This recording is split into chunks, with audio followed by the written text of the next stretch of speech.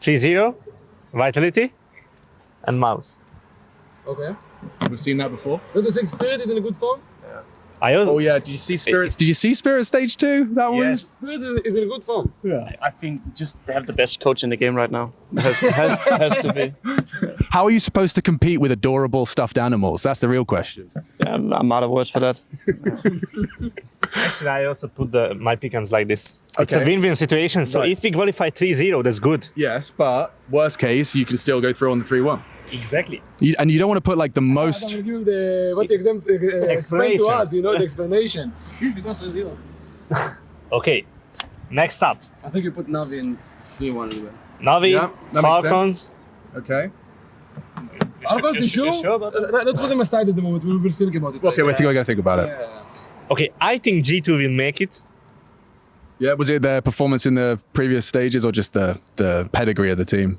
I think Like, they're no slouch. And it's all best of threes as well. I feel like, you know, they're a team that can... Yeah. Much Yeah. more interesting. Yeah. You guys are on... I mean, everyone I speak to, I assume, is happy with this best of three change. I think, Yes. I think everyone is happy unless you're a big underdog. And then it's like, but it's fine. But it sounds right for a stage 3. Fury is a good shout. I would pick the Mr. Cologne here. Yeah. Fallen, Mr. yeah. Cologne here, the professor. Yeah, exactly. Foot, my boy Coolio. I love them. Okay. Respect. Respect to Foot. I feel like... I think that's fair, actually. Yeah? I think they are playing Looking good. at what's left, I mean, I guess the question would be like your Mongols, your PARIVISON, your Auroras. These three are question marks. Yeah. Putting G2 up. Yeah, they have question marks. I'm putting G2 up there. already there. I would put. For me, it's Like if it was like out of all of these, how would you kind of one of them taking that spot? I mean, I think Falcons has to make it. Oh, Nah, exactly. I forgot no. about those guys. They're hiding over No there. one is guaranteed that. yeah. No one is guaranteed. Like if I have to pick between these guys, I think it's PARIVISON. Yeah, really? Yes, or actually Legacy. No, Legacy is playing first game against us. Yeah. They are 0-1, so let's put PARIVISON. Okay, lovely. I mean, we don't really need to do these ones, but No, I guess the 0-3. Let's be fair. You like that? I mean, yeah, they've been fighting tooth and nail. I was so impressed that Monte made it this far, to be honest. It was a really good... If you want my honest opinion, Yeah, go on. Aurora 3-1. One goes Legacy here. And I think... You think this? No, I think this. You think 9-0? Yes. 2-3 and PARIVISON 1-3? I trust more in Bedboom than 90. Yeah? I thought one PARIVISON than both of them. Legacy beat us last time, I'm just saying. Did you play Dust 2 against them? No, probably, yeah. Probably, yeah. No, their Dust 2 is fucking nasty. I don't think it's about Zero Dust too. No, okay. Actually, this is exactly the pick I had. Is it? I would change these guys. Yeah. Yeah. With, you'd swap Bet Boom? With anyone from here. Oh, sorry. Okay. Let's put PARIVISON. I like this. We've kind of, through democracy, we found the MOUZ pick'ems. Looks solid. But how have you boys been doing anyway? You coming into this one? What was the strat? You just did like 2 weeks boot camp, or what was the vibe? Just like 5 days bootcamp or 5 days? 6. I mean, I guess 2 weeks is crazy, right? That's actually probably too much. You feel like you've done an event before you go to an event. You need to have quality, not quantity. This guy, dude, you missed it. There was such a look of pride on Cyclone's face there. I genuinely, like, involuntary. I just saw it wash over your face. Like, he's right. He listens. He listens. Yeah, but how was your 5 quality days? How was it spent? I mean, I imagine it's not anteing and stuff like that. That happens the day before, and it's just like procedures and fundamentals, or. Part of it is actually that you want to be a step ahead. So you, of course, have to look, okay, when they observe us, what do they see from the last few tournaments, right? And try and be a step ahead of that. Okay. You don't want to be on the day before, like, oh, shit, we didn't really play B splits. Maybe we should have something ready for that. Right, okay. So you're filling your quiver with arrows that you're going to need. You know you're going to need. Sure, but I mean, at this point with this team, we're not that detailed yet. Yeah. It's more making sure we are in sync and have good rhythm together, yeah. And this Zelex, how is he as a character? I haven't really got to speak. I made eye contact with him, and he said hi, and I said hi. That's about as much as I've spoken to him. But you know, how is the new kid fitting in? I'm going to Spinks because I haven't heard from you. How is the new kid fitting in? I think he's fitting in really good, to be honest. Yeah. We said it many times. He's a young prospect in the He was always hungry. like, we kind of knew he was over there in the horizon. Yeah. I think MOUZ kept him in the NXT for a while to make sure, but waiting for the right timing. But yeah, he's a super young guy and super talented. Super, like, he's just nice. He's have good vibe, he's smart, he's playing really good. How would I categorize his like in-game, his character as a player? What is what kind of piece is he to the machine? Maybe I go to coach for this one actually. Coach is good. Yeah. Curious. He likes I'm to. sorry, I'm not very good at this interviewing thing. He likes to be a confident player. Yeah. Confidence? Yeah, he likes to play in front. That's also the role he has in the team. Yeah. He has a background in go-karting. And so he knows how to be on the fine line and be on the edge all the time. Yeah. Ooh, interesting. Yeah. Ooh, I liked that. Yoink. Yeah. Good at dealing with adrenaline, I think. Also, where he made an impression on these guys that when the pressure is there, he's a fairly cool head still. Oh, and I mean that's a valuable asset to your ranks. Yeah. Okay. Yeah. Well, I don't want to take too much of your time, boys, but I appreciate you taking the time. And as far as watching stage 1 and 2, did you kind of I see Boom, you had some praise for them. I see Foot have managed from stage 2. You guys have got a lot of seeing them 3-0. I'm just trying to think of like dark horses coming into stage 3. Looks like you guys have put Foot as your dark horse as far as like name value. I think also G2. G2 also a little bit, I would say. Yeah, no, that's fair. That's valid. I think they are doing pretty good with nerds lately. Yeah, it does look like a good pickup for them. Like he looks so much more comfortable. Do you speak to Nerds at all? Yeah, a bit, of course. Like, I mean, he seems like he's feeling himself now he's in that jersey. Yeah, I think for us it was obvious he will be good. He's a really good friend with Heavy God. Yes. And he's also been under coach in the past, so we knew he can show better than he did in Liquid. Yeah. And also I think G2 is the right fit for him. So Perfect. Back in Cologne, in the fancy hotel. Did it feel like a major when you rocked up? Does it feel like a major already, or is it you have to be in the Lanxess for it to feel like a major for you guys? for me, it feels like Cologne at the moment, to be honest. Yeah, okay. It feels like Cologne, like the media, everything is the same. Yeah, you wait. So it feels like Cologne. I'm waiting for the switch for it to feel like a major, to be honest. I want it. Maybe it will happen in the studio. But yeah, for now it's Cologne. Yeah, I like that there's a crowd in the for the groups for the stage 3. Yeah, well that's nice. Yeah, which oh, I hope my microphone picked that up. Yeah. We did get into the major vibe a bit watching the hype video. Yeah, oh, Yeah, for sure. Good job. Yeah. Thank you, bro. Thank you. Yeah, I didn't know what to do with you guys. I was like, MOUZ have changed things right before the major. Let's see what happens. We were joking that we had like 5 seconds there. I think we had the most highlights. Getting killed, yeah. Oh God, yeah. You're in the kill feed at least. We were Yeah. up there. Yeah. No, I don't want to take too much of your time. Thank you for taking the time, boys. Thank you. Thank you. There it is, Dastan. Isn't it beautiful? What do you think? It's very nice. Yeah. Now, do you know what? It's interesting. I've done this with like all of the stage 3 teams. Your team is the one that I have seen put here, and here by different teams. Yeah. No one knows what to do with you guys right now. But I'm curious to see, Belchanok, is there any obvious ones? Could you start us off? What do you think? Ones. I think like this. Okay. I've seen it there. It's not the first time I've seen it there. And I will make some interesting.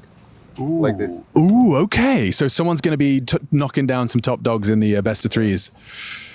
But then this. Yeah. obviously. Okay. Yeah. And then maybe Dustin will choose. Destin, you going to help me out? I think it will be Navi. Okay. Navi will go 3-1, 3-2. Yes. Okay. Then where is Spirit? 4 teams, yes, here? 6. 6. Spirit, then... Okay, who left? Okay, let's choose Falcons. Mon is here. Okay. I mean, that's a very strong-looking playoffs already. Yes. We Then... need- Who else? Maybe Foot? Foot, yeah. Young, strong. 3-0 stage 2. No pressure for them. I think they can... Yeah. Yeah, let's put Foot. Have you played against Foot much? 2 times. 2 times? One time we won, the second time they won. Okay. Because I imagine it's hard to play against that team. Like they're very. They- And the last team who They have qualified, high level individual. Yeah, like they just shoot you in the head. Yeah. We've got one more for the advance. But I mean, you've got some big names. Like these are the stage 3 teams. G2, Who stage will 2. play, instead of Spinks, Jail in MOUZ. Brawlon? No, MOUZ not will qualify. Okay. MOUZ are funny, yeah. They've got Zelex and no JL at the major. I think MOUZ here or here. Maybe Bad Boom? Yeah, Bedboom. I mean, stage 1 all the way, you know? In best of 3, it will be, I think, harder. But Bad Boom or Mongols can. I was talking to different players, and they had like someone put Betboom 03, and they were like, what? A lot of people think Betboom are underrated. Like they're Yes, they played strong. Yeah? They lost only to Spirit. Yeah, I mean, that's not bad. It's not bad at all. but I think honest answer it's Mongols. Mongols. And they're more favorites. Okay, I see that. I heard they've been doing very well in they've been strong For me, in practice. BB or or Mongols? Yes. Okay, let's do this then. We'll do this like a little like a maybe. Yes. Like okay. So one of these two. yes. But that looks about right to you. And then I mean this stuff Who will? they're not going to make it, so I guess you don't have to fill this one in as much. I also like how Bait playing. Yeah. Also, they come back on T side Nuke on the first previous. That was impressive, no? It was 2-2 game, and they have like some energy, like mental attitude, Strength. yeah. Yes, I see that. But they, I think, a bit more tired than others because they played 2-2. It was a long journey for them, but they're still good team, I think. But I think if they had chance on 2-2, they can be here. I think I will put Bait here. Okay, interesting. Also, I like 9Z. Maybe they are not stable. We are also not stable team, but 9Z Firepower are good. They also not too young. They're 26 years average. I think Experience. they're pretty experienced. Yeah. I think they also had the chance to qualify. Okay, cool. I see what you're doing. So like these are the teams that could be here, could surprise. Yes, yes. I Okay. think also G2. Yeah, oh cool. Yeah, that makes sense. I see you. Here is 3 teams or 2? I think it goes there's 2 teams, then 3. Okay. That makes sense, right? No. It's hard to say who will go 0-3. Why touch Monte? Every team here is good. Yeah. I think maybe, okay, I like Monte. In Astana, I saw they won the game. They played. We start after them, and how Gizmi talk with his players, and I talk to him like, "You are great." He speaks very like how I like directly. When we have the listen-ins, we listen to the comms. I was surprised to hear like the way he speaks is very authority. And I respect it. It's European team. I first time see that as a Gizmi. Just So tell me, Dastan, are European Counter-Strike teams, are they a bit soft? I think yes. Yeah. But when it comes to elite teams, there is no soft. Apex no soft, 100%. Who else? Maybe Kerrigan soft. Maybe a little soft? Kerrigan soft, I think. He's a good guy. Next round, guys. Let's start. Yeah, we got it. Everything's okay. Give me a cuddle. Okay. In Navi, I think Alexei is pretty. I think he's a good leader. He's not. I never see he maybe sometimes, but Alexei feels like good guy. Yeah. But I want to hear about what you like. What should I expect from you guys? Is it kind of like uncertain for you? Because I've seen such high highs, and I've seen obviously the results lately haven't been meeting that same expectation. But you're up and down. It's volatile. Yes. We practiced on bootcamp. It was good results. Okay. And I hope we will fight. First of all, we need to play good individually. Yes. When we will confident individually, it will be easier. But now, if we qualify on stage, it will be nice. I know expectation to my guys because after some results, I talk with my guys and with my CEO. Maybe I really make too much pressure, too much expectation. But when we play again in finals, when we beat some good teams, everyone wants to perform, continue to be more stable. But when I remember this guy's playing 3 or 4 months on tier 1, what I should expect? Yes. And now I talk, just play, guys. Don't think about anything. Just play. No, okay, interesting. And how is that like? Because it has been so rapid for you. Like it must feel a little bit like just thrown to the wolves. Like go play, But that's unexpected also. He prepared us for 1 year. Like me, not JM, where he's talking to me every single day. When you will play on tier 1, they will gonna destroy you if you play like this. You know? So he was trying to prepare us for this. And he has high standards for you because he knows. Yeah. Always, every day. And I imagine there's like a balance where it drives you forward, but it can also it could crush your spirits. It could. It goes both ways. Have you been on that roller coaster personally? Yes. It's hard balance, you know. Yeah, right. Very, very hard balance. Also, I expect from Belchonok and Notar more than from Xielo and Zweig because I'm with them more than 1 year. Yeah. And I. You know what they can do. Yes. I expect like more quality of plays, and I hope they will show. And I told God, let's play major always from avant-garde, in Virtus Pro, in outsiders. Major is a point where we need to show what we can do. Yeah. It's our level, and after that we will talk what's the next. How's that individual form going? What's been your process to kind of find your game? What are you up to? Is it like kind of is there a kind of a routine, or is it more just practice and personal reflection? It's everything. It's individual routine like deathmatch, bots, you know, walk before sleep, for example,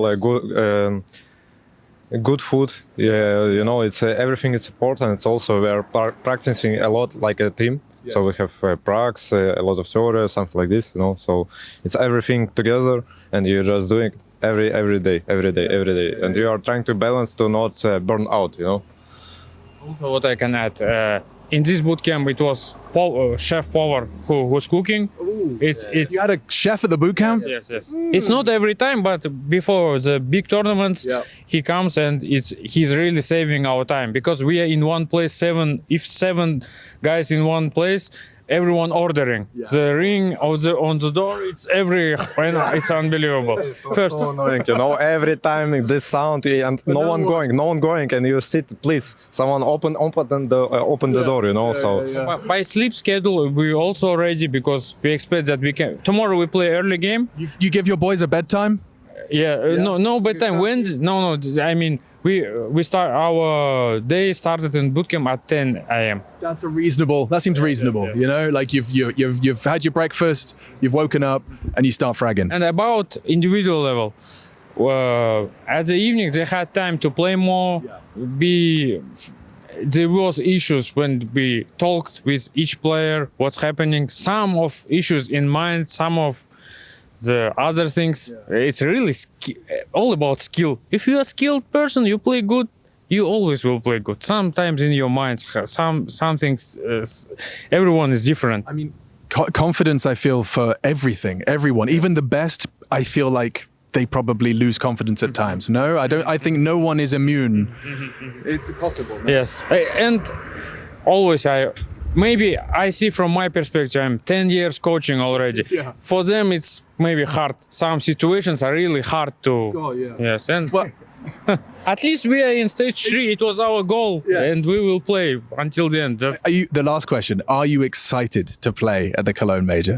For sure, 100%. I mean, is this an event you've watched before you were competing? Is in the Lanxess Arena? Is it just there? One more. While you get through this stage, you get to perform on that the cathedral. Bootcamp. We watched the ESL preview. Oh, did you like it? 2026. It was. We go to Discord and watch to take the atmosphere. Yeah, okay. It was really nice. ESL production. Thank you. Very nice. I'm glad you liked that. I'm really happy you liked that. But guys, I'm looking forward to seeing you play. This has just got me more excited to see. Who's your opening match against? I'm sorry, I should know this. 9Z. Okay. We'll keep an eye on him. Yeah. Thank you for your time. I appreciate you guys. We need to put here. We do. We should probably finish it off. Let's finish it off. Yeah. So, what are you thinking? Actually, I think I have a bad feeling about MOUZ because they're playing with changes. So, and they didn't play a second stage, so they are not well prepared. I think. Okay.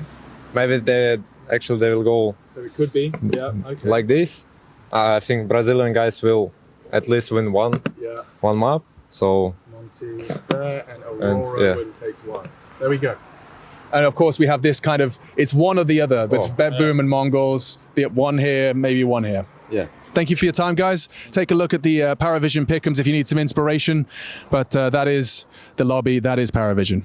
Ladies and gentlemen, welcome to the lobby. We got the Mongols. We have the pick'em wall. Let's see what you guys are feeling. What's the vibe? Who do we think is going in the 3-0? 3-0. Well, obviously, no. No. Yeah, I've been. Oh, they've been playing well. Okay, so 1 for Spirit. 3-0. Donk's been playing kind of crazy. Та юу? Та 3-0-аар гарахгүй дээ. Та 3-1-ээр л гарах байх та. Prediction штэ. 3-1 дээр тавьчих юм уу? Угаасаа 3-1. Okay. Ooh, okay. Interesting. Because they're going to lose to Mongols, that's why.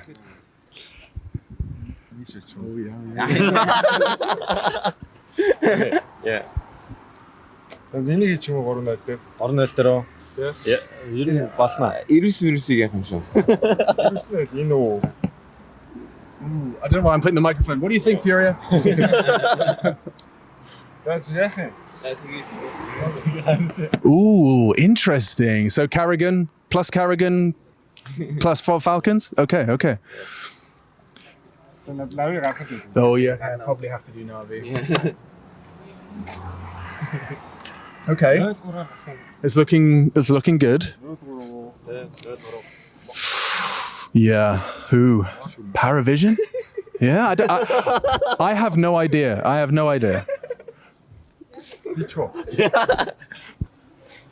Пари ер нь 0-3. Бас арай л дэнд байх та. За аль нь Монте юм уу? Сци юм шиг. 900 хож штэ. Сци юу? B8. Бэйт ч хож. Oh yeah, what's that? It's not easy. Not easy.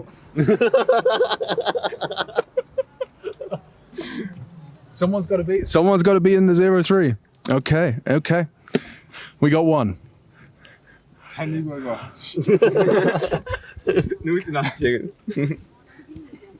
Бэнкч юм уу? За тэгээ. Болно. Okay. Yeah. За би яах вэ? Энийг хайшаа их. You've got to go somewhere, guys. What's the third team? Өөшөнтэй. Хаанд явах вэ? Ингээд юм. Okay, yeah. That's good. За париг гал гарахгүй хоо тий. 900 ч бас гарахгүй. Футбол гарна л та. Бүт гарахгүй л дээ. So you need, what is it? Ер нь эвгүүлтэй. 6.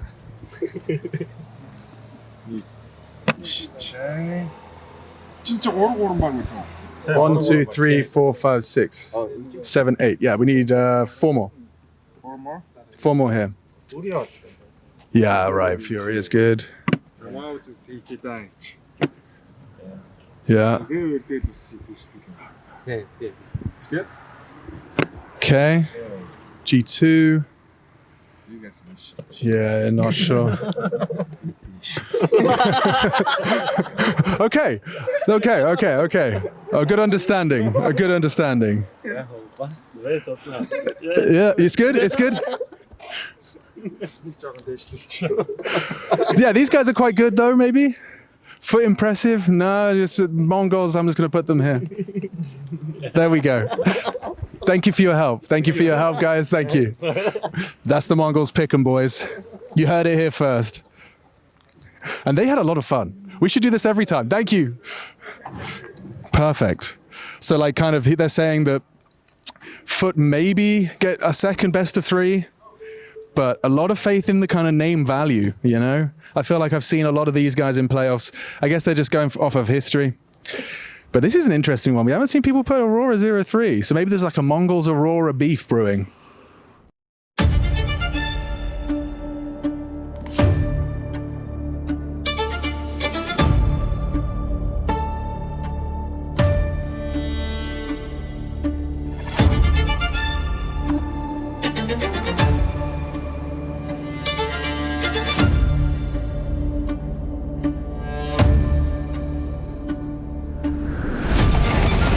Pop up to at least find one.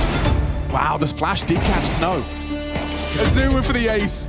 Has he got it in him? Finds another into the 1v1, picks up the AK-47 and pulls it off. Outrageous scenes. I need to calm down. Let's go, boys. That's a good kill from this. holding on. Jam Young with a good headshot. Time starting to take on that fuse. It burns away. G trying to turn around. Jam Young's going up. It sets in. Will they clear him? Will they check it? Lato peeks out. Another kill towards Mercury. He's been so elusive in this half. And another kill through smoke. That's brutal. Jam Young, last remaining player. 10 rounds for Legacy. This box and he goes out into the open. Another collateral, this time from Sizzy, showing us his open skills are sensational. 4 pits up. There's the 8th for the young man. He's got all 5. Nice! Let's go, man.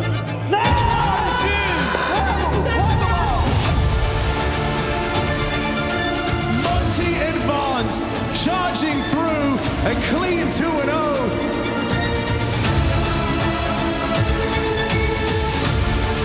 Pass into stage 3, and they have the chance to chase their own Brazilian legacy. The ace of Kenzisor! He knocks him out of Cologne with an ace as he runs up middle.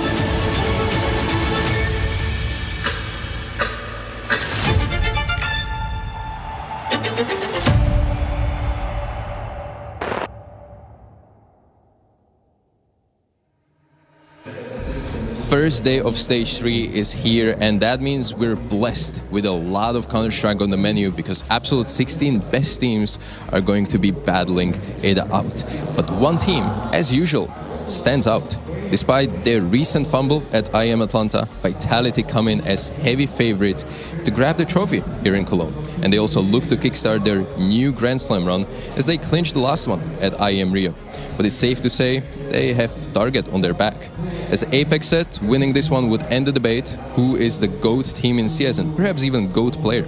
I invite you to witness it with us and how and if that happens. This is Intel Extreme Masters Cologne Major Stage 3.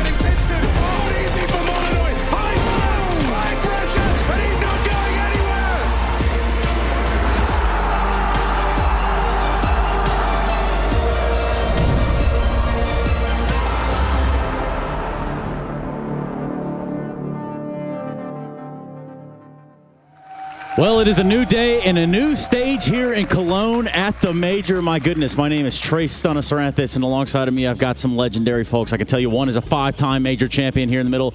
Make some noise for Dupree.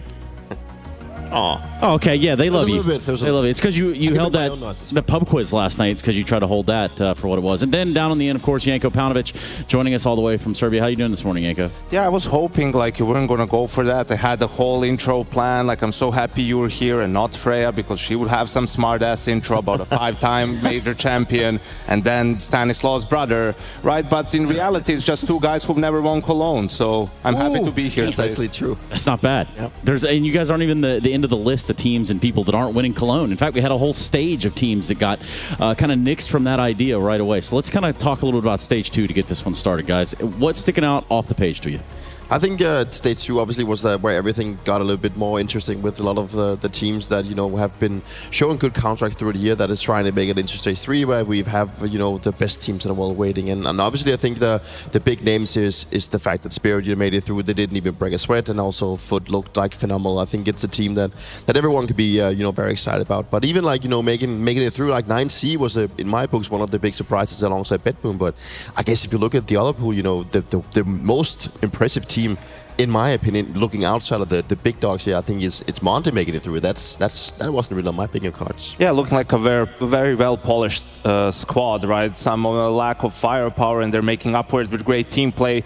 Gamer Legion definitely the biggest disappointment of this tournament after their run in North America. You know, making grand final of Atlanta. Shown none of that here in Cologne, and then also what's going on with your boys over there, Peter? Yeah, that's quite the disappointing. Even with how they started the tournament, I know it was against Gamer Legion where they had like a blowout, but then everything just looked to crumble. And whether there was like a bit of pressure or whatever got to them, but it just looked like they didn't have like a game plan over it. Was because of like Hooksy having issues finding out how to like rule his troops or anything. But that's a very bad result for the Astralis. Well, for Legacy starting off in what would be a harder method to getting to stage 3, but at least they did that. Tell me a little about this Legacy that could. I'm actually, I think a lot of people are starting to overlook Legacy a little bit. I think Legacy has had a down period where they decided to swap out Lux, but now they've gotten Art back into the team. And I think talking about Art is a guy, you know, with a lot of experience in FURIA and a guy that actually thinks slots very well into this playstyle. And I think he's bringing them the things that they haven't had in that team for a long time. It's a little bit more structured. It's a bit like, he still wants them to play like they've always do. It's very brawly. They want to, you know, take the fights, but he wants them to do it together so it doesn't get on the individual side all the time. And I think that's one of the things that I really like about Legacy. And I have them as a dark horse moving forward. I actually decided to put them in my top 8, so I have high expectations for these guys. They're just playing 4D chess, right? If you go 3-0 in stage 2, you got to play Vitality. No one wants to do that, not even Legacy, because it's not best of ones anymore like it was in Austin. So, you know, they're just taking the long way around, giving themselves a quote-unquote easier opening game and then maybe an easier run to the playoffs. Yeah, maybe.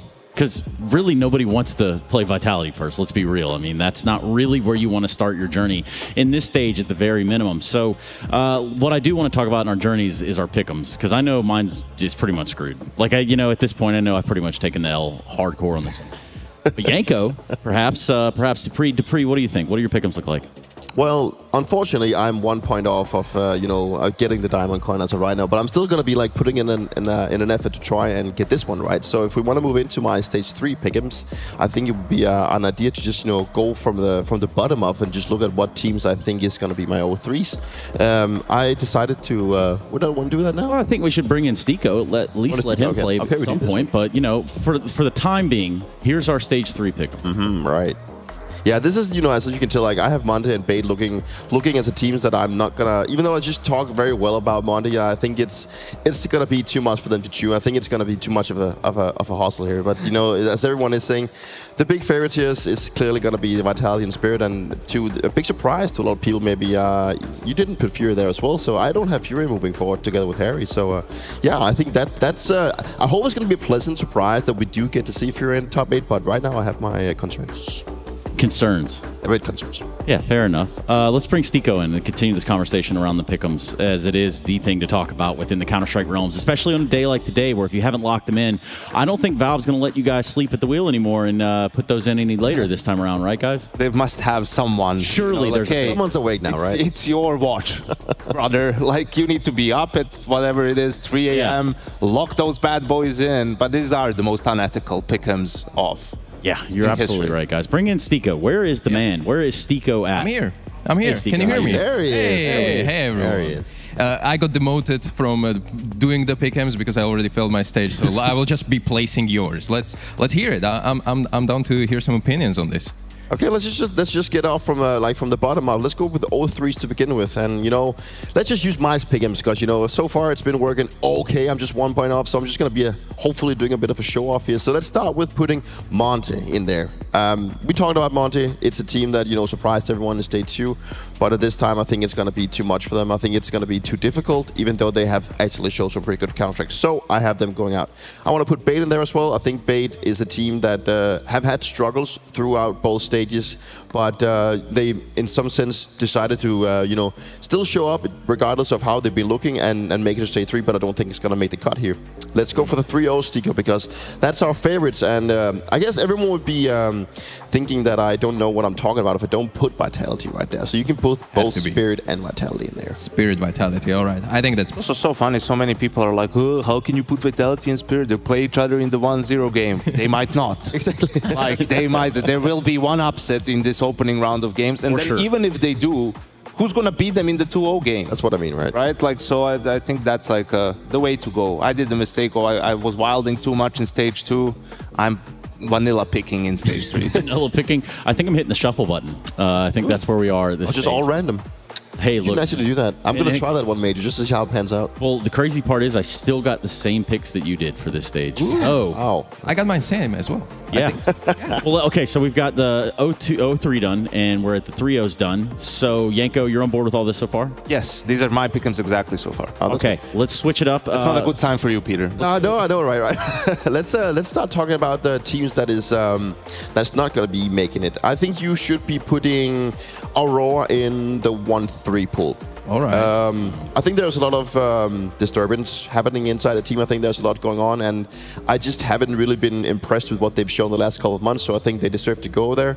Unfortunately, also going to have to put 9C there. I think that 9C is... they have the firepower and they have like the passion, but is it going to be enough? I am not sure. And then I had a little bit of a hustle here. Like, I kind of wanted to put PARIVISON there, but I do think that PARIVISON at points can play some real good counter. And I think Dastan has promised us that he can actually he can bring up the guys to perform even better. But let's put them in there. Let's put them in there. He said he's chilled out. I know, right? But it's like in the interview, I saw the HLTV interview yesterday. It's like, hey, maybe I need to be a bit nicer to the guys. Maybe I need to be a bit more mellow. And, sometimes all you need is someone to high-five you, say, hey, you got this. That's so Dastan, right? So imagine that's the thing that's going to flip the whole thing for them. I think that I don't know how people are putting them 0-3. Like, people have lost their minds in some of these picks. I saw someone put MOUZ as 0-3. Yeah. I saw Jacob put Aurora as 0-3. It's like, yeah, these teams aren't doing great like Aurora. But do you know who Aurora lost to in the last 3 months? Vitality, Navi, and MOUZ. That's it. Outside of that Draculan, which we're not going to talk about those. So it's like, at this level with these teams, you can't be putting them 0-3, man. Come on. No, not even close. But we can't keep going, Dupree. I think you're on a roll here. Let's go the 2-3s before we talk advancing teams. Unfortunately, I'm going to put MOUZ in there as well. I think that MOUZ is still in kind of a rebuilding phase. I'm not really sure where to have them. I've usually been a believer in the team. I really like their run throughout 25. Though we are on 26 now, so it's been a while, right?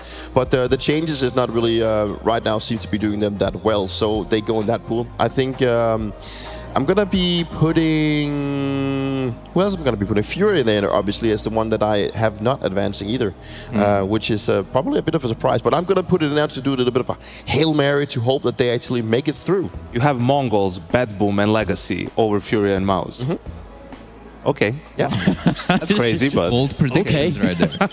And then you're going to be putting Bedboom as the last one. I don't think they're going to make the cut either. I think they've been impressive, but I think it's going to be too much as well for them. They've shown some really great counter-strike, but I think once you get up against the best in the world, they will figure you out regardless of how you're playing. So now you can just fill in the rest, and then we'll see magic happens as we unfold. Okay, Yanko. If I look in your direction, I say, where's your biggest qualm with this?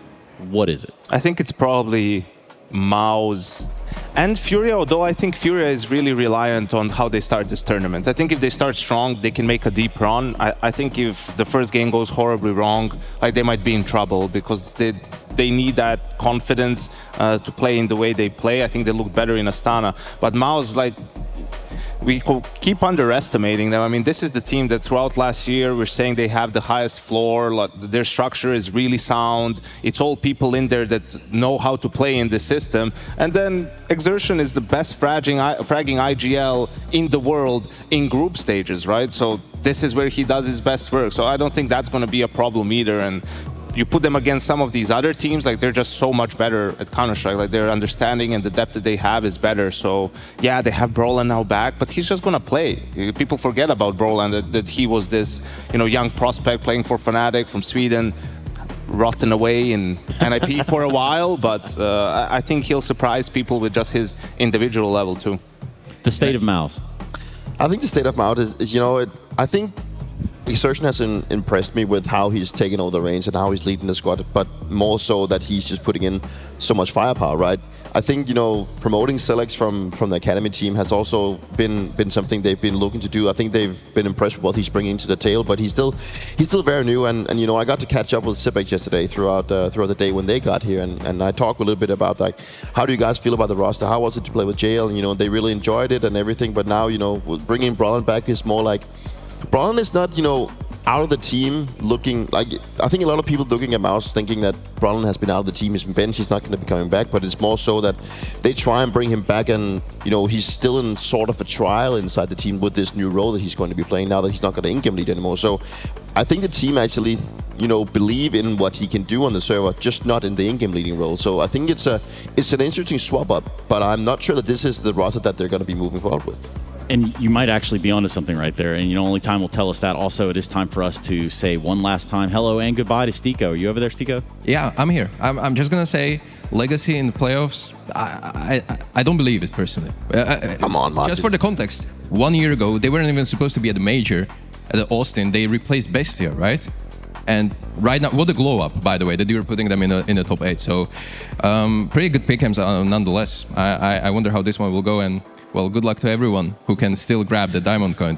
Yeah, good luck to all of you out there that still have a shot at glory. Yeah, no joke. Thank you so much, Deco, for being our I don't even know what that would. It wouldn't be Vanna White, but it's kind of like akin to that there on the board. Regardless, when we start talking about the major, we also have to talk about how this has changed. And I'm talking about the drastic changes from the times of the first majors you've played, the first majors we've witnessed together, up to where we are now. And just what it took to get to where you were in those majors in terms of playoffs or just the format itself. So Dupree, give us a little backstory of how things used to be. A lot of things has changed throughout the years. I recall some of the first majors that I played that you could end up beating the same opponent just twice and you'd be in the playoffs. And it was a questionable format at times, and it was about making top 8. If you just magically made top, like if you got out of groups, you would just magically be invited for the next one. So the group stage was almost more important, and it was best of ones throughout the entire thing when you started. So you could win 2 best of ones and you make it to top 8, and that is kind of how the format has changed throughout the years. Then we also gone from the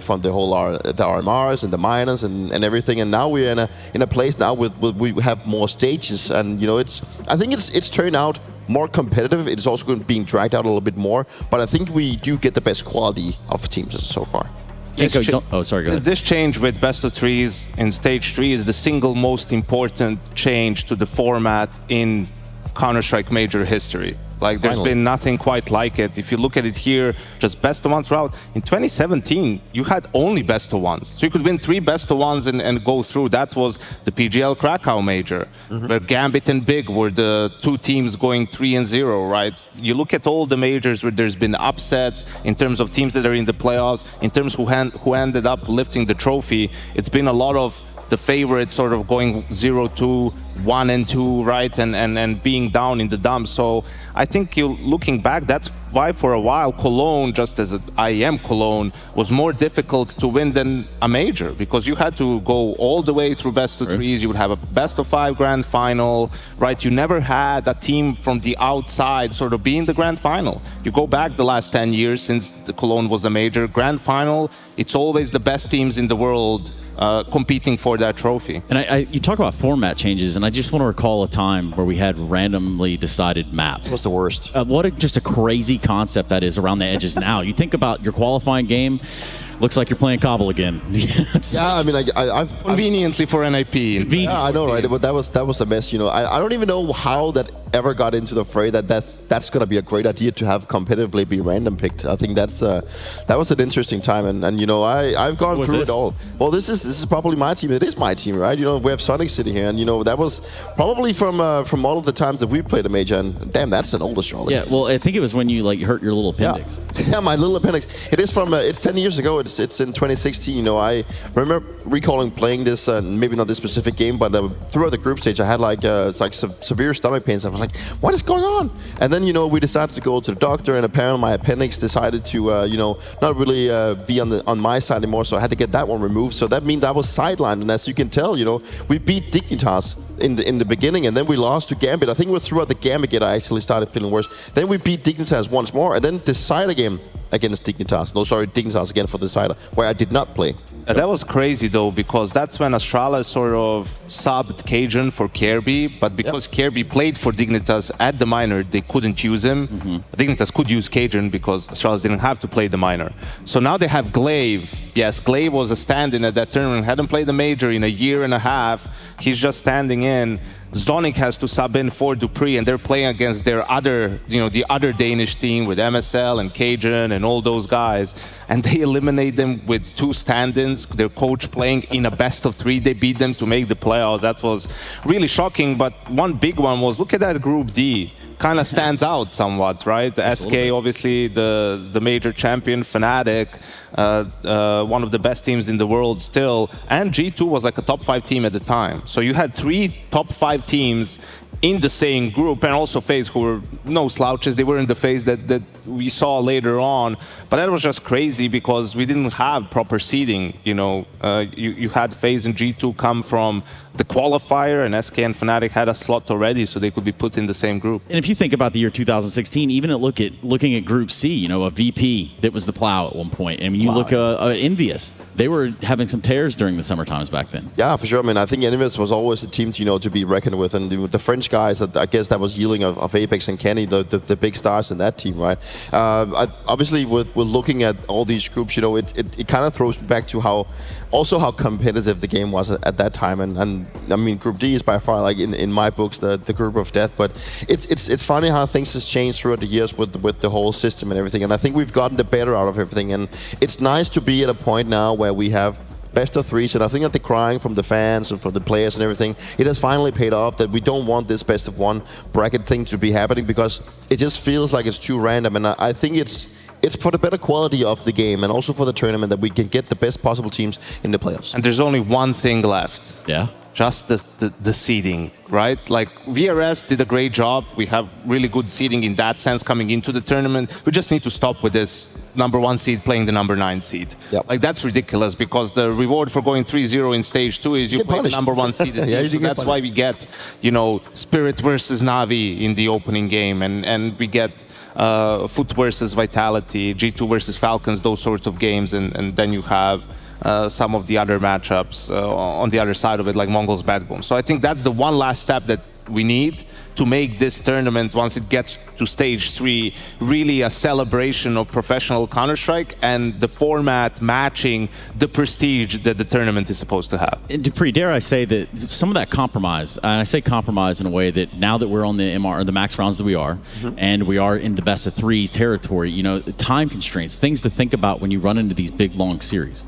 Yeah, I mean, like it's just the fact that best of 3 just seems to be less random. It's also for the teams, if they get a bad start, it's obviously giving them more time to get into the match, and I think it obviously favors the favorite a lot that you do get to play best of 3s, and teams like Monte, teams like 9C, they would have probably loved to play best of 1s, because that would give them a higher chance of making it through, right? But if you find yourself playing, let's just take even Bedboom coming up now. Like, you have Bedboom going against Mongols. If you had them in the best of 1, that could be like a big chance of upsets. But now that you go in all 3 maps, and it's going to be less likely. But in the long run, that will give us better quality. But overall, it favors the better team for sure. Map pool is such a huge part of what makes a team elite, right? Like, there's 20 teams in the world that can be really, really good on 1 map or 2 maps. But for you to be strong on 4 maps and be able to play 5, 6 on a high level, only the elite teams can do that. And you forcing them to play best of 1 takes one of the things that makes them elite. Exactly. Right? And then just makes it more random to an extent, and I think this is very good for teams like, for example, Aurora, for a team like FURIA as well. Teams that like to play maps like Overpass, like Anubis, they would never see those maps in a best of 1, right? Like, it's just Mirage, Inferno, Nuke, that's maybe something like that age, and depending on which teams meet each other.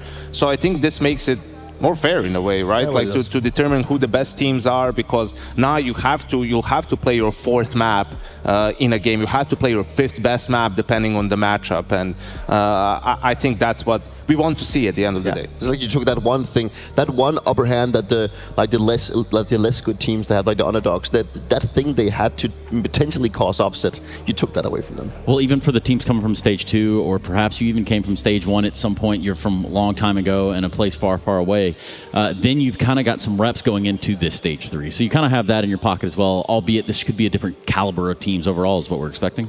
I don't think it matters as much. We were talking about it in between stage 1 and 2, whether it will matter or not, and it didn't. And I think it helps for the teams coming in stage 3, the fact that this is familiar territory for all of them. I mean, they come to Cologne every year, it's the same venue, it's a slightly different setup, right? We'll have some fans in here that will add a little bit of spice to it, but for most of them it's sort of business as usual, right? So I think that's gonna matter more, and the fact that they're just on a better level, right? Like this warming up stuff doesn't seem to be as big of an issue as maybe some people think. Yeah, I'm not too worried about like the elite teams. They know they get the job done here. Like whether it's a little bit different. This is Cologne. This is a major. Like it's for them, it's any other tournament. And it might sound like a little bit like a cocky saying that it's just any other tournament, but that's the reality for the majority of the elite teams. It's just another tournament. And yeah, I mean, there's a little bit more on the line for the likes of Vitality by making more history, and everyone wants to win a major, right? But it's in the end, it's like it's the same teams, it's the same kind of caliber and everything. So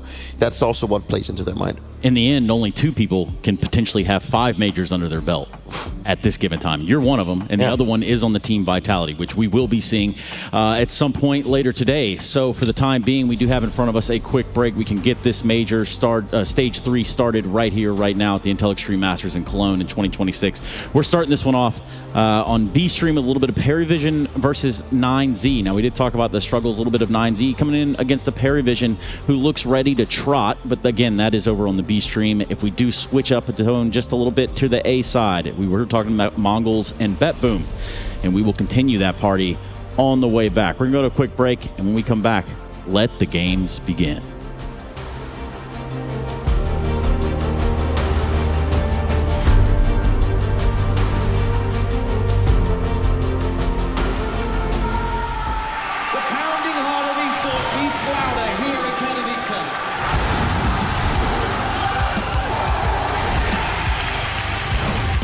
Double peek, he's getting his shot. Unbelievable!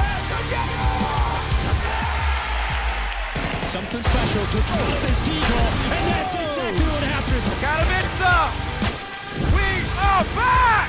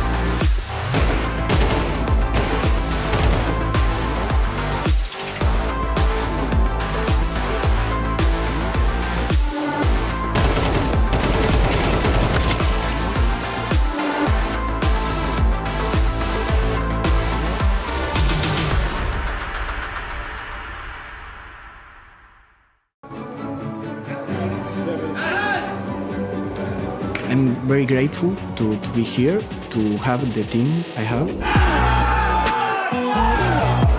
I'm very happy with the guys, the coach, with the analyst, the CEO, it's here with us.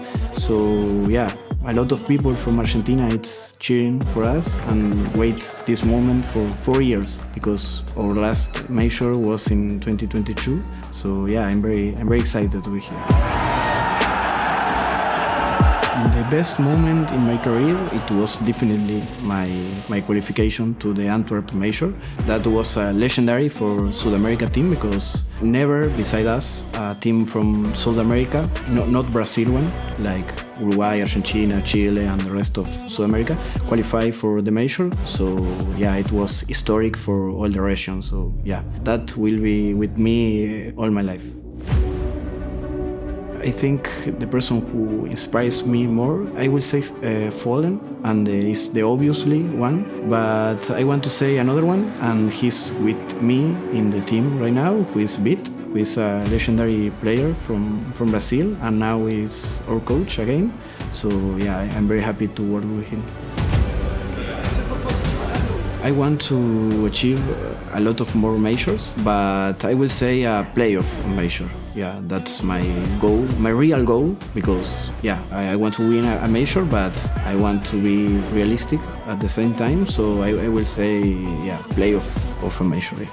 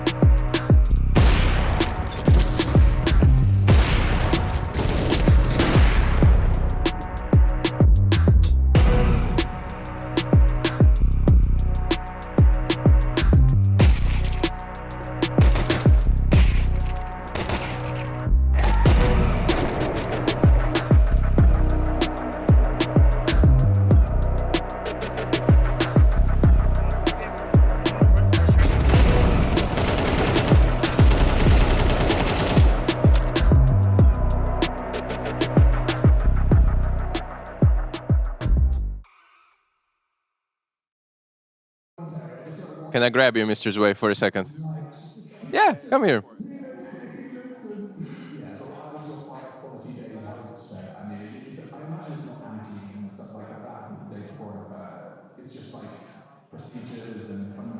Hello, Zwei. Welcome. Defending champion of Cologne is here. Can you tell us what's the vibe in the team? How are you feeling? Are you excited? Are you maybe stressed, nervous? This is major. This is Cologne. What do you won it before? So what's going on? The vibe is great. I don't think we have like any stress, any pressure. There's a tournament like simple tournament, like always. I don't really care this major, Cologne or something. I just play my game. Pretty good. Good mindset. Obviously, you did boot camp to prepare for this, but can you share a little bit of an insight? What were you working the most? I think Dustin mentioned it, that you were focusing on individuals and letting individuals perform a little bit better. So how are you feeling as a form coming into this? I think on previous boot camps we made focus on our macro style and fixing team play mistakes, but now we had more individual time for deathmatch, for faces, and maybe we played a bit less practice, but we still practiced a lot and spent all our free time on the CS on bootcamp. So yeah. So this is like a gamble to focus more on shooting part rather than tactics. Do you think this will work on? This will be something that will surprise a lot of the teams. Obviously, every team here is really good, strong, mentally, also individually. So how are we feeling about this approach? Yeah, I think on our last tournaments we had like problems with our individual skill, and I think that was the main reason why we lost maybe to lower tier teams. And on this bootcamp we tried to fix it by this method by Dasans. So I would say that it worked out. What's the goal for PARIVISON, or maybe for you personally, Zwei, on this major, in this Cologne? Win as much as possible. Let's see how it goes. Good luck in your best of 3 today. Thank you. The Intel Extreme Masters Cologne Major 2026 is brought to you by ESL in partnership with Intel, Acer Predator, DHL,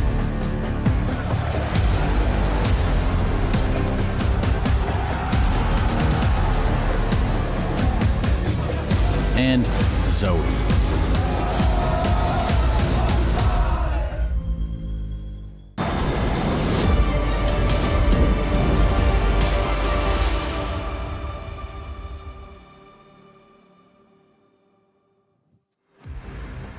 Well, today is a special day for Counter-Strike fans. Game day, the top 16 at the Intel Extreme Masters Cologne.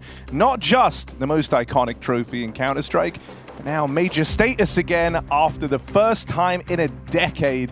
Been a long time coming, and these are the top 16. PARIVISON and 9Z arriving ahead of their big opening match. Yeah, for 9Z, it's been quite a run here through the major so far. Graduated into stage 2 and just bashed everybody out, Harry. Everybody except Team Spirit, who deliver that right back their way. This was a 9Z who came off the top of the year just playing South American events. They were out in Brazil. They were winning cups. They were coming second place. We didn't really think about them. Then we saw them at Astana. That's when they got back on the map, taking top teams down, taking PARIVISON down, taking Falcons, MOUZ as well, falling in the playoffs, but ultimately having some legit wins for the 9Z side versus a PARIVISON who have been the opposite. They started the year with a bang. In fact, they ended last year with a bang, back at Budapest as well. But ever since that point, despite some solid results, have looked shakier and fallen shorter in every following event. Bucharest, Astana, CAC, these have been troubling recent times for PARIVISON. Can they step it up come the major? Yeah, that is the big question. You know, it was out in Budapest that we really got the first taste of what this team can bring to the table versus top squads. And they're now going to try and repeat that heading in to Cologne. This time, hoping to take it one step further. Whereas in Budapest, they started all the way back in stage 1, and the grind was just getting to stage 3. Here, they get that stage 3 berth after that good start to 2026. Yeah, they had to grind so much. We saw them kind of exhausted by hitting stage 3. They went 3-1 and 3-2 in the first couple of stages. By the third stage, they went 0-3, right? They seemed like they'd played too much, played too long, had been grinding. This is a team that we already knew had played months of boot camps leading up to the major, and yeah, even though that grind has never really stopped for this squad, we've seen them at basically every event this year, and even have some trophies and some grand final appearances as well. We've also seen that fatigue and that burnout hit PARIVISON. That being said, you know, a couple of weeks off since their early exit out in China, and maybe a chance to reacclimatize, because you know what Jame and Dastan can do with some prep time. I think it can go a long way here for PARIVISON. All eyes are on this team right now because they love to change the expectations come every tournament, taking the pressure off, putting it on. You don't know what you're going to get from this team, but you know their peak is lethal. Yeah, you know, I think one of the other things that's been interesting about PARIVISON all year is how they've tried to manage expectations. I'll say, you know, immediately after decent result last major on that grind all the way to stage 3, combined with picking up the trophy at Bounty, they knew that there was going to be some pressure to replicate these results on the team. They tried to regain control over that straight away, kind of many attempts from Dastan and co to remove said pressure. Feels like it was still building up, but even in the interview ahead of this game from Zwei, hearing him say this is just another tournament, he's not thinking about it. It might be what they're telling themselves, but this is the major, and CS always feels different both at Majors and in Cologne. Yeah. This is a culmination of the two. Well, do they really believe that, right? As said, Zwei, a Cologne champion, defending champion from last year, in this game as well, in a new jersey. You know, so much so, you talk about the pressure trying to be relieved. I remember after they won the Bounty final at the start of the year, Dastan even came into the green room to talk to the talent, and he even said to us, guys, please don't hype up our team. You know, we didn't fluke this, but this isn't going to be hard to replicate. We're not going to be consistent here. Don't overhype us off of one win. And I mean, I've never had an interaction like that. I thought it was very interesting to see how he's trying to temper expectations, keep the pressure off on his squad, but at the same time he puts it on, Harry, a hard leader. Yeah, you know, usually when we say mind games, you're talking, you know, your brain versus the opponent's, but there's a fair few mind games inside of PARIVISON to try and cope with this. Saw the veto up on screen a moment ago. Overpass to get things going. Dust 2 is a second. And then Inferno as a decider, should we need it. 2 of these 3 maps, hell, actually, I'm going to say 3 out of 3 of them, ooh, I would say lending themselves quite nicely to PARIVISON's play style.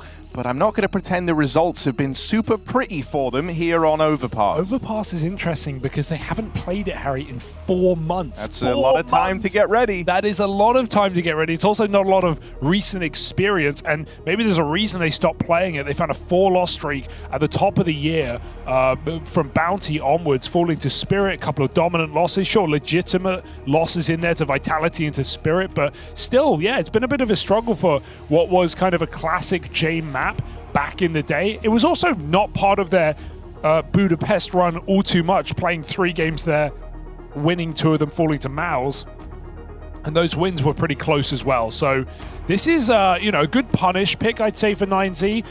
For me, a lot of the major questions, especially in this 3rd stage, is going to come down to vetoes. Anubis is a huge factor when it comes to, you know, looking at a team vitality, looking at a team spirit, thinking which team is coming in extra prepped on these punish maps to try and pull it through at the right time. And Overpass, right now for 9Z, every game is important in this stage, so they go right for the jugular in picking this unplayed map for PARIVISON. You talk about vetoes being important. There's you know, another big reason for it, and that's obviously that here in Cologne, for the first time, we've got best of 3s in stage 3 from the get-go. Yes, sir. No BO1, so if you have a small map pool, it's going to get exposed, it's going to get used against you. That's kind of the biggest question, I think, leveled against PARIVISON right now. There's 4 maps you know they're able to play, but they don't play Nuke. Their Anubis has been super exploitable. We flat out heard them giving up on that map out at Krakow right at the start of the year, and their Overpass hasn't been tested, like you said, in 4 months. They are one of the teams you could be eyeing up with potential map pool worries,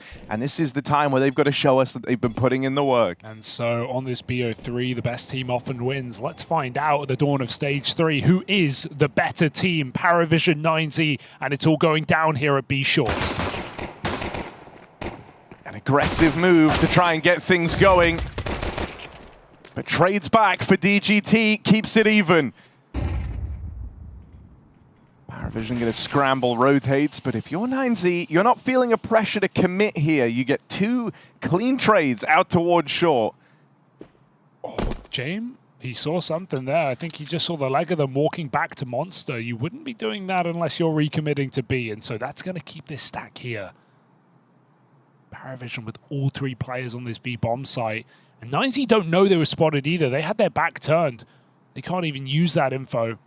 So as they wait and hope the PARIVISON overcook, overpush, or over-rotate, 9Z get ready to recommit. DGT hearing those jumps, but PARIVISON are starting to doubt themselves, pulling out of position. Heaven is still going to be strong with no smoke down, but right now there is no one in the bomb site. 9Z, the further they walk, the better their odds.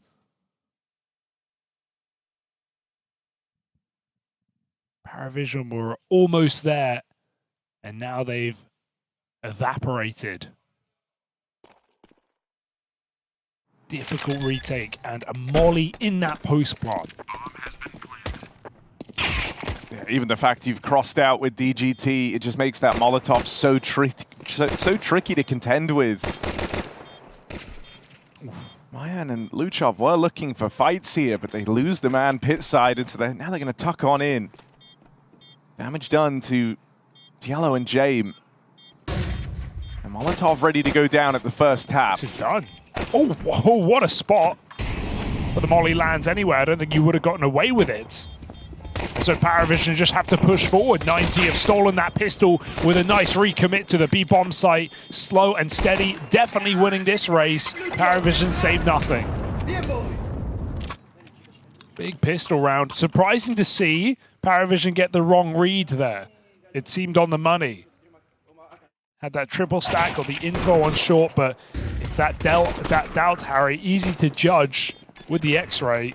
Yeah, I mean, I think it's more of like a great showing from 9Z knowing what they're up against, right? Throughout his whole career, James always been a captain that likes to trust his gut, lean into the gambles, knowing that if you kind of leave a long enough lull in the action, there's a world where James just calls his own troops away. Oh, they've crossed. He doesn't know. Will he even escape here? It's close, but James jumps out. See him so dedicated out there towards mid. Maybe a little bit paranoid that there was more in store. They missed their chance to punish on Jame, and he's called for rotations early. For good reason. This looks like the commitment for 90. All 5 players on A. Spotted getting into the corner his way. Marcel peak tag, but they've got a molly to flush this player out. So easy trade back for 90. Taking the 5v4 as they hit this site. Yellow's backstab even gets shut down. Cleared by DGT. It's just good cover. It doesn't get better than that for 9Z. Clean sweep on the anti-force. Just simply done. PARIVISON weren't really in position in time. They'd rotated late. Zwei just getting into toilets, missing that timing, and Zwei not getting into... Zwei on long, and another player in toilets not able to get there in time. So all goes a little bit wrong here for PARIVISON. Last player spotted by the shadow. And just trying to keep what little he has.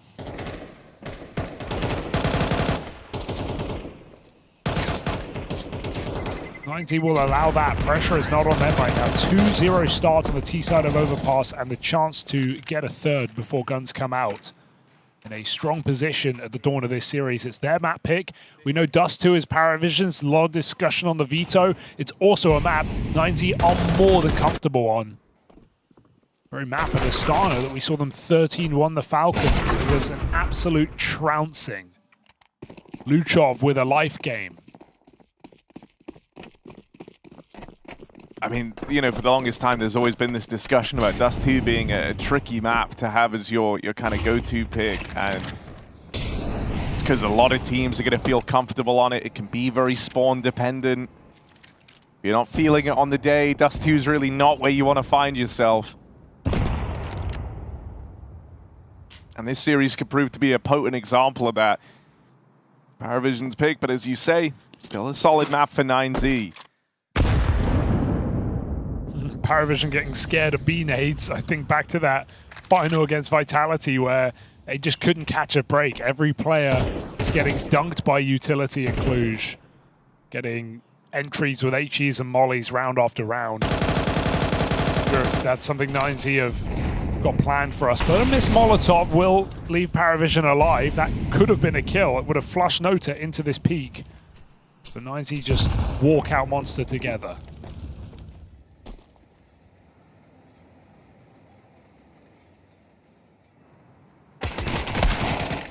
Good damage, honestly. Just the USP peeking in. Would have loved the kill.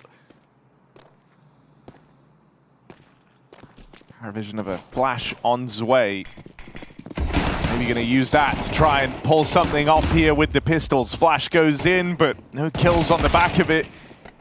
9Z just slow that hit down for an extra second and then come through swinging. And so no issues here for 9Z. Converting this pistol, getting off to a good T-side start.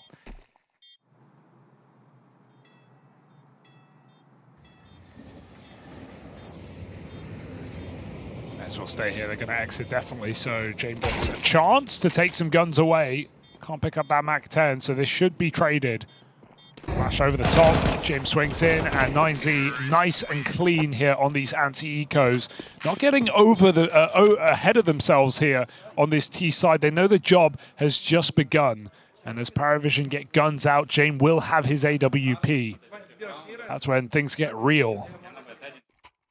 But you will question, you know, as we did maybe coming into stage 2, it didn't really seem to matter. But even in stage 3, you know, are these top teams coming in warm or playing teams that have, you know, been here already for a couple of weeks, gotten used to the setups? Is that going to be a factor today? It wasn't at the first day of stage 2, right? 8 of the 10 wins, or rather, yeah, around there, 80% of the wins coming from stage 2 teams.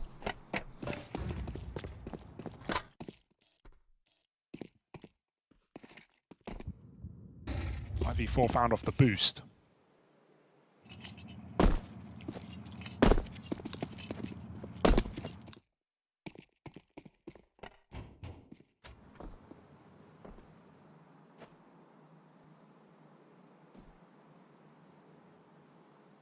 Bit of mid-round re-aggression for Ziello. He's not entirely alone in this endeavor, but that smoke makes it so he is. Jame cut off back in the site. Was meant to be covering on his AWP. Spams bought Ziello low, and Iron will finish the job. They're now creeping in on this A play. It's the Jame AWP that was meant to be up next. And South Peak doesn't even let him get a shot off. 3v3, and what was feeling comfortable for PARIVISON gets called into question. One more man out at the truck side. Nota can't hold on. South Peak having one hell of a round. With only Belchanok left, arriving a little late from this B site. Nade won't find a thing. He's got to do this one, just back his aim. Giving him the fights.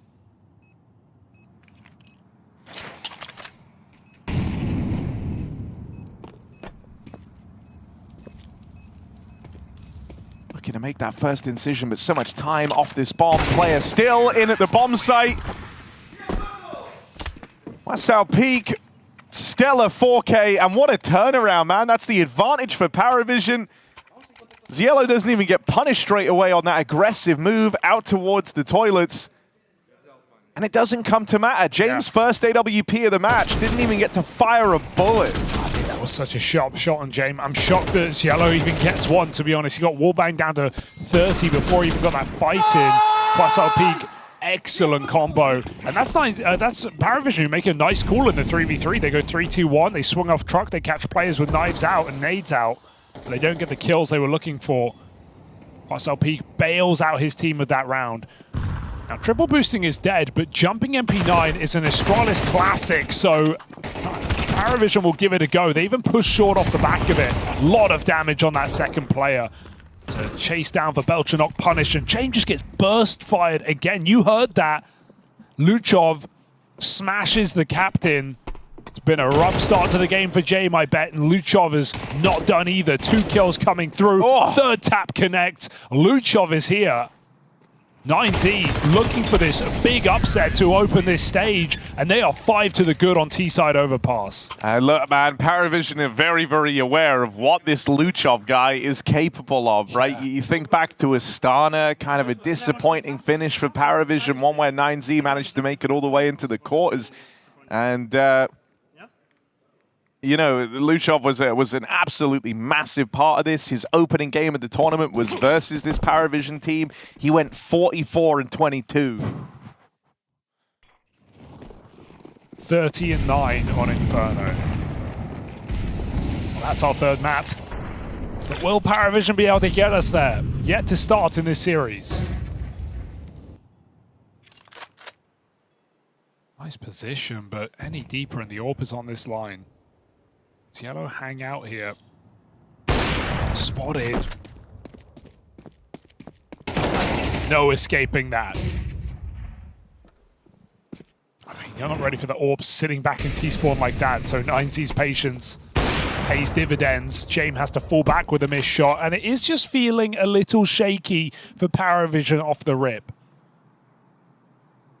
Players nervy in their positions. Not got that pinpoint precision yet.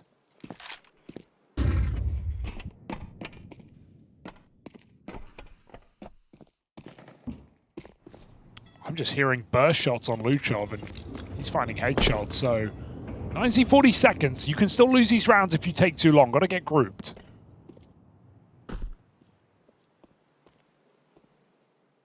So you kind of see 9Z are playing with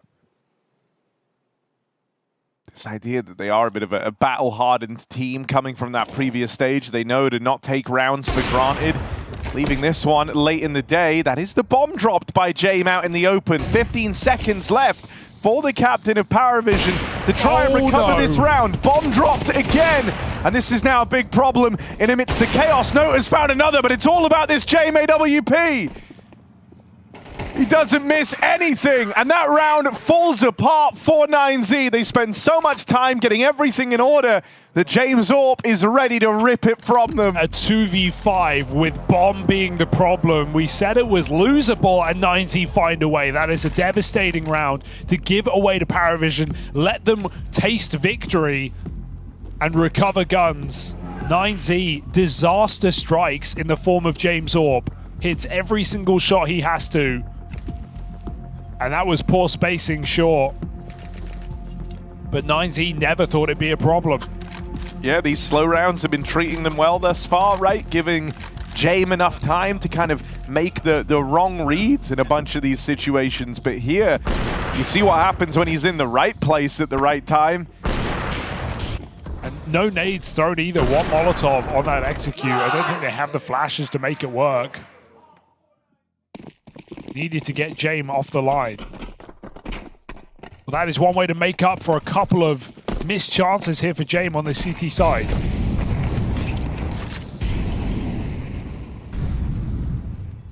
Connector danger without that smoke down. Sway does get blocked. And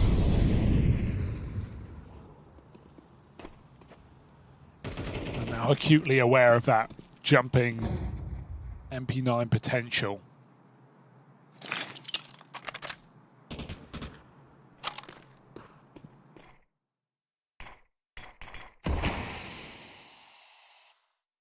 INZ slow and steady, comfortable on their map pick. And a weakened A bomb site with only yellow here right now.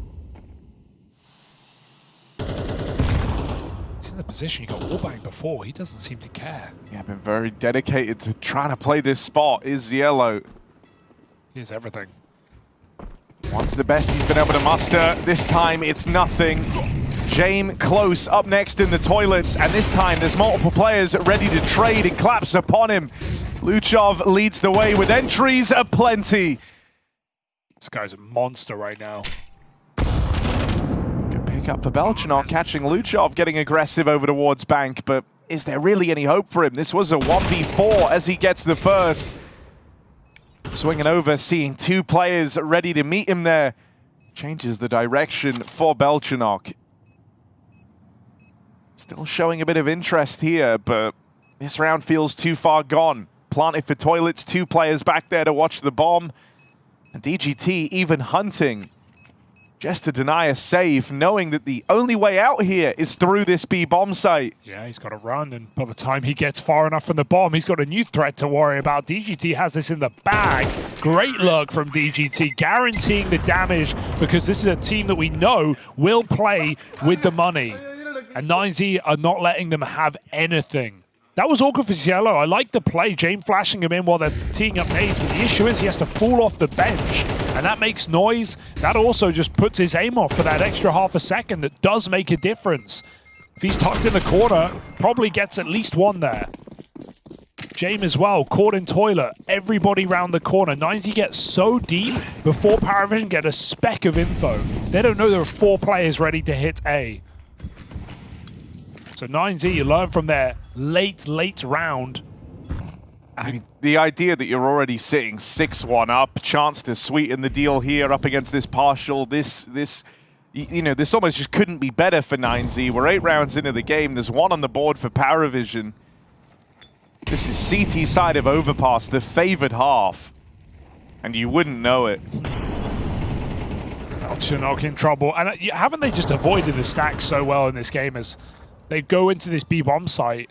There is only one player here. And Belchenok, pressure with nades right now, looking for a kill, but MP9 v AK, they're going to get the shot off. Has a Quasel peek with the entry. Nicey don't know it's entirely free. But they're still coming in. Dude, how do you get through Luchov? He is getting kills in 1 or 2 bullets, no more.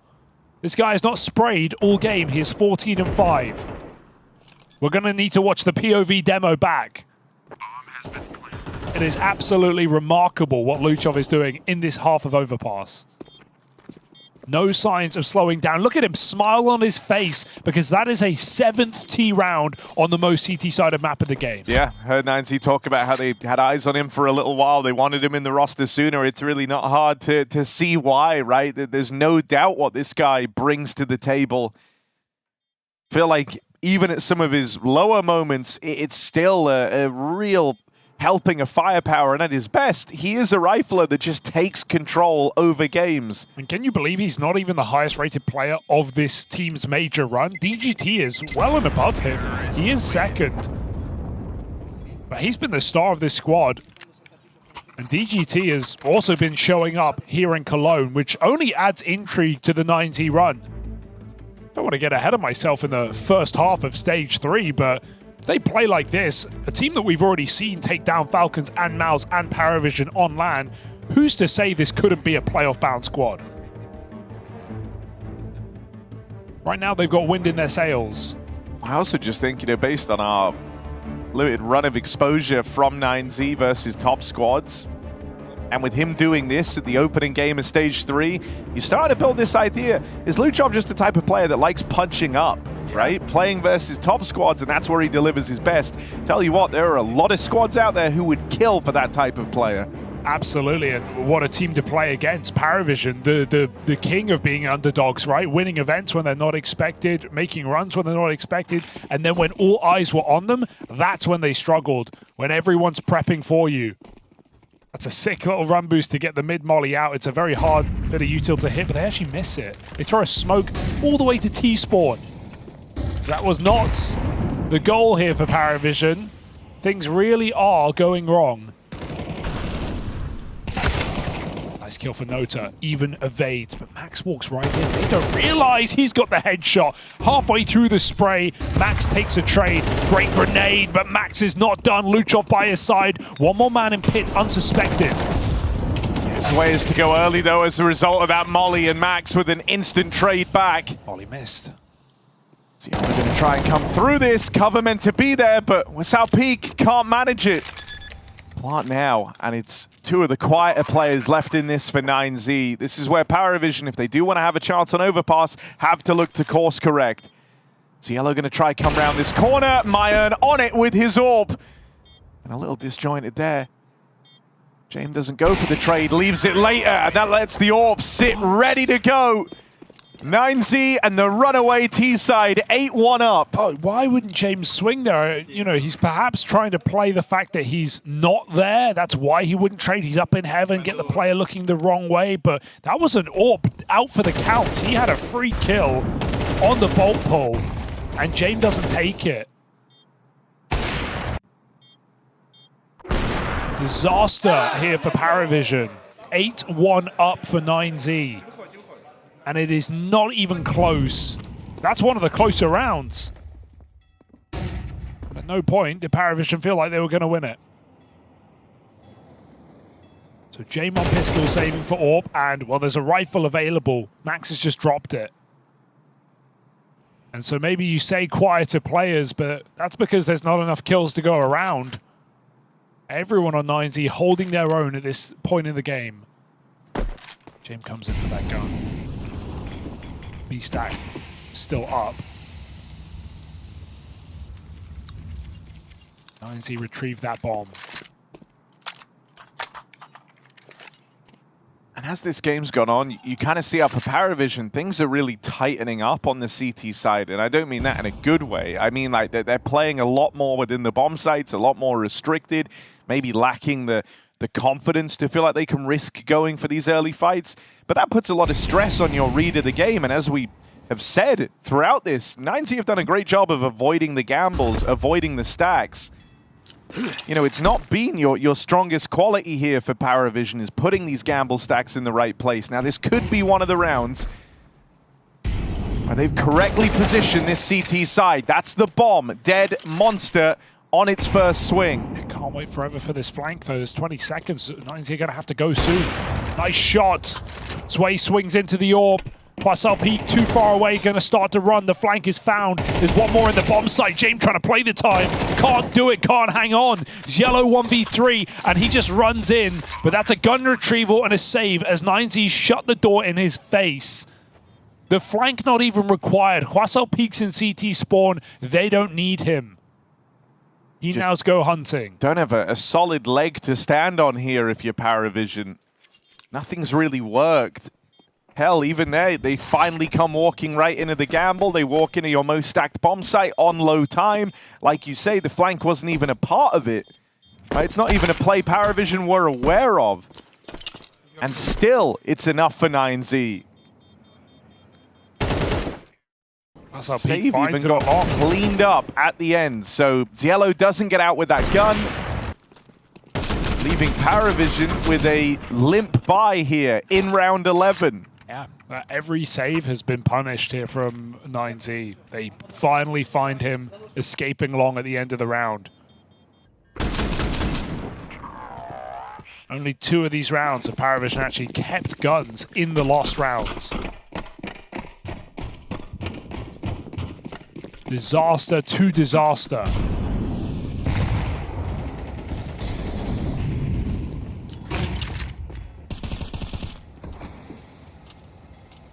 And this doesn't feel like the PARIVISON we know and love.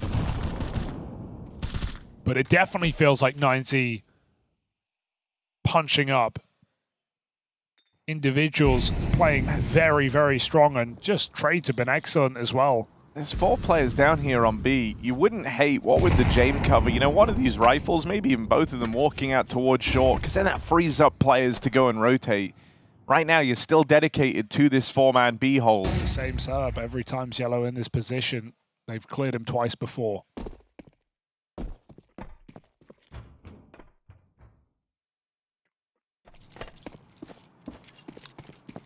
And it's just 2 very restricted holds on both ends of the map. Reactive on A, reactive on B. The only guy further afield right now is Yellow, up close to these bathrooms. In a position 9Z have fought him in nearly every round they've gone A. But this round is interesting because they pass him in toilets. Maybe they don't clear him. James gonna hit a leg shot, but they're going through the toilets right now. This makes Yellow very potent indeed. Luchov to clear it. Spam connects, seen the blood. Luchov has that. And now Nota trying to rise to the occasion. But Luchov cutting them down. Bit of help from Mayan. It's left to Belchanok. Playing it through the smoke. Finishes off the low HP Orpa, but Luchov is not missing. Nearly 20 kills deep at the end of this first half. Round 12 and a chance for him to break into the 20s. Oh, dude, he's trying to break records right now. 19-7 is insane. And to think Yellow's commitment to this position, clearly it's something that's paid off in Prague. Clearly it's part of the game plan here. But before they even saw him, they wallbanged this position, and now they've hard cleared it every single time. It has not worked once. 4 and 10 on Yellow. Game plan has just been ripped apart here by 9Z, and they are hitting so hard. Even when you give PARIVISON a chance there to come through with a clutch. Of course, it's Luchov keeping it up. 10-1, they walk through the mid-smoke. There is not a bit of fear on 9Z at this point in the game. You also just haven't really had to fear PARIVISON getting aggressive. You see that mid-smoke, and I think at this point in the game, you feel more than content calling it as a bluff.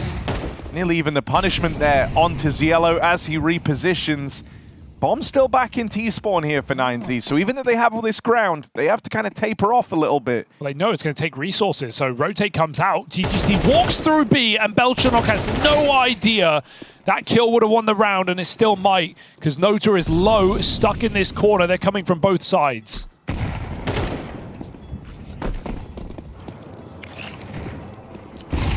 scrambling.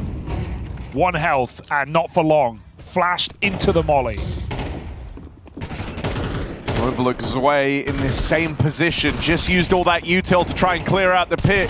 They weren't ready for Zwei, and so Luchov throwing into the clutch. His 20th kill, a trade, and now his 21st has to be on the captain of PARIVISON. Can Luchov, in the opening game of Stage 3, tear out the heart of this PARIVISON squad?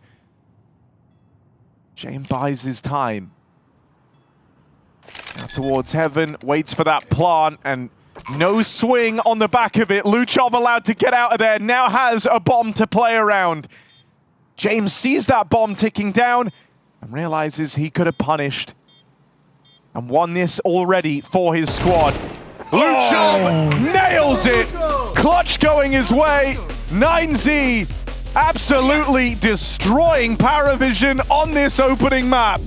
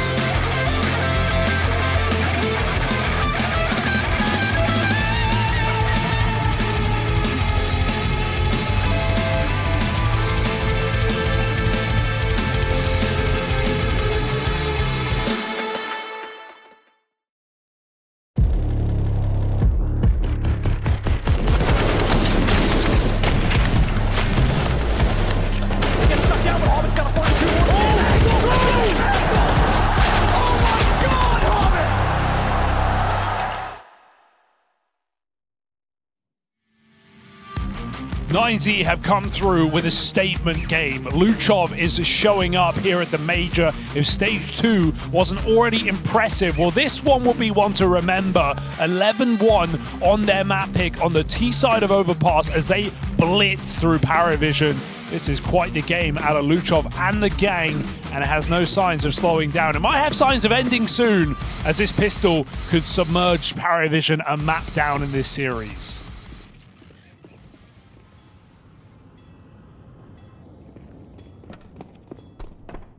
I'd love to tell you that, you know, we've seen some signs of life for PARIVISON, but that would just be lying. They've been so utterly destroyed, and it looks like matters are about to get even worse. Luchov with the mother of all timings. Poor James. And he even checks it, but it doesn't matter. He looked over his shoulder a second too late. And James meant to be the master of the time. Game plan now out the window. That was a bunch of the util. Nota and James had it. This was meant to be a B exec. They had all the utility to do so. They just lost it from that flank. That's forced a change of the game plan. Now they're going back, trying to clear the back line. 50 seconds, and you're clearing T-ramp. If you're PARIVISON, you're already saying go next. Like, this game is impossible. You've just had Luchov walk through connector in the pistol and shoot your captain in the back throw. That's after 2 separate players checked/held for that exact move. Well, sometimes it's not your day. 4v5 and back down to B, and 4 players still here because Luchov says, you know what? I've got A on lock. 20 seconds, PARIVISON. What have you got? There's an opening, but you're constantly competing against the clock. Bomb only just exiting through Monster, and so playing the delay. 9Z, don't let them in. A clean sweep in the pistol. And a very, very quick opening map in this series. 9Z a round away from closing 13-1 on Overpass. I just want to see the stats. Show me the scoreboard right now, because Luchov 23-7. What's the round swing? What's the rating? This guy has been unstoppable all map. He has won them so many rounds. And that's not even to take away from anyone on 90. They've all held their own in every position, but Luchov is somehow stealing the glory. 12-1. Unbelievable. You don't see PARIVISON lose like this every day. But you will. Oh! But you will. That turn out of Wasau Peak. And he's also been up there alongside Luchov, acting as a bit of a right-hand man this entire time. And it's these two, this duo of opening power that is absolutely torn through PARIVISON every step of the way. And now they know where Zway is. And for all intents and purposes, he's borderline just trolling this, trying to buy as much time as he can. This round, this game is over. 9Z, runaway Overpass.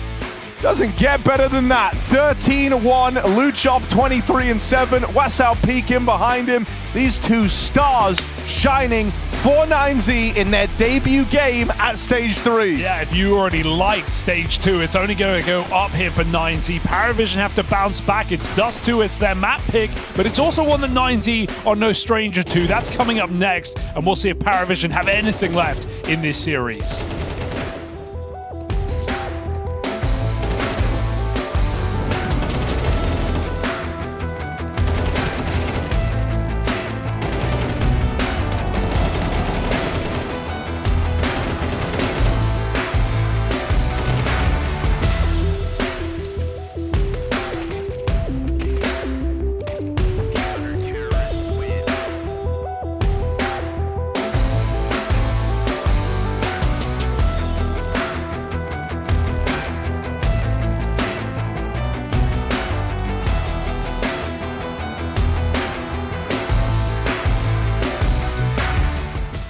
They're a Stage 3 team, and that's by their own doing.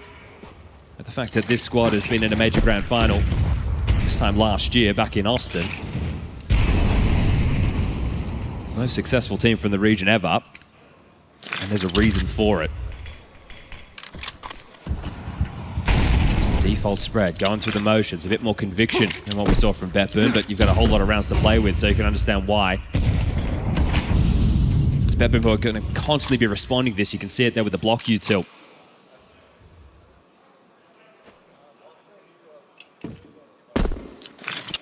Trying to get answers over towards short, so they park behind this smoke. It's fading now, and they also back off. So they were ready to play for the execute. Two men close mid doors. I think they'll look for a timing. This flash catches both of them there. They're going to go for this crawl from Flammers. Does catch Cobra Zera just ahead of the assault. Now Boomich actually goes further forward. 9-10 core. Magnajez activates from the door position. They crunch in on the short side. And this is clean. 5 alive, not a single point of damage. There's one discrepancy handed their way by Blitz, but okay. Signs of life from BetBoom CT side. Yeah, that's their best round yet. We've finally seen them put together something comprehensive from start to finish. That was a round where, sure, they took the eco. This first round buy, it doesn't have the sword yet. WP is definitely lacking util, and they still get the job done. So this is promising. Whether or not you take this map, you want to warm into things. 9-10 doesn't have the AWP, but he's got a scout looking for a tag on the cross, and hasn't landed. They'll get Diladez and Magnajez across safely. Look at the pace on this. Yeah, okay. Accelerating. Boomich audible. He's not ready for this. Oh, a sitting duck. Blitz. He's the one to find a nice opening kill, a free opening kill. Boomich is going to be very frustrated to have conceded that. Yeah, he's just playing to do damage towards lower tunnels. He's not ready for that kind of speed. He's expecting a default, right? They've done completely out of the box move there, straight up cap. Haven't gone the standard 2 tunnels, 1 back mid, and they've done it on a much quicker timing. So Boomich, he's been the hero in some of these clutches, but now just has to sit back and watch and see if his team can salvage this.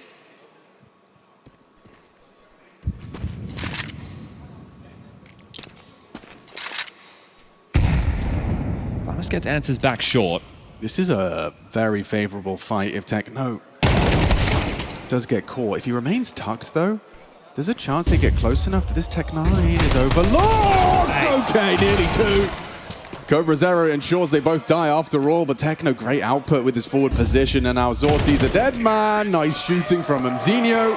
It's 12-4. Yeah, this is casual. Comfortable stuff. What a frustrating way to die as well. Just Techno burrows in with his pistol early. There's levels to this thing, and the Mongols are showing stage 3 teams. They pack a whole different level of punch. And like just the calculation, like you said, that isn't a default. You're just assuming, okay, well, there's no warp. Maybe no one's holding middle early. Boomich is still trying to stop and disrupt the lower tunnels clears. And the last round got caught by 2 CTs playing close doors, fast short flank. This time, Techno, yeah, he feels like he got robbed. He wanted both of them. Well, he's done enough to secure this one. Yeah, this is a ugly looking buy.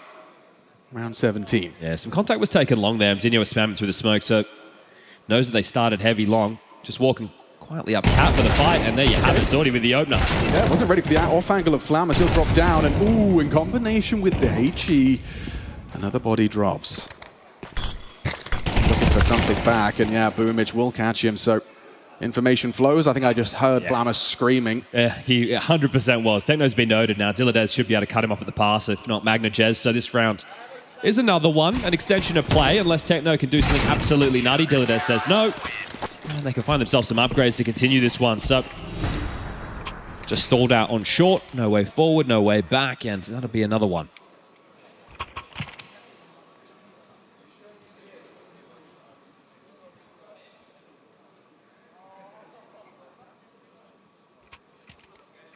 Two AKs, a Galil, a couple of Tech-9s in the mix. Well, they've won around with less, so let's see if they can do it again. You're going to have to you need to see names other than Boomich at the top of the table as well. Double mid-smoke to try and ruffle these breaks. Really help them at least secure the short control or even the presence of the idea, right? Okay, well, if they're using the double smoke, they really want this short control.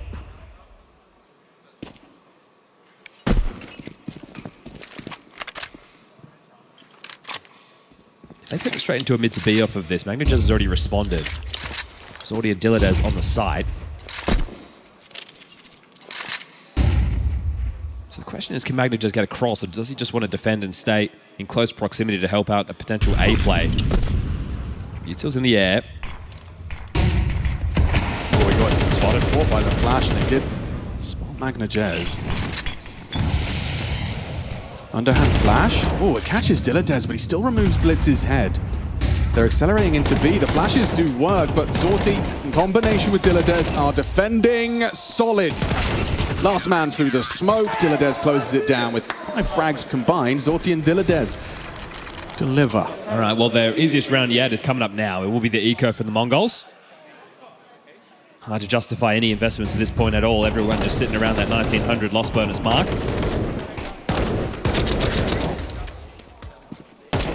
I wonder if Mara just wants to take the timeout going into the next round, right? No need to take it now. Let the boys take the eco. Cobra's chipped in with the deagle, so no, he sold back. I was going to say, really hampered their buy going forward. And it's not like you need this to restart the campaign.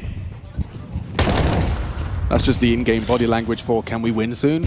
Can we end this? Yeah, I think you may as well just, look, throw this one to the wayside, give them the 7th, take the timeout with Mara, have a longer conversation, see what spawns you get. It sucks too, right? If you get some long spawns, maybe we want to use those. True. And you still haven't seen an AWP in the mix, and the fact that nobody's gone down, that means that a decision has to be made from Zorti. Does he want to throw away that AK? Right, give that over to, actually he's got the M4, excuse me, but does he want to throw it away and bring out the AWP? Right, that's a question he has to ask himself, and he will. So they understand that they may as well have their best buys going forward. And there it is, the Mara timeout. So he's going to be very happy with the position that they found themselves. Is that an Mzinho yawn? I think it was. Okay, yeah. So a little bit casual for him at this point, but could get serious very quickly. And 9-10 put in an absolute shift to get them to this point. Wasn't the only one hitting hard, but he was the one delivering time and time again, whether it was the openers, whether it was the multi-kills. Oh, it put such a dampener on the T side for Bet Boom. They don't have those long spawns to work with, so likely just to see them operate with more of a standard round in this one.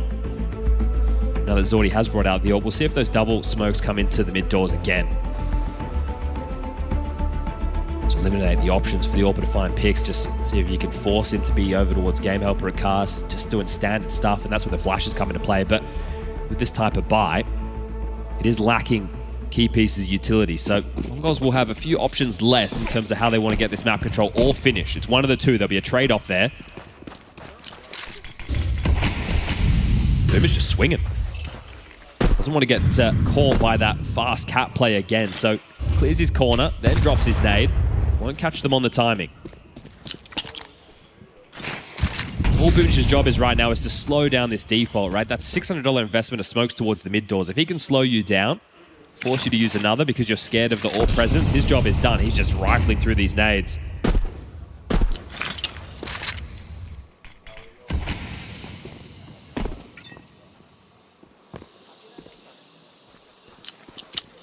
Cobra's going to be flashing for this short progression.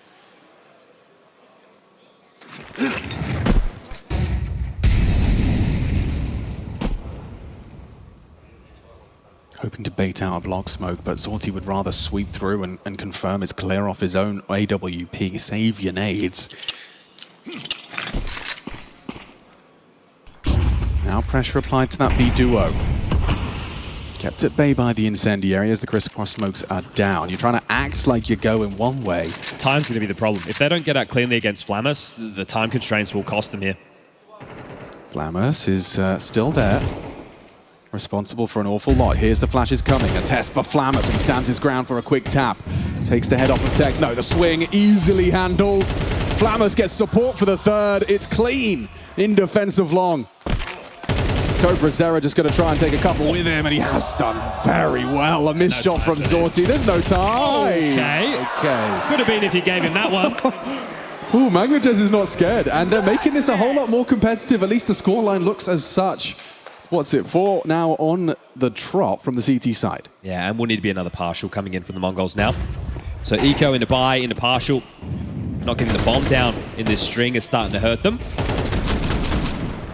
But you're also seeing Bet Boom were into action, right? The teamwork, the individuals, when they're getting what they feel is fair fights, show that they can delete the Mongols themselves. 9-10 should be able to get the AWP out into the next round. He's taken the fullest of ecos. 3,400, there'll be absolutely no doubt. And trying to set up Zorti for a fight. Now, this is where you have to be a little bit more cautious on the AWP. You don't want to lose a fight to a Deagle, one bullet, and then the round starts to open from there. He's going to, for his own mid-doors block smoke to corral them. That allows him to pivot back over towards A and set himself up in one of the strongest positions. So the setup is in the right place. YouTube being juggled as well. Flammus just throwing a little bit extra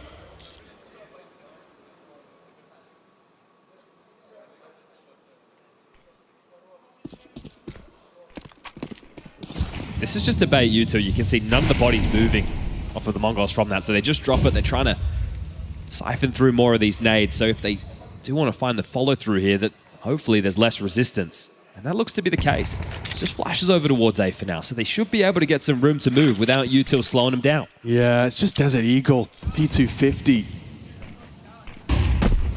And here comes that drop. Different elevations makes life difficult for Zorti. He's going to be worried about too many targets. Boomich does find two before the pistols start to fill the feed. A bomb plant would be nice. Are you able to get it? Flammers is going to try and run him down.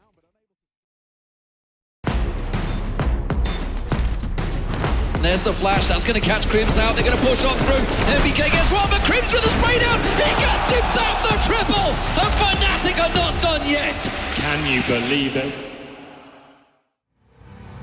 Well, that's one hell of a way to kick off Stage 3. BO3s at the Major for the first time in these opening games, and 9Z say, bring it on. We want another map. We want to prove it again, because that was one hell of a statement. Luchov ends Overpass with a incredible game, a 2.83 HLTV rating, 133 ADR, 16% round swing, and 23-7. It was quite the show for the start of 9Z here, and now they're going to look to do it on PARIVISON's map pick. It's Dust 2 up next. We'll give the caveat, Harry, of Overpass in that PARIVISON haven't played that map for 4 months, but it did not feel good in any means of the word. I think that can only take you so far, considering you would expect this team to be cracking this map coming into the Major, and well, they just fell flat on their face. Now we go to Dust 2, a map that is no stranger to 9Z. In fact, their most played joint with Nuke in the last 3 months. So PARIVISON job has only just begun. And who knows what to expect from them after the shellacking we just saw. I'm sure that was a difficult conversation with Dastan between maps. Yeah, you were very, very curious, weren't you, Hugo, about the numbers? You said you wanted to know them. Hell of a game for Luchov, and questions, can he keep it going? Will he be able to secure the same type of foothold here on Dust 2? A PARIVISON classic. 9Z have not been without their reps on this one. Safe to say they've got some momentum behind them as well. I think it would be one thing to show up and beat PARIVISON to open up Stage 3. That's one I think a lot of squads could stomach with the role that 9Z have been on. It would be another to do it dominantly 2-0 without them getting any more than a handful of rounds. That would be putting quite a target on your back, I think, if you're 9Z, to open this up. If squads were going to overlook you, they won't overlook games like this. I agree with that, because I think to a degree, I don't think people have necessarily had the high expectations here of 9Z at this Major, even though Astana was as great as it was. PARIVISON know well, they got 2-0'd by this very team, but you know, you're wondering if that was going to transpire to anything at the Major. Well, they've already, to a degree, exceeded expectations, and they look to continue doing so in this third stage. One of the underdogs, without a doubt, but that puts some of the doubt to rest after a 13-1 on Overpass. Just can't believe the fashion that they do it in. And let's see if they can keep it up. Dust 2 is our second map of the series. PARIVISON get a T-side start. That's the half that 9Z got 11 rounds against the Falcons on. That'll be saved for later. It's PARIVISON again to call the shots.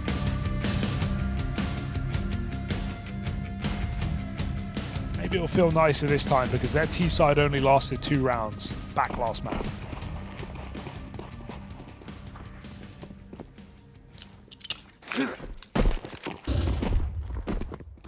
Already moves made in this pistol, clearing short, clearing mid. 9Z know this is the long take. They've got flashes, trying to set up Maya, and he needs to extract some value from this position. Gets himself one, teammates now arrive.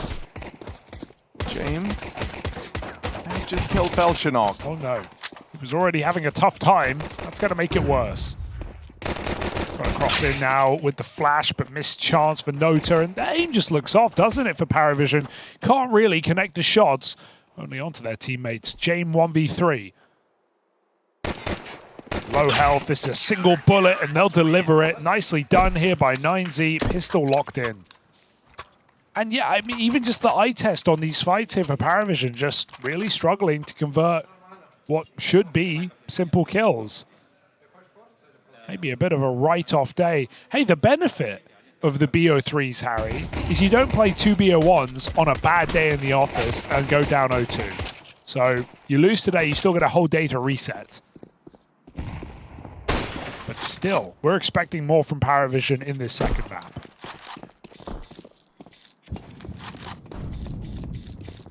Yeah, and even though, you know, like you say, it'll be a nice reprieve, I don't think it's a winning thought, let's say, to have in your mind sitting there going, well, thank God the format change has saved us. Don't worry, that's up for us to discuss. Yeah.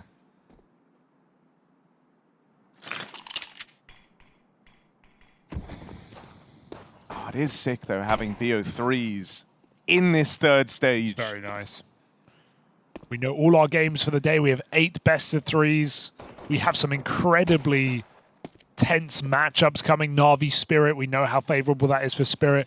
G2 Falcons, all the history there. Vitality, Foot winning a map against Vitality recently with a coach. So many exciting opening games.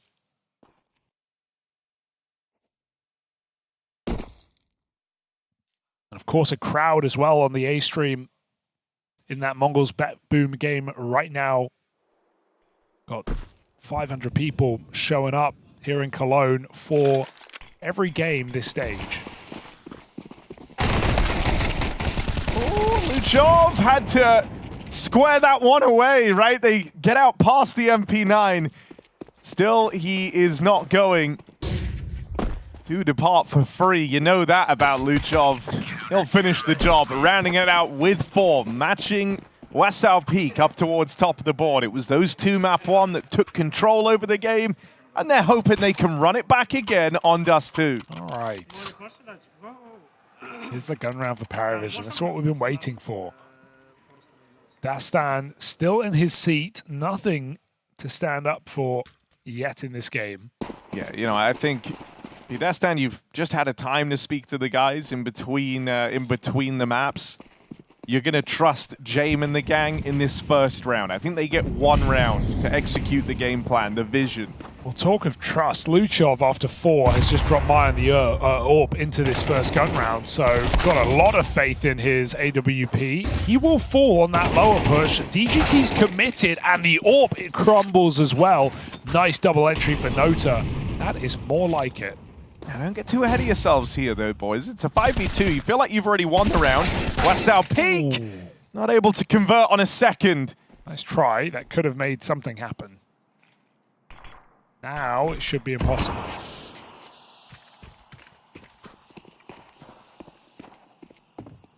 See ya. Bomb is so delayed. They want to offer Jame assistance to get out. He only has a Tech 9 after all. Trapped at Xbox. Max was middle. James going to get moving. There was a moment where Max could have come through this smoke and tried to punish, but now they're on the line with the AWP. So bomb comes in, and Max might just be combat saving here.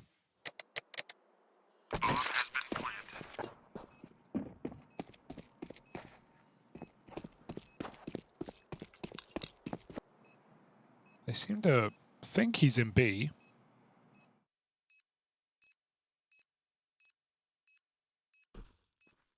While I understand Max wanting to keep this gun, it's going to be very difficult in a 4-on-1. Almost would like to see him try and jump on this A play. He's got to move out of CT or he'll die to the bomb. And I don't know if he is going to get there in time. You got to move. Terrorists win. Just about. Saving the gun gives you an option, I guess, to look for an investment here, right? You can get 4 rifles in play. Have Max maybe drop over a FAMAS or an SMG, get a bit more util around it. So what's it going to be for 9Z? They prioritize another investment, another roll of the dice on this.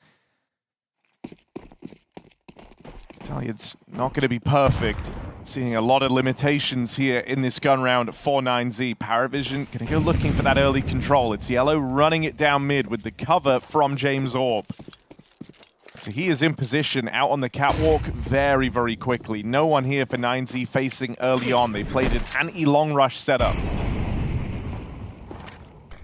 So now they see this util. They know that short has been taken. PARIVISON, one of their go-to moves right off the top of the year was a string of super strong A execs. So feigning this mid to be and now lining up their util. If they commit, they're going into the stack. DGT tucked in with that smoke. This is an unorthodox position. It's not often cleared. The entry comes in, but DGT might just hold his shot. He's got a teammate on default, maybe feeling forced to just take the first kill, but DGT lets him in. He's going to sell his teammate for the round. Belchinov crouching down, and that's a good kill. Transferred to 2. Zwei still keeping this round alive, but not for long as Max comes in on the spawn side. DGT sells Luchov, but it was worth every penny. And just think about how many backstabs, you know, how many of these trigger discipline plays you've seen fail here at the major in these previous stages. DGT, great awareness, knew the player he couldn't chance, knew the player he couldn't bide his time on, and nails that transfer to complete it for a second. That hurts for Belchinov, right? Because he's crouch peeking in, but he's looking at the ground. It dawns too late. What a great position. Jumped in it as soon as he saw the smoke. I also like that Max peeked Jame in middle before the cat play. He was solo B. In theory, you wouldn't do that if you're solo B. It makes it look like there's two, you know, B and ramp, and pushes PARIVISON into the stack. Very dangerous if Max gets picked, but he got one shot off, he tagged Jame, and then he ran right back to B. It kind of enforces PARIVISON into the stack in that round.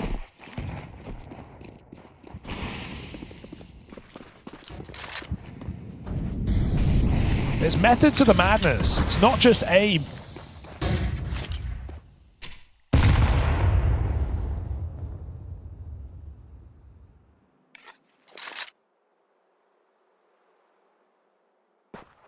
(3-1) lead.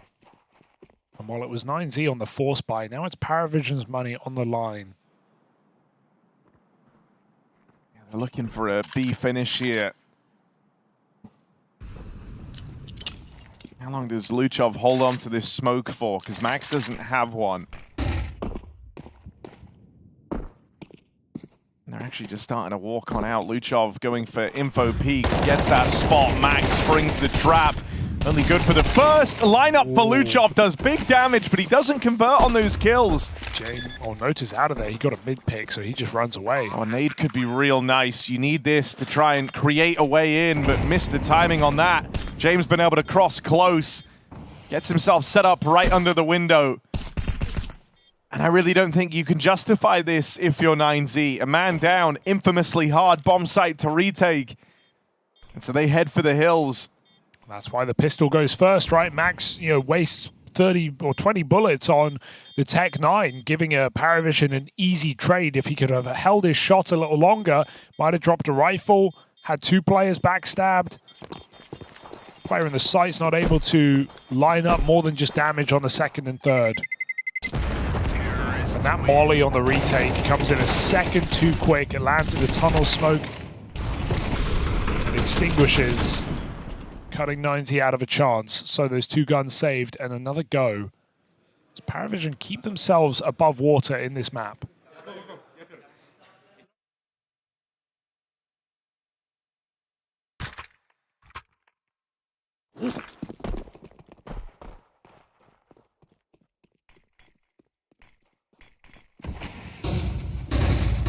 Long rush set up with a long rush play out of PARIVISON. LaSalle Peak, is he ready for another man to have made it across? He's given a second chance at life.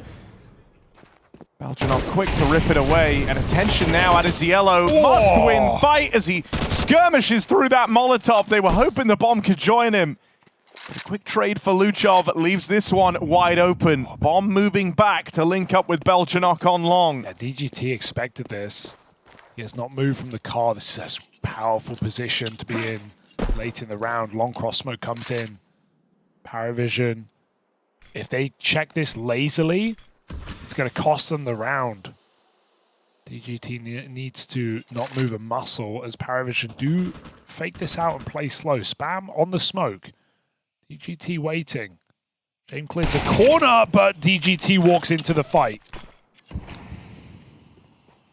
Luchov 1v2. This is the guy. Yeah, if one player has faith in his ability to win this round, it's Luchov. Knows he's just hit this timing, closing in on James' bomb plant. And James has no idea. He's just waiting for that first peek up. But misses his chance, misses the timing with the jump up, trying to force that fight. Hands James that 1v1. Yeah, it's a patience game with James, and you rarely beat him at that. If he just held a couple more seconds, might have had that kill. But James spots him on the jump. And so PARIVISON are back in this series all of a sudden.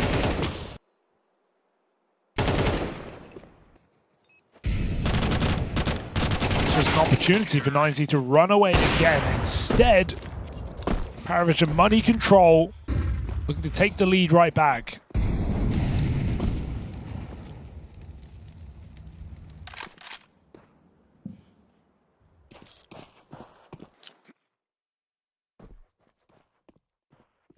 They do so simply. Mid-pick out long. 9Z pushing into this rifle. I try to get the AK out of there. Might have even been able to escape if not, but they take that gun. Thank you very much. I like the idea.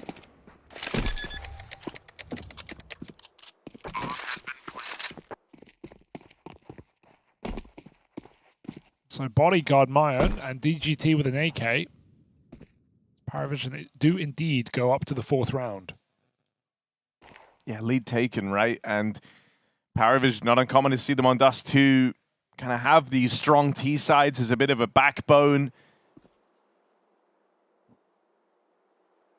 I think after how destroyed you felt at the end of Overpass, you're really hoping to take an edge here in this first half. We're already bound for something pretty competitive with the lead being so narrow. I think if you could squeak by 7-5, something like that, win out on the half, that would be monumental for PARIVISON. It's the chance they've gifted themselves with their success across the last 2. Money is in this vulnerable spot for 9Z going forward, and winning a round in isolation won't be enough to change that. It has to come with the caveat of being a clean round for 9Z if they want that staying power. I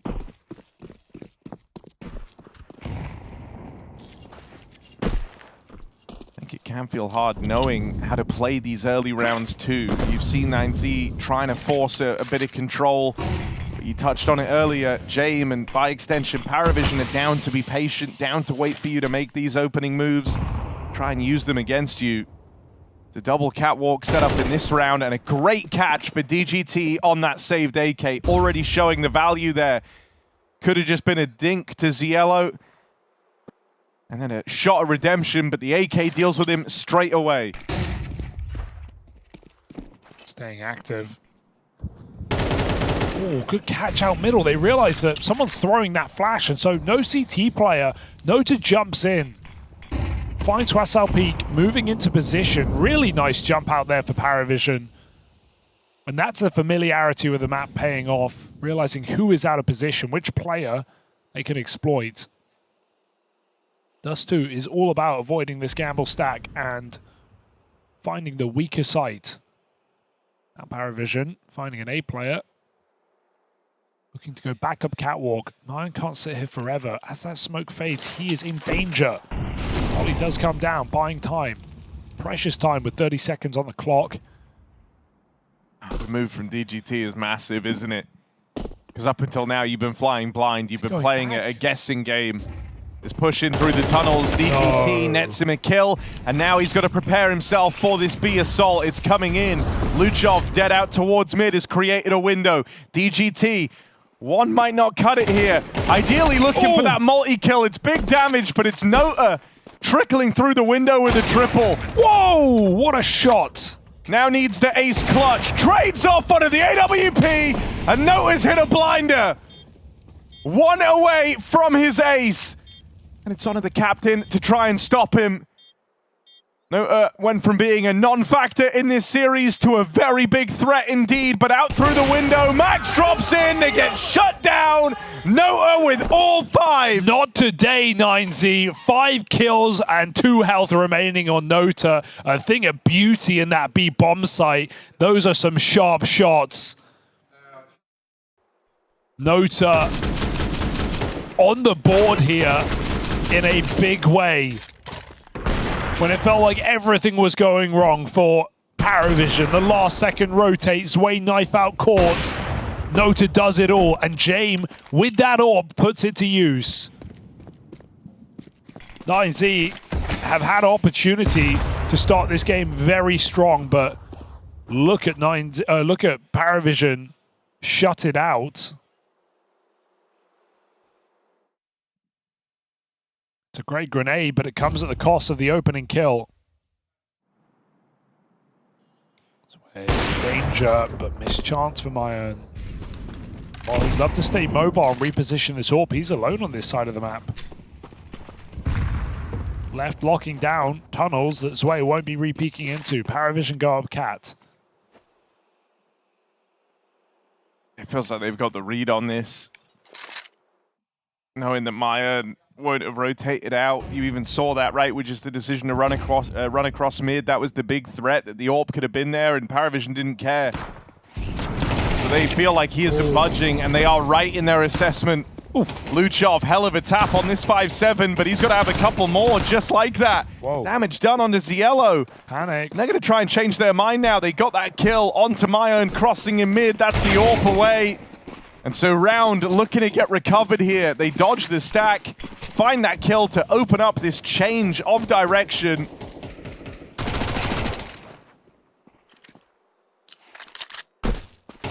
Oh, Luchov, you weren't ready for that. Hell of a bit of cover from Ziello, and it was very much required. That still could have got weird. Ziello was low. He pulled that pistol out. He was ready to put that one bullet between the eyes and be onto a 1v1. Luchov making it interesting, but still a PARIVISON round, and they all seem to be 5 in a row now on this T side. And to be honest, I think a couple of these 9Z can kick themselves and say, we really should have won them. But that's what PARIVISON do. They grind you down. They win the unlikely. They long it out, and that third map is Inferno. So what better place to do it? PARIVISON recentered after just a horrific game on Overpass. 9Z are indeed meeting their match. Gonna need Myern to find value at this point. Yet to do too much on this CTA WP, and Jame has been harassing middle round after round.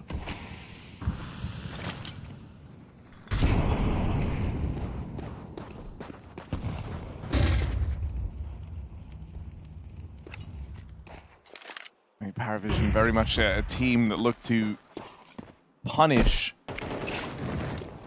improperly delivered aggressive moves. And when I say improperly delivered, it could be anything, right? Even a slight overextension, slight misread on the crosshair placement, maybe a slightly flubbed flash. Any tiny mistake, they'll pounce on it. And I think one of the things you see versus PARIVISON when games are slipping away from a squad is they turtle up a lot more. They move away from those aggressive stances. I don't think you can afford to do that, because at that point you're playing PARIVISON's game. You're giving them exactly what they want. Oh, no way. Trying to have this crossfire set up in middle. Nades find damage on Nota, but this trade for DGT was something he really had to commit to. It's a B play after that mid-contact. Max gonna need a multi-kill. He's got teammates on the way over, trying to plug this hole. DGT keeps the round in check. Jame up next on the AWP. And with him nailing his shot, Belchanok finding another. DGT gets iced out, left in it alone. PARIVISON starting to run away with Dust 2. 6 rounds in a row. Yeah, really healthy B hit as well. They don't get ahead of themselves after they lose the first fight. They wait for the reflash. Max has to turn, and PARIVISON hit that perfect timing. They also don't even need the door smoke because James is in the prime position to punish, and he is hitting shots in this game. He was not back on Overpass. 2 uncrouched kills, Belchanok 1 tap, and PARIVISON just piece it together. First bit of damage on James in middle, but nothing to panic about here for PARIVISON. It's a lower economy round. TGT throws that M4 up top middle, and they trade it. Best case scenario here for PARIVISON, but 90 still continue to fight. Jamin T-spawn, he's just hanging out, and Deagle flicks onto Belchanok. What is going on? This one's very loose for PARIVISON. They're getting punished. I tried to hold that default, right? Tried to punish this aggression, but it's left him in a bad way. Very split up. Jamin have to figure out a way of combining here, but this is a Jamin that's feeling a damn sight better than he was at the start of the series, and a Nota that's already delivered an ace clutch in this map. Jamin walking into B. Won't be ready for Luchov here. Sat pretty at the car. And so finally, these heroic moves out of 9Z don't fall on deaf ears. Big double kill for Luchov.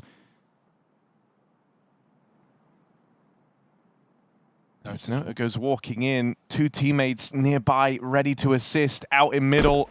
Oh. Lots of noise made by Nota, didn't make it easy for himself. 9Z in an unlikely round find a breakthrough and a chance to level out on the half. You know that James is still having a somewhat frustrating game because he can't get the perfect reads at the moment. You know, he feels like he has a gap there, walks into B with the orb. If he's waiting for Nota, they can trade, and suddenly Nota's in a 1v2 to win the round on B with full nades. Like, very winnable position, but James feels like he has the room to walk into B and get that bomb down, perhaps. Not the case. James just can't get a grip on these South Americans. They're everywhere, from all over. But still, at 7-round T-side, there's nothing to turn your nose up at. The question is, can 9Z feel like they've recovered this half and find the last 2, give themselves a fighting chance come their T-side, and we know their T-side can be lethal.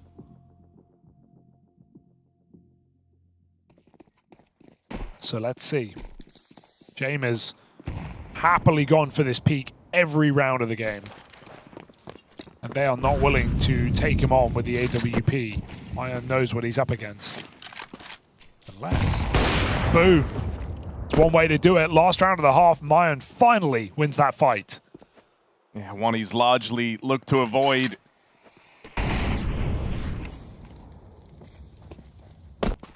But a reward that was considered well worth the risk. Break on this smoke extends that advantage. Oops. Only for Belchanok to try and bring it back to just 1. Mayerm with a swing and a miss. They're going to get out the short side here. Closing in on A. Assistance from Wasau Peak goes a long way, long side.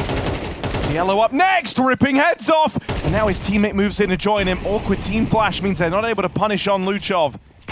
Still room for a bomb plant here. Room for recovery.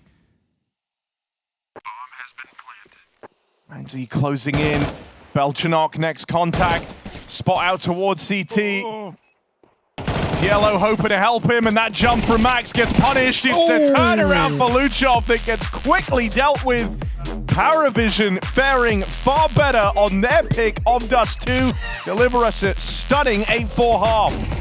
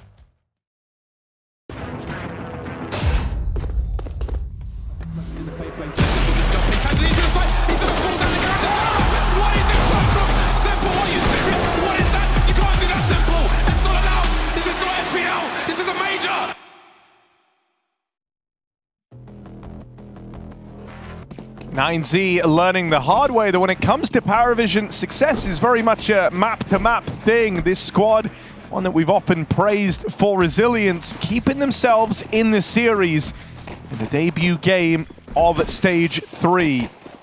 An 8-4 lead for PARIVISON on their map pick of Dust 2. That's after getting blown out of the water to start things off. 9Z now move over to the T side. They still have a strong performance from Luchov to fall back on. Same can be said for Wasau Peak with a couple of important rounds in there, and DGT throwing his name into the ring after a great performance in Stage 2. Will that be enough to power through a now comfortable looking PARIVISON? Comfortable looking pistol as well with a double entry like that. Sway resists from long, but they've lost the sight and the bomb's been planted. So PARIVISON in a predicament, and it's going to get worse. Luchov finds his second, and he has kept up his performance from Overpass. Here's where he can really put a bow on it. And if you want some, positives for 9Z, it's that your players that are feeling it a little bit more can be entrusted with more important positions in these rounds, right? Won't have times where Luchov just gets left out of the action because he's sitting on the B site, meanwhile they're execing A. That happened to him a couple of times in that first half. You get to kind of pick and choose where your battles are and who's taking them. And so I think you're going to see a lot more of Wasau Peak, Luchov, and DGT prioritized at some of these opening fights. Because those have been the three guys keeping 9Z in the conversation on Dust 2. Absolutely. It was the areas patrolled by the captain of Max that were getting a lot of pressure put on them by PARIVISON in that first half. Doesn't the timeout after the pistol really just show the mindset of PARIVISON and Dastan right now? Because despite a solid first half, they know how quick this can close up with one gun round. So Dastan making sure they know what the moves are coming into this next CT rifle round, and maybe establishing some protocols in play here for PARIVISON. Maybe he didn't like some of the communication in that pistol. Because they're going to need to be locked in against this fiery South American squad on a T side of Dust 2.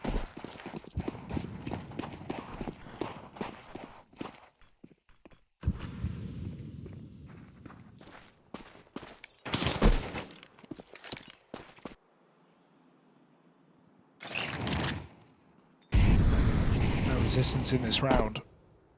What do you make of this boost? I think it's the first time I've ever seen anything like it. And the last. That gives me nades. Exec coming in. Uh-oh. You'd like to think there's no worries here. Really would. Max would be inclined to agree. Knew that this wasn't where they were going to face their troubles, though. Getting out with 5 alive is just a nice touch. Ooh, yeah. 2-round game, rifles approaching for PARIVISON. Notably, you're going to be lacking that AWP here, what with it being the 3rd round buy. Double Mac 10. Ugh. You could even justify upgrading these guns, but you're hoping PARIVISON don't have helmets, and you would be right. Great B spawns on those Mac 10s, but they're not going to take it. B rushing in the big 26. Yeah, I know.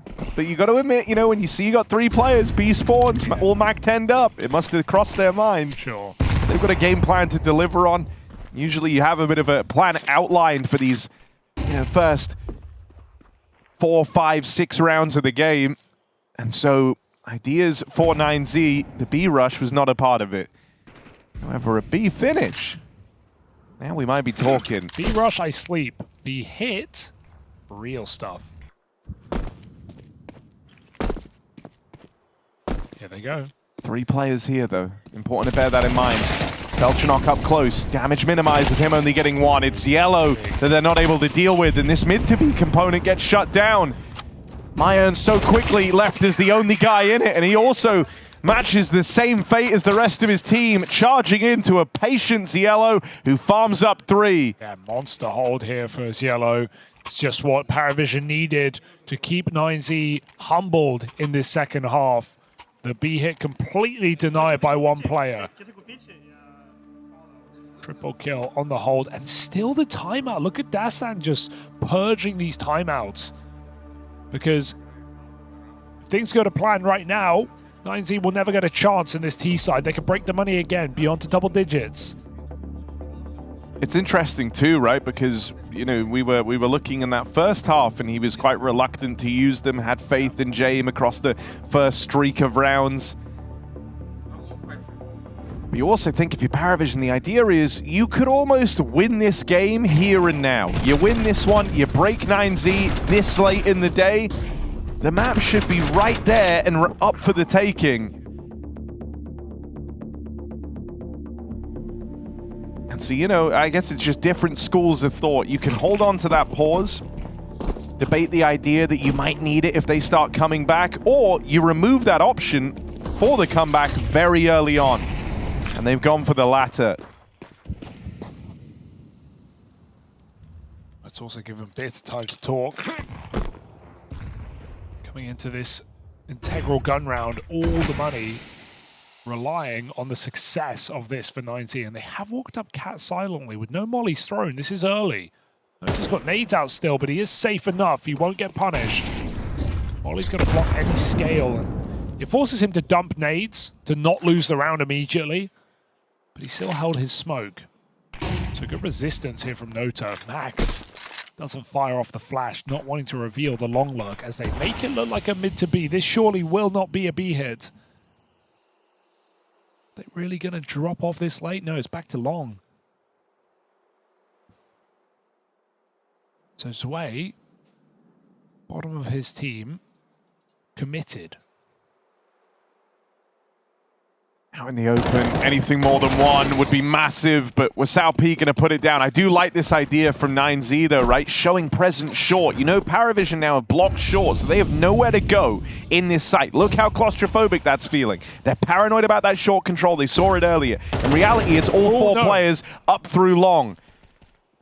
And so you've got a paranoid and boxed in PARIVISON trying now to retake short control as the A hit's coming in. What a beautiful exec here for 9Z. Everyone looking over their shoulder. They just have to fight forward. Belchanok and Nota take one with them, but it's Yellow in a 1v2 and a safe plant with a few seconds. Can he punish it? No! Wasao Peak on the orb, hits the headshot, and it's Luchov triple kill to get him back in the game. Massive round for 9Z, and well called as well. That paranoia you talk about, that short control from early in the round, had PARIVISON looking down there, looking over their own shoulder, not feeling comfortable in their skin. Beautiful shots out of Luchov. And PARIVISON, they've won rounds like this before, they'll have to do it again. That is honestly just such a sick mid-round adaptation out of Max. Like, I love everything about that. You felt like you were blessed to get so deep up through short, get them paranoid early. Go back to everyone long. Like, you would never anticipate that. The full reroute. Even Max just not firing when he got flashed in long. PARIVISON have no expectation that 4 players are going to push through long doors. And so you see PARIVISON feeling burned from the lack of short control in that previous round. This time they go about it different. They have James posted there on the orb. Can't wait forever though. Safer position now. Into B exec. Player in the tunnels does make you feel like this one's ending B. Will they take Cat first? No. Straight out the doors. Underneath, Belchanok saw that. Spammed by that that A player. Belchanok still has no support. They've just dribbled in the lurk smoke on B. And so Nota tries to make it across. They're now getting paranoid about the B hit. Yeah. This is also because Zwei is pushed all the way through the long doors. They're reading into this as this mid to B. 30 seconds. And that may not be the case. It is now. This flank is still huge. Zwei just can't fire too soon. The flank should have something here. Flank should really be onto something. He's telling his players in the site, but Beltranot goes ahead and tries to fight this. Zwei only gets out with one. Now they've got Nota trapped in at the car. Do have to worry about Zwei tunnel side, and so getting picked apart on this mid to be R9Z. Punish the AWP here, actually valuable for the money. Mine can't sit here forever, they're behind him. Will that smoke last long enough? Just about, it seems. And so he will survive with the AWP. That goes very wrong for 90. I really thought they were going to go back up Cat there. It felt like they had done the hard part. They allowed PARIVISON to rotate across mid. 2 players to rotate. They heard every single footstep. They still commit to the mid to be. Not convinced in that round. And they were out middle. I'm just shocked they let Nota go. Felt like more masterful calling, and then they walk right back into the stack. Great flank from Zwei all along. I mean, that is the backstab that gets a double kill. And Nota was the one guy showing up on the start of their T side. He's kept it going, holds his site valiantly, does not give away the kill. So money is just bouncing back and forth and no one can stabilize. 2 rounds in a row is all it requires.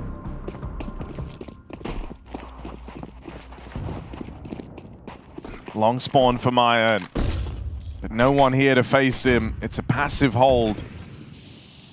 Max has Glock armor right now. Aggression out in the top mid, and the Glock armor is the guy that has to try and deal with that. Oh no, that is not the gun for the job, boys. Tried to buy nades, left it with nothing and no support either. They have to come back from long. Max, lucky to be alive, hits the dink. There's cover here. Missed chance. Mayan can't do it.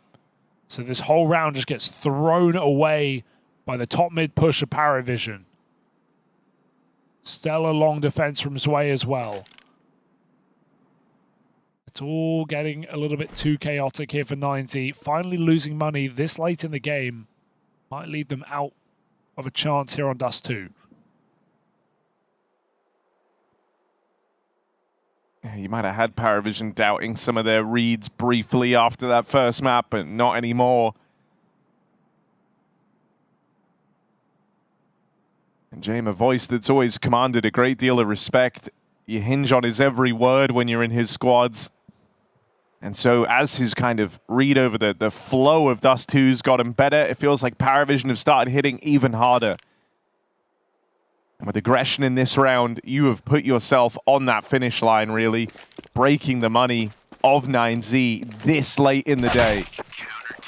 Convincing shutdown there. PARIVISON now have an eco to contend with, and that's going to leave them with 5 chances to take this series the distance. Great punish here from PARIVISON. Woke up massively after just a dominant 13-1 overpass game, where PARIVISON never even felt like they were in the server. But reality hitting 90 hard as PARIVISON have grinded them down across this game. And it will be a game where I feel like 90 will leave it and think we had chances, not just in the first half, but here in the T side as well. But they never stabilized their money. And they never will, unless they win that gun round up against map point. And right as 90 were trying to call something convoluted, of course PARIVISON push up top middle. They show their most aggressive round yet. Rumbling at 9Z. James going to get a chance to farm here as Glocks come his way. Smoke might do them favors though. Luchov scavenges that AWP. Solo B. Just saying.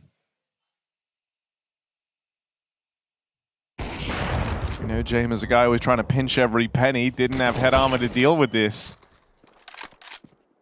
Luchov trying to take a couple with him if he can. It's a backstab to stop that AWP in its tracks. I mean, dude, if he killed the window player, he had one chance. If he killed him, they can win that round. They have guns, they have B, they have a bomb plant. But PARIVISON are fine. Jaime will buy a helmet. 12-7, 5 chances. What more could you need? Also a chance for James to flex a bit on the AWP. Mayan doesn't get to don his in this last-ditch attempt at the rifles. He's fast out through the long doors, sent to his death. Zwei has not been giving up long for free. Definitely come back in these last 3 rounds. And then they try and get you with this walkout through short. Nota gets the spot there, but it costs him a lot of health. Wasn't ready for players so deep. Now there's no illusion where this one is ending up. Still, the entries coming through for 9Z. And instantly, if you're PARIVISON, you're writing this round off. You're not the team feeling the pressure. You don't have to cave and go for this 3v4. You play for the guns in the next. It was a luck of the draw break for 9Z, getting all that room, picking the right area of the map, and just accelerating once they get it out through short. You tell yourselves there's no way they get away with that twice. Next time, there won't be a gap for them to find. Yeah, it seems like Nota thought he saw something, but wasn't sure whether they'd gotten out or they were still at the corner. You know, he threw a safe Molotov. They were already wide, and then the jump spot just completely gives it up. Low health, hard fight to take. And so 9Z punished well. They've managed to walk up Cats basically whenever they want it with no utility. It's something that PARIVISON need to keep an eye on in these last couple of rounds of regulation. And make sure they don't let it punish again, because multiple times 9Z can peek into the bomb site without Nota knowing. Just something to consider. Will 9Z continue to push the boat out in this position? Or are they eventually forced to use utility?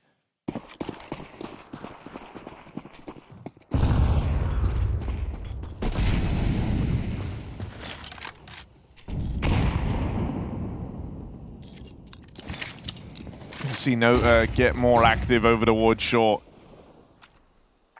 Jump up just to keep a watchful eye on it early after they play the anti-long rush with 3.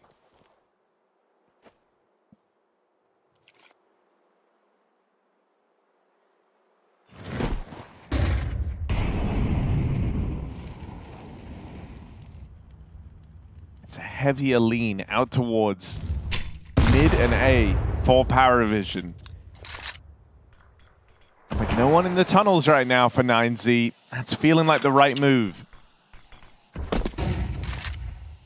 Maybe this changes. DGT starting to clear out upper tunnels. PARIVISON don't like how quiet the map is. They'll move into a more standard 3-2 split.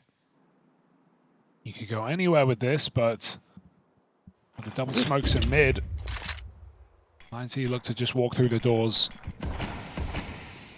Cielo committed scaffolding, and as they come through this smoke, his position can be really powerful. Break denied, but still intention is this B site. So through the smoke into Cielo, beautiful double kill, puts PARIVISON on the cusp of closing their map pick in a 1 versus 3. Max is in the impossible. 20 seconds, he picks that bomb back up, but James is coming in for the final blow. Surely not a chance as James shuts it out, 13-8. A solid game from PARIVISON. They came in ice cold to this series, blown out on Overpass, but they grind you down and they keep you guessing. Inferno is our decider and PARIVISON are here for it.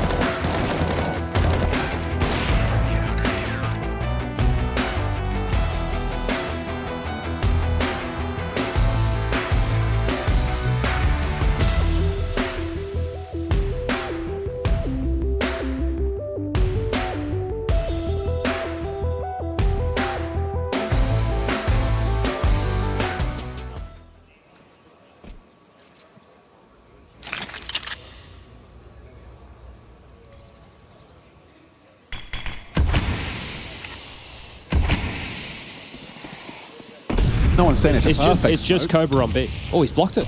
Lucky, Techno can help now. He can actually help from short. You're absolutely right. He's freed up. Boom's going to have to take this fight. Techno should have him. Nails it as well. Now Cobra under so much scrutiny. Just an MP9. Flamus has already dropped into the side, but Techno could catch him here. From the short side. Not going to get any output. What is that? Dilladez and Flamus combined. Dilladez pops off into the site to clear it out. Looking good for their early arrival on the scoreboard. Getting a T round immediately after the pistol and its conversion. Flamus has heard Mzinho here. He knows he's middle. Heard him make that drop, so should just be able to track him down. Doesn't know exactly where he's gotten off to, so letting Mzinho make the next move. So already calls short clear, so Mzinho is working with a bit of a gap, but doesn't have a kit. Otherwise, it is essentially an empty bomb side. He's going to grab one, just wanted a better weapon. He gets the M4, but for how long? Looks like he's got a safe haven to par the way top middle. Zorti and Dilladez want to hold on to their AKs, but a great round there from Dilladez. Triple kill. I thought Techno had done enough to make that convincing. And the flashes on the site, you saw there just how blind everyone. It wasn't just Cobra, it was all a Bet Boom too. Yeah. It bought enough time for the rotation to get there, but that rotation got slaughtered. And now some issues in the bite for the Mongols.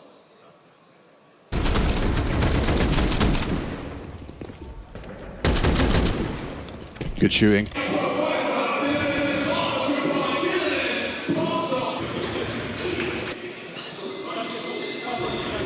Can bring out another M4.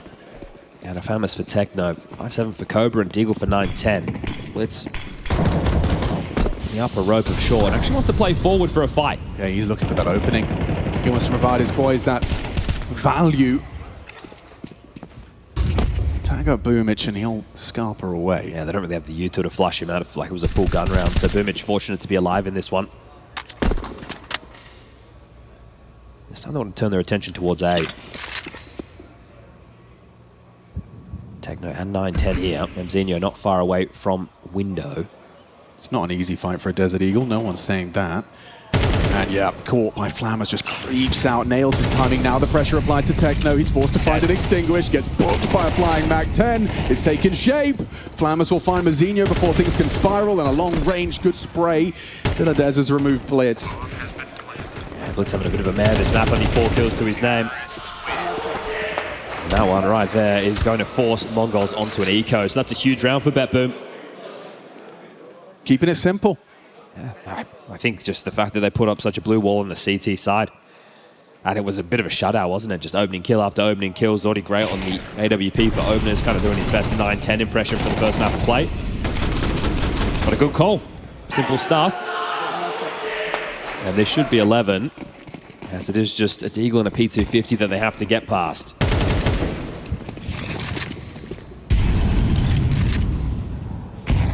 What was once such a safe haven for the Mongols, Mirage. Yeah, 6 rounds is pretty inflated because of the pistols with the conversions in here, right? It's real vulnerability. Hang on. Nice shot. LB is essentially open. 9-10 is trying to hedge over there in time, but just with the USP. Magnachez has heard his steps there as well, so... Yeah, he's just gunning for that Deagle.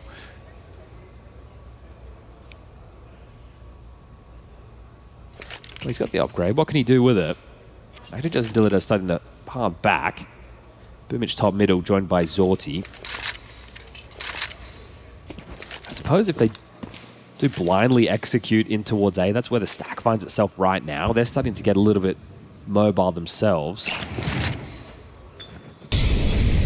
So Cobra spotted short, and then dead, and 9-10 steps is enough to force them into this A site.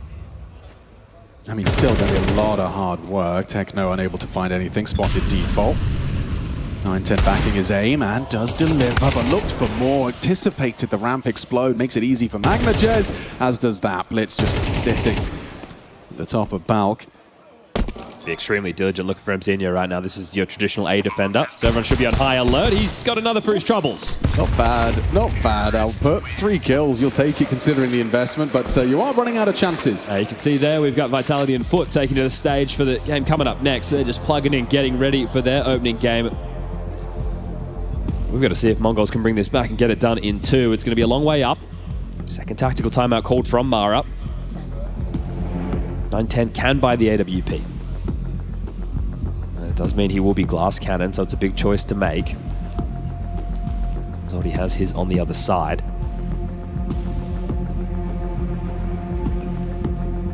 And if you take a look at the last 3 halves of Counter-Strike, been better played by Beppu. See if they keep that up and close this down. It's just that first half that felt like such a statement piece for the Mongols. It did, yeah. Back in dust too, you're thinking, oh, okay, hold up. Let's take notice. See if they can turn it around now. It's not too late. Straight into an A execute. For the knockout blow, Mzinho starting solo A, just setting up his mid defenders with some flashes. Standard stuff as during that, Betboom line up the execute. Blitz has a HE to break. It's going to be a damn good one. Yeah, you're going to need Blitz to chip in here. Here comes the barrage of nades. There's Blitz. Onto Diladez. Mzinho around the smoke. Flammer's looking for it. MagnaJess has just found him straight through. Blind spray of the smoke results in a bomb plant. You got to save. You've got to get out of there. Cobra doesn't want to. Jumps into the jaws of Boom. One back from Blitz on the retreat. Oh, he's spotted by Zorti, and he ain't missing that one. He ain't missing much. Blitz at least manages to put him down, but it's just to preserve his M4. He wants more. Yeah, I'm surprised all three of these players had a look. Cobra I could understand, because if he gets a kill, then they might consider giving it a go. But then Techno dying, and then Blitz having another look, like he's still hanging around. Boomich might be able to find him here. He's still got time.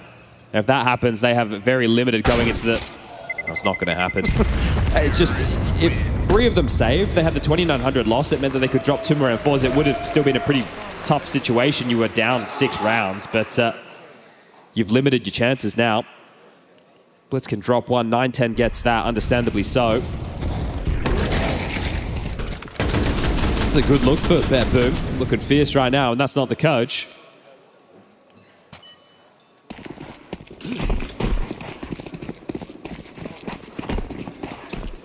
At least Betboom on their map choice actually had a little... Oh. Yeah. Okay, MagnaJess gets given the AWP, looks for the pick, gets the tag. Just Blitz's toes poking out enough to inform the wallbang.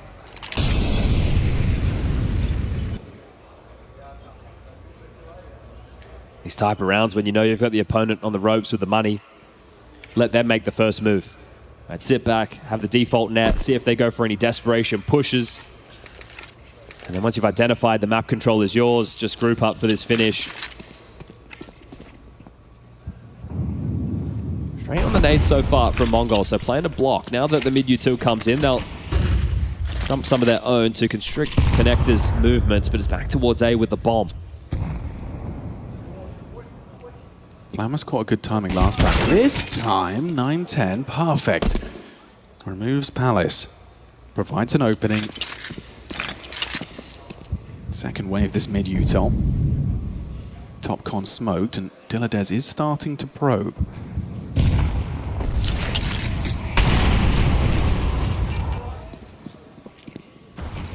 Oh my god, Boom applying pressure to these duo on B. Forced a rotation. Yeah, you can see movement from Blitz, and now they amplify the pressure on A. You're in so much trouble. You've lost your sight. Looks like you might lose the map. Boom! On the cross, catches Blitz. Oh, and Techno caught in the murder hole. MagnaJess doing the murdering. And Cobra Zera surely a dead man here in a 1 versus 3. Zorti locked in, and so is map 3. Ancient awaits. What a bounce back from Betboom. Beautiful stuff. You think on Dust 2, they get rocked for the first time this tournament on the map, and that was going to be them starting to fall apart. But it's stage 3, and they're still here to play. They have just absolutely cracked Mongols on their map choice.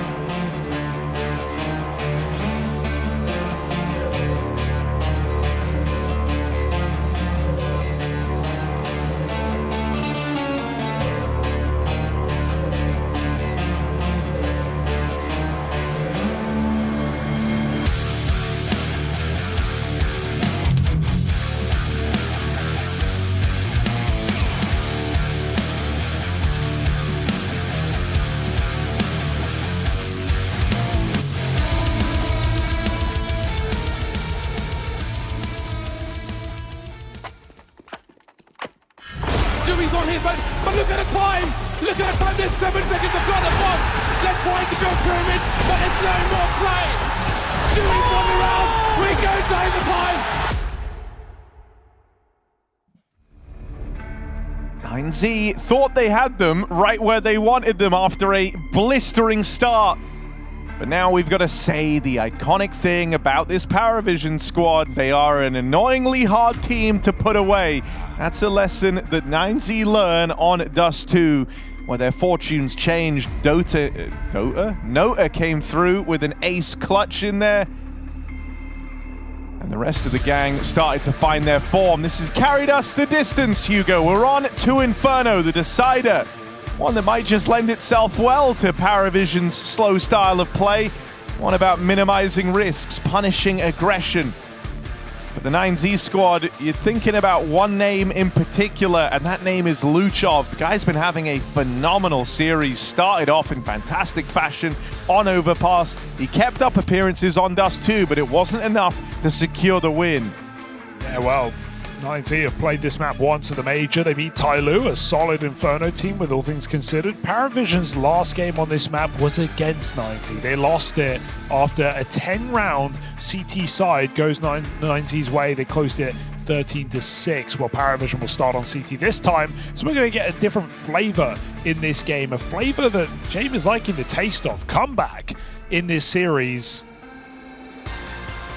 Down a map, down a dominant map, but destination is the decider here on Inferno. PARIVISON are right here, ready to take it.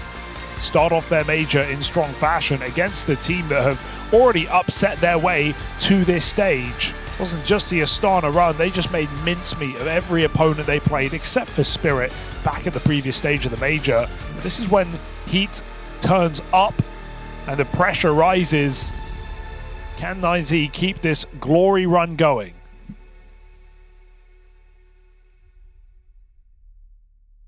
I think especially for some of these hopefuls coming out of stage 2, the idea of getting a win on the board early to start your campaign in the top 16 is the goal. It would be just such a massive boon to come in, victory under your belt.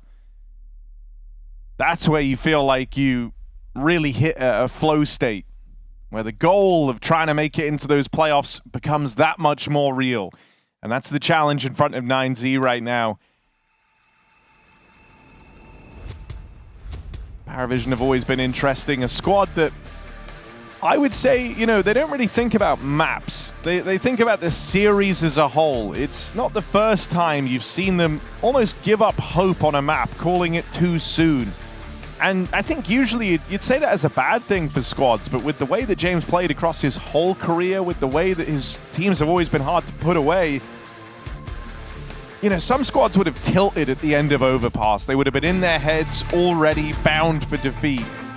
That's not the way they run things in PARIVISON. You're thinking losing a couple of battles, but trying to win the war, the big picture.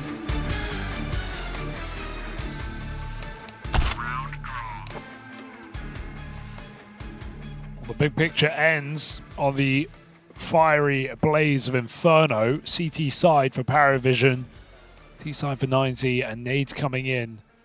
Got Julies, no kit. And a bit of block here for PARIVISON in their pistol.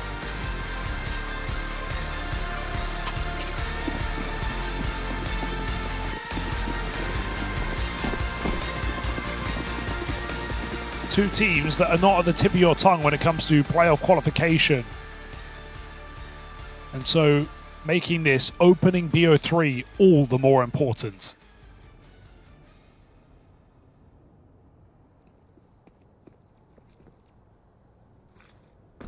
MOUZ looking to dodge this triple B start. Out of PARIVISON into the Zwei dualies. He doesn't last long. Rotates are going to arrive, but they're blocked off by Util, and so it's just Jane you were meant to be worrying about. Nota did come barreling through that Moto smoke, not respecting it. Still a plant for 9Z. Some smooth moves for Luchov as he plugs in the numbers. And now getting set up for this 3v3 post plant. Player down in the pit. That's a nice boost. You've got Mayan sitting here. playing a crossfire with his teammates in the bomb site. In come PARIVISON, swinging straight away. Two separate fights taking place, and they get past Luchov, leaving it on Maya, and cleanup for Belchenok in this pistol round. A tense little 3v3 that PARIVISON are quick to put to rest. Just love the way they play that, James. Hard covering pits, not letting that last player peek anywhere. Belchenok and his teammate jump into the site and flush out two players. Whole time, Mayan can't really cover his squad. And so PARIVISON put it in place. Bomb plant allows this force by 90. We had this back and forth in Dust 2 a couple of times on controlling the money. They definitely want to bring that out again. Heavy SMGs. So maybe right up B.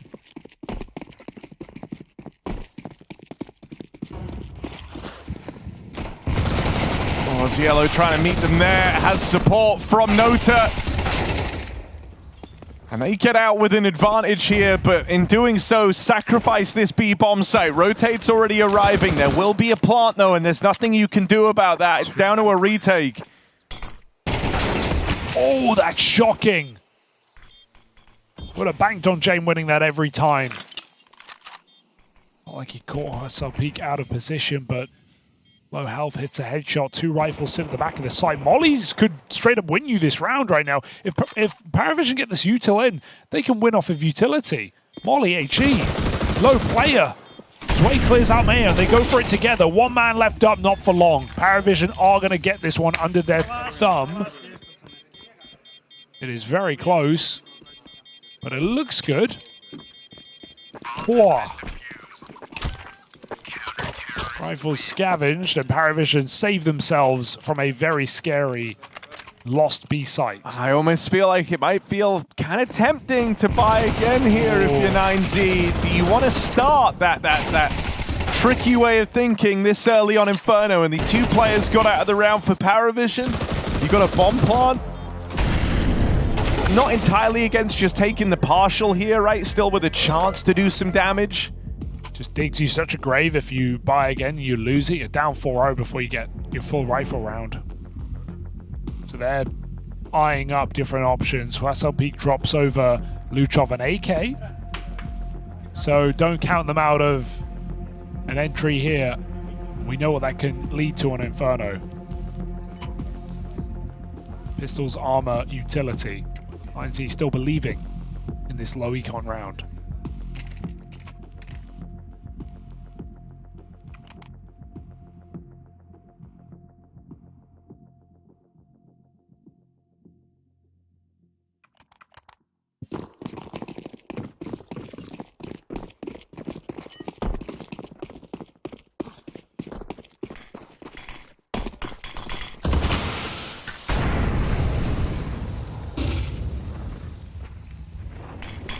Luchov takes this hero gun. Looking for a route out through Banana. Oh, Spam's done good damage. Nota still sticking it out here. PARIVISON is stubborn about the top Banana control. They can't be for much longer. That smoke about to fade. They have to give up this space.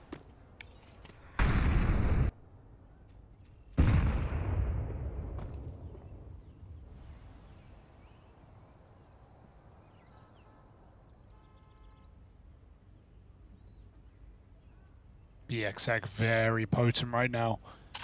Got no molly to stop it. That smoke goes down, but is he can afford to wait and then just recommit with nades? Molly backside, couple of smokes. Nota leaning away. I'll call it. 90 going to win this round.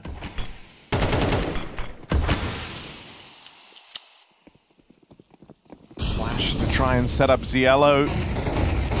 Hoping to come barreling out through this coffin smoke. He is dead straight away. Luchov hitting a blinder. Turn around, ready for the banana fight, but not able to get the shot off in time. Belchenok carves a path back in for PARIVISON. I take it back. And a bit of help from James.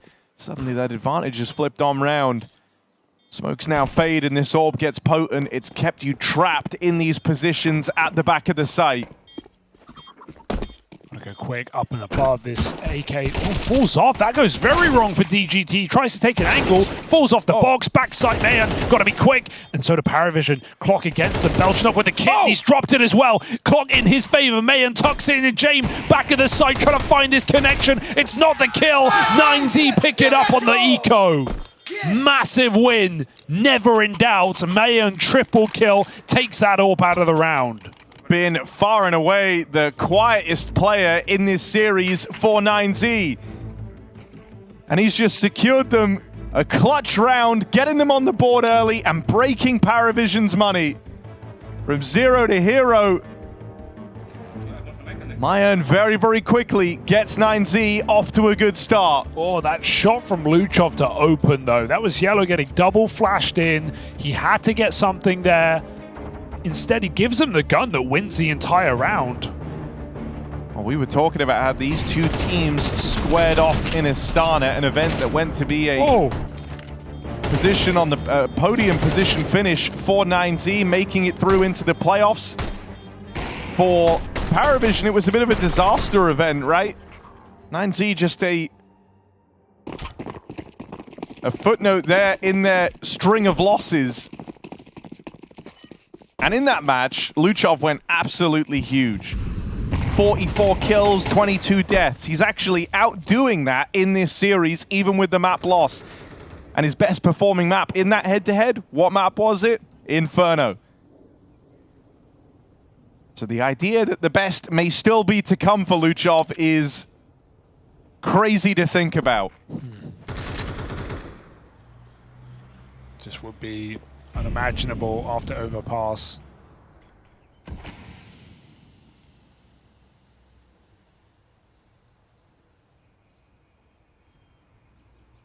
But here in 9Z, taking control, back of the money. An unlikely eco from PARIVISON. We see this sometimes. I wonder if they're going to do it. PARIVISON like to eco this round when they lose early in the half, then half by the second round, then full by the third. They might just buy next full, right? They can get a couple of rifles, it will be okay. But they like to sometimes swap the round that you eco in. Let's see what this looks like. It's going to be a bit of a bloodbath on longs. Yellow comes through with a flash, full blind. Luchov still takes one with him. Impressive enough to keep it even. Zeus denied. And Yellow rotating to B, where 9Z have to end. Look at the time. TikTok, you're in trouble. Double molly even could be a big problem here, but they're just going to swing out with the guns, keeping it on. Yellow's dropped the bomb, and DGT simply too far away. That's a full eco. One shy of the ace for Ziello, and the 5th kill wasn't even a requirement. Time decides in this eco round from PARIVISON. Dude, a couple of flashbangs on an eco round, and look at what it leads to. Full blind Luchov on long gets traded after one kill. AK put down the throat of 9Z. And a massive pickup here for Yellow. We never know what they were going to do with their money because they don't need to worry. They are flush with cash. Orb comes back out for James. Disastrous round to lose here for 9Z. They've used their second timeout. We're 4 rounds in. Things have not gone to plan. Coach has got to keep their heads cool.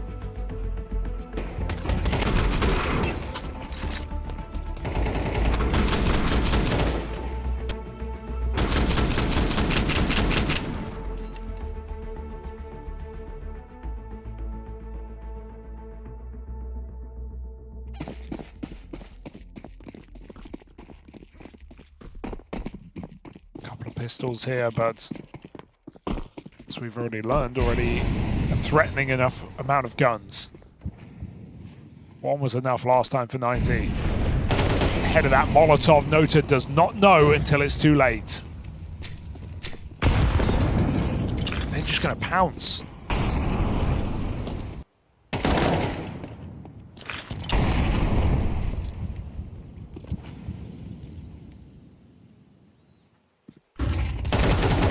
Flashed through and just dodged. Masterful work from Luchov on these entries.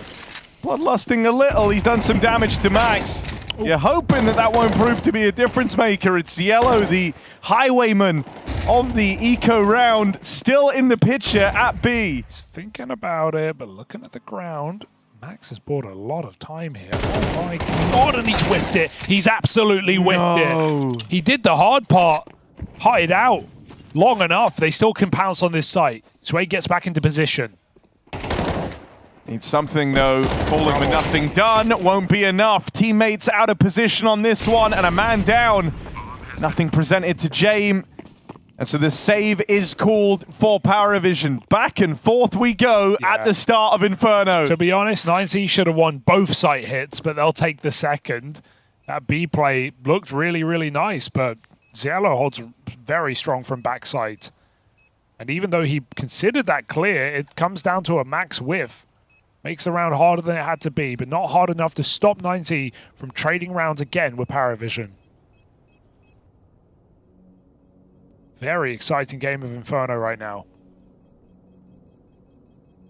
And already looks like the game plan is to punish on this B bomb site. Because we've seen games from PARIVISON where you could argue they play too much for the retake. It's a team that are really capable of retaking B and have very good utility. But at the same time, seeing these weak bomb sites, seeing only one player in it, think of the first round 90 win. There's Yellow coming through the coffin smoke. They had no one in the bomb site. These are exploitable setups. So let's see if 90 keep trying to punish on B. I feel like if there's one thing you've gleaned from these early rounds of your PARIVISON, it's that 9Z are going very, very wide, right? You won your eco because they run out of time with multiple players out towards A while the bomb was trying to go down B. You also, in that round, in spite of 2B entries and seemingly a clear game plan to try and end there, encountered players out in top middle, still roaming for the 9Z squad. And they haven't really been able to force these banana fights super successfully. I wouldn't hate some type of move out towards the apartments, maybe a crunch in the top middle, to try and flush out these lurkers. Because you've seen numbers on banana in every one of these rounds, and trying to match Luchov there hasn't exactly panned out. So it's just going to be some util dropped for these B players out of Belchanok. He begins an instant move back over towards A.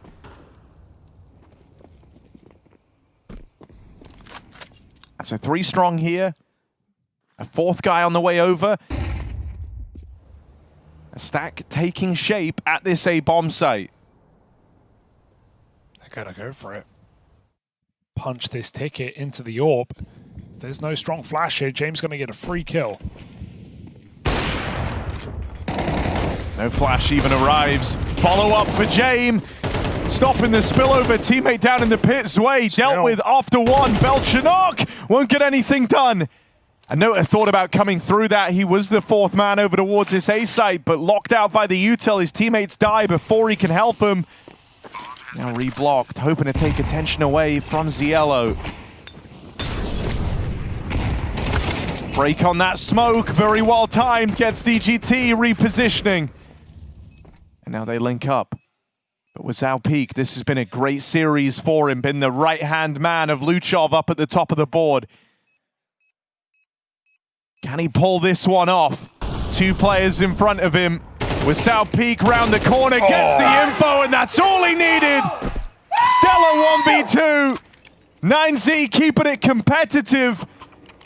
And a tie game with money broken for PARIVISON. They might be about to move into the lead. It's been 2 clutches here that have put them in these swing round positions. They weren't able to capitalize on Mayans. They can't afford to mess up this 1v2 from Wasau Peak. It's such a perfect post-plant position. Here's the reroute from Noto back on short side, so he doesn't need to worry at all about Moto.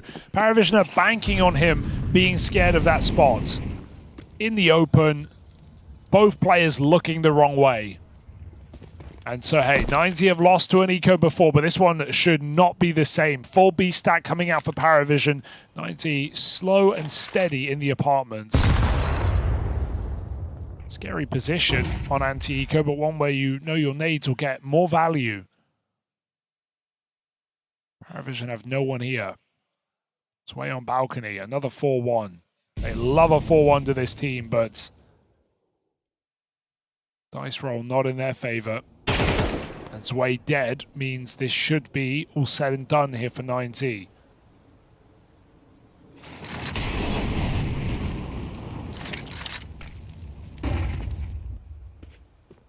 Cautious clearing, but nobody home.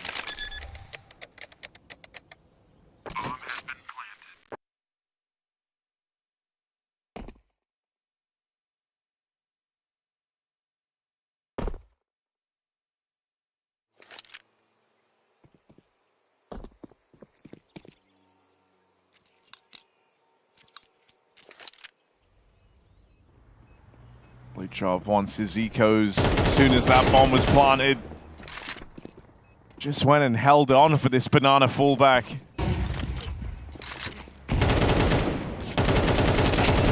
Oh, that's a mow down, isn't it? If anyone gets ecos, give them to Luchov. And they'll even finish the job. So a nice clean round on the board here just to try and situate themselves. It's been a real back and forth to get this third map going. But now up to 3 in a row and a flawless one in the last. Money set up for 9Z.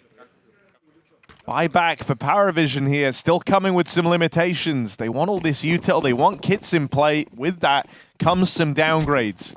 MP7 for Ziello, Famis on Nota. And only a full belt of util on 2 players. Got to make do with what you got. But with that comes the likelihood of another stack. Ziello picks up more nades from spawn. Oh, Nota eats an HE up B. Both players jumping out. 9Z, look at them pull back here, expecting recommit from PARIVISON. They have read it right. Smoke Molly comes down. But no punish here as 9Z are taking this one low and slow. Still in their default. And it looks like they want to continue executing this B bomb site that has done them so well.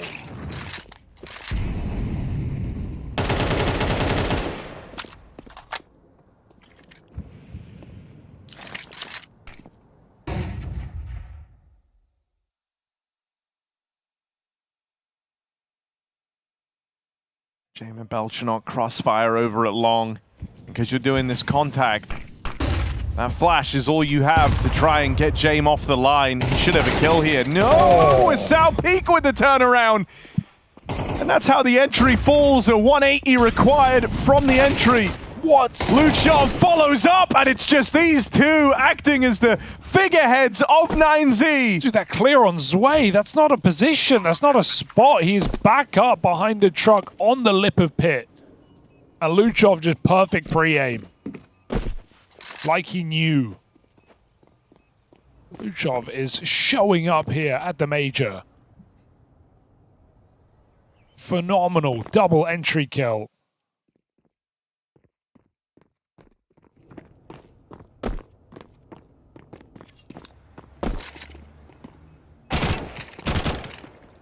These guns aren't guaranteed.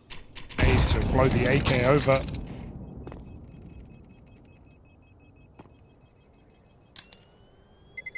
Oh, that's... What? Wait, what? How did he die? Bomb? I can't even tell you. The nade put him on like 2 health and then he just dies. That is some range on the bomb. I think that's just so cool here with Luchov looking like this was, you know, Astana, we touched upon the form he was in at that event heading into the major. That was his best ever performance at an international LAN event. And I was kind of questioning, you know, was that a one-off, right? When someone hits their absolute peak, was that just a great event for them? But it feels like it's followed him here into Cologne, into the major. You couldn't hope for anything better. Luchov just proven to be a real menace in this 9Z squad.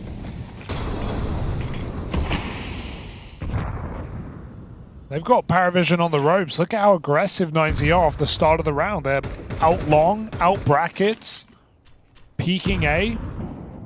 PARIVISON hoping this draws them into the trap, 4 in the site, but it's pistols on 3. MOUZ might be fine to take them on from the long side. Yellow's the only guy who can compete with that kind of engagement. And so as MOUZ slowly, silently move up long, PARIVISON have to have eyes in the back of their head. Execute from Moto. They burn out Yellow from the pits. That is brutal. I can't believe he even takes one with him.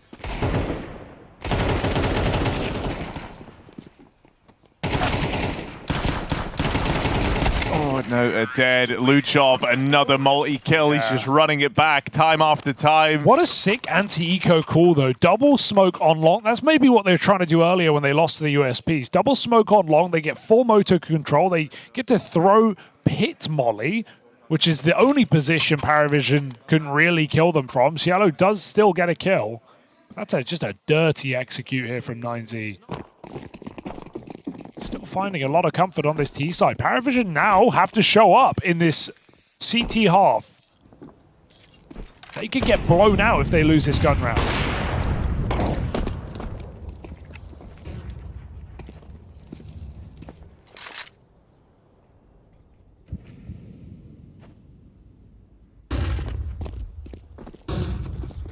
Just so much confidence getting out through short super early in this round. There's a minute 20 left on the clock, and they've already taken way more than just this top mid control. PARIVISON no closer to figuring out where this one's ending up, and they feel a little confused right now, moving players around, trying to piece together where this stack should be. James left alone on the B side of the map as his entire team depart. Does find that opener. Luchov dead. That is a lot of pressure removed. Everyone on PARIVISON feels a little better now that the guy that's 15-8 is out of this round. They still like their chances on B, though, or are they just committed to it? 2 smokes can come down. James is still fighting for this position. He's not conceding B entirely. They don't want to be in a retake right now, but they're going to have to. James wants to thin one more off before they send it in, so 5v3 as the bomb site is conceded. And this is a costly one for MOUZ. Going to have to be very careful. One more re-smoke. Try to buy as much time as possible. The molly as well. This is not a 1 round yet for PARIVISON. Through CT they will go. Oh, molly's well timed. That splits up the push. Gives Max a free kill on the first man in. And while they wanted to pick up the pace, they wanted to try and brute force that and all go together. And molly cutting them in 2.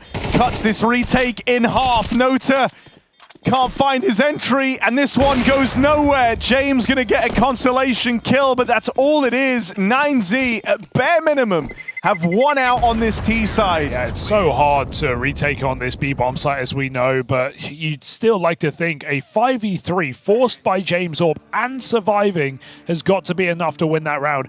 To be fair, perfect utility for MOUZ. Smoking coffins, forcing them out CT into the AWP, and of course the molly right as the first player goes in, breaks the timing of that hit for PARIVISON.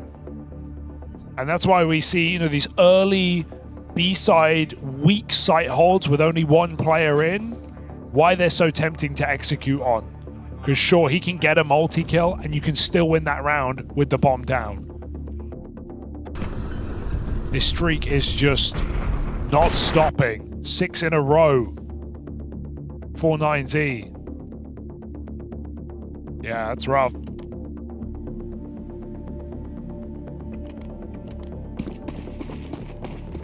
Blink and you miss it. And this half might be over.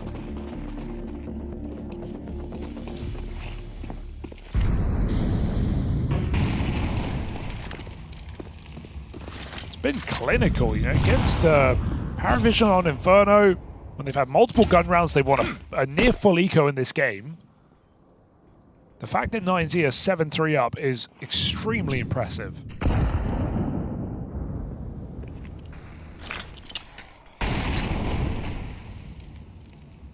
Again, this B site, if it ain't broke, don't fix it. Back to another execute.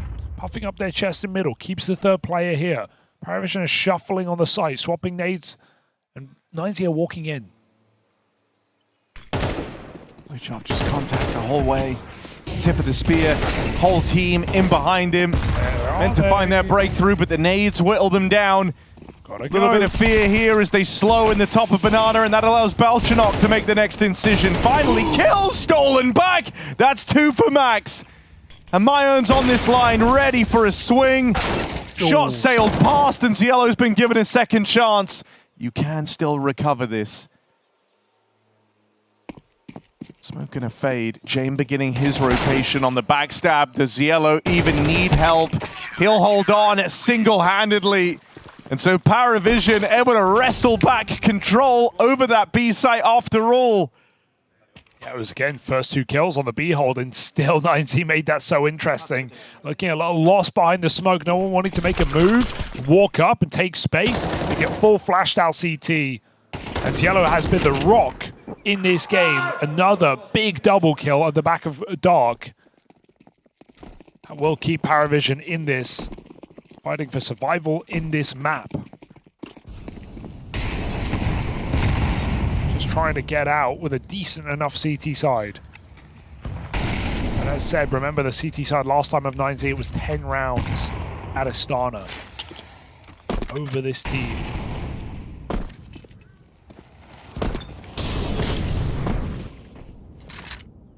PARIVISON have got some work to do. Missed Ab's flash.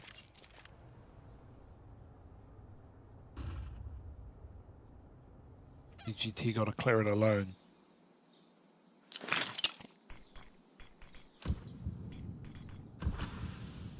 Yeah, PARIVISON are very turtled up in this game. Not only have they not played Abs once, they haven't played Banana either. Not a single fight has gone down at Sandbags or Car in this half.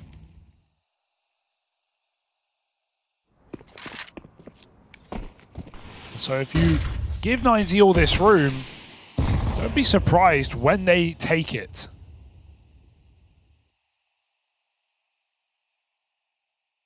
Well, they found this little comfort area again, haven't they? So this B hit is brewing. Re-smoke at 30 seconds could prove to be a big problem. They've got a nade to break on DGT. One chance to get through this defensive util. Oh, what's that? Peak was waiting to throw that in. Just spammed right through it. Now you need the openers. You need Luchov to provide something. He gets shut down, and they just power on forward. PARIVISON, some way to stabilizing on the half, chaining together the final 2. They've given themselves a fighting chance in this opening series that's gone the distance.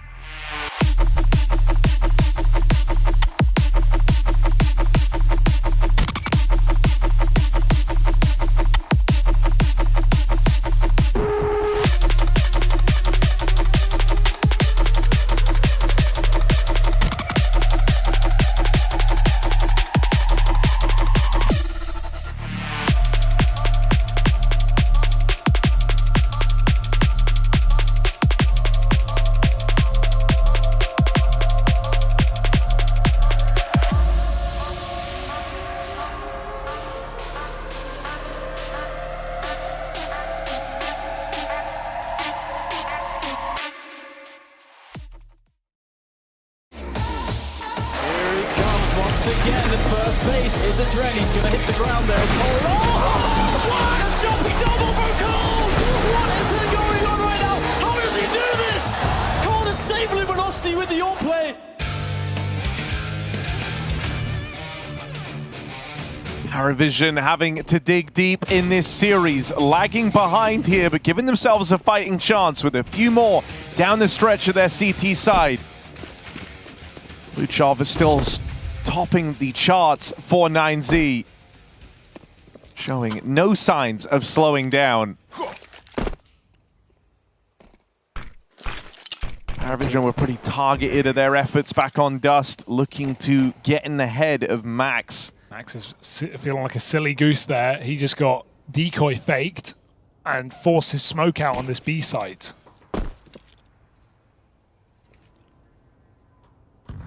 Oopsie.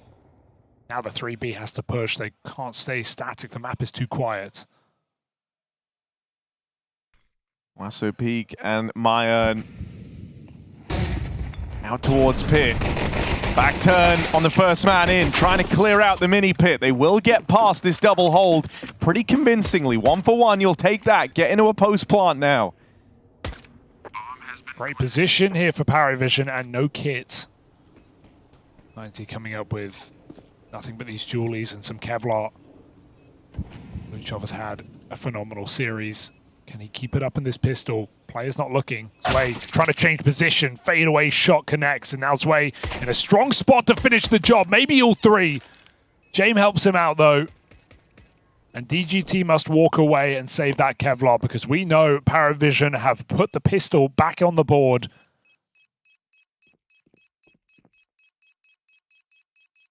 And you can never count this team out. Terrorists win.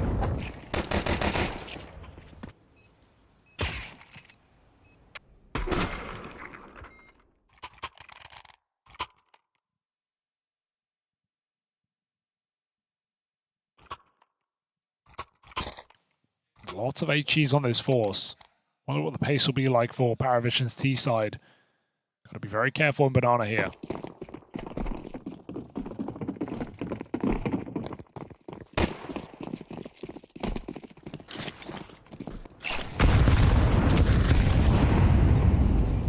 Nades find nothing.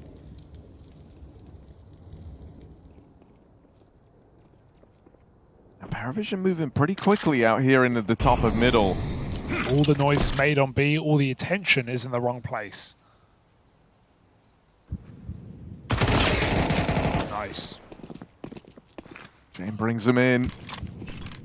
And again, it was just his two-man hold over at A, so Myern really has his work cut out for him. Smoke drop that gives him somewhere to hide, a tiny bit more comfort in this solo hold, but it isn't much, and it's on a timer. Waiting on the other side of this is the entire force of PARIVISON. Gets an extra teammate in the site to join him, but ultimately can't hold on. Clinical couple rounds here out of PARIVISON. Just one guy towards B, makes a ruckus, 90 over rotate, and PARIVISON walk into this A-bomb site, keeping it simple. Team we know has great trading when they're at their peak, and so these T sides can feel very comfortable.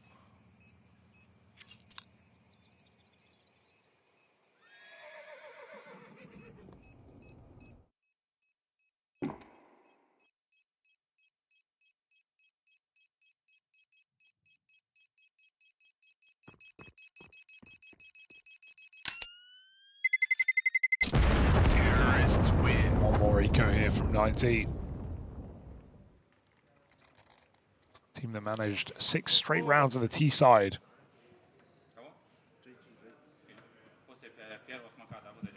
PARIVISON look to combat that. This round should make them halfway there.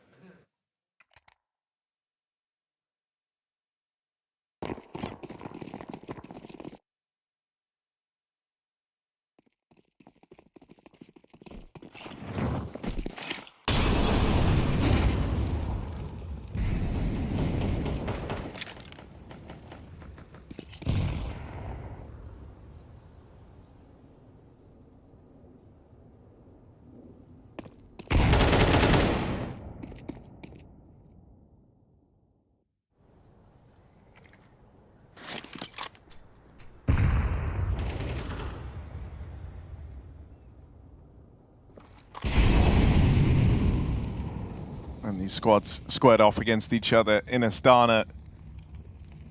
MOUZ's success in this series was predicated on a very, very strong CT half of Inferno. 10-2.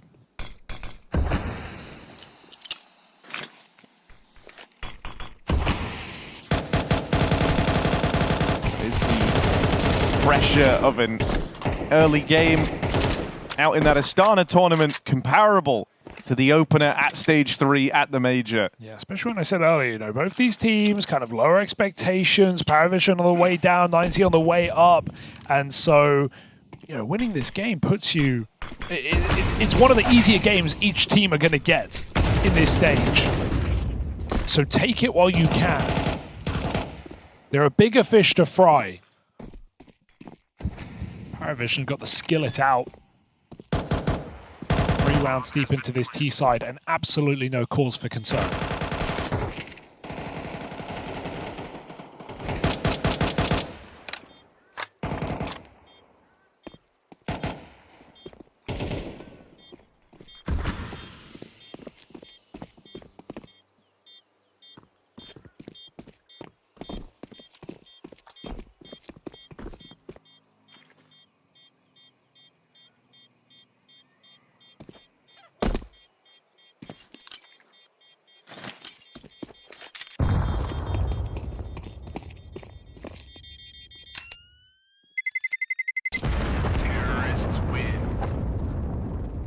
One death in these last 2 rounds, so it's going to be an uphill battle here from 90 to break the money.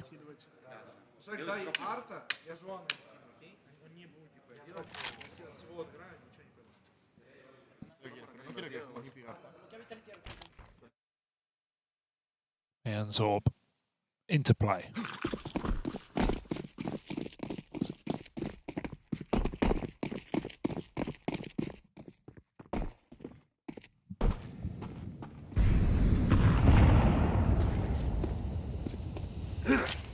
PARIVISON have no interest in tangoing with these banana nades. Every round's been the same as they see it, right? Since they won the pistol, they've had to worry about HEs down through bananas and never jumping the gun, trying to take that space quickly.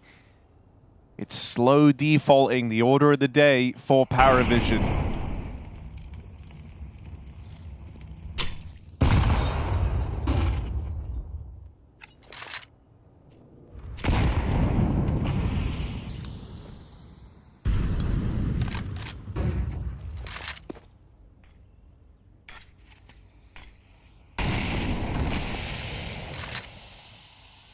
It's miss a bit, so Nota tries to exploit it. Keeping a second player on B, that's exactly what PARIVISON want. They're walking through apartments with the bomb. Nades are on James, so he's going to have to come back up middle to help them with the execute. B, full set piece gets thrown out. Sooner they go on a the better. No one's shuffling. Feels all too obvious now. 30 seconds. PARIVISON got to get a move on. Yeah, more nades drop for Jame. That's going to be a smoke out towards Moto, and now flashes to try and get them out of the apartments. They've been re-smoked here, so they're coming through gray screen on this hit. Hit Ollie. Only so much damage done. It's the jumping headshot from Cielo. Back in the pit, nowhere to move. Huaso Peak takes 2. The backside AWP connects as well, and with the clock ticking down, there is no chance to save this round. Living is all they need, and they've got it. 9Z survive. First gun round collected. A very late execute. One that 9Z knew was coming. And that one AWP shot from backside for Mayon, dropping one more player, secures that round with no chance for PARIVISON to take the bomb.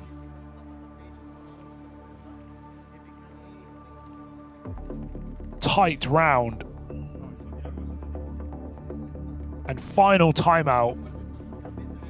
Popped by 9Z. This is quite early.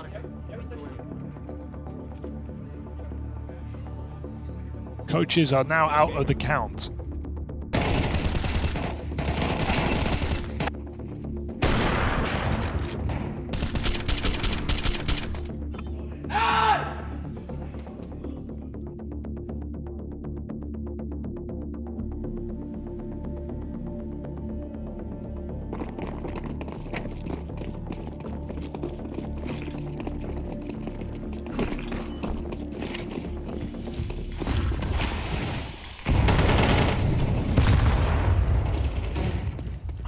try and force an early fight. Hoping he could put that AWP to work, but wasn't given the sightline out through mid. It's more of this just slow take over towards Banana for PARIVISON. 9Z have adjusted to this. These slower pace takes come with slower lob to util. So for the first time, able to get some damage off with these nades down Banana.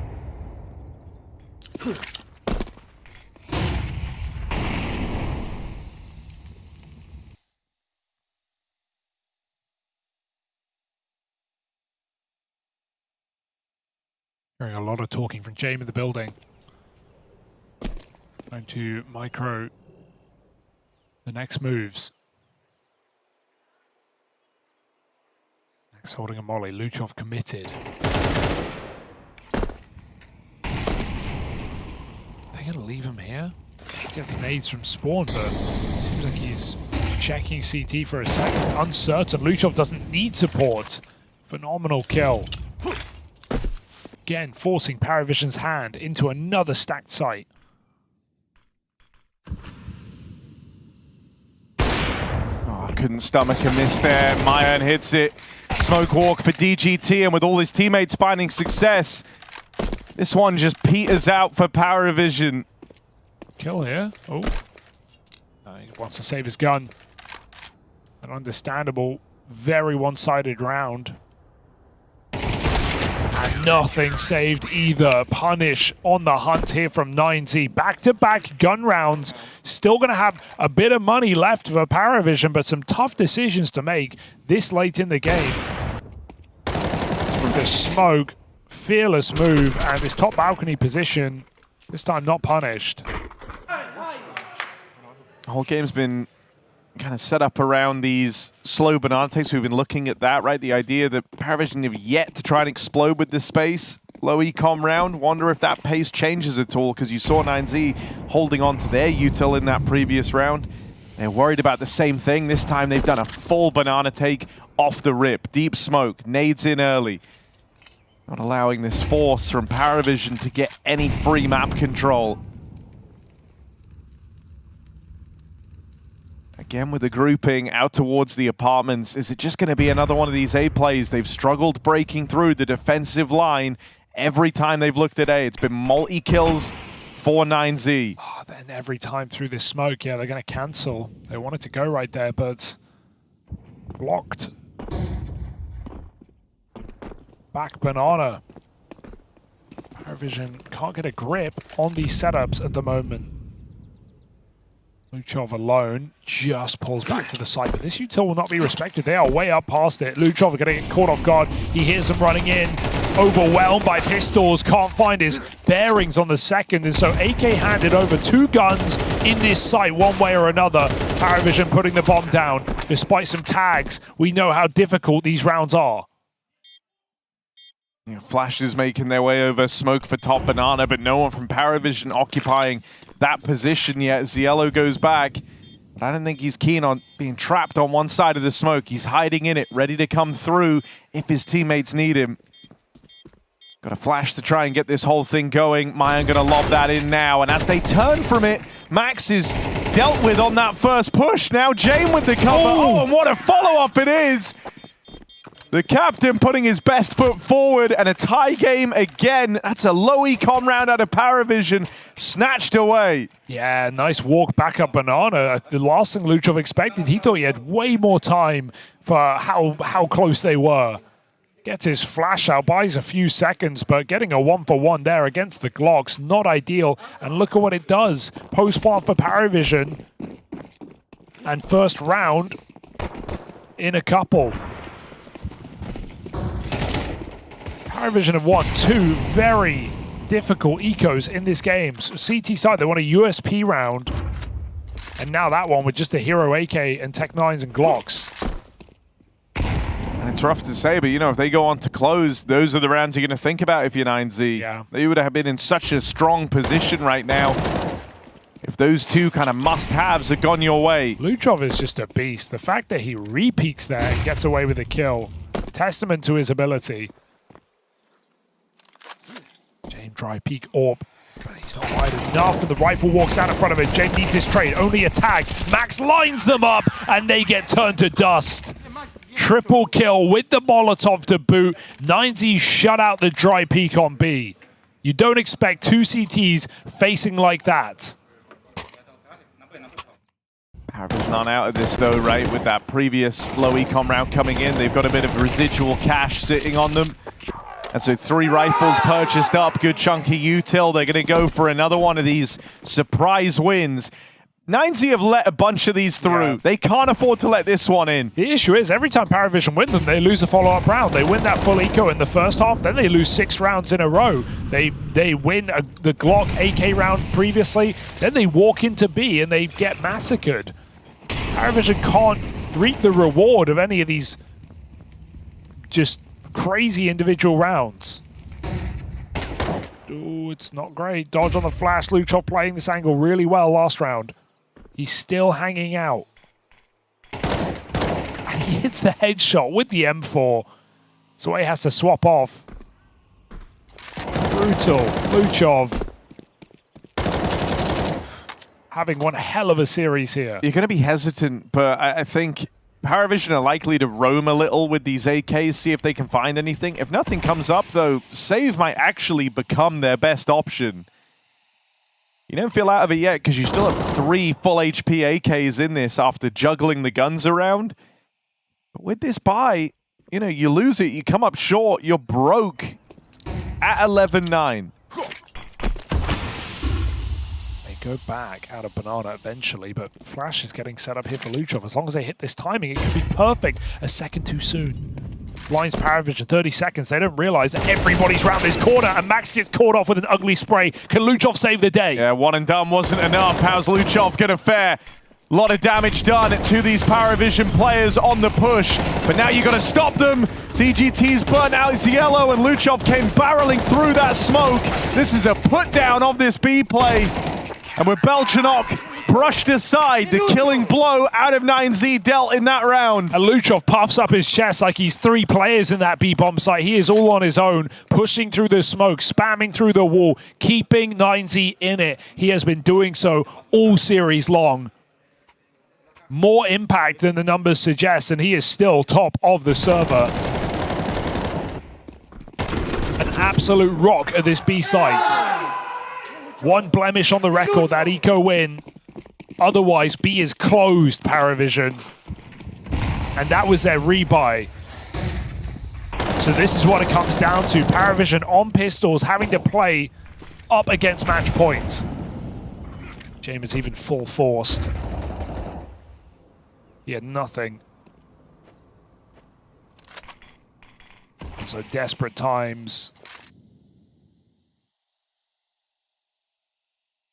It's PARIVISON. It's been one note. They converted really clean rounds, avoiding the stacks after the pistol, but when the guns came out, different story.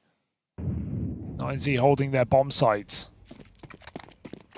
Okay, here's a rotation. Luchov swapping nades and coming back. The right time.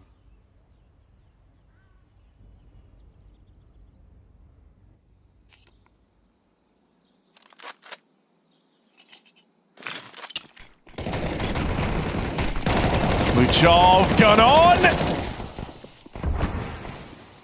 And again, just so dependable. This B site has not been a way in for PARIVISON. Luchov and Max have taken to this half of the map together. It has turned it into a terrifying place to find yourself. Luchov completes it with a 3K. He has topped the charts in every one of these maps for 9Z.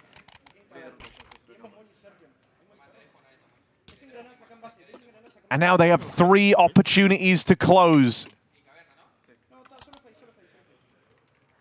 A series in which PARIVISON did their usual thing. They went on to recover on map 2, looking like a completely different team. Still hitting hard on Inferno, but it's 9Z leveling up, willing to match them every step of the way.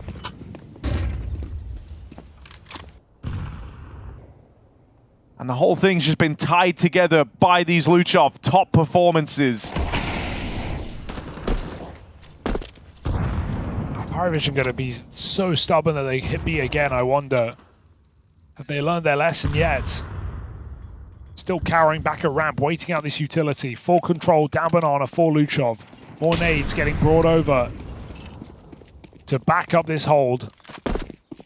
And it's just flowing so well here for 9Z.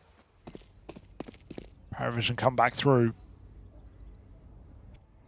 Uncertainty. They clear bottom banana.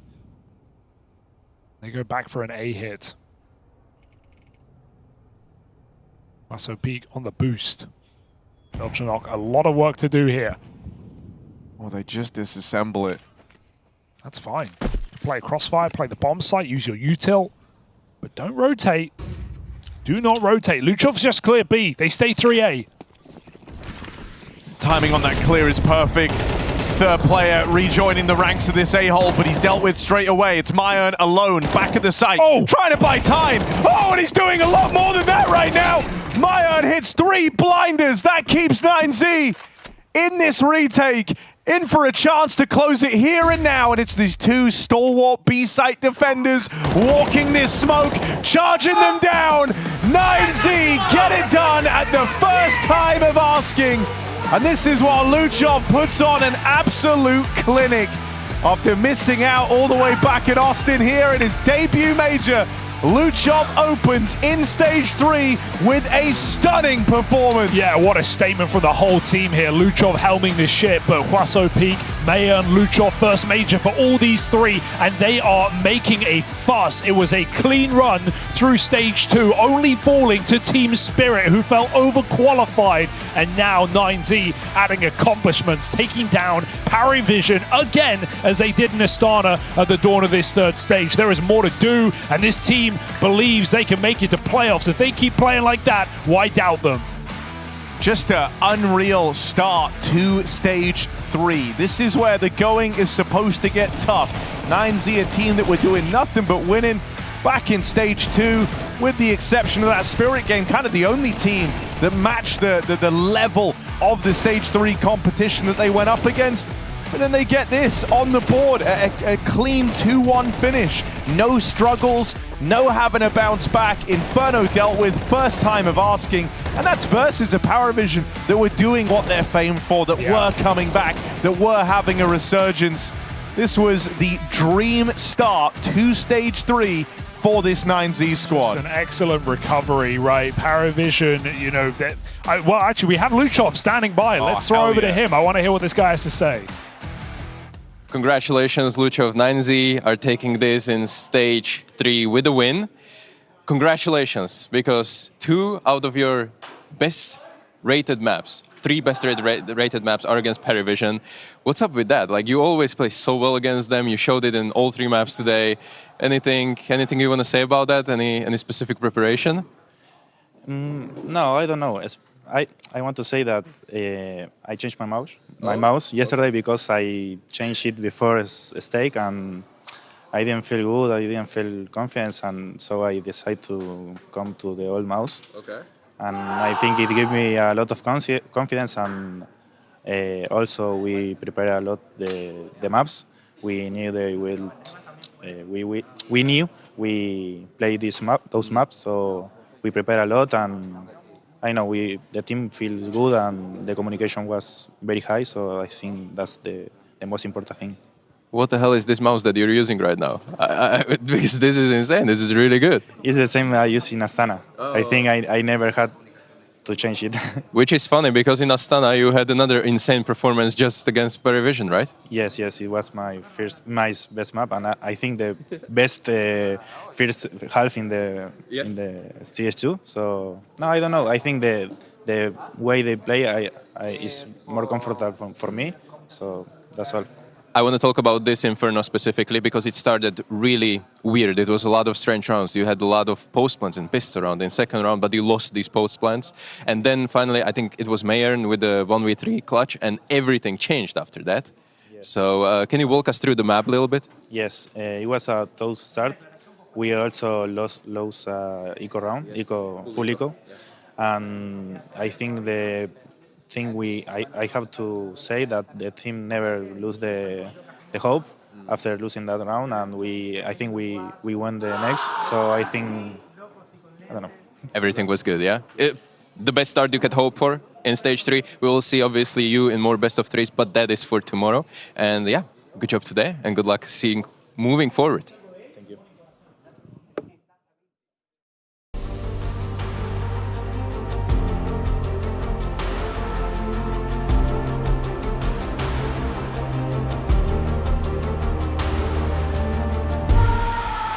The pounding heart of esports beats louder here in Cologne.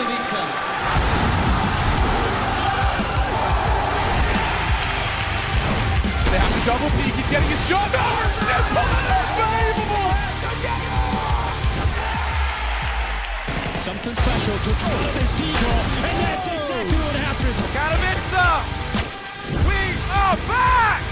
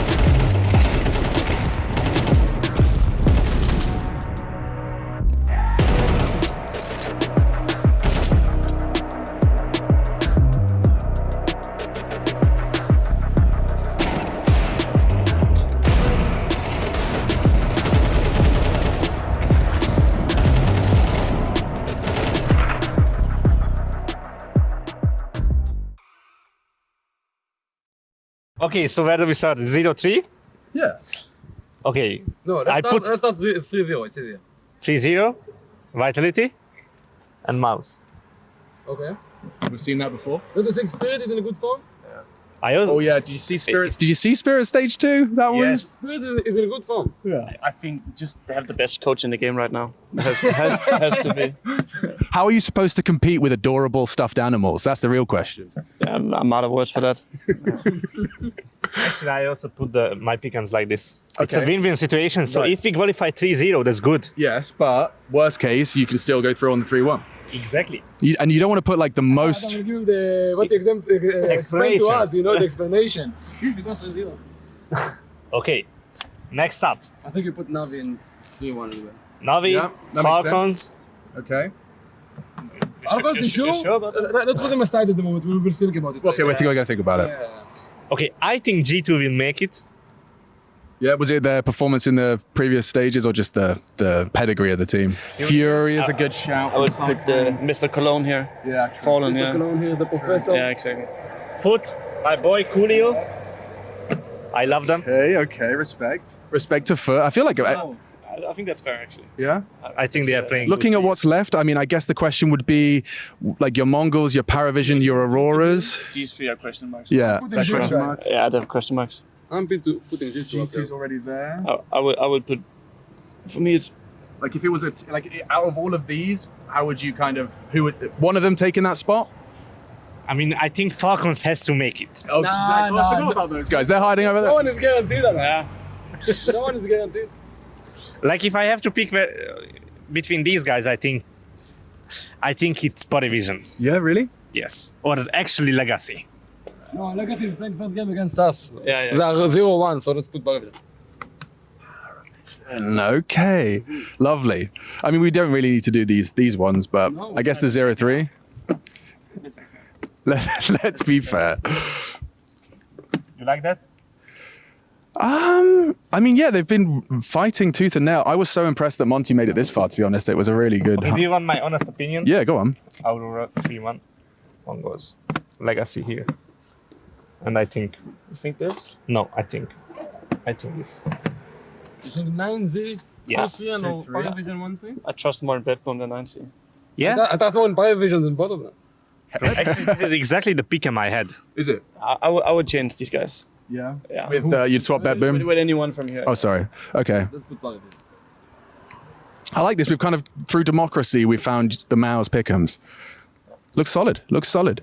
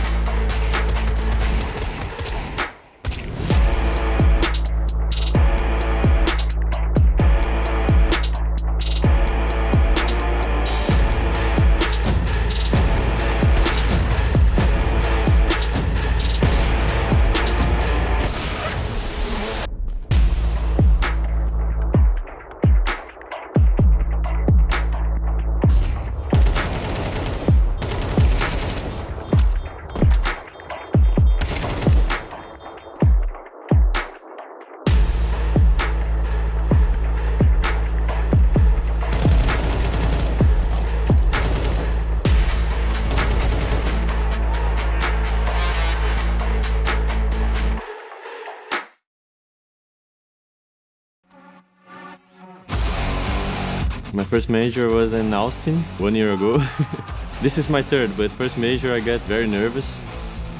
And my teammates are saying like, it's okay, it will be easy for you, we will help you. This time is different, you know, like I'm feeling more comfortable.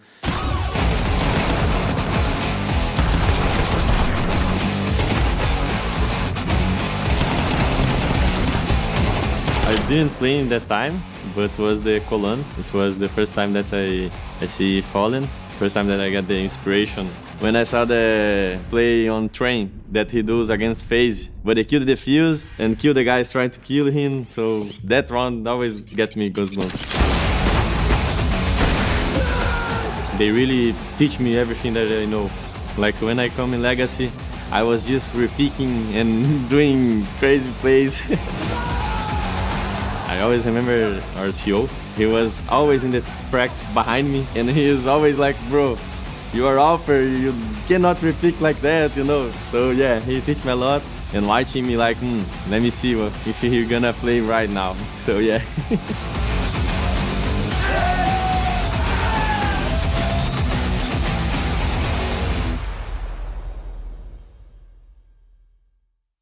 Sertion, can I grab you for a second? Sure.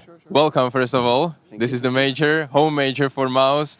Can you share a little bit of insight, how we're feeling, you personally, the team? Feeling good, feeling confident. We had a good amount of practice leading up to this tournament, and we are striving to not go back from where we stopped in China and Astana, but actually take another step forward. All right, talk to me about that prep a little bit. What happened? Any boot camp? How long? What did you work on? As a new role for you, there's new players back in the roster, so how's it all coming for you? So, I mean, we had some practice at home, of course, and then we moved to 4 days of boot camp, essentially 3 days of practice. So we took it on a bit of a lighter side. I think boot camping a couple of days is better than a week before a major. What we worked on, of course, we needed to integrate Brolan back to the system. He's now coming back as a player, so it's a little bit different for him. Yeah. But I think we managed pretty well to do that with me and Dennis on that on his ass a little bit, and making sure that we are getting everything throughout the practice and also beforehand. So a lot of getting Brolan used to the system, and also a lot of new strategies because we had a bit more time to practice now than when we had prior to Astana. What about integrating Selex more into all of this? Obviously, rookie in stage 3 is a big thing. It's quite rare, but how is he handling all that from your POV? Well, I think Adrian has always dealt with pressure like decently so far. Obviously, it's the beginning of the career. I believe that it's much easier because there is less knowledge in your mind about these experiences. But I think he's doing pretty well. Yeah, of course, I am always working with him hand to hand because I also play the roles he did. So I'm always messaging him and giving him some input about things. But overall, yeah, we just made sure that everyone still feels comfortable when we brought back Luden now to the roster. And still playing a very similar system that we did with JL. Right. Before I let you go warm up and get ready for this match, talk me about those roles a little bit. Because obviously Brolin is back. You said that he's a player now. So is he getting absolutely new roles? Because then when Xelex was integrated in the roster, he took some Brolin's roles, right? So how does it work? Is it completely new for Brolin, or are we seeing some of his old stuff as well? I think there is many smart people out there in teams, so if I say too much, they will know. For now, I will not give up too much, but of course, everyone had to get used to also a different player in Brolan compared to JL, of course, very different players. So I think that people needed more than just the roles to get used to the chemistry on the server. I would say that this is something that maybe we lacked a bit in practice, but I think coming into official, it will be much better already, and I think the team is in a really good spot. Thank you for this. I tried getting as much as I could from you, but well, you didn't budge. But let's see how this goes on best of 3. Good luck in your opener. Thank you. The Intel Extreme Masters Cologne Major 2026 is brought to you by ESL in partnership with Intel, Acer Predator, DHL,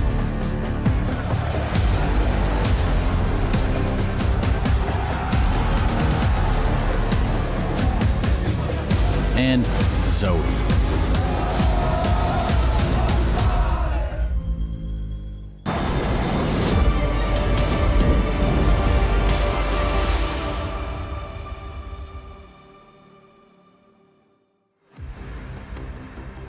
MOUZ Frankenstein's monster team shows up to Cologne. Saw the new look MOUZ team out in Astana, but for the major, Brolin is back. Exertion still at the helm of the squad, still the guy in charge. Brolin's now going to be following his orders in the server. The Legacy, their changes came earlier in the season. The move to bring in Art to try and resuscitate this squad after falling short out in Budapest.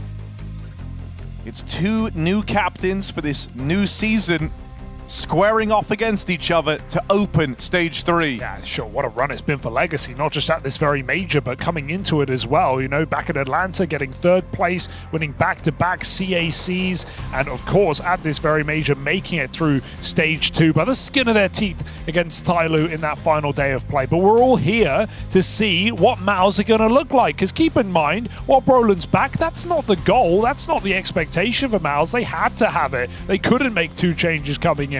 And so, of course, Xelex risen from the academy inside of this squad.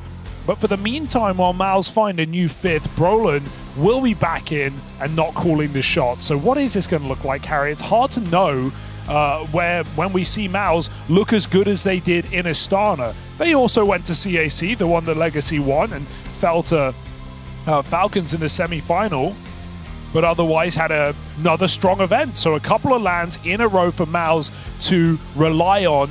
It's just a question of what do they do now with no JL, with an old in-game leader back in different roles. There's a lot of questions. There's a lot of uncertainty here for MOUZ coming into this major. Are there expectations? It's hard to even know. Yeah, they are feeling a little like a dead team walking. But maybe getting the band back together one last time with a little addition. Maybe sparks can fly. You've also got Exertion. A couple of events into the IGL streak now.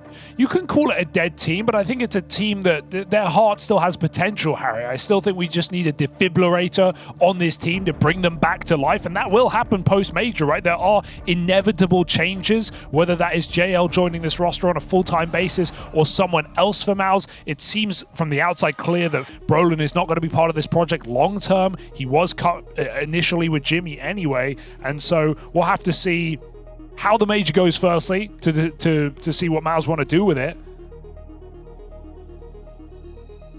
Some smiles on their faces is a good sign coming into this game. Also worth noting, when we saw at Astana, Zelex, he looked really, really solid come the end of the tournament. He had a couple of big step-up maps, looked shaky at the beginning, some decision-making problems, but individually looked really, really sharp as a player. And we know the MOUZ Academy project has brought so many talents to the top of Counter-Strike, most of them still in this team or have played in this team. But this is also Zelex's first major map coming in right now in this BO3.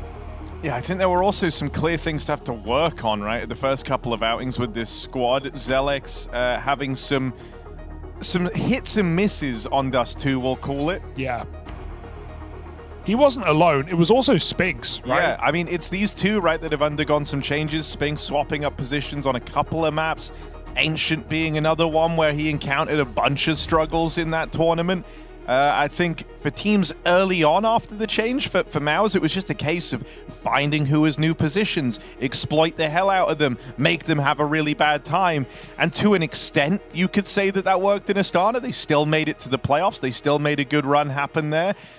Here, though, not only have you got these changes to contend with, you also have Brolin re-added to the squad. And that's a question, right? Because Dust 2 is the best example of a map. We're going to find out straight away. It's like, where is he playing? Does he just take, JL initially, back in Na'Vi, was on B. And then when he joined MOUZ for a couple of tournaments, he was playing long. We had Zelex B anchor, and everyone kind of seemed uncomfortable. JL held his own, but Zelex definitely had trouble with Spinks as well. And so do we just throw Brolin back into the long position, fill in for the JL spot, or are there shuffles off of this B bomb site? Has Zelex been made comfortable here? There's a lot of questions because it felt like not just all these changes on the grand scheme were made for MOUZ, but also Spinks really fell off in those couple of tournaments. He's been the one guy that's been reliable for MOUZ through thick and thin, through good and bad, and he actually really had some trouble, since the recent benching. So to me, there's so many questions for MOUZ, but that's not to say that on the right day, we can't see this team make a run. I definitely think there's potential. We saw Exertion showing up with some incredible T-sides, calling around himself, finding massive entries, was the top-rated player of the group stage of Astana, but how reproducible is that is the question. Today we find the answer. We're up against Legacy, already battle-hardened from stage 2, had to play every single day of play to make it here into the top 16, but they're here nonetheless, and these guys shoot hard, so MOUZ have to watch out. Yeah, Legacy also a squad who only encountered their issues in the BO1s, right? The 2 losses they picked up back in that previous stage. The moment they hit the BO3s, it was nothing but wins for Legacy. So maybe thankful that that's how we're playing all of stage 3. That's 2 to start off. This was one of the focal point maps for MOUZ. One that was already the case in the old version of the roster, what with Anubis re-entering the pool. It had to get dragged back into the playbook for MOUZ. It's one that Exertion has been trying to finesse since this squad was put together. And it was where Spinks and Zelex on this B hold are going to be under a bit of a microscope. But a good start in this pistol from Spinks. Gets the ball rolling. Brolin over at long, taking JL's position. He's dead straight away.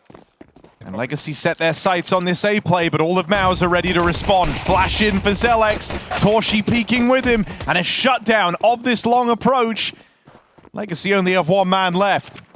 I really like the idea there for Legacy, having just the P250 searching B, immediately trying to test this site hold, and at the same time also Brolin, who is back on long. So Legacy looking to flex on MOUZ, falls short in this pistol round, as MOUZ have good protocols in place. Flash to shut down this play, and Nissim careful because he's looking for a 1v3. Torshi denies it. Calm stuff for MOUZ here in the pistol, with some well-placed flashbangs and a nice shot from Spinks to stop it from getting out of hand.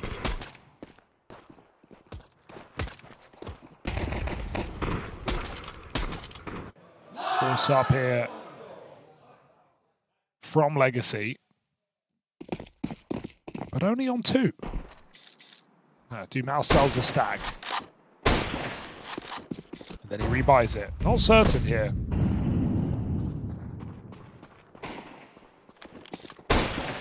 Sticking with the scout, maybe relying on this entry coming through to commit with the buy.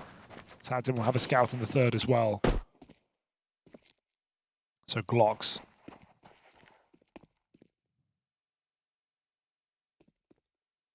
A nice, comfortable start to the major for MOUZ.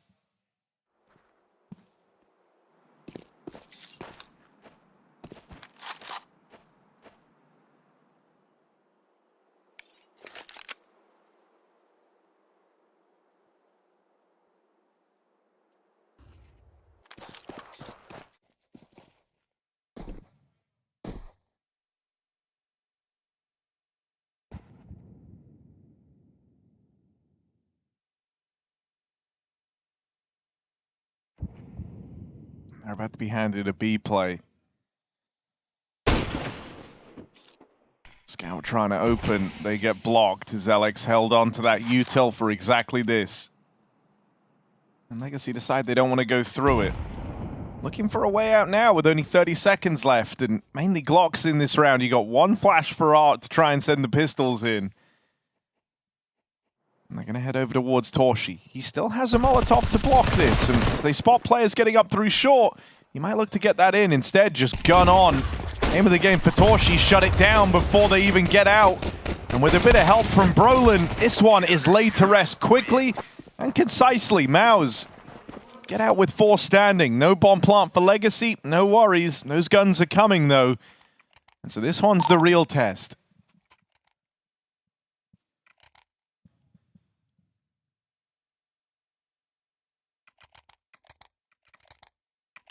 All right, pressure off for Legacy. Lato trying to remind them.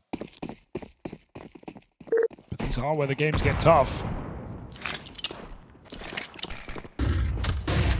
MOUZ quick out long. Let's just get him there. Deep volley blocks Art. He wants to try and assist his teammate, but reflash again. MOUZ actually blind themselves, so they bail. Fair enough. SMGs v the AKs. But what does that leave them with? AWP in the bomb site. Looking for the long pick. And Legacy given the room to run and execute.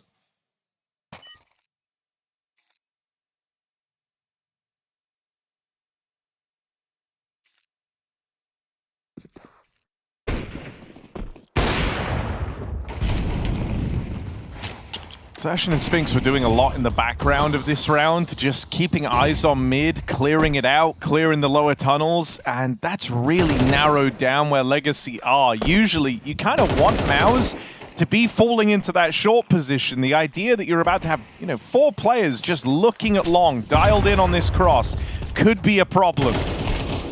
There's an opener for Lato. Dumao stopped by the util for now. Buys them a few more seconds. Spinks trying to force a gunfight there. Dead straight away. And this smoke push for exertion is desperate. Nissim catching him on the end of it. They might go into a full stack here on the side of Legacy. They get out with everyone standing when all is said and done.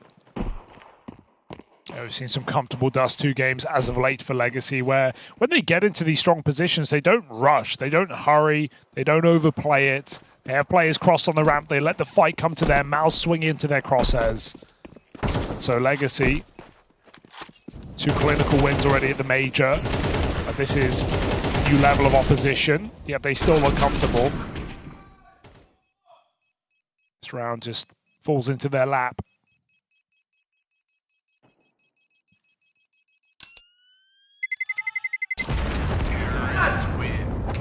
Legacy getting loud already. Known to do so. It's MOUZ with a difficult buy coming up here. Looks like they want to all in it.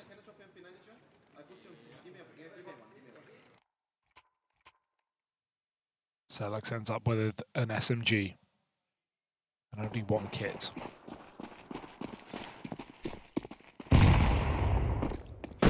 Spink starting long. Full take coming in here for MOUZ. Roland getting right in the corner. Risky position, but if they pop through this smoke, he is in the perfect spot to do so. Nade on it instead. Roland trying to escape. They're chasing him down, and Art will take a dink, but that's a 4v4. Spinks, will he offer up the advantage? Smoke forced to go back, but Dumau's out cat, and you're getting peeked everywhere you stand. Session's got to pick a battle here, wins out his fight on short, and that's given him room to fall back. Very key double. The site was getting collapsed upon, and now Torshi nearly the lineup. Sad's in 1v2, and with Zelex helping, peeking from the short side, lets Torshi come back round and help him out. Oh, could it be a Torshi major? Have we considered that? Have we thought of that as an option? Some nice shots out of Torshi in that round.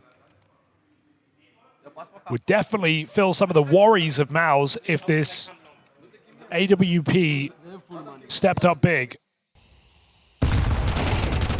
It's a map that MOUZ had problems on, right? Talked about it with the last map pool change, Train out, Anubis back in, MOUZ old Instaban returns to the field right as they were getting really good on Train. And so forced to play Dust 2, MOUZ series being picked against them. We knew there was work still to do for MOUZ.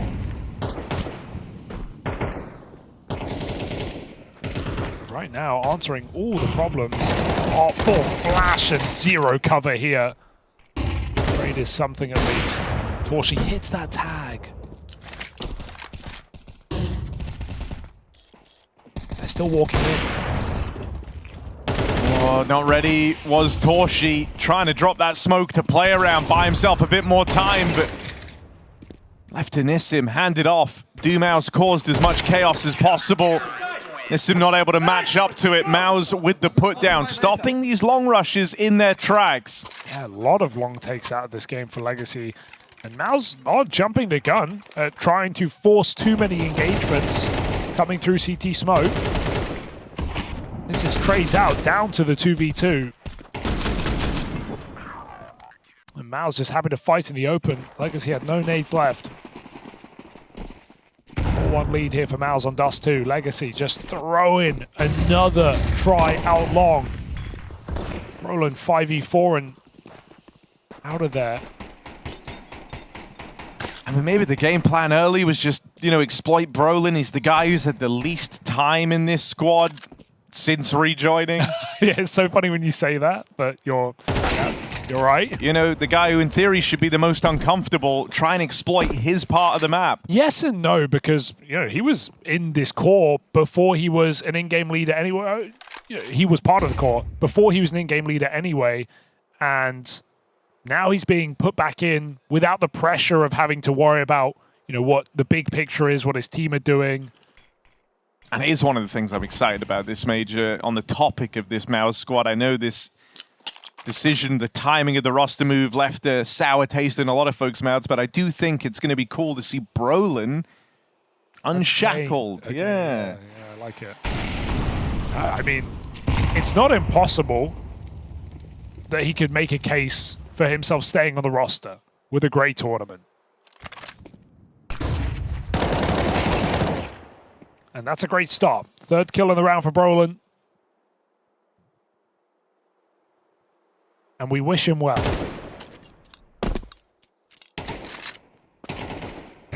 Come on here, just whittled.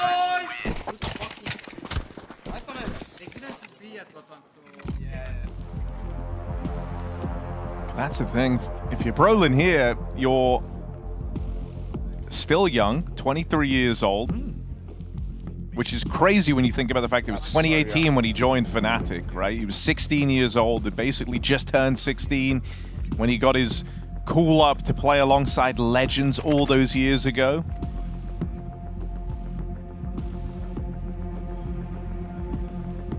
You know, a guy who has been playing over a decade, but still so young and wants to keep his name in the minds of top squads, right? He has something to prove here. Like you said, it seems like his time in the MOUZ project well and truly over. And so to that end, this is the chance to get yourself in that shop window. Yeah, it's the highlight reel. Another young veteran. MOUZ have had many. Torshi just sending it up middle. Audacious AWPing. Sadson might meet him there, but he's double scoped on Cat. Orpa knows how close they got, but as the swing comes out for MOUZ, they punish across the board. Two openers. Legacy got what they wanted. They just don't agree with the result. 5v3 for MOUZ. Back into their bomb site. Torshi takes the long line. They have a lot of utility left in this round. Do MOUZ. One molly, one smoke for Legacy. I mean, you could justify a save. That's how bad it is.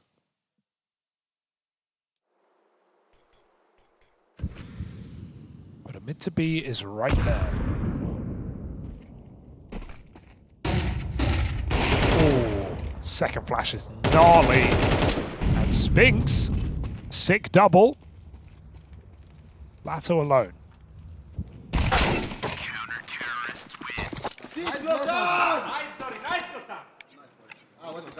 I think if you're a lot of the other teams here in stage 3 at the major, you're almost happy that Legacy have been the ones to test MOUZ's Dust 2. This used to be one of the go-tos for exploiting this squad in a BO3 since Anubis rejoined the pool, but as we saw at their venture in Astana and then once again at CAC, it wasn't a map they were fearful of playing, it's one that they were putting in effort to try and improve, to try and uplift. They've had a bit more time now in between these events to really try and find their footing on the map. And even in those games where you had Spinks and Zelix both struggling, or even, you know, just one of them having an off day, you were still getting some reasonably competitive games of Dust 2 more often than not out of MOUZ. And so I think it's been well worth talking about.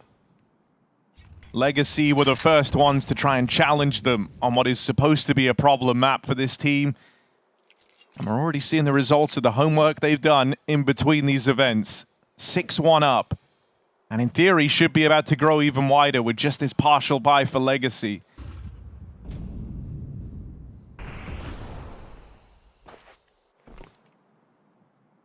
Meant to be going in. Legacy with the pop. It's just Art out middle, causing commotion. That's an entry through the smoke, just spamming Tech9s gets them in. This is a winnable round now. Art can't play too soon. Spinks on his own, locking down this site. Comes through the smoke, sneaky, shut down by Xertion. 2-on-3 now, Legacy, no guns, but they've got a shot. This round is still tricky. Sadzin makes a mad dash for the M4, arming himself in this post plant. They're gonna lend a bit of time to Brolin on the tunnels flank. Torshi has a flashbang to begin this whole retake. That goes in now, no peek on the back of it. All just to take attention away from Brolin. Bound for that backstab out through the tunnels. They do a lot to take eyeballs away from their former captain. And Brolin cleans up. 7-1 lead. B-site retaken. The entry mattered not. And that double from Spinks also holding up to the eye test, right? Aware of his responsibility here, knows that if he lets them in, there's kind of no winning that round for MOUZ. Nice! How about a lean out with a double? He kept MOUZ in that right to the very end. German AUG, Brazilian AUG, 7-1 was always inevitable. Will Legacy wake up now?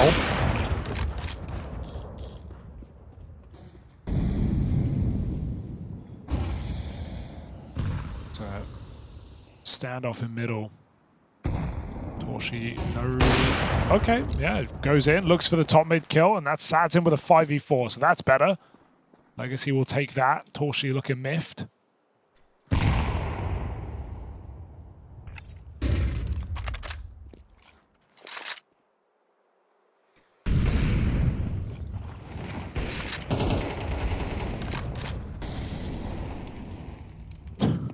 The face of locked in. Miss him or Yakindar, you guess. Legacy go back for this B hit. Only Zelix home. Spinks is Joker on Goose right now. Zelix, he got smoked last time. Careful again as Art looks to do the same. This is MOUZ saving, although they don't know it yet.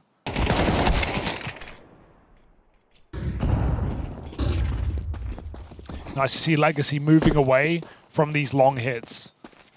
Roland came in good form, didn't overplay, didn't give up any kills past pistol for free, and had that position on lock.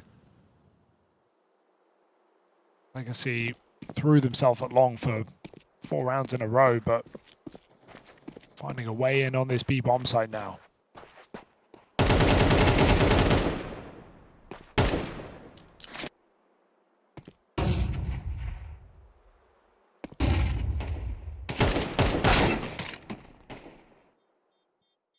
What was supposed to be a hearty save ends up being pretty darn costly. Now, money's not really an object right now for MOUZ.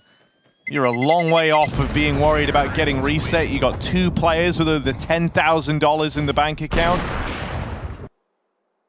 Only a couple of rounds left to play. So save or not, everything's coming in here for this MOUZ squad. Legacy, this will be a grind of a comeback. But a 5 alive round to get things going. It's a nice way to start.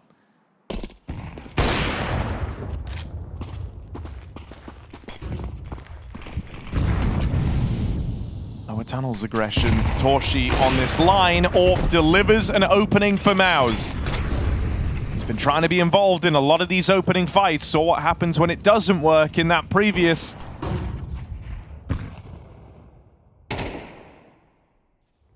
Do they still clear lower? Because Spinks is waiting in here. They might have heard Torshi run on back. That's only strengthens Spinks' position. Gives him the element of surprise. Lato needs this trade, has him boxed in. But it's a high damage trade at that. Lato barely alive when all is said and done. Can't believe Spinks hits that thing. 12 and 5, and he takes 1 more down to 9 points of health. So looks unwinnable for Legacy. The gap is cat. Torshi would have to miss shots. If he does, Legacy have a chance. Lato takes the AWP. Nissim on entry. Torshi moves back into a more aggressive position. Gonna get more shots off than he would back in the long corner, but flashed off initially. Torshi uncrouch, hits his. Maybe more where that came from. And HE could be devastating to Lato at the corner still. They get closer. Torshi on notice. Sadzin needs something special. Both these players on their last legs. Nice connection. Where's the trade? Zelix can't find it, and they'll pay the price with their life. 2 kills from Lato's AWP and Brolin in the clutch. High-low. Double setup, Brolin now aware. There's the first. 1 more shot could close this. A clutch for Brolin right in front of him. Bomb not planted for Sadzin, and he's low on HP. It's going to be hard to call the bluff here. Gets Brolin off, leaves himself out in the open. Sadzin holds on. That's 2 players shot away from death for Legacy.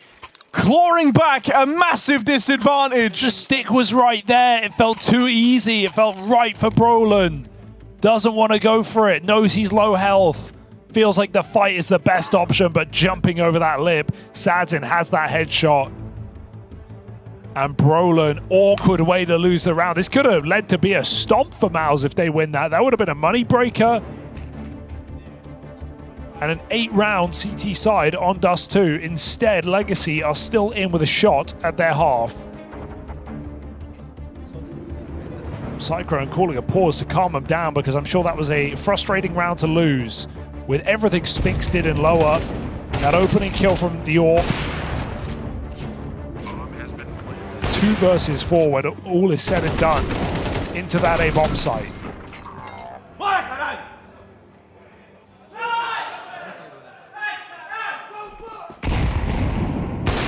Boom. Oh, Torshi thought about it. Decides to reconsider. 4v5 recoverable, 3v5 not so much, and so weighs up his options there. Doesn't attempt to trade from short. Legacy are already deep down mid. They're beginning to walk out into middle. Looking like a contact mid to be. And I don't think they're phased by that smoke, trying to run right through it. They're going into 2 players from MOUZ, Zelix and Spinks. Get eyes on.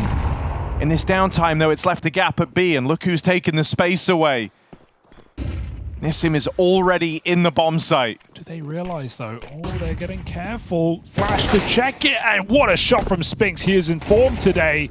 It's a banger, hiding out now, backside Molly in his face. And Actually hits the cross shot. Doesn't matter. Spinks is still here to have it on lock, and he is not letting them in for free. Spinks is 4K to punctuate this CT side for MOUZ. What an incredible round for Spinks. That close flash to get Nissim off the line. And Spinks perfect clear. MOUZ absolutely realized the gap had been taken. I think, you know, this is such a terrifying sign for folks who maybe had written MOUZ off on the back of these roster changes, the roster lock situation around this squad at this major. Because I think the big deciding factor was how Spinks, you know, someone who was in fantastic form for the MOUZ squad in 2026, how he would adjust to some of these new roles, these new responsibilities.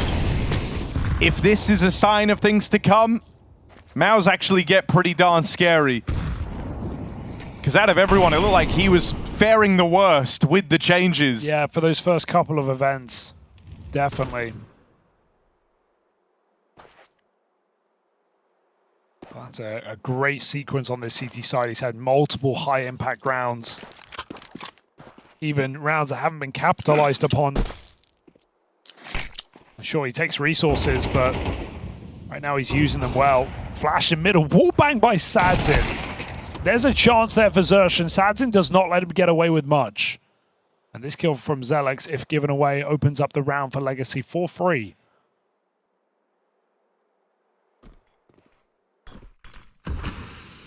Almost wonder, you know, you saw you drop the bomb there if you're MOUZ.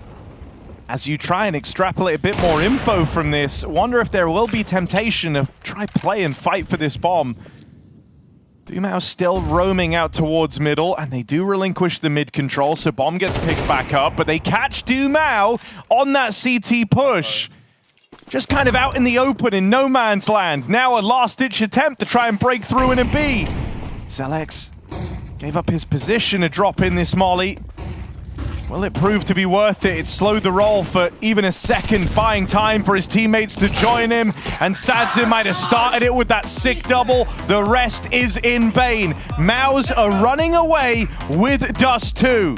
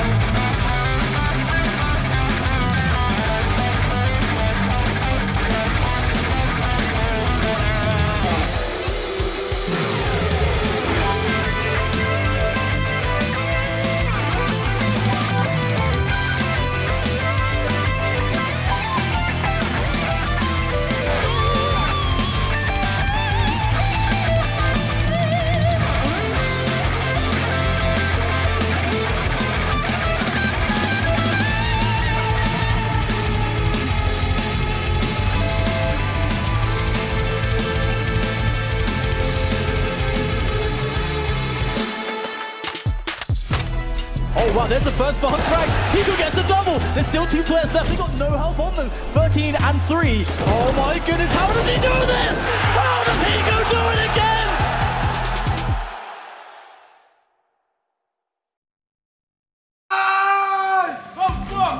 MOUZ looking solid in their opening game of Stage 3. MOUZ running away with the group stage match. Nature might be healing after all. It's Dust 2, a previously struggling map for the MOUZ squad, but quite the advantage. This one is going to require something special out of Legacy if they are to save themselves on their map pick. Yeah, gotta be a pistol to kick it right off here. MOUZ won a bunch of rounds on long, so it looks like they're going to go right back for it on the T side as well. 3 Legacy players here. Art not far away, can throw this high flash out. Legacy want to clear long. That's danger. Exertion punishes Dumao. A chance to line up headshots as they walk into the USP. Kill after kill for Dumao. Might be enough here for Legacy. Bomb spotted at long. Spinks on a lower lurk. And no one in a hurry. All right, you got the kind of yin and yang of this MOUZ team still in the picture in this 2-on-3. Exertion, the fire starter across in the pit. Trying to figure out a way to bring Spinks, their lurker, their man who uses all the time he can, into this round.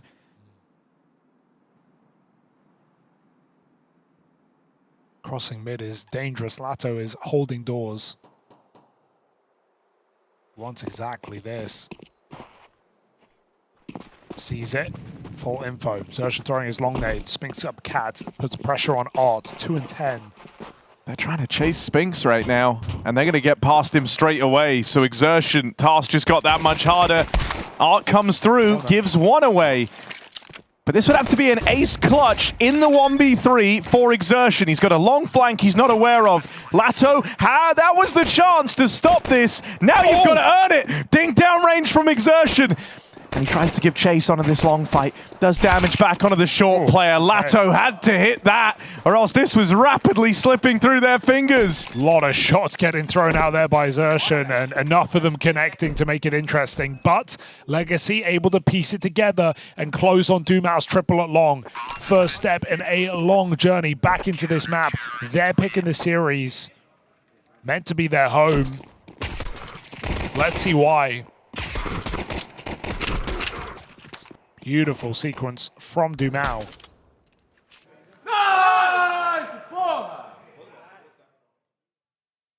Of course, Xerxen get the AK out. Got those kills, got the plant. Perfect answer. Scout down middle. It's MOUZ's force, and with the game they've had, no reason to doubt it. Couple of rifles to take these entries.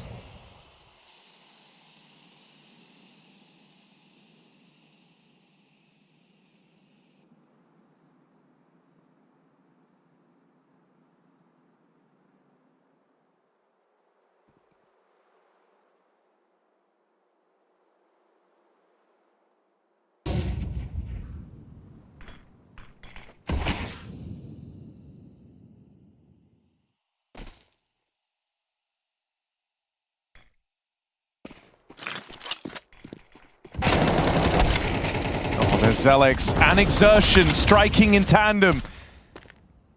Santin and Nissim have done what they can to restore some normality to this round. It's Art's backstab that makes you a little bit nervous there, missing his opportunity just to end the round before it ever begins. Now they set their sights on B. Nissim gets one of the dome straight away as soon as he tries to play out through the window, and that's a big problem. You wanted him to try and strike one off the tally. Brolin just chases him down at the window. Oh, double jump shot for Brolin. And so the returning captain finds a way to land on his feet. Art is out of there, outclassed. And MOUZ steal away the force, putting them on double digits, breaking Legacy's money. The second you see Nissan miss his chance in the window, you're getting worried, because giving up the B-bomb site in a spot like that is a disaster. Whiffed flank, whiffed hold, and Brolin, bit of luck coming into this one, in the air, takes a double kill. Sick. MOUZ are just laughing right now. Everything's going to plan, and Legacy are getting locked out of this series. So the idea that Exertion could be coming in with renewed form, calling around himself, still being a very strong, aggressive rifler, and then Brolin will back it up. An interesting look at this, albeit temporary, MOUZ roster.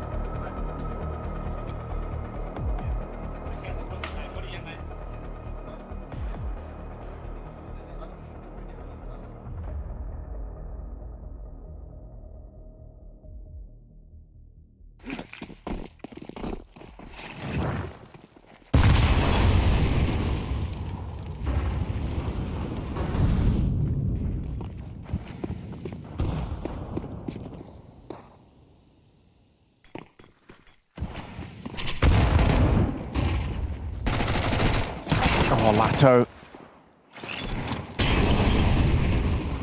Attempt at the mid-fight here for Legacy, but this comes with one concession, and that's that B is wide open. MOUZ just barreling through. Take the space away. Advantage for Legacy in terms of the player count, but that gets ripped from them. Love that MOUZ is just jumping in. They've both rounds, even the previous one where they see art top middle, they go screw it.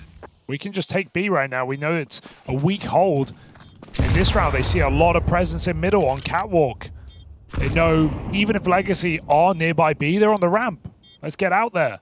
Push through the smoke with a flash. No one close. And so no worry from a 5-7 ripping them apart. MOUZ just win the round from position. It's back to back.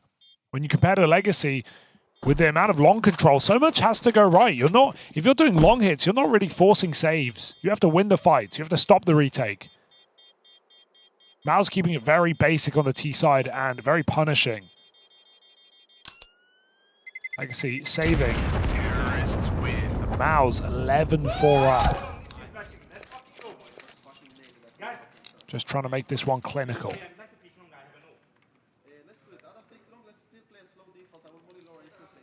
Okay.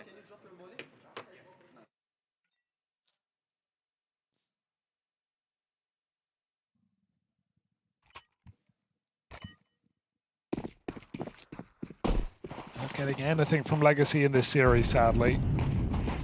Couple of clutch rounds from individuals. We know the talent runs deep on this roster, but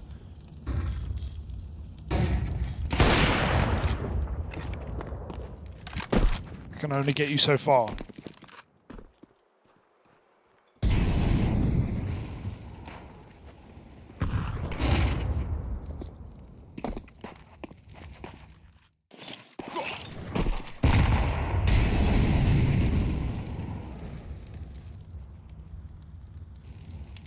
Spinks is just keeping a second option open in this round, waiting in the tunnels, keeping pressure on this B side of the map.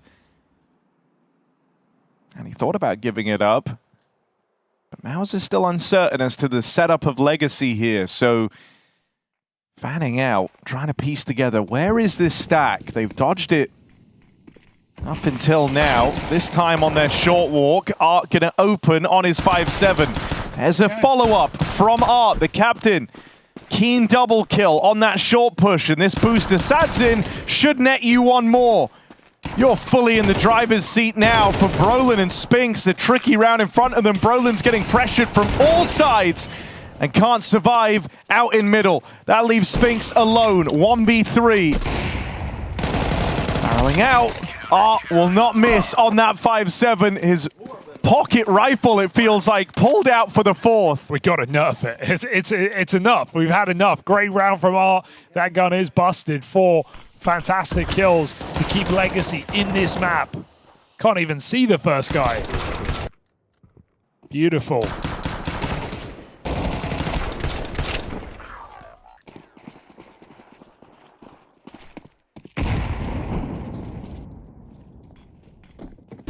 But that unlikely round has got to be where Legacy have their second wind. You get a bunch out of it. AK for Lato, AWP on Sadzin. The defense has to start now. Oh, and that's a really rough miss. MOUZ won't be able to punish it.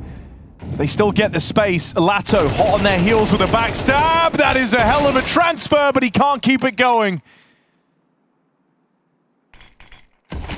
And you might feel a pull over towards this B site on the back of it. See a player like that push through the tunnels. You're not expecting numbers towards B right now. And so feigning the drop down. I don't know if they're going to commit to this. Exertion still has a full belt of util. He can just be here to put pressure on. Contact is interesting though. It still works. He just gets the dry entry. There's one more man hidden out at the car. Can wait for the mid to be, or can just bail entirely, because if they don't believe it. The issue is Spinks is kind of left out of the picture in this one. He's seen something. Gonna walk up, try and find this AWP. Easy pre-fire for Spinks all over the map. MOUZ are suffering from success. They've eventually got to pick a bomb site. Going back into A is the risky one. Don't have info on short. We can see there's no one here, but it's the presence of Spinks at long, leaving this A site in a stranglehold that calls MOUZ in. Dumau has a lot to do, and he's brushed aside straight away.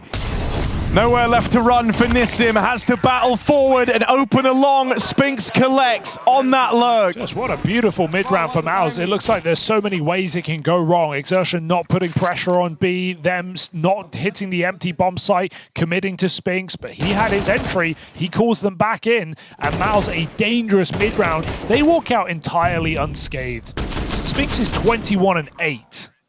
And as we headed into that first outing with this this new look MOUZ squad, Spinks kind of teased us with the promise that we would see a bit more of an aggressive lurk from him. I don't really think he delivered on that in Astana. I think it was pretty similar to what we were used to seeing. Spinks in this game and his lurks have found massive impact. Yeah. They're not fast. Don't conflate the two, right? They're not fast and aggressive. But he's putting a lot of pressure on. He's leaving options open. So often the round ends with MOUZ linking up with their lurker. And I think the scoreboard speaks for itself in that regard. 21-8. This guy has been finding mammoth impact all across the map. So the job is right there. Just end it. Legacy's pick. MOUZ's previous difficult map. Maybe no longer. Reassuring game right now, and all that's left to do is find those 5 final kills. MOUZ out middle.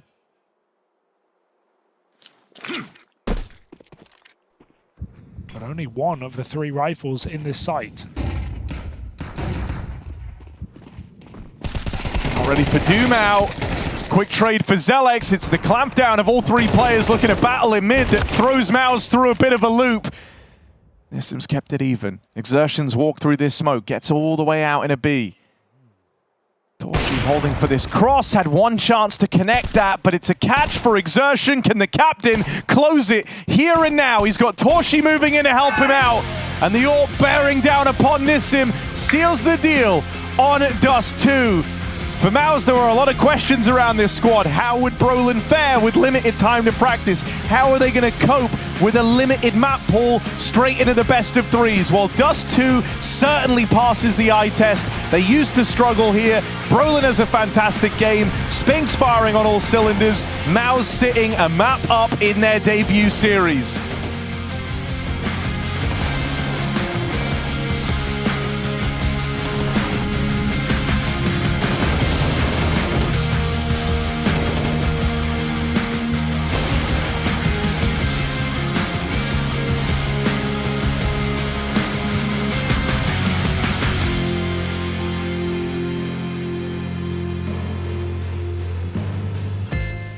The rotation might be slower. You might not believe what you're seeing in terms of the util unless the body or the bomb is called. Okay, you're blocked.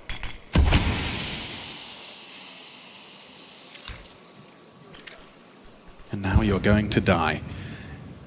Robson Zaiwu, the dream team. my god, he was trying to throw nades. Awkward death for Rob. ZywOo as well, feeling the pressure. He's got a molly at his toes, tries to strafe away, dips back, covered by the smoke. Good one from Flamesy, overwhelmed by Krabeni. ZywOo gone. Already that site showing vulnerabilities, and they're both behind that smoke. Have to give it a go. You're out of rounds. You got to give it a go. Blew the smoke open in front of Apex's face.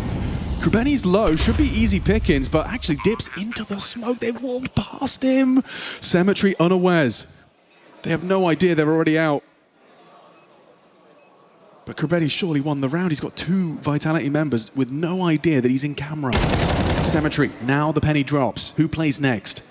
That bomb ticking. Mezzy booked, just like that. He can't believe it. How's he got there? Krabeni just worming through smokes, gets output on that low HP. And Apex resigns himself to a half-hearted, reluctant save. That's 12. Yeah, Rops has had some real moments getting caught off guard. He's had some important moments too, where on that eco round he had some trades, but think about the first half. He's the guy who goes down first to the force buy, gets deagled in the face. They have this play as well on one of their lighter buy rounds where they push out A main and he gets caught off guard up towards Rugs. And again, caught off guard right here. You see ZywOo flashed. He trades as quick as he can. Flamesy doesn't catch the player scaling through the smoke. That's going to be his undoing. And this is domination on display. This isn't close at all. We are right now on track for a 13-5 Vitality loss to start their major campaign. Cold shower of a result. Apex just started the round with a nade in his face. That's a hard nade to throw with that early timing. They've nailed it. Definitely seeing signs of comfort on this map, regardless of how little they've been playing as of late.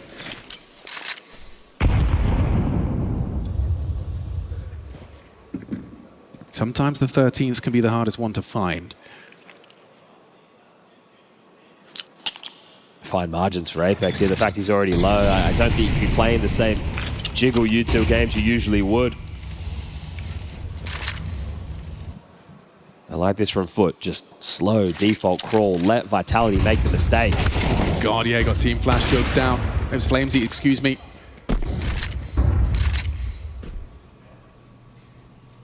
With the flash, opening kill goes Vitality's way. A quick retool from Foot. Everyone starts to group up.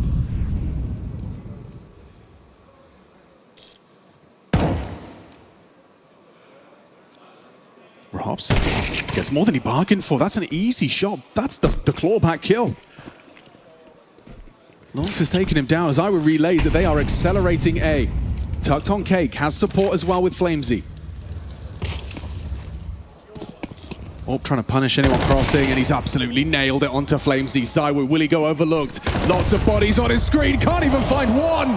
That is surely the end of Anubis. That is a statement to start off stage 3 up against world #1 Vitality, and they've got 5 rounds to their name. Hey, this is 4 major rookies. Their debut on a stage like this. Sure, stage 2, they made light work of that, but making light work of Vitality, it's Anubis. Apparently, it's their home turf. How can I break when I have no heart to be broken? If this is the end, when will it begin? Is there a way to live again? How can I dream if I was never awakened? How can it still hurt when I can feel the pain? We're not born to feel the pain.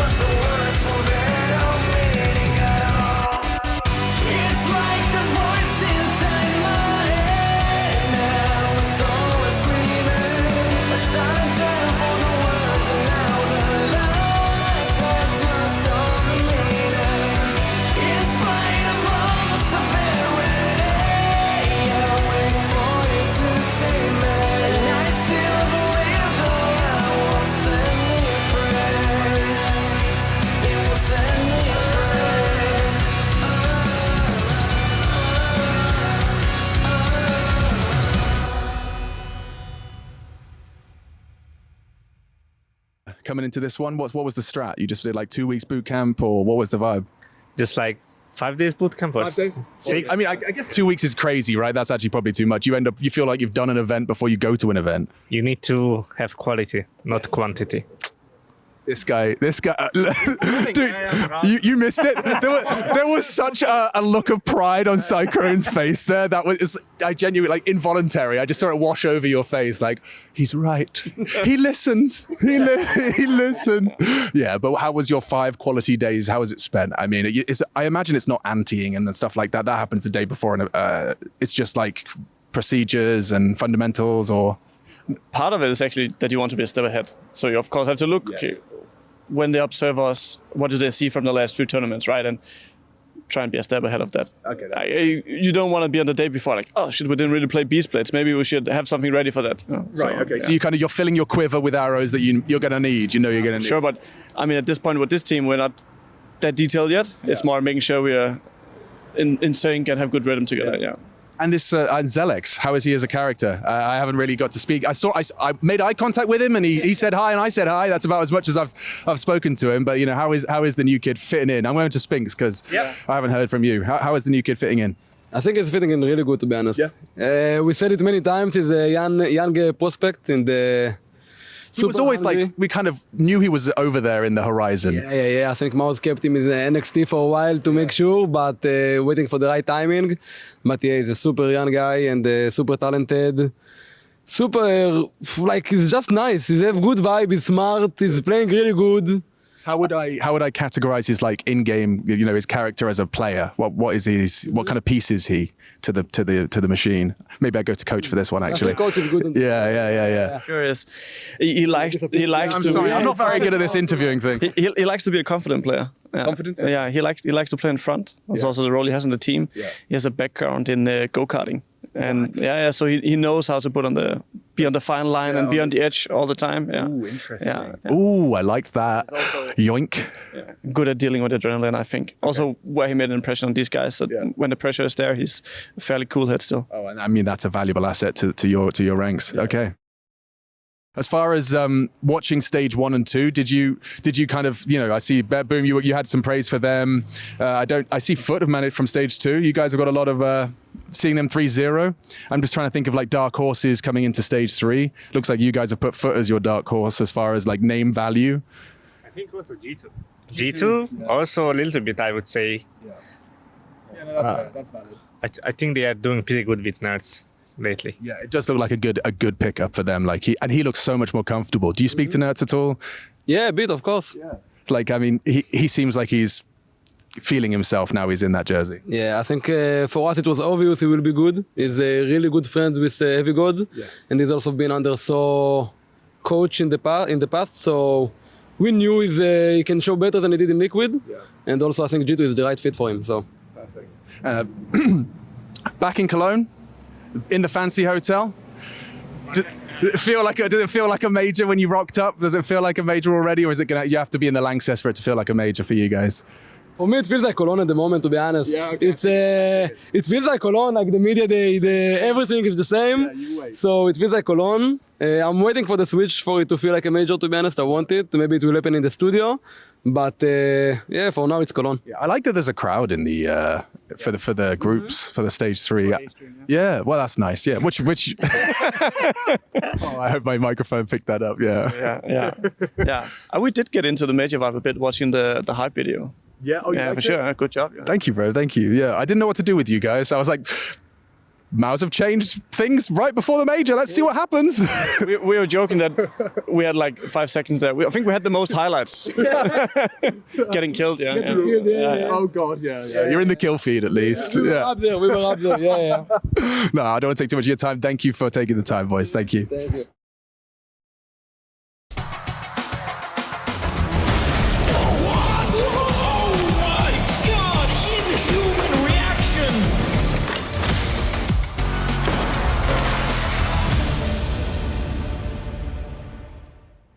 Well, MOUZ make Legacy's mountain look like a molehill. They break down Dust 2 and take the first map of this series in ease. Now we go to Nuke. We see if MOUZ can clean this one up and go 2-0 on the game to start their major off on the right foot. This is a Legacy who had to grind to get to stage 3. It took all day, every single day of the previous stage and just beat out Tyloo to do it. Well, now MOUZ is their matchup. It is their maker, and it is seeming a bit hard of a task here for Legacy after a game like that on Dust 2. That was a map that MOUZ had real trouble on since Anubis re-entered the pool, but not today. I will say, I actually think this second map is going to be way more competitive. I think Legacy may be a little bit stunned. You go into Dust, you're almost expecting to have an easy time just going off of what you've seen from MOUZ in the past. I think they maybe caught you a little bit off guard, but now you're better equipped. You know what you're up against here. You also know the individuals that have to step up. No one really rose to the occasion in any massive way for Legacy on map 1. I feel like you're going to be fired up here. It's also one they've had a good chunk of reps in, even looking back to CAC where they played it versus Falcons. Obviously, they went on to lift the trophy there. They narrowly lost out on this map, but it went the distance, super competitive. They've had some good results here on Nuke. For MOUZ, I think also some good wins, but some hit and miss results. Not immune, at least in the outings we've seen them at since they went for the roster change, of having just some fall-offs on Nuke where they hit a bit of a wall and struggle to break through. Yeah, often though that is up against the best teams in the world, and you know, Legacy, as good as this run has been, pales in comparison to that of Team Spirit, of Falcons, of the Mongols. So some uncertainty still in this second map. Expectations of Legacy to do more, but can they do enough is the question. Spinks showed up back on Dust 2. Was an absolute rock for MOUZ. He was everywhere. And Torshi didn't play bad either. AWP was a force to be reckoned with. Question here for Legacy is the floor more than the ceiling, right? Art absent from that previous map, but we've seen games from Art this major where he's been the top performer, where he's kind of carried his team through it. He's had some phenomenal individual moments, has Art.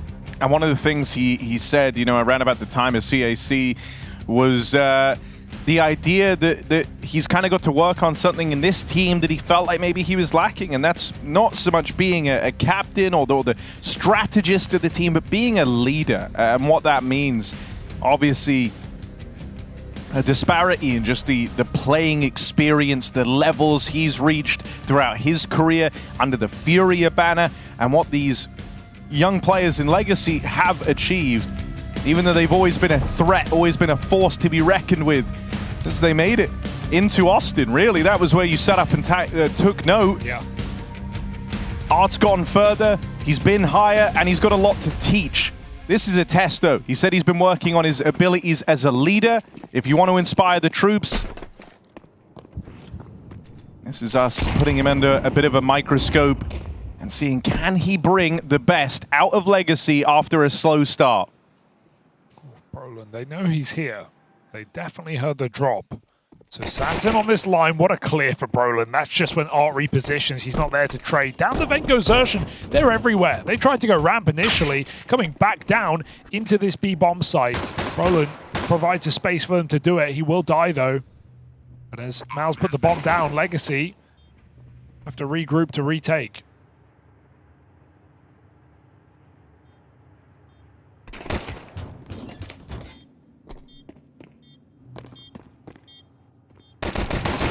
Oh, Exertion holding the shot, trying to milk this for all it's worth. Gets out with his double. And what a turnaround in the pistol. 3v4 in the post plant. You thought Exertion had missed his time in his window. Flubbed that shot on the player with back turned, but goes on to double up. I like that pistol for MOUZ because they're all over the place, right? Brolin is allowed to drop because of the main smoke, and then because Brolin dropped, Legacy are looking at Brolin. That allows MOUZ to come back from ramp and drop down the vent. There is no one indoor to stop them, so they just pull Legacy all over the shop. and get down that gap into B. Roland's kill, not even necessary, but it certainly makes life easier.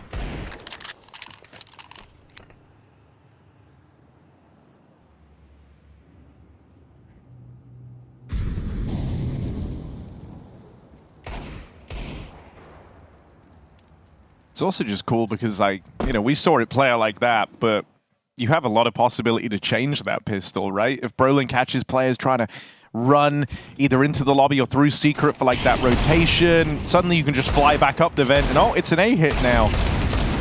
Kind of a choose your own adventure pistol round for MOUZ. Very malleable. Steagle controlled by Art for a double while he runs away from the second. Art's locked into this box. Surely no more. They can wallbang him right now. He's on 3 health, so reposition is wise. Surely no more than 2. He's on 1 health. He can be felled. Art's just shooting ghosts. Bomb's loose. This is a standoff here. No one willing to make the move. They're watching Art's back. He can just stay on this line. Who wavers first? Flank is in. They found him, but Lato's got the cover. They still don't know right behind them. Has to run. 20 seconds. Spix, this is too late. Too late. And kills will not come through. Bangers hit by these Deagles. Lato double, Art the same. And Legacy find their force by. MOUZ gets stuck in the mud.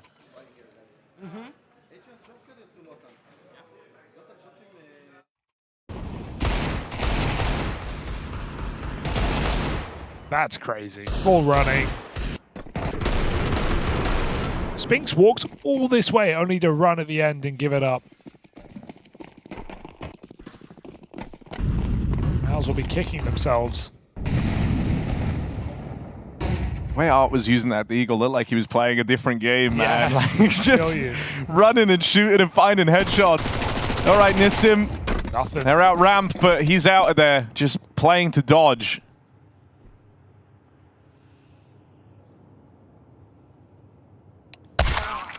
Yeah, no damage done. I was hearing the text. Not live indeed. Art has crashed. Oh, dude, thank goodness Nissim didn't do Yeah, damage exactly. on that ramp Nissim's hit. Like, lucky. he's actually pretty goated for that.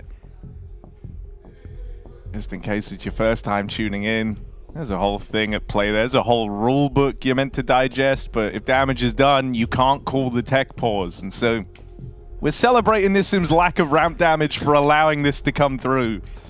You'll take it.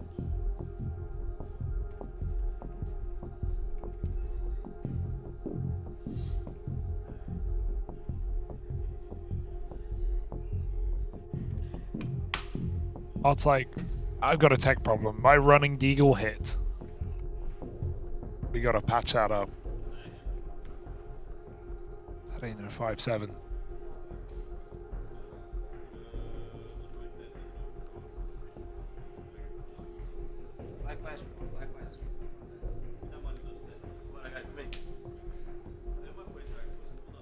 In between the break, I did go speak to Chad and Alex, or Sponge and Machine. Oh, yeah. Yeah, that's how you know. I was just asking what's been going down in their game. Bit of an update from the A stream, so if you don't want it spoiled, stop listening right now. 13-5 to FUT. Map 1, Anubis. They want an eco. They want a force within that as well. Against who, Harry? Against Vitality. There it is. Anubis is the asterisk, but that is a very dominant win. Could feel that FUT were going to pick Anubis every day, right? Playing it against G2 looked really strong. G2 came back, but it has been the weak point of Vitality's map pool.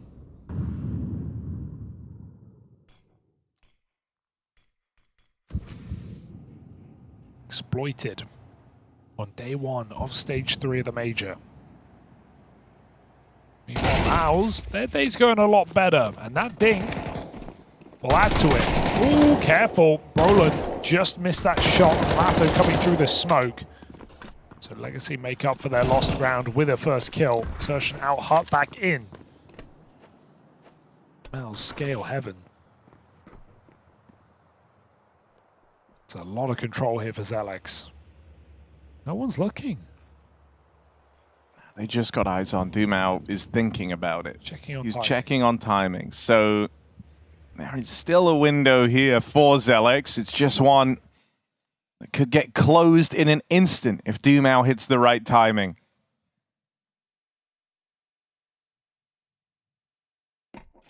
Just peels off, but now he hears the footsteps, gets to show his head, and that's 2 for Dumao. Torshi not able to tap him out from range. So Legacy win the 4-spy wars. Eco for MOUZ.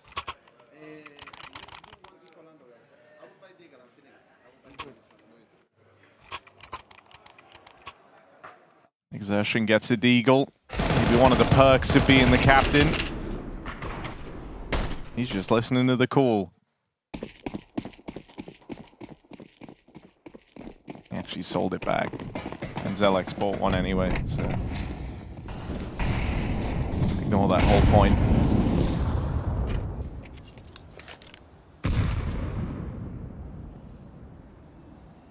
Strong start for Legacy will make this series a lot more interesting. Have to see MOUZ on the back foot. Easy to call from the front.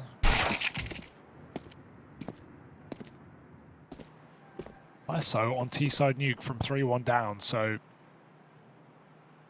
just as Deagle hunting. MOUZ playing past the parcel.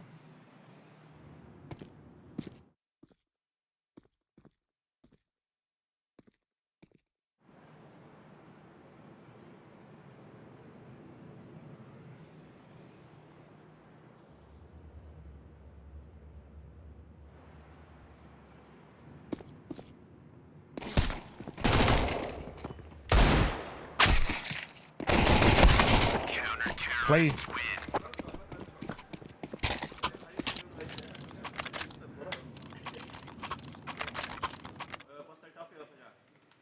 Legacy controlling the early game. What's his first call going to be for MOUZ? Expecting yard, some smokes, maybe something more defaulty. Get a feel for what Legacy are up to. Smokes left back in spawn. So he gets to throw.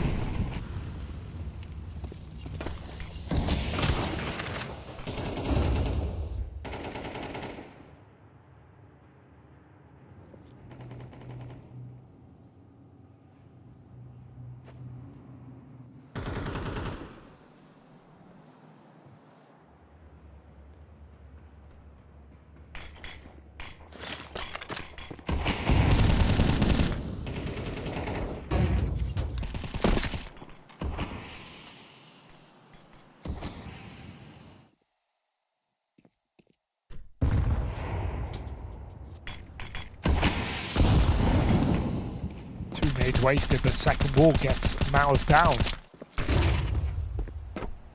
Zelex goes deep. Out of garage again, just leaving a lot of options open here at MOUZ. Not hard committed to either one. Players might cross in a secret shore and go looking for space. With Zelex and Spinks still roaming out towards the top, you have open options here. Spinks comes down, going to try and help them flush out this stairs guy, and with Nissim, attention fixated right now on Secret. Spinks blindsides him on that push.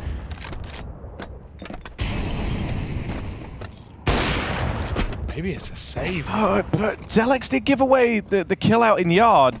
I wonder if just on numbers that pulls you back in. I want to try it maybe, but out of position, sure. That's the one thing. Yeah, Lato saving. He's in T-spawn.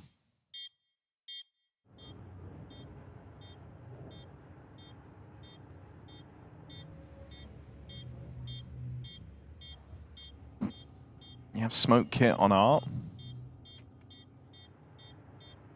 It's done.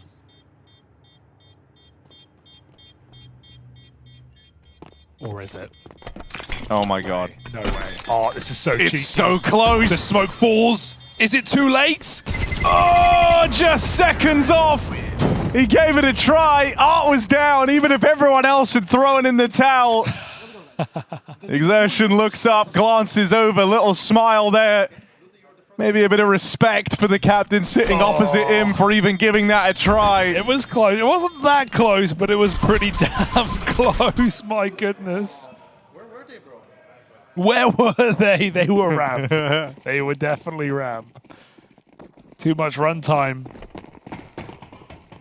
Nice try for Art. Love to see that attempted here, but Legacy maybe getting desperate as MOUZ look to flex on this top pit. Well, they've been shut down. This kill required. Brolin can't do it. Low health in the hearts. And they just get wiped out.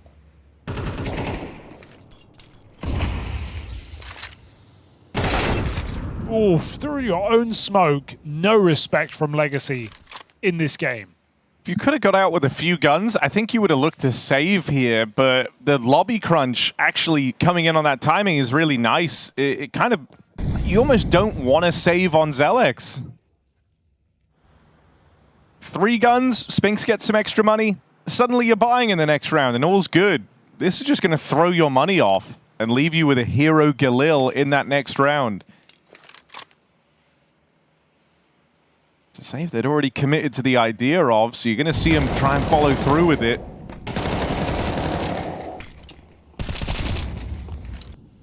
You will be able to get 2 extra rifles alongside him, so you can still cobble something together here if you're the MOUZ squad. But it isn't going to be great.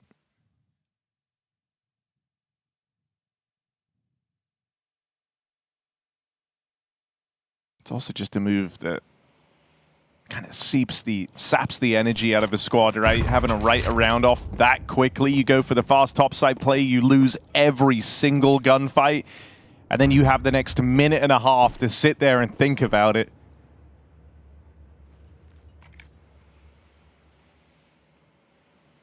But that was the attempt at the pace change. And Legacy do a fantastic job of shutting it down. Even just the knowledge that you've bought yourself a bit of respite from fast A plays is fantastic for the CTs. I think one of the scariest things that can happen at the start of a game of Nuke is that fast top hit works, and now you spend the next 5-6 rounds worrying about the next time it's going to crop up.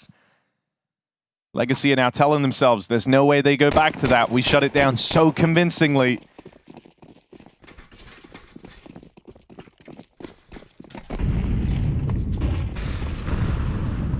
So a different start, no longer multiple bodies in at that upper site, it's just 2 players there actually playing within the confines itself. You've got Nissim roaming around Hellside, ready to help out at ramp.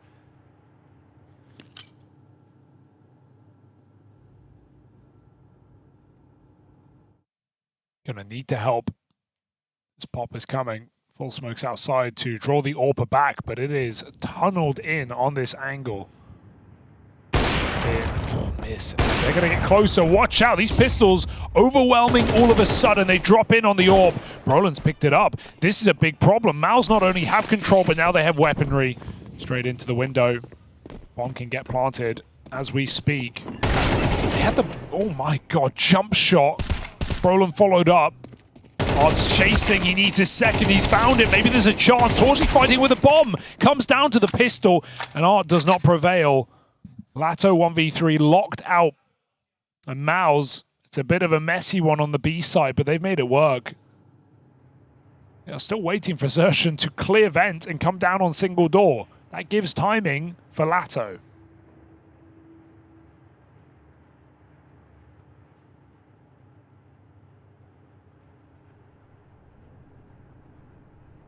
It's allowed him to close in. Uh-oh. Plant out in the open too. Lato had a chance at that 1v1. Falling shy of it though. Torshi on the rifle with an important 2k. That trade on Art, massive that it comes through. It was such a risky fight to take. And he gets out with the free AWP. There's a lot to like about that round if you're MOUZ. I don't know why Sazin went back in. Maybe he felt like he didn't have the room to come back down. But he was halfway there and then just turns around with a pistol. Maybe you get the call from Nissim, like, we're going to try fight this. Yeah, but they couldn't. Something called him back and ends up being the wrong move. Now an aggressive start for this CT AWP out in the yard. Oh, I think they saw him. Brolin on Silo's timing was pretty good. Not looking certain, but Sadzin's here with the AWP. They've walked right past him. Oh, right there, into the headshot. All right, pressure on for Sadzin because one isn't going to cut it here on this aggressive stance. How do you manage to get multiple kills out of this position? Zelex in behind him, good for that instant trade, keeps the advantage for MOUZ. And this was Zelek's strong map. This is where he found some of his best games in Astana on Nuke, showcasing some great aim, being the first or second guy outside alongside Xertion. So what a time for Zelex to come out with 2 banging headshots, removing the AWP and the peek from main, freeing up room for Spinks to lurk in the door, and they just come out into A. All 3 players here, though, need these fights. Another one back for Zelex. Are you ready for a second hot player, especially with Nissim pulling so much attention away? Spinks gets the info on both, but a tricky 1v2 in front of him, and he's brought down real low. That nade will finish the job. Turnaround from Legacy as Nissim and Lato do the heavy lifting to stop that A hit in its tracks. It's the worst feeling when you get that double entry and still you go into the 3-man stacked site. MOUZ just wander into the double hut setup, and Legacy do a great job. That Heaven Peak getting away with more than you bargained for. It's a round you kick yourself though if you're MOUZ, knowing you really could have just slowed it down, but Spinks was in position, the door player was dead, A was right there for the taking. Man, at every turn where MOUZ have kind of had the edge and the chance to start running away with Nuke, they've lost those rounds. And then they win the eco out of nowhere, so what does this mean? They won pistol, lost to the 4 spy, went on a 3-round loss streak as a result, finally get one more on the board with a low econ round. Then the same can be said for Legacy.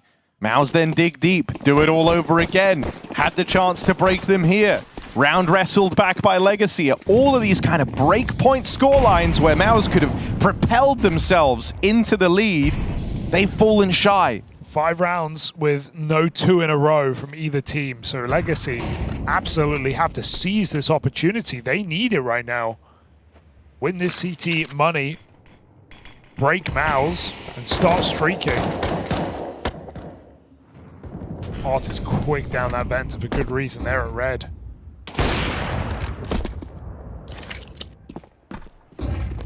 Two players down here for Legacy, Doomau and Art.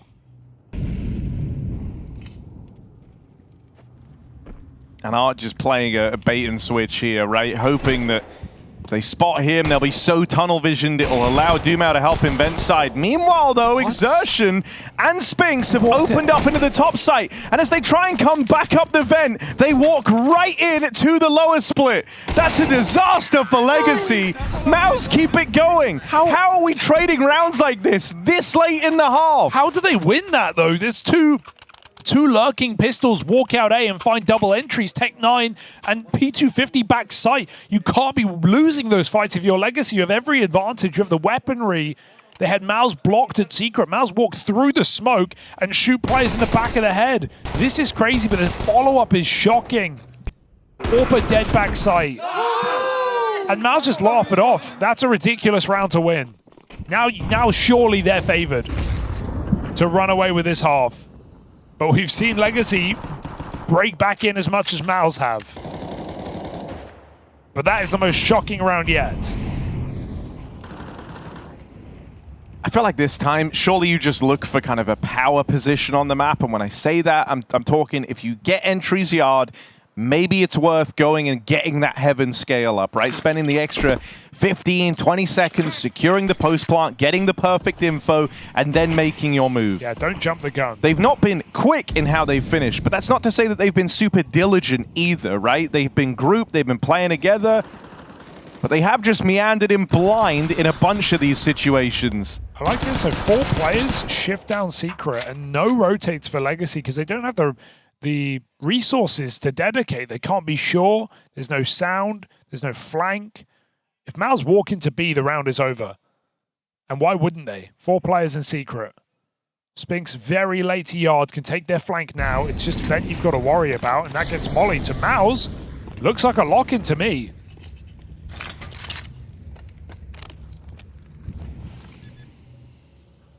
Legacy full save by next. Or play it again, rather. But of course, the temptation of damage is always there.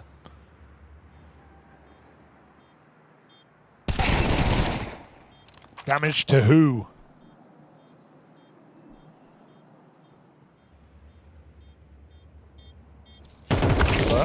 On the fence.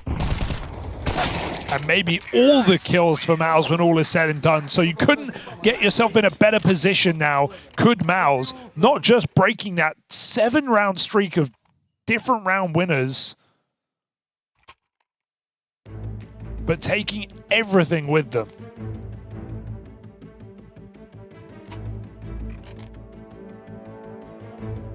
Vitality Foot raging on the A stream. We got a packed out Palladium.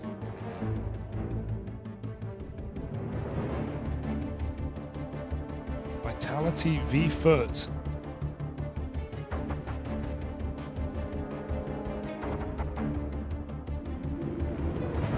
Yeah, and over there, we said shock and display, Foot able to shut Vitality down convincingly on the first map. Well, on map 2, Vitality returning to form, let's say. 6-1 lead to them on their map pick. They're back. For us, we have to figure out who's going to win this damn half. You've got a Mag 7 for Art. No armor, no nothing. Not a phone in sight, just Art and a Mag 7. Nature is healing. What's he going to do with this? Isn't life beautiful? Kind of love the no armor. You can make all your money back. Yeah, 1 kill and you're good. It's lucrative. Yeah, just need 1.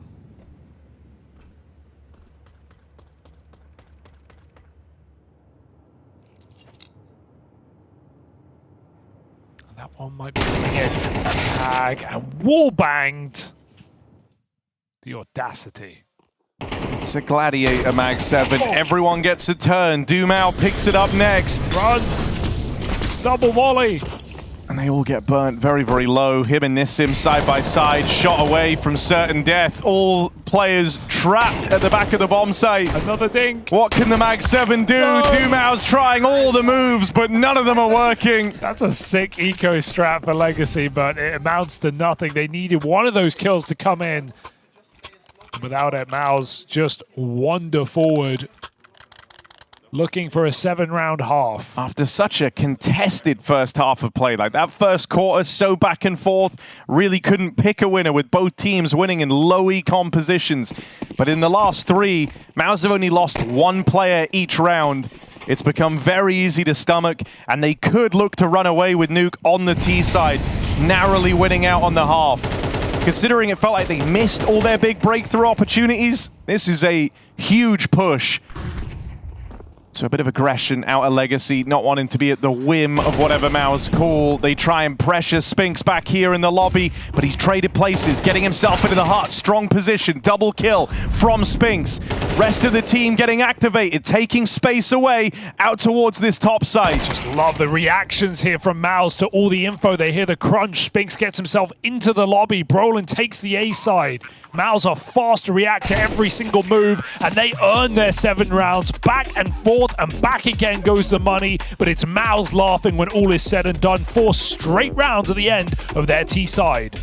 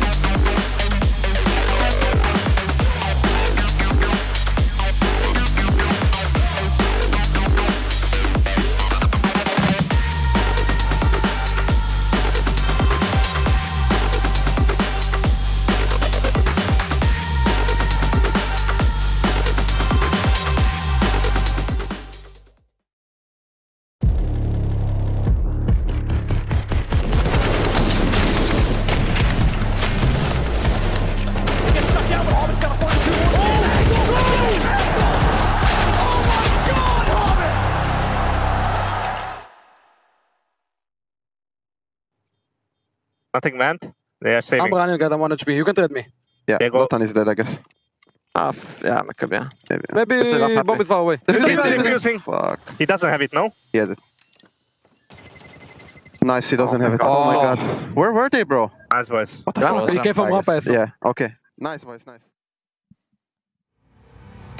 MOUZ dodge a heart attack, they stop the Ninja, and they save themselves on the T side of Nuke. 7 rounds when all is said and done. And no complaints here from MOUZ as it got messy in the middle. This is Legacy a map down in the opening game of Stage 3. And MOUZ look to clean up. This pistol would get them there. Really not a bad way to start, is it? Torshi delivering a tap. Brolin with a 180 turnaround on these dual Berettas. And this top site rush gets demolished. MOUZ off to the races. They won the pistol back in that first half. They ended up falling down to the Force Buy out of Legacy. If they dodge that threat this time, or if Legacy don't even attempt the Force, they shouldn't. MOUZ are going to start breaking ahead. You know, aside from maybe a hero sword off, I don't think we should be seeing much here from Legacy. They are going to fall by though. So pocket strat in the second round from the Brazilians. It has to work. Legacy are just chasing that feeling of the back and forth again. They want to try and capitalize like they did so many times in the first half, but we're not in that half anymore. This is 5 rounds in a row for MOUZ. They've had numerous chances to learn from their mistakes versus these pistols. Are they destined to make it again? Smokes go down outside, but this is an A split. Don't panic on your rotates. Main about to be corrupted. Spinks is locked in on his position, not wavering, but A is still weak as a result. They're actually out into the site. Pushed in is Nissim, denied by Zelix, and somehow Exertion's still behind the smoke, so they've got everything covered. Not only do MOUZ defend the B site, they take A as well. Legacy have nothing to show for that Force Buy, and now it is down to just 2K a player, and MOUZ facing double digits. I want to see a great bit of interplay there between MOUZ, right? The idea that they saw the main split coming in, Spinks took that first contact, they had a player coming up secret, so the decision was, look, we'll sell A a little bit, we're going to focus on killing everyone out in the yard, and then we double back, and then we'll worry about A a little bit later with a hefty man advantage. Ends up going way better than that, with the A anchors holding their own. But this is a sign of how things have changed as this series has gone on. That Force barely leaving an impression, and now a little clean streak of 3 rounds in a row for MOUZ puts them on double digits. 7 in a row across the 2 halves, so it's starting to get one-sided. If Legacy don't break in with their first buy round, we could be seeing a quick day in the office here for MOUZ in Stage 3.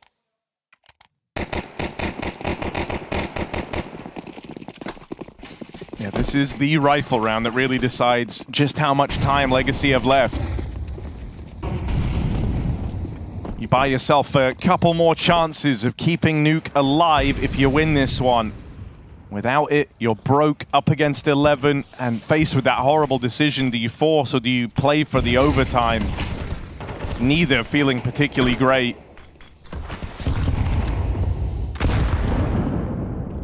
Nissim lucky to be alive, put distance between himself and Spinks, and so dodges that nade. Missed chance at the opening for Sadzin. Now Torshi, eyes on, out in the yard. Torshi's opening shots have just been excellent in this game. He hasn't missed across both maps. Finally found by Sadzin in response. So 3-on-3, chance to go back to lobby with this bomb. Don't lose it outside on your own.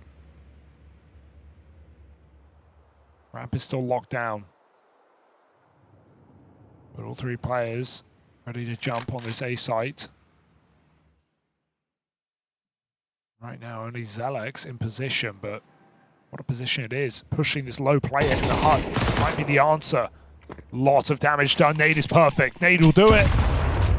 No escaping that.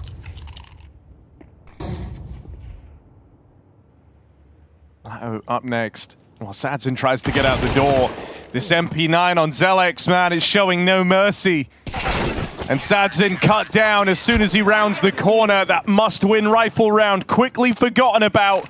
as MOUZ collect. They are closing in so quickly. You know, we were in a tight game, a back and forth game, what feels like just minutes ago. But now we're at the tail end of an 8-round streak for MOUZ since they won out that back and forth. And it just hasn't felt like the legacy we saw in stage 2. Not yet. No clutch rounds. Quiet. Muted in this second map. Wanted more. We have yet to see it. Individuals not showing up like we know they can. Careful, there's this A-pop coming in. Spinks on the reload, caught full blind. Nice punch up for Legacy, but is there more Zelix missed the timing. He doesn't know that Lato's in the site. Now all of Lato's team are dead in seconds, but still this forward positioning could net you something. This is so weird. You have to try and get multiple kills out of this if you can, but Lato's missed every single timing. It's put him in a great position, sure. He has one, at minimum, from this spot, but will that be enough to turn around a 2v4? Wait. Again, he's missing the timings. Where does Lato think he's gotten lost. to? He can't find Zelix in this madness. I can't believe this. He's got him now. There we go. Finally secures that opener, and now the bomb can try and move in to join him. A plant's available, but you're scared of the heaven. You just heard a player up here. Torshi is moving back in with the AWP. You could just right-click a nade as well. Take that free damage. It's perfect on the head.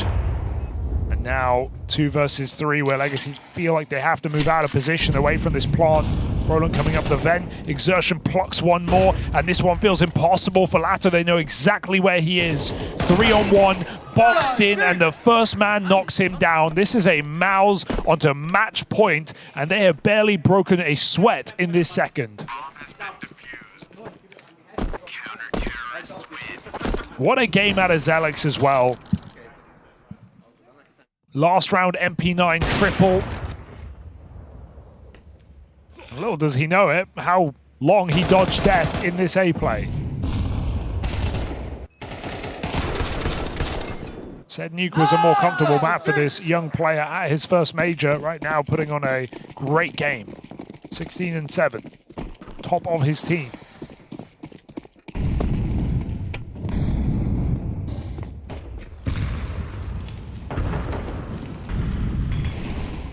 All the util for Legacy in this final round burned in the first few seconds. You got a smoke.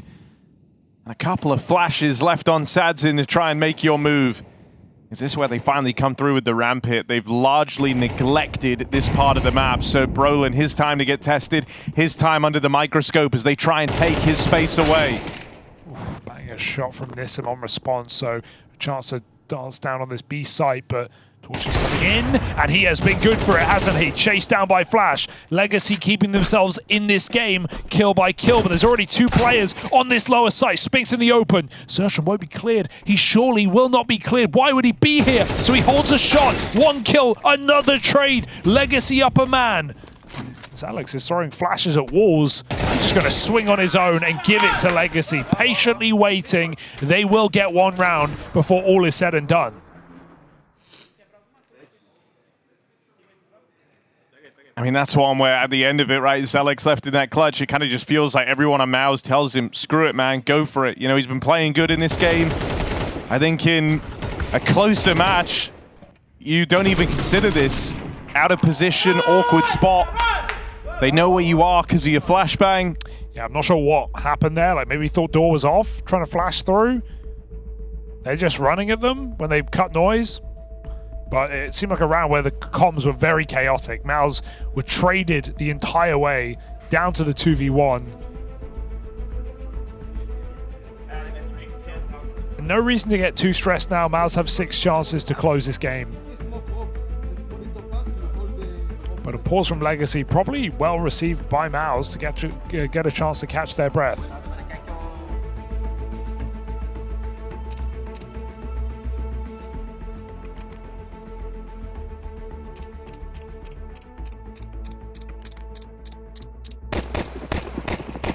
I mean, if I'm Legacy, the impression I get from that last round is that MOUZ are kind of rushing to try and close this game. They're down to fight you. They're down to over-rotate. They know they have all this room. I hope Legacy try and use that against them. It's yard smokes early. And an opener onto Exertion, but smoke broken, and Torshi instantly reclaims that 4-on-4 through it. It's just not missed anything. Like these shots where, you know, the nades on the cross or outside, he just nailed the first shot every single time.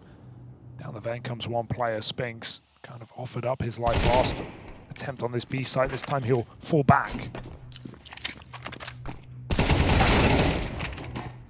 Trying to overcook. Oh, that's a great nade. Art dispatched off. Nissim is out in A and calling that it's clear. Up vent. But there's still a man back in the lobby. They don't know about Torshi. Why would he be here? He's going heaven. Bomb getting planted. Another player bound for that vent just in a second. Missed shot, and that is a rough one. Zelex trying to line up the double that brings you back into this round. And they heard that player repositioning. They know there's a guy heaven bound. Now that the nade has found Zelex, there should be no winning this for Brolin. If he can get in quick, get that first kill, he'll know where Nissim is. That will be the surprise. How would Brolin know? Lao hasn't moved a muscle. Brolin will clear it. Info on the last. Knows that Nissim is bound for the heavens. Holding for it. Brolin shows that information is a powerful thing indeed. Pieces that one together. And MOUZ with a 2-0 to start their Stage 3 run. Yeah, beautiful closeout of Brolin, puts a clutch together. Individually, he stepped up in this series, and that's great to see, relieved of the pressures of in-game leading. And Xerxan doing a fine job. The T-sides today were nice for MOUZ. They broke through on that back and forth, struck together a series of rounds, and MOUZ with a convincing victory to kick off their Stage 3. I think that's the main takeaway from this series. There's a lot of questions swirling around this squad. The roster changes, the captain change, Exertion taking over, the promotion of someone from their academy squad in Zelex. How's he gonna cope with the major pressure? And then, as the third kind of cherry on top, the re-addition of Brolin specifically for this major. And all of those stood up to the eye test. Zelex had a good series, Exertion was calling a sound game, and Brolin looks like he's slotted right back into this squad like he never even left.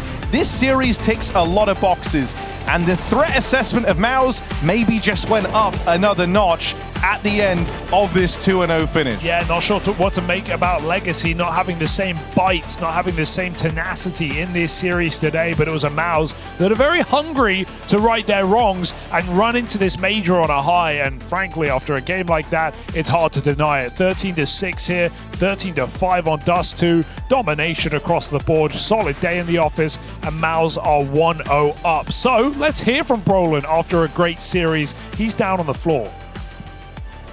Brolin is here with me. What a fitting way to end this best of 3 with the 1v2 clutch. Obviously in the new positions, we've seen you on RAM where Jimmy used to play before.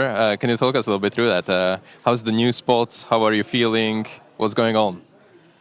I mean, I feel pretty good. I think it was a hectic week of practice, of course, a lot of new positions and yeah, a lot of new details and such things. And yeah, I think Nuke is, I mean, it's just a really fun position. Of course, a player can be around and do a lot of things on the map. Yep. But yeah, I feel pretty good now at the moment. It was a nice win. This is pretty good because whenever like new player comes in on or slotted into new positions, they play too rigid, too passive. But now I've seen you around on the map pretty much everywhere, on the ramp, outside, on pistol round you were top hot as well. So is this something that you want to move forward to, even in new positions? You want to keep being active, share as much as you want? I don't know yet. Like, I just want to see how this goes, of course, and then I will see until the major is ending. But yeah, it's of course really fun to be here, and I've been playing this position for a lot of times. I mean, not, of course, ramp, but rifle role, I would say. But yeah, we'll see in the future. But of course, it's really happy to do something new, and we'll see. If you compare MOUZ under leadership of Dori, Xerxan, and you, do you see some differences, or a lot of differences, or similarities? What's your take on that? I mean, it's just a mix of everything, I would say. Like, I think it's doing a really good job. I think it's micromanaged pretty well on everyone. I mean, just a lot of details. I think it's very good on, and like basically, it's just really, how to say, he's really fixed in the mid rounds and in early rounds, of course, and the first times. It's he's very confident in what he's doing. I mean, compared to me, I maybe was not the best at micromanaging all the time because it was a lot of hectic moments, if I say so. No, but I think he's just doing a really good job, and I have no doubt that he was going to be a bad agile officer. So I think he's always had the voice of doing it. So. Obviously, this is great start, the best you could hope for, but looking at the goals for you specifically at this major, what is it? Because obviously, are you trying to show yourself in a new light and potentially get something new after the major? Is it in the rifle role, IGL role? Talk to us a bit.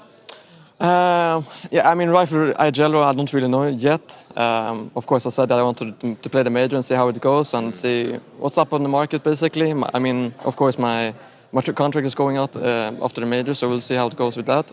I could still have the chance to play here. It depends how well I'm doing, of course. So, but yeah, I'm just trying to do my best, and I felt I just need to be really prepared to play this major because I've been off playing basically for 1 month. So I wanted to do my best and see how it goes. Of course, it's a little bit pressure, and maybe less pressure is like both ways because you never know if you perform bad, you maybe will not be in the team in the future. And but now we're just playing the now, basically, and just try to not think about the future too much. Focusing on now, maybe focusing only on tomorrow, because that's when your next game is going to be. I wish you good luck in that. That's the best of 3 right now. Bait against FURIA. Let's see you after the break.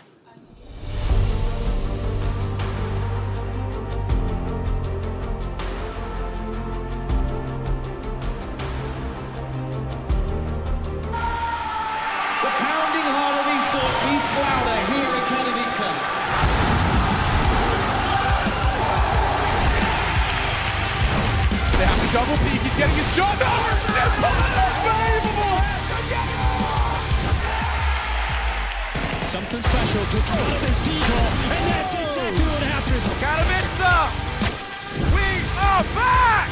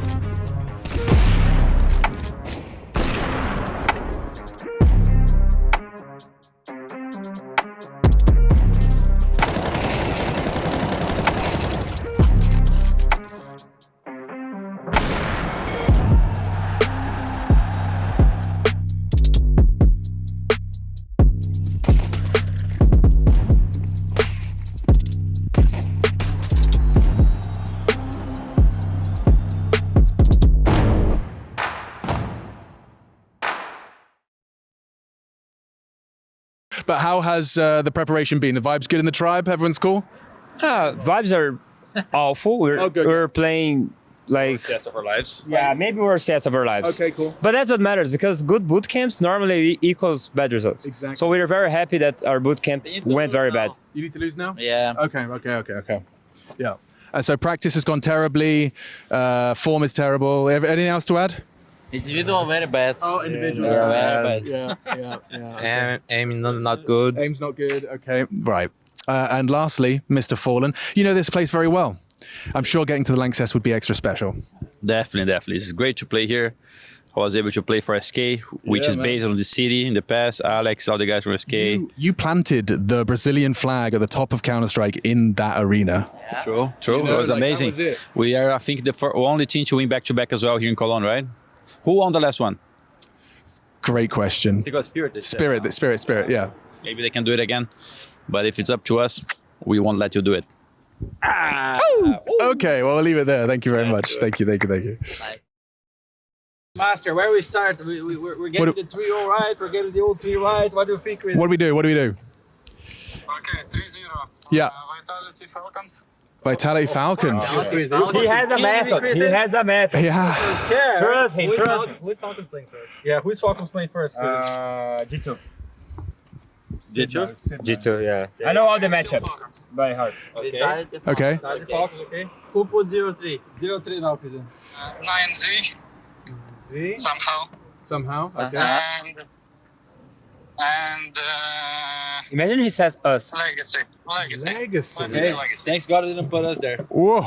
Okay, I'm gonna go 1-3 here. I'm gonna go 1-3. It's not easy. Ooh, interesting. I have the other 1-3. The Bait is gonna win the opening match against us, and then they're gonna lose 3. That's what I see the logic. For me, bro. Okay. We got Molodoy in with the. Okay, yeah. Okay. Interesting. Okay, but I have to ask a follow-up question. Explain how MOUZ. Where does the faith come from? Why believe? Don't they have like a stand-in or something? It's like. How many of a team I need to put here? 6. 6? Okay. And then we're gonna have Krisen review his work. Make Yeah. sure it's all correct. Foot. Ooh. So we eliminated PARIVISON, Aurora, Batman 2-3. What do we think? Sounds fair, Krisen? Yuri, what do you think about this so far? Does it look? Oh. I'm thinking like this. Change everything now. Yeah, now it's still changed. Hang on a second. Foot through? Yeah. Not going through. Foot has the biggest chance. Yeah, you think so? Yeah, I think Foot is favored to go through. Legacy 1-3. Like one team. Yeah, and Paris 2-3. Honestly, close the cup. What do we think? I'm just trying to visualize the playoffs, you know? So it's 3-0 against 3-2s. Oh, I see. So yeah, so it would be this versus like. Yeah, like the worst 3-2, yeah. Bait! Whoa! Snuck on in there. Wait, hang on. Oh, I see. Okay. Oh, I don't know. Oh, they did that. Yeah. Okay, so So you said the MOUZ can be a bit of a doubt because of having a standing. But then I feel like Bad Boom have impressed. You guys have put them 2-3. Boom impressed a lot. So I also have Mongo. So I was bold, huh? I was bold to have Mongos there. Oh. Wait. It's pretty random. I'm not gonna lie. It's pretty random. Okay. Can happen. It could happen. I don't know. It could happen. I don't like big games. No. Okay, he's afraid of jinxing. He's afraid of jinxing. Of course. Surprise to Vitality, especially with Foot last time round beating them on Dust 2 with the coach standing in. We'll get this one ready. Vitality get the CT side start. Foot on the attack, and they haven't won this map in their last 4 outings. 2 of those were with the coach, sure, but they're still going to have to snap that if they want to take Vitality down a peg here today. An absolute barn burner coming up next. G2 versus Falcons. Let's see if this one can set the table nicely. A T star on Nuke. This pistol would be a godsend. Everybody outside, so Kriveni drops the waterfall smoke, and they're silently pathing behind the cemetery with the P250 to take a fight at range with Apex up heaven. Yeah, he's first actually holding the flash. They're just walking Parting forward, that's the flash that catches Apex, and now gets a face full of information. Spotted 3, Parting. I can't believe he's going down the ladder. Yeah, this is ballsy. He's been loud about it as well. He's got Mezzy up there, so they'll play this high-low. ZywOo even actually the third man to attend to this, so that will send Apex back up. Demon versus ZywOo. Clean first click from ZywOo's Dual Berettas, removes Demon from the pack. They're still looking for Apex. He's long gone. You've just got to get ZywOo. Okay, he's getting started now. Top form. Bringing it through on the pistol. One back from that P250. Trapped on the vents is Apex, and Symmetry's done very well to pull back 2 kills. Gotta get this bomb, though. That means you need to burrow in and take the fight for ZywOo. He's already got 1 ace. Can it be 2? Certainly could be in one series. He's giving him the bomb, so giving Foot the opportunity to make the next move. I think he's anticipating it's going to take them a little bit of time to even get their hands on it. The question is, do you want to go up the ladder, head yourself in towards A, or fight towards ramp? Well, they know Rops is alive. Options are limited now with only 20 left on the clock, boys. You've got to make a decision and fast. Doesn't want to risk the ladder, so he'll take the extra time. Symmetry shoots up for early info, and it's ZywOo waiting. He could still find this ace on the pistol. Symmetry's not cleared his corners, and it is another.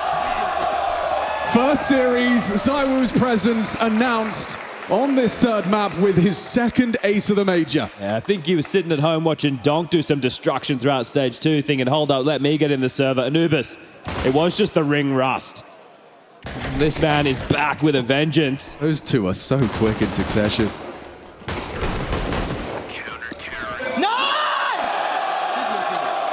That's the signs you want, your superstar in that type of form. Force fight for Foot without the bomb going down. Long still brave the flames. Now you just got absolutely drubbed on your opponent's map choice, sure, but you need to get going early on this T side, and a force fight would go a long way. We haven't heard a Foot roar in some time. So Longs gets across short. It's a decent amount of damage done, but still the space will force the rotation. Apex down to B.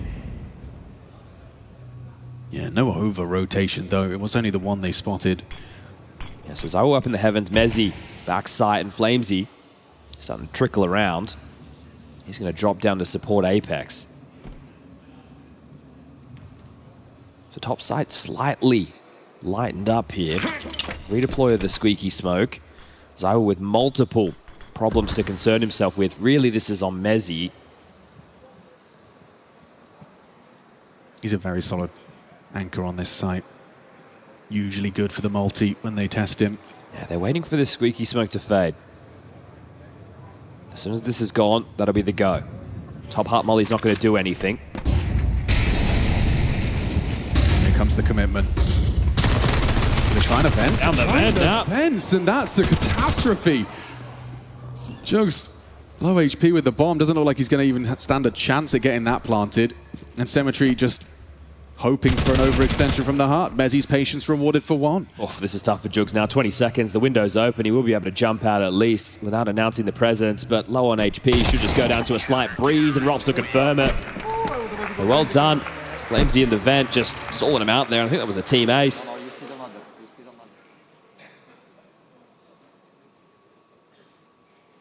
So an eco now for Foot. Oh, what a polite crowd. Oh, they're just waving. That's such nice. a wave.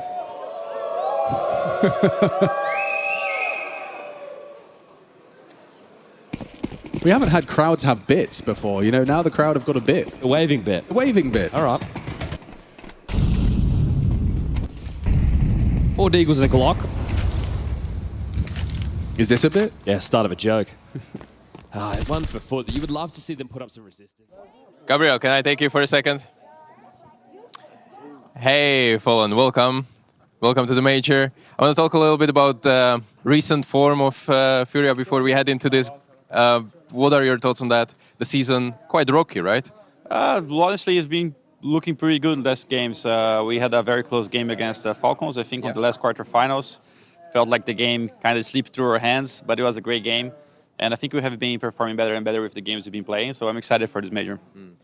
I want to ask about the mental state of the team as well, because ever since your announcement in Rio, your retirement announcement, you know, the playoff rounds were not that great, obviously close games, but they still, is everything fine with this, or are you working on it, are you aware of it? Yeah, everything is fine. Everyone is excited to play the best we can, and you know, we work like nothing's gonna change. That's the only way to go. So every day we're trying to get better at the game, trying to create new things, trying to be creative, and also strengthening our game.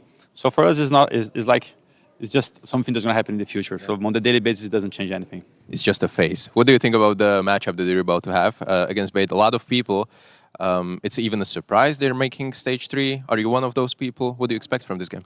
Bait has always been a strong team. We had some recent matchups against them. I think they came up against us on top one time. And it's always interesting games, never easy. And they have the strength on their side. They have been playing some games already. We're starting off fresh. So you always have to come a little bit aware that teams can be a little bit hotter than you as you start the match. So for us, it's important to try to get a good start, and then things can flow a little bit more easier. But it's not going to be an easy match. Yeah, it's not going to be an easy match for the first time. We have audience here as well. I don't want to take this opportunity away from you. If you want to talk to them, how to sway their, cheering on your side as well. Thanks, guys, for coming. As always, thanks for the support. I hope you guys had a great major. Everyone working the backstage here, all the employees, everyone on ESL, all the teams. We are looking forward to give you and deliver great matches for you guys. Thank you very much. Let's see how it goes. Good luck.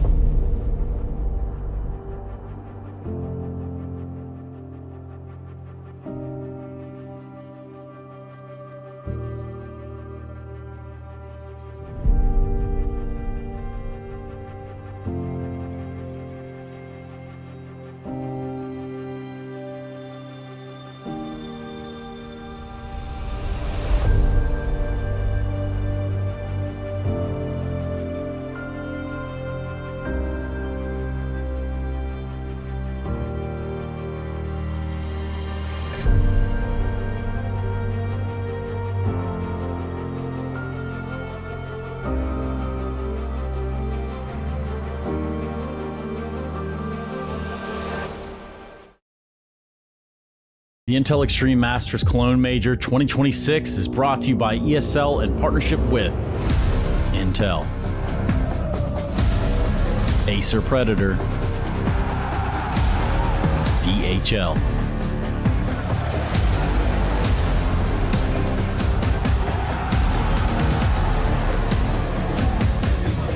and Zoe.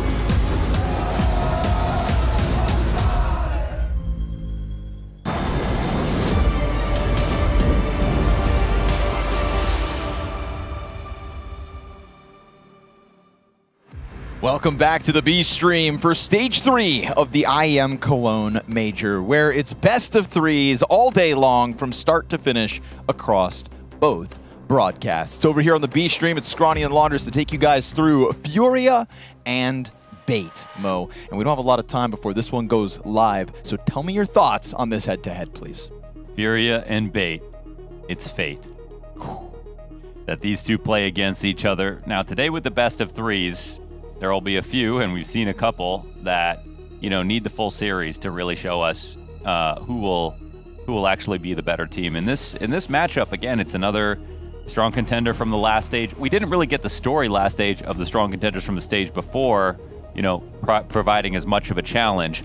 But it feels like the story has changed. And I think if before the stage started, no one was worried about another team more than FURIA when it came to that. Now we've already seen the challenges come through and be successful. The question is, are Bait also going to be one of those guys? Now, they're a team who went to the last day of the last stage and got through. So there were definitely questionable performances in there. For us, it's mostly just about FURIA's form, because when they enter into an event lately, you just have no idea. You know they can be the best team in the world, and then you know that they can also totally bomb out. I don't have the answers. I talked to FURIA, or I talked to Moldoy, Yukinder, Fallen yesterday in a roundtable discussion, and you know, in terms of just like how they seemed, everything seemed pretty chill. It was like, you know, this is Cologne and it's a major, it's extra special. Double whammy. What does that mean? And Fallen was saying, you know, it does, you know, he doesn't feel any pressure this year in terms of trying to put on extra accomplishments or pressure onto himself to win, but it does take, in this point in his life, a little bit more to get extremely excited about events. And he has said with this Cologne, he's already a Cologne champion, he's already, you know, won majors. It's not as if this one feels even harder, but it is one that he's excited for, which I feel like is that Goldilocks zone of you're going to play great.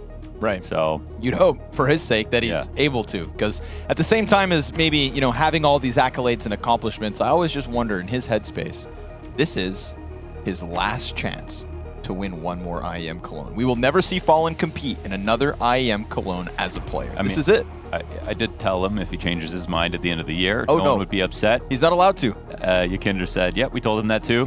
So he walked out onto that stage in Rio, Mohan. Like, he made us a promise. I was like, in Denmark, they say a real sportsman dies twice. And he said, yep, I'm dying.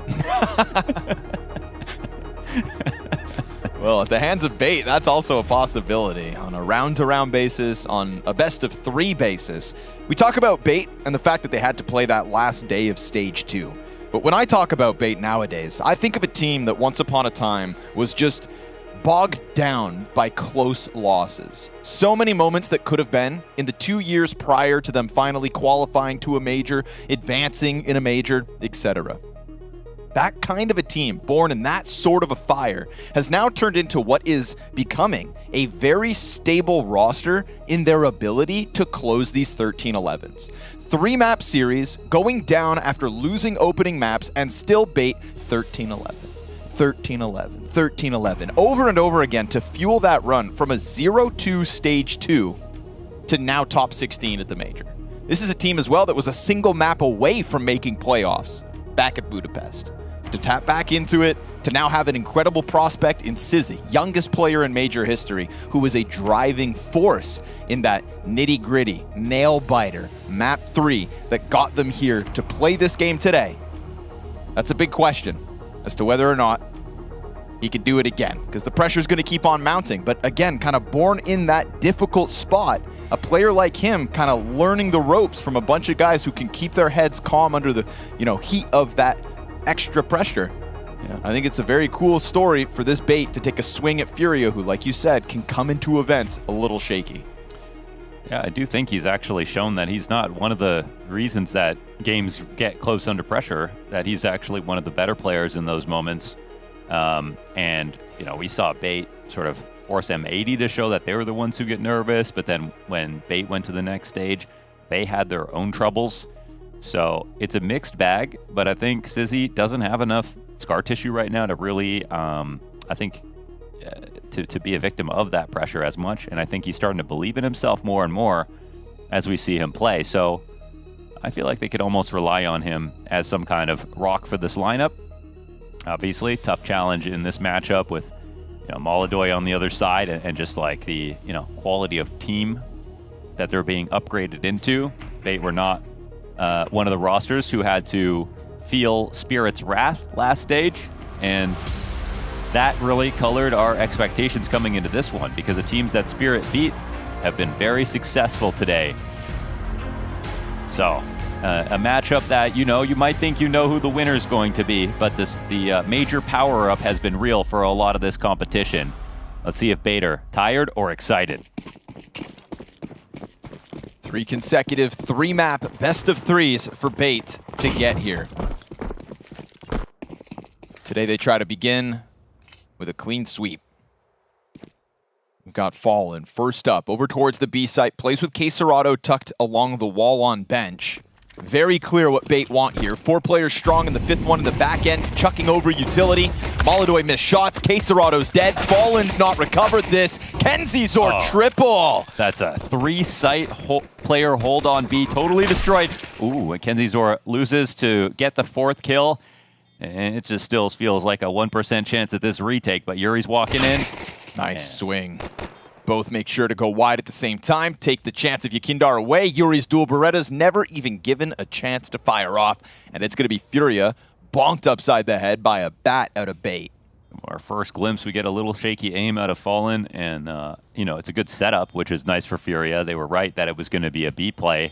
They had that totally called out, but Bait get into the site, kill everybody, and then go, oops, we made a mistake coming to the B site, but also Kenzizor looks like you're on form. Now we can look forward to that. That was kind of beast, man.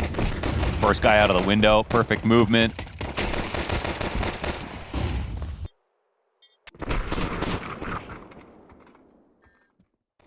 You can really see the knock-on effect of, the first guy not getting the kill. Fallen takes out Kenzizor. It's so much easier to go for the overall site hold because there's a flash to assist him jumping out of the window to make some room for him, but Fallen didn't get blinded by it.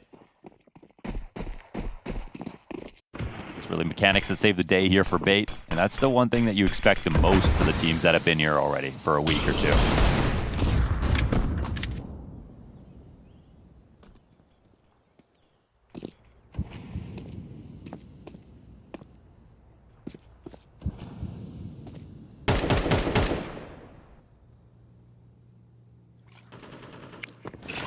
Looking to do their best to avoid the forced buy upset. We get a spread out Bait with a feeler over towards this B apartments as well. NPL and Kenzizor there. Bomb's gotten scooped up, and it's going to head this direction, which at the moment is the right gamble to go for. We'll see if Furia get wind of it, try to move pieces over. But that T-side smoke that lands on top of them, that starts to get Quesarado to peel back just as Furia start pushing into this ramp. The question will just be whether or not Bait commit to this before the rotate comes over. You can see Furia starting to figure this out. Looking to move pieces in the right place, and by eating that flashbang, it could just buy just the right amount of time. But you still need to land these Desert Eagle shots, and it was the shots that were shaky 1 round to go. Can they recover? Quesarado starts 5v4, nails himself a second. Trying to play inside sight, he'll be taken out of this, and as Molidoy still has some hesitations about falling back through market, it's that mid play that does get active. Alex 666 with 1. Oh, they nade themselves? Not ideal. Also, not the worst nade that could have been, but now it's no cover. And so the bomb carrier gets popped. Another one! Molidoy and Quesarado, 2 D kills each. Alex late to the party, 15 seconds. And as he looks to push along that pillar, catches Molidoy, predicts Yuri's spot, but still can't figure it out. And that is key Desert Eagle kills for Furia. That was I don't know how you read that. That was actually a very nice try to get the spray down in the window. Nearly comes away with the frag, but instead it's this hold, and then Bait looked back on the shaky moments. That resulted in this excellent plays here from Quesarado, from Molidoy. But they clearly got a little bit nervous, fumbled a grenade, stepped over each other's toes a little bit.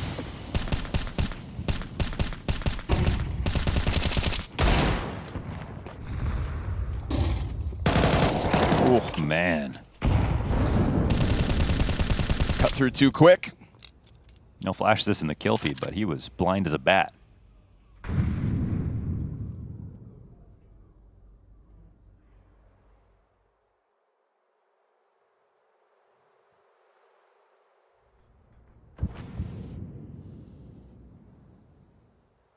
See when Fallen decides to swing, and if Yakindar gets caught in the no man's land. But it's a good coupling of the CTs. Off that contact, Fallen waits. Patience pays off. Drops bomb, and looking to make a bit more money here. but also not looking to lose any. I like that. Just leans back, make sure all 5 stand tall. Furia rebounding very nicely. Oftentimes we see pistols are meaningless, especially if the second round gets converted. So that Bait has that one ripped away from them, and then after the force, they're broke. Another chance for Furia to build up a big economy. So far, CT side on Mirage at this major has been extremely powerful, and it's going to be frustrating for them to not be able to get in front of that. Now, of course, we're into the best of 3s, so the better team will win. It won't just be about hot starts. I'm loving it already, to be honest. Stage 3 of the major. There was always a part of me that thought it should be stage or best of 3s the whole way. But no offense to the previous teams, like I do think there is just there's Counter-Strike that's worthy of best of 3s, and then there's Counter-Strike that can be decided in a best of 1. Yeah, I feel like this is great. I mean, watching majors from home, I've always loved watching Swiss and best of 1s, and just more variety, and it's really fun. And yeah, some teams in best of 3s, like it's a foregone conclusion what's going to happen. Like they are going to get destroyed, and so as you get deeper into the major, it gets a bit more serious. Teams are going to come in like Vitality, who got absolutely destroyed on map 1 of their series, have bounced back entirely. It does feel like you get to a certain threshold, and best of 3s are necessary. Gun round back for Bait here in the 5th. And NPL wasted no time getting in front of that smoke, but just as he postures over it, we get this flash pop out from Furia, trying to be a bit disruptive out middle, and that nade well landed on Kenzizor's head, and simultaneous ramp push has gone unnoticed by Bait, but their Palace players falling back. Man, they're walking over the bomb. Interesting timing here for Yakindar. But he gets the better of it. And Cynthiel with a very hard clear onto the ramp in case Yakindar hadn't gotten that far, and now Yakindar's gone. Yeah, it's also those fence posts, right? They kind of line up so tightly packed. The density of it really covered Yakindar, specifically where he was. A little later, a little sooner, Yakindar maybe gets a bullet upside the head. Swings wide, gets the guy in the backdrop. NPL's left wondering, like, why me? Why me? And yet here we are, 4v3, Furia banking on what's right now a fallen solo B hold again, but he just got value out of this position. Wouldn't be surprised to see Sizzy clear this. But he's also concerned about Catwalk, and that cat distraction perfect. Just enough, right? One jumping player to draw Sizzy's attention. Fallen strikes from there again, but he's going to have to be careful using this a 3rd time. Kenzizor down to 12 HP, softened by that nade. Would love to go join up with this walkout into the A site, but as Alex gets toppled, this one is bust. Furia go up 4-1. Kind of just a great start here for Furia. Exactly what you want to see. Again, you just don't read too much into the pistol, and we even look at the pistol, they had the right setup. So CT side ideas, positions, all great. Aim looked a little shaky on that pistol as well with Fallen. All that's changed already. It's a very decisive, establishing shot of the series with the favorites in the lead.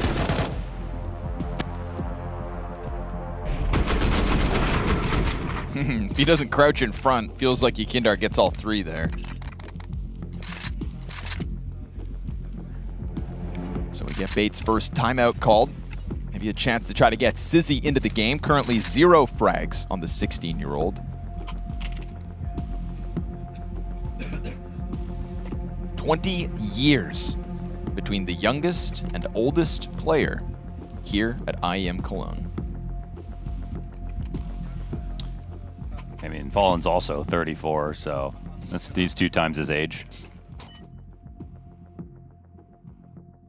2 Sizzies in a trench coat is 1 Fallen.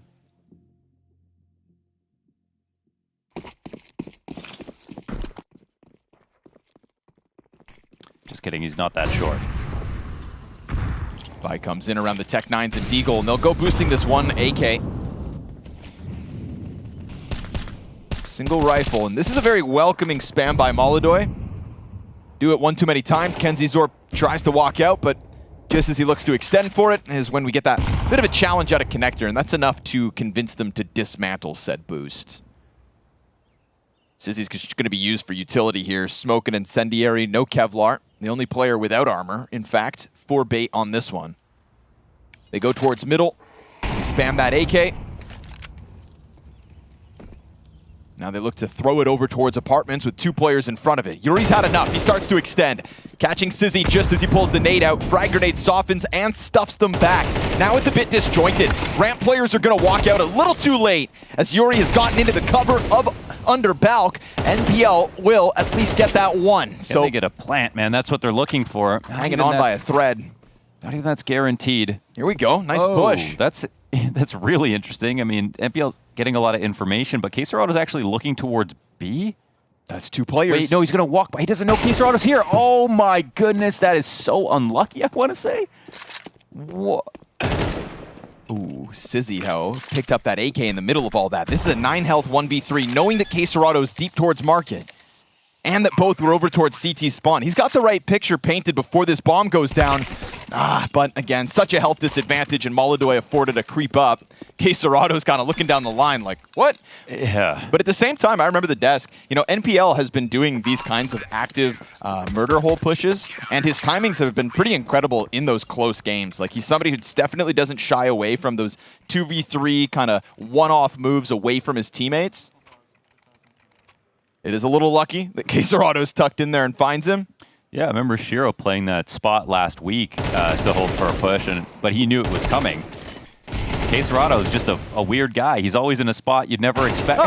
He just like what even possessed him to turn around like that? He's...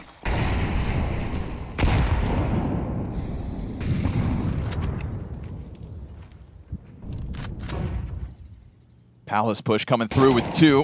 Septiel's going to have to fight this, and he'll drop at the hands of Yakindar, who's looking to get more value out of Palace again. We already had that Palace push, or excuse me, that was Ramp. But he's played deep Palace. Really just kind of compromises Bates' backline. Compromised Incendiary and Window, not ideal, but that's all right. Keep dumping Utel nonetheless. Things are starting to get reorganized here for the CT side, but I mean, Fallen's been jump spotting, doesn't see anything. It'd be really funny if this read was correct. We've got Sizzy walking up, going in this direction. And with their A lurker dead, it does feel like it's going to be a B play. I feel like, man, FURIA have just got a good beat on this. Flash through, but Fallen's already through the smoke. That flash won't be useful.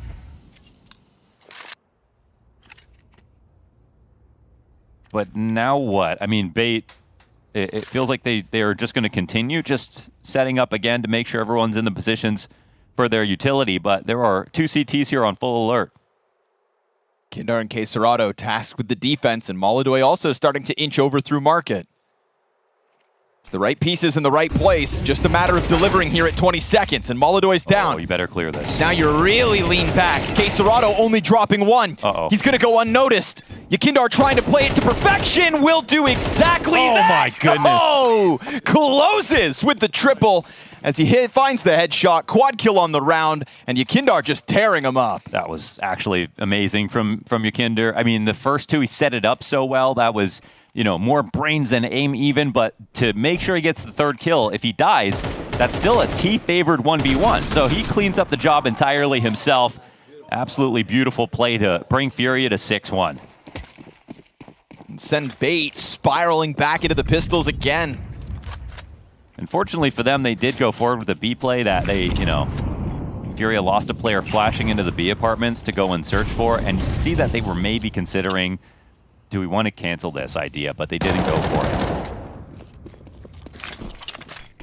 Utility down in front of the Palace side of this commitment out of Bait. Yuri could get caught. No. Ooh, nice from Yuri. Knows that 3rd one's in sight. Caserato's here to help it. It's rifles on the scene. Only Sizzy to respond. Not able to stop Caserato from re-emerging through the flames. 4 up for FURIA as they sit comfortably, leading 7-1. And that was a clutch to keep Bait in this buy save cycle. They'll go in for another investment. Again, the only round they have to show in this match is a pistol round.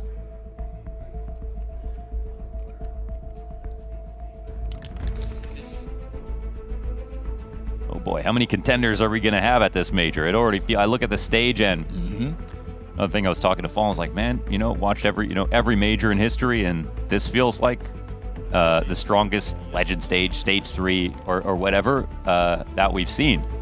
The amount of teams that could make it out of here. And he says it feels like that every single major, but it still might be true. Like the game keeps getting harder, more teams keep getting good. FURIA only entered as a real contender last year. Gave us a very entertaining second half to 2025. And of course have been chasing that dragon ever since.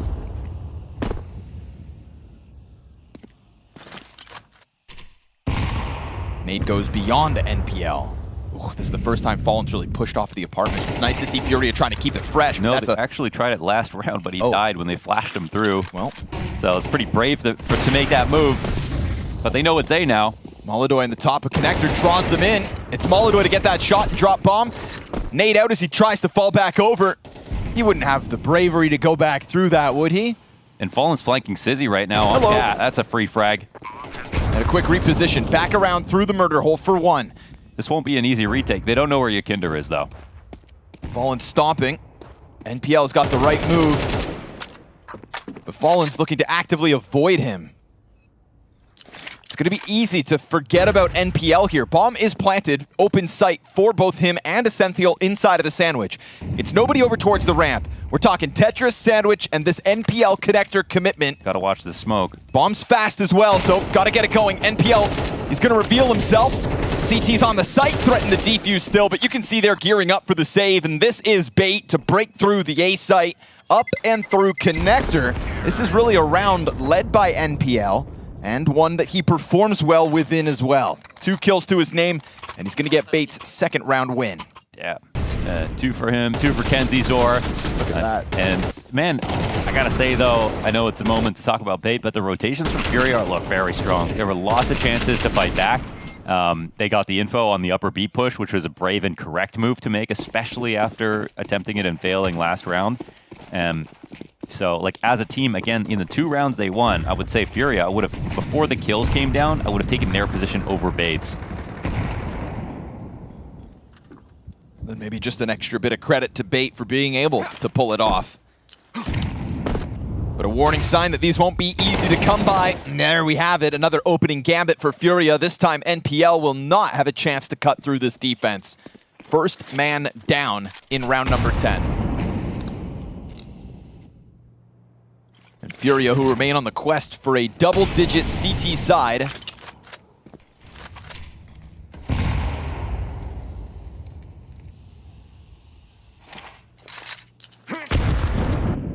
Underhanded flash for Quesarado, just teasing the edge of this connector smoke.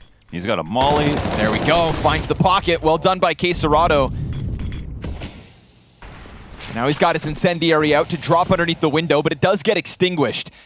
Kenzie Zor and Alex, they could both walk in. They didn't clear properly. Oh, they didn't. And Quesarado just lingers on this side, ready for the next duel, and tethered off Yakindar, who is happy to jump into the fight. Connector push to come through, Molidoy assist, and very nice team play here from FURIA. Yakindar to Quesarado, Molidoy to Yakindar. Nobody there really operating on their own after they also set up Yuri for that ramp push. Another display of good rotations playing off each other. And like, again, every single round so far, FURIA have had a better position than Bait. Bait have only won 2 rounds off of individual level. And that's reflected in the scoreline. So round 11 comes in. Bait needs to show a little bit more, not just to get numbers, but to prove that they can actually beat FURIA across this series.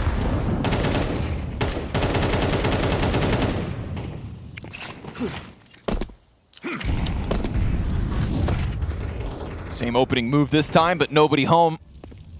It's going to free up the other CTs to quite quickly take this look over top of connector.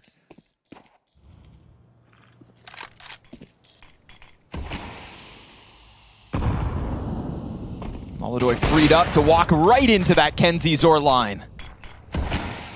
NPL's hands busy with the nades means he didn't spam back, and then we see him extinguish his own molly.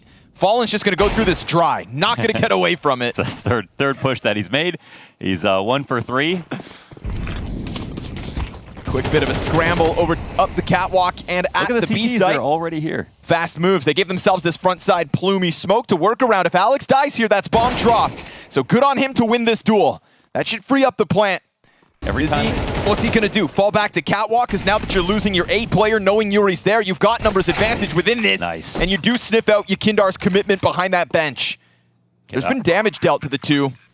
Won't really matter for Molodoi, who's on the search.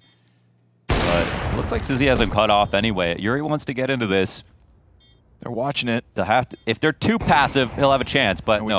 Oh, clean. Whoa! Cleaner! Oh, picked out of the sky! Snapshots over, gets him down to 40. Damn, Yuri, almost. But you've got Bait moving through with a third, having to fight for that one every step of the way. Damn, it does affect the buy a little bit. They have a Galil on one. Let's see if there's any more concessions. Big move by Alex there to just try to figure out where these guys are at. This shot, man, nasty on Sizzy. Man, 3 Galils because he kills 2 of them on that attempt. It's a great way to keep Bait wounded economically. Final round of the half, though, of course, they're going to come in with everything they can. And we get this opening move out of Molodoi out middle.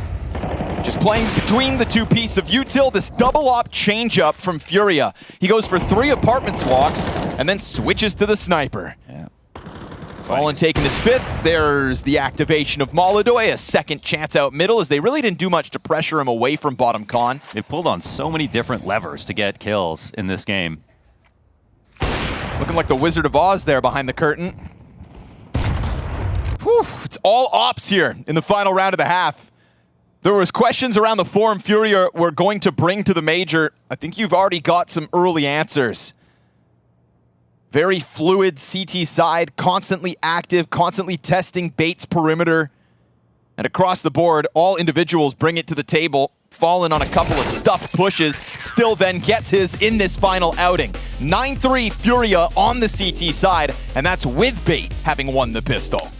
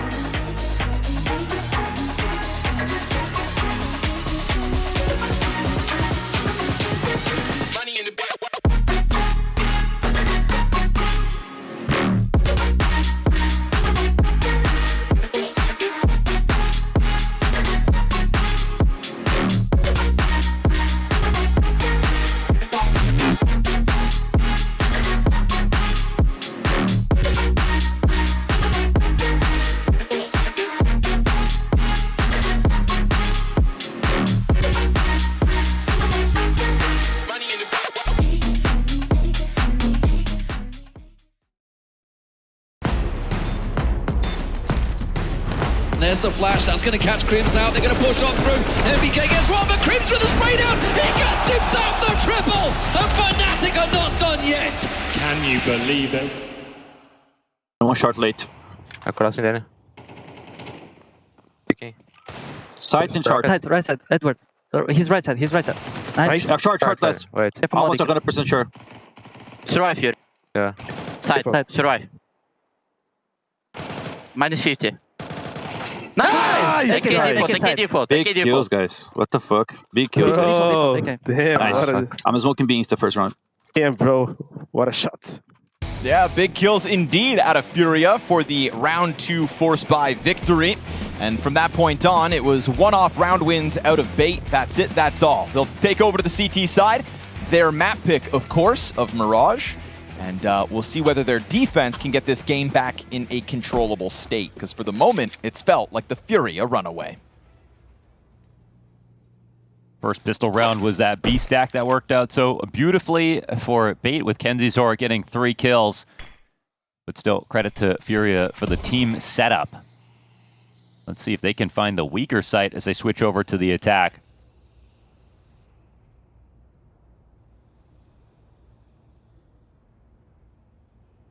It's a boost outside. Yeah. Sitting, but it gets caught by KenzieZor. Missing too many bullets.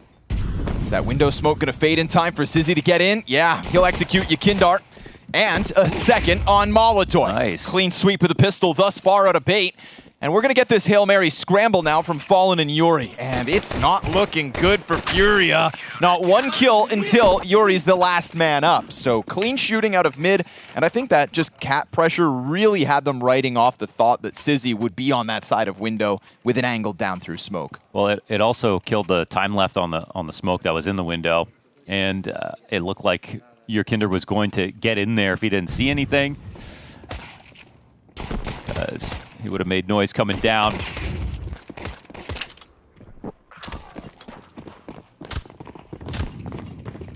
Now, sometimes, I mean, they won the first pistol as well, so for what it's worth, this is just to get them back in the game, and FURIA, because they also denied a plant, won't be forcing up. That nade could be hefty. Oof. Yuri eats the brunt of it. He has no head armor? Okay. Interesting choice. The one guy without a helmet could have died to the Glock, but it'll be 5 up. And KenzieZor gets away with it.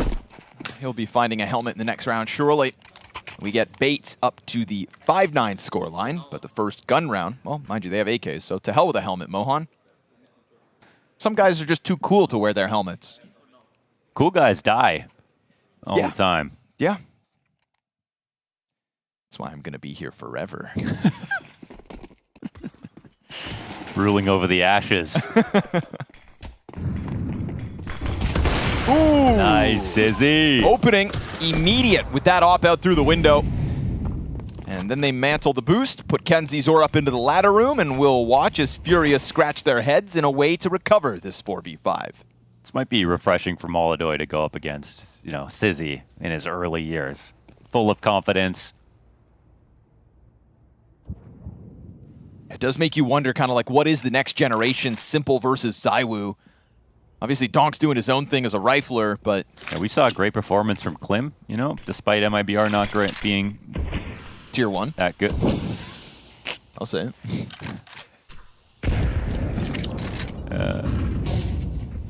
So yeah, promising offers out there. You hear that one tick of damage off the flames. Yakindar tries to spam away for him.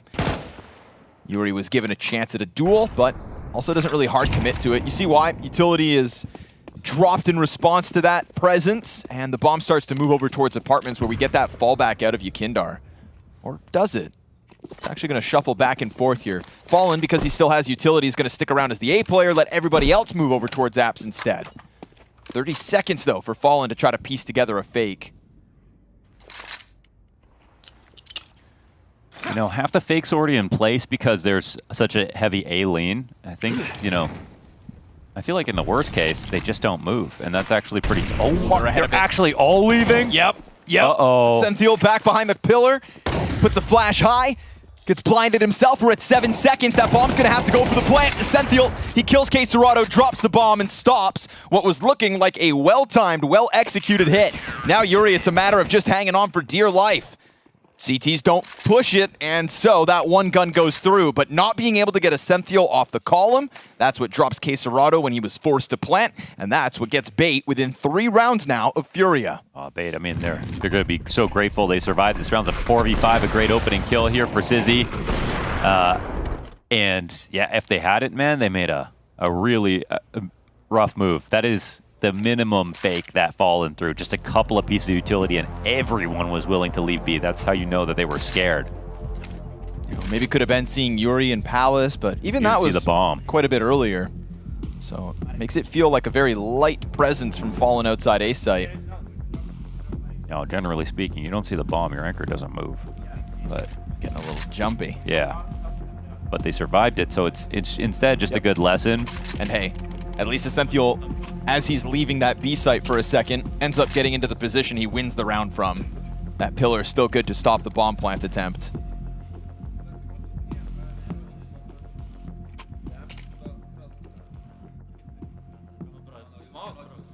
It's a good reminder for Bait as well that you don't want to jump the gun, because that round suddenly felt real alive for a second. This one Some teams don't have to work on their 4v5 win rate as much, but in Tier 1, that's one of the most important stats that you can try to improve. Those steal rounds, so... Well, this one would really be a robbery because it's majority Tech 9s for Furia. Still trying to get that 10th round win on the board.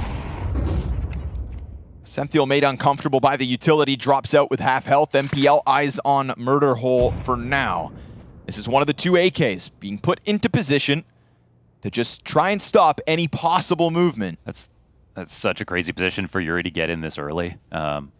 Now, they should still be worried about Kaz. Not mollied, and who's going to get this kill? Oh, Kenzie Zord dies. That's kind of massive. Ticket it activates MPL. He dies as well. Yuri makes his move. Yakindar's AK drop because of the Sizzy top ticket op peak. It's not necessarily the worst spot. Alex on the ramp allows Sizzy to watch back in CT spawn as well as come back to A. Now, this is actually now on Furia to figure out what's the weakness. Certainly still some work to be done. They start moving in towards B site. Senthiel under pressure. Famas didn't go out wide. Turns its back. And then as Alex re-emerges in the ramp, he's suddenly overwhelmed by 2. And it is only Sizzy at this point. Plenty of time to make this rotation over to the B site. Bait, it feels like, again, tell me if you think the same, kind of felt wishy-washy for a second. I think the crazy move there for Furia is getting Yuri to get up to the murder hole. No one on the other side of the smoke, and he pushes through so early. And again, this is a low buy round for Furia. They have a few Tech 9s coming into it. This is a moment where they're going to take a really good calculated risk. They might not do that if they have Moldoy on an op, everyone on full rifles. But if Bait aren't going to watch it, then this is where they pay. Last round, it was a 4v5 situation. Furia took another small risk on that fake. It ends up working besides the amount of time left over. Ooh. So Bait are getting tricked. They're getting compromised.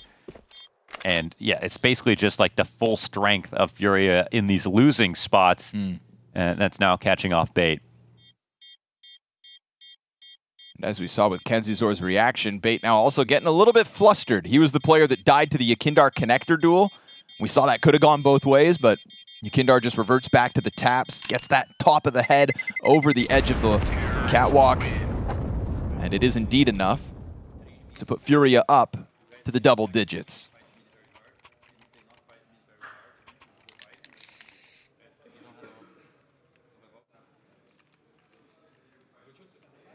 Takes them 4 rounds on the attack before they win their first, but doing it with those Tech 9s, as you mentioned.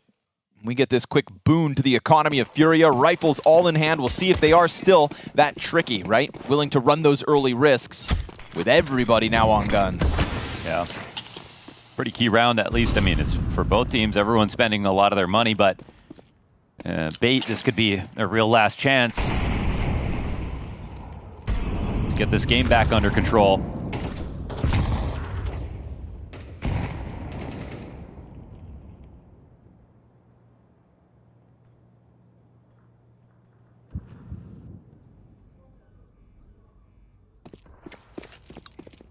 Looks like this one might be going to Sizzy. I don't know.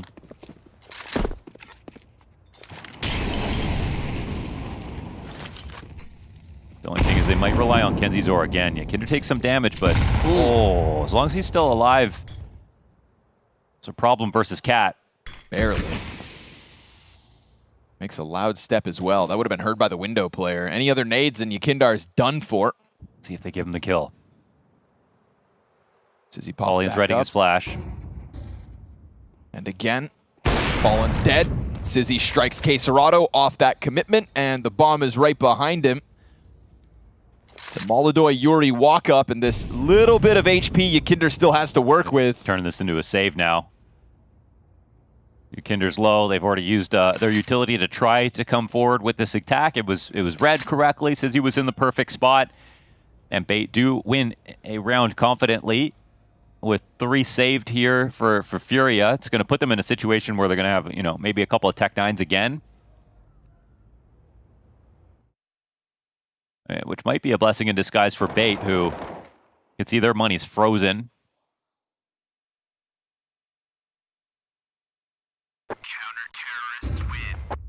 And Bait not willing to run it down. Keeping all 5 alive at the end of this, making it, again, a 3-round game. That's nice, though. I mean, it's nice to see that they win so much damage off their tactics. They get an opening kill. They get an opening kill with Sizzy. They read the whole setup. I would call that the best Bait round so far. This 7 rounds that they've got, it's a little bit fluffy. They won the first pistol. They won the second pistol, but converted. The couple of rounds they won in the first half, they kind of out-aimed FURIA. And finally, we can start to give credit to some of their utility. And reads.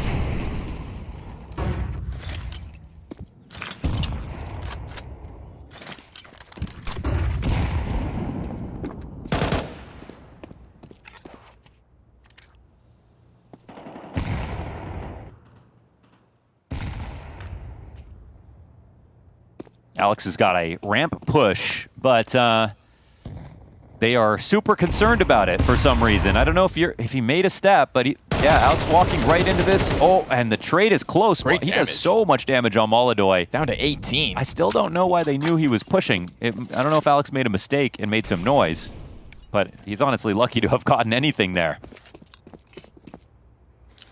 And Yuri could have definitely caught it with that Palace presence. Get this window smoke in. Oh, no, he body blocked it. Nicely done by NPL. Maintains vision in middle, and this really gives Kenzizor the space to go clear it just to see if it's a fake or not. Sizzy in the right place at the right time again in CT spawn. Frees up NPL to make his move over. We get this Yakindar play towards the B site. Are they going to believe this? Not going to move a muscle. No, but...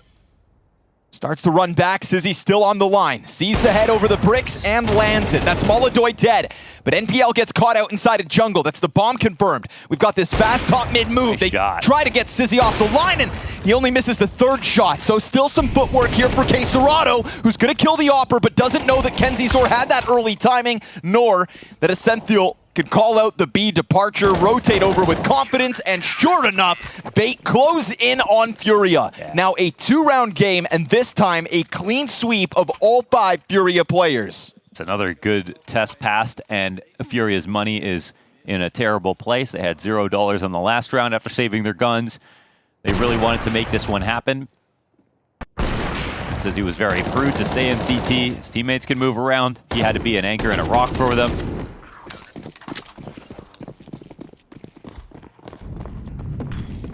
This lead is suddenly under question. Wait, that's going a bit too far. Careful. K-Serrato just goes guns blazing, sprinting into the mid-play. Sizzy pops the smoke open. Yakindar pops the site open. Yuri's into the Tech 9s, flooding forward, making the space for the bomb to come through. Kenzizor gets one. Molodoy spams away, but this is a quick slice from FURIA into the A site. Sizzy's either got to do something crazy or get out of here.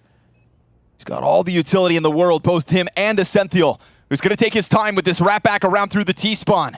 Sizzy waits it out for now. Ascenthiel has to go walking. Quick scope demanded of Sizzy, and he'll land that. Now we're back to the 2v2, and as he swaps into the M4, again, it is a ton of utility. Yakindar's watching the ramp. He might turn around. Let it go. Yakindar, holds the wrong position. Clutch falls onto Fallen. And as he just takes up position in the smoke, he is right on top of this bomb. Sizzy's going to start defusing, causes the Tech 9 spam down to the final second. coming. Sizzy fuels a critical retake. Whoa, his patience pays off big time. Is that not a situation for Fallen where you pull your knife out instead? Or wait the extra a couple of seconds? I thought he had that round bagged up, but the flank coming in slowly and Molodoi floating in front of that jungle smoke, where if he was on the other side, again, delaying for any amount of time in that spot, would have been a big move. And instead, this game is now just one away from being tied.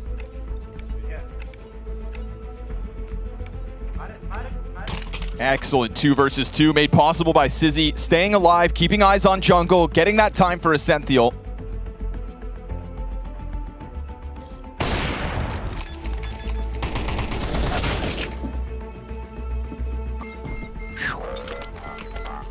Oh boy.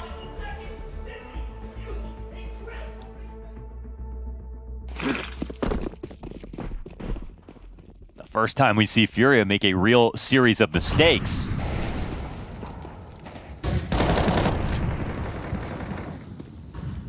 Sizzy's going to start oozing confidence.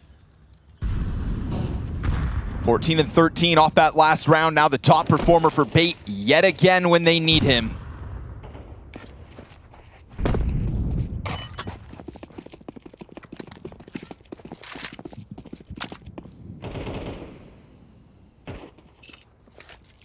Tempo from FURIA last round looked like it caught Bait totally off guard, and they did put themselves in a winning close plant position.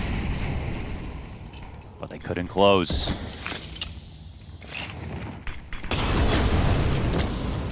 Alex willing to give a bit of life away to try to get damage back, but nobody hit by that nade as Yakindar quickly departs through Underpass. Coming out of the ramp again. Yes, sir. They're going to give it a test. Sizzy concerned about Palace. Nobody in the sight for him to tether off of. He's not playing missiles. He's going to maybe go for a peek nicely. Nice and calm. Has to go for the rescope. Alex is going to get killed inside of Connector, and this is another moment where it could come down to Sizzy finding further impact. He tries to test the limits, walking up from Ticket, all while his teammates in sight fall around him. Ooh, instantly. They get out of there. Damn. Too many kills go down. They've got that cat play. 2 by Connector. And nobody else on Bait's squad able to deliver a kill this round except for Sizzy. You see this double up in Connector, both go down. FURIA just find their 11th round by getting out that ramp, walking along the Tetris into sandwich line, and never giving the angle over to the op on Ticket. Because they actually left both sides kind of open. They didn't actually smoke right side and play for CT. They were there to challenge and try to maybe avoid anybody in CT if it was going to be Sizzy.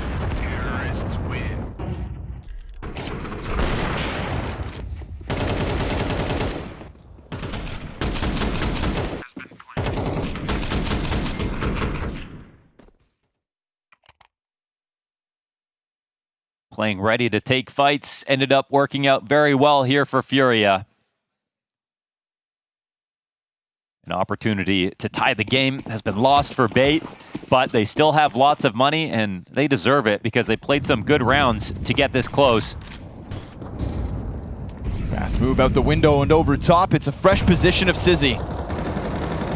He's been a driving force for Bait's success. Why not make him move? We'll see if this can catch FURIA off, but they'll put a Molotov at his feet, get him back into the arch side of things.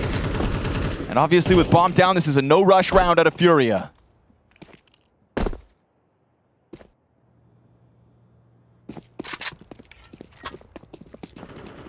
Looks like they're dressing up the same play again with a lot of ramp presence. Now, while they do have the op on Sizzy, for the first time in a while, it's going to be on the other side of the map. It's going to come down to the riflers who haven't been able to really contribute to these holds. And Sizzy's staying on Cat. He's kind of looking to see if a lurker's coming down, but this isn't a Connector split. Here comes the push. Not for now. Just a jump spot over the Ticket. Sandwich currently still goes unchecked. Immense utility damage. Alex gets his bang for his buck, and Essential's patience pays off. This is an A site that doesn't feature Sizzy, but it's still a successful endeavor this time around for Bait. Damn. Nice step up from the other pieces. Yeah, that's a great couple of kills from Essential. They had nades for everything except for anybody in Sandwich. And he could see those nades cascading by his screen and thinking, when's my turn? But they forget about him. That's a great util usage out of Alex from CT Spawn as well. I was feeling worried for Bait that without their Opera, they just wouldn't have that reliable defense, but good on the rest of Bait to step it up this round to keep it now a one-round game. Well, usually the problem with just having a CT spotter is they're really safe, but the Ts don't give you chances for them to get a kill, and then they end up having to play some kind of retake. Sizzy obviously found his chance to fight, but at least the upside of having the riflers here is that, number one, you have a better chance of stopping a bomb plant and going into a post plant in the first place, and you have more mobility and more people who can throw utility, which they got a lot of use out of. This entire game has still had no consecutive terrorist round wins. Both T sides coming up with one-offs, although that missed Molotov behind top boxes. Is it going to cause problems here for Bait? We get the bomb outside of Palace, just sitting and waiting for a second as it remains smoked off. Smolodoy on the prowl. Flash finds targets. So nobody rattles their saber. Nobody makes a noise. No use of ladder room here on this round. Kenzie Zor looking to take a peek. This is looking like an open run-up catwalk once Furia decide to take it, up connector. You pressure the cat player back, and we saw what happens when Yekindar kind of gets up those connector steps. Starts to turn into the spear for this A-side attack. There's a lot of pressure mounting now on the A players who are starting to look around. It's utility over. Another Palace smoke lands. That one offered by NPL, who is sitting outside of the murder hole. Now Molodoy scours this open A play, hoping somebody takes a look into connector, and it's being queued up. He misses the shot up, and as Essential sits down beneath the ladder, it's a great, well-placed nade. Oh, he got a kill first. Essential gets the trade back, but they know exactly where he is, and he's not going to have a teammate until this second ticket player comes. And it's going to be NPL sending flashes in, but neither of the second or third player are able to find kills. And so Furia now vacant bomb site, bomb plant, and a 2v4 demanded of Bait, or else Furia take 12. They once again have a very nice flank. There's just extra players now. Less reason for Yekindar to lose focus, but there's not even a ramp flank. It's coming in through Palace. Because of the money now, there's an extra calculation here for Bait, and obviously 2-on-4. Who's going for that?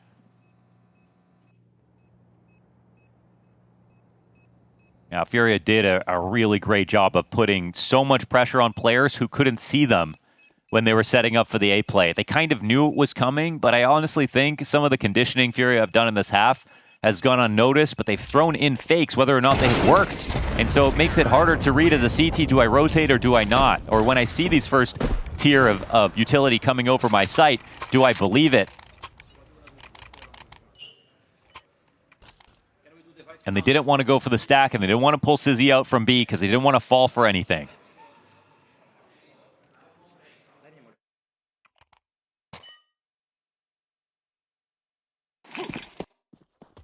Still looks very good here for Bait in terms of their economy. They get all those rebuys in after only losing 3 last round.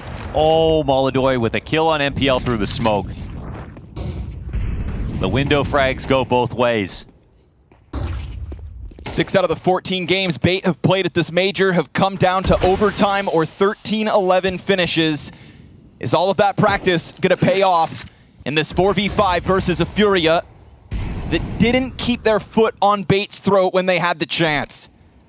Molodoy, loses the head-to-head. Sizzy just slams that shot downtown.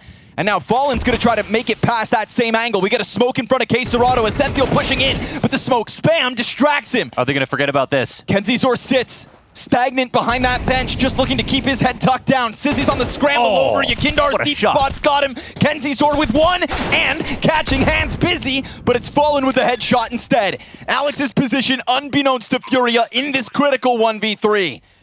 A very flat first half, a rebuttal of a CT side. And with Alex having now been spotted, he's just going to try to sprint it in. Waste no time. Fast one on to Fallen. And a second. It is again a game of margins, but one that Furia will surpass. Their first test in Cologne, a success over top of Bait within their map pick. But it's best of 3s for Bait, and we've seen them rebound at this event before.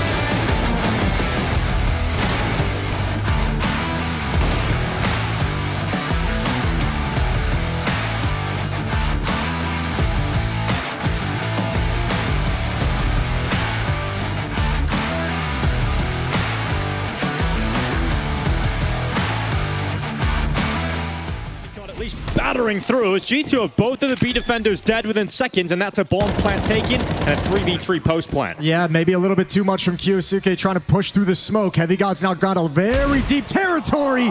One dig to the dome of Nico. Yeah, Heavy God looking to make the difference, but Monte steps out. Heavy God now gone. And Sampai's waits at Nubox. Hunter alongside of him, and still a lot of ground to make up here for Falcons. No kit, no utility left. It's going to be tough to flush these two players out. One at Dark, one at Nubox. It's got to be now. It's got to be now. There's very little time left. And Hunter just waits here. A Dark Tessa steps into the open. Monte can do nothing about this. So G2 have broken through into the B bomb site and responded with a second round victory after losing that pistol. And it's Hunter continuing some great form, 3-1. Yeah, not enough production out of Kyosuke and Kerrigan at that B bomb site. Both of them just going 1 for 1. I think that's an ill-advised push through the smoke. Fall back behind it once Kerrigan falls. Maintain the position. Make sure they're funneled and they're kept inside the bomb site to make that retake as easy as possible. But Heavy God gaining that territory off of his death, pushing in towards Ruins. It's nasty that he's able to pick off Nico, and that just makes it so devastating right here. That's when the round fully turned in the favor of G2. Oh, Falcons are forced buying back, so this back and forth might just continue. And Ash just highlighted on the desk the way that Falcons, he just highlighted that round back on Mirage at previous events of them losing against these low economy rounds. Those kinds of rounds are just daggers in the back of Falcons. And they're going to build up if they can't right the ship. 5-7's pushing deep down Banana, no chance. And G2 holds strong. They're going to force Kerrigan back.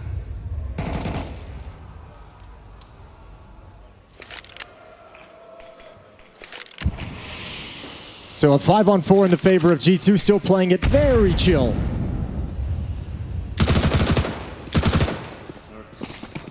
Spamming down through the edge of the smoke.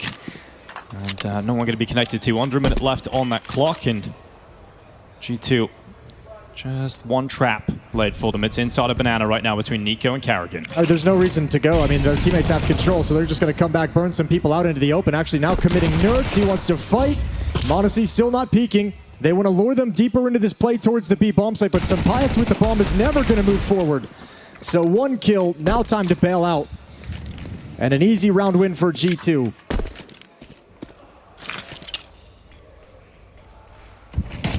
Monte, halfway down Banana. It's actually landed the body shot, but a lot of damage, no kills until now. I'll grab one. And at this point for G2, they're going to be mega happy about the fact they've actually managed to lose the pistol, but convert 2 in a row and taking the lead of the game.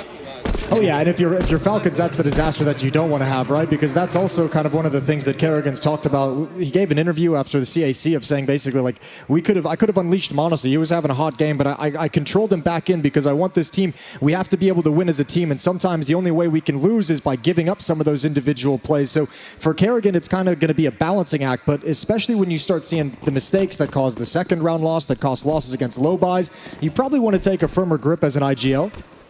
We'll see how that plays out throughout the rest of this map and the rest of the series. Up against USPs and pistols without armor, so should again be another easy round for G2. Stack here at the B bomb site, but how often do you see this stack do anything at all? Okay, fair play to him. It's worked out. It's got to kill, Jason. Something at least. No, it's dead, and Pirates going for the Galil, trying to rattle them as they run towards him. It's Hunter coming through with that first, the second, and the MAC-10's making some money. But somehow, suddenly, what? How is this happening? Okay. Monte's got 2 Deagle kills, Tessa's with 1, and all of a sudden, Sampai's is on 40 HP with over a minute left. Monte's got a rifle, running up Banana, and he's just ripped it out of their hands out of nothing. All right, let's see the Deagle shots from the kid. He got a double kill before he even realized it happened. There's the individual prowess of the Falcons players. Monte making magic happen on the other side of the map. Absolutely insane. All the action towards the B bomb site. Stack gets this 1 kill. They're covering the AK-47 on the ground. There's the first from Monte, and then deep, oh, nasty onto Heavy God. What a turn, what a change. Well, we said it's time for Monte now, and then that happens, then that is delivered. Go at Kerrigan, he's gonna die first. Notice that first pick. That's now siding with G2. Yeah, it can be really deflating though, losing that opening kill. Now playing 4v5 after a round like that from Monte. You want to get hyped up and build. Good flick. Nice shot from Monte. Mattis to respond, at least by taking Tessus down to Monte. Backs away into the site. He's got targets coming from two sides, and that is enough to get rid of him. Heavy God out of the balcony, 3v2. As G2 again doing further damage to Kiyosuke and have really removed any chance of this round going forward for Falcons. Man, G2 hitting him with a nasty timing, the walk up middle as soon as it's about to get re-smoked. And Modesty trying to do a lot to recover the situation as a solo defender at that A bomb site gets caught by the lurk out of the halls. And Falcons have to back away, so off to the miraculous double dig from Modesty. They can't build any kind of momentum. And can't get this back under control quite yet. Money's a huge issue. Nico's going to be able to drop a weapon over. They've lost the AWP. That's going to be passed over to the G2 side for Sunpius.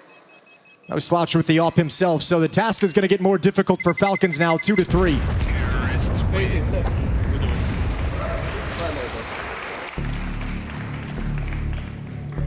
And we get the first time out of Falcons to talk over this awkward money situation. Nico gonna have to pass some guns over if they want to buy, if they want to invest here, but the money's right on the edge. So Sonic being involved in the conversation, Saw on the other side of the other side of the aisle. Both of these guys playing with lineups that they're trying to make work coming into the major. New addition of Nerds, new addition of Kerrigan. And high fives come out down the stretch. We do see Falcons, as you can see, buy in, shove all in. Weapon dropped over from Nico Famasa on Kerrigan. And they come back into round 6, ready for a fight.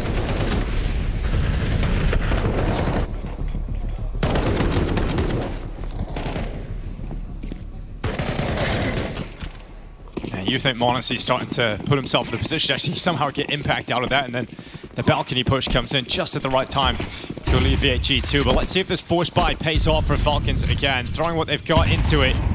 Monacy without the AWP. Just behind that top mid smoke. He'll send a grenade forward. It's going to take some utility, some heat towards his spot, but not going to go deep enough to affect him. Smoke fades, and now Monacy's got vision of brackets. You can see it's clear. Nico and Tess is demoed up over by Pit. Most of the action at the moment happening over towards the B bomb site, as finally they're starting to scale up to gain control. Bomb is here as well on Hunter, following up Nertz and Sunpius. And a defensive smoke at half wall is going to force them back. So just getting ping-ponged between two sides of the map at the moment.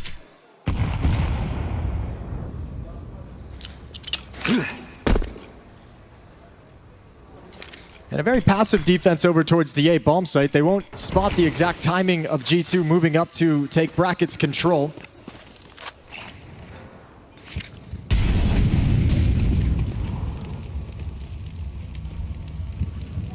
Through long, we got Mattis rounding the corner with a flash. No challenge yet, but 30 seconds. This could still go sideways for G2. Monacy's out again. Mattis not looking the right way. He's turned back. Monacy's got a second. All of a sudden, another shot at this for Falcons. That 5-7 waits at the truck. Monacy's on the move. Monacy's on the flank. And he's got the damage. He set them up with a distraction, and Nico descends from the balcony to the pit. And now G2 once again in the pit of despair as they cannot get past this weaker purchase of Falcons. A tied game. What a war of attrition the first 6 rounds of this game has been. Yeah, back and forth we go. This is very, very scrappy because money's now going to be an issue for the G2 side of thing. Out of the timeout, though, really good to see Falcons hold on and sustain. All on Monacy. That's just a dry peek on Rap side and one missed detail from G2. Nobody looking for it whatsoever. Mattis is clearing over toward Arches. That's a disgusting sequence, but Monacy now having all the impact for Falcons in the early going. Oh, what a start to the major for Monacy. 10-3 at the moment. Doesn't look like it's got any signs of slowing down.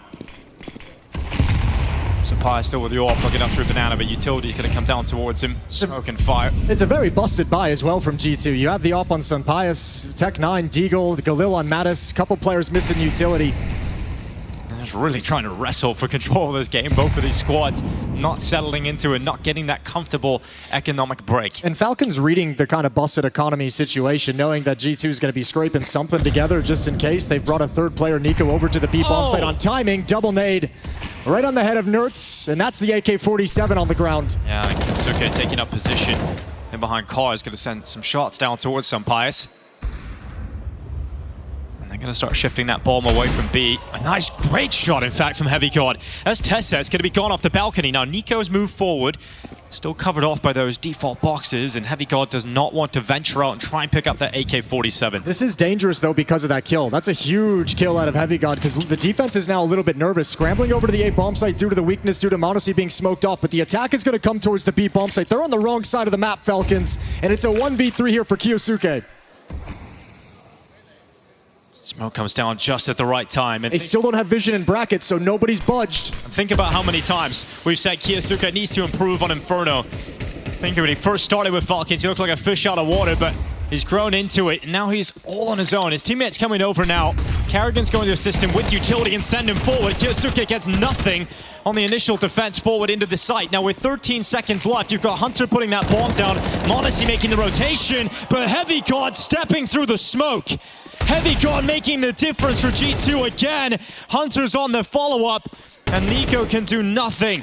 He can't get into this round. They're not going to let him into it, so Nico backs away. G2 continue this back and forth. It's Heavy God's impact this time, and they've got the lead of the game again. Getting some mistakes on both sides of the map from both squads against these low buys. Now you have one here, Tess's. I mean, yeah, that's a very tight angle, very tough shot to hit, but Heavy God drills it. And that weakness provided by that opening kill made Falcons very, very nervous for the wrong side of the map, and it took them so long to find the information. None of them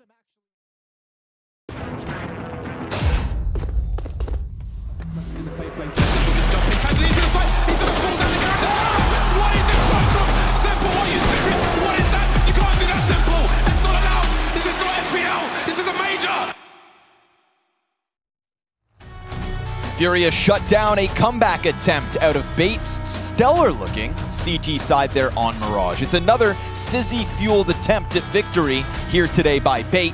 We shift this series into gear now by heading to Inferno, where FURIA are going to be looking to close out 2-0, something that some of the other favorites weren't able to do today, Mohan, shutting down these plucky underdogs. I think it would bode well for FURIA's hopes of being a dark horse here in Cologne. If they can win this one out the gate and prove to the rest of the pack, FURIA are here to play. First map has been the test, and that test has passed. And at first it was with flying colors. And I mean, the comeback was good from Bait, but I think overall still way more winning chances and more rounds more often for FURIA. So like, I'd say better than you could a lot of people expected FURIA to be on a first map coming into the major, right, after some up and down tournaments lately. Yeah, especially seeing the damage that 9Z and BetBoom have already done this stage. I think FURIA will feel quite relieved. And Bait, I'm sure, a little bit disappointed. They looked decent, but they looked more shaky in more moments and didn't have quite as many reads. Yeah, they were definitely quick on the trigger when it came to like rotating or leaving a bomb site. There was those little rocky moments where I think FURIA just kind of slipped the net, got the edge, won the rounds they had to. We'll give props over to Bait for winning that 2 versus 2 fueled by Sizzy. Sure, 2v more than 2. Whatever. 2v3, I think, yeah. 3. On top of that, you know, FURIA out-clutched them. 2v more than 2, though. That just, ooh, just gets your imagination going. 2 versus many. 2 clutches the way of FURIA, 1 successful clutch the way of Bait. You know, we had close rounds. That was also FURIA losing both pistols, although successfully force buying on the CT side to take that momentum back. Yeah. I think it's just, again, it's another just bit of credit to Bait for being able to fight back into a game where in the first half, they're down 3-9. You know, a T side that really got shut down. They still tried to put their game plan forward, but yes, within that rockiness, the sketchiness of some early bites, they did end up losing. Now they've got a T side ahead of them again, which hopefully for their sake is more competitive than it was on Mirage, because we've got FURIA looking to lock down Inferno, kick off day 1 of stage 3 with a 2-0 series. Can totally see that happening. They're looking forward to this map pool. They already know what Bait have to offer, and there's game tape. Another conversation. You know, I try to ask a lot of the teams, like, where do you want to enter into a major like this? And it's like, the better, essentially, the consensus was the better you are, the later you want to enter, and just hope that you play well right away, essentially. And with best of 3s, it does take the edge off of having an off start. So I think they've already got past that hurdle, and now we move into a map that they should be able to just fully flex all of their ability. They've shown that they're playing really smart CS. The same creativity we know and love from FURIA is available. And the other part to it is the amount of game tape Bait have shown off already at this point in the tournament. That's an edge to FURIA as well. And you've got to show what you've got in order to get this far. So I don't Bait have any secrets. They do still have a star, though. Sizzy finishes that first map, highest rated player, no surprise. Really had some what could have been X Factor moments. Typical pistol here for FURIA. Yakinder solo B. Shows a bit of skin around Banana and goes for the long road back through Church.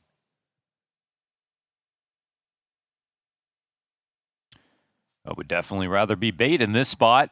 A chance to guarantee a bomb plant. That's halfway to a win on a pistol.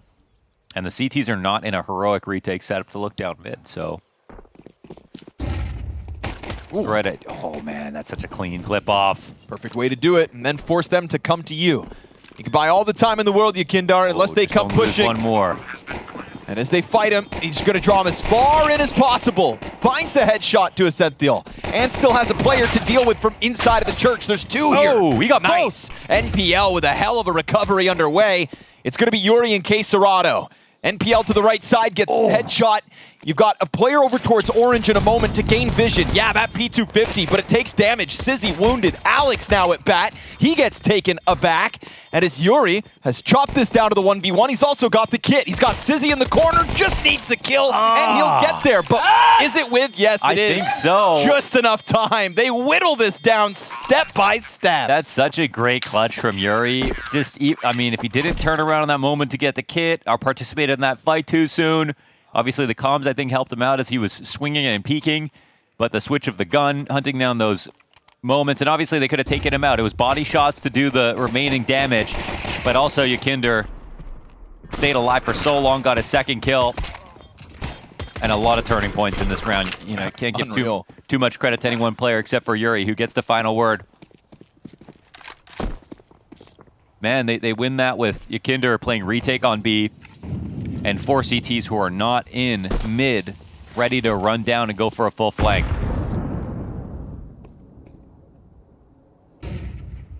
Bomb plant fuels the buy. Op right now, wow. AK hits the ground. Oops. And op right now, that's all kinds of confidence. It's kind of badass, though. It is. It's pretty badass. Very Molodoy. Pulling out the op. We've got Yuri down in pit with a FAMAS, the second best gun across the camp of FURIA. Yakindar was on the brink of that banana smoke, but decides to fall back just in case. You'd hate to force a retake with that op. You'd hate to just force your own death by getting too crazy near that smoke.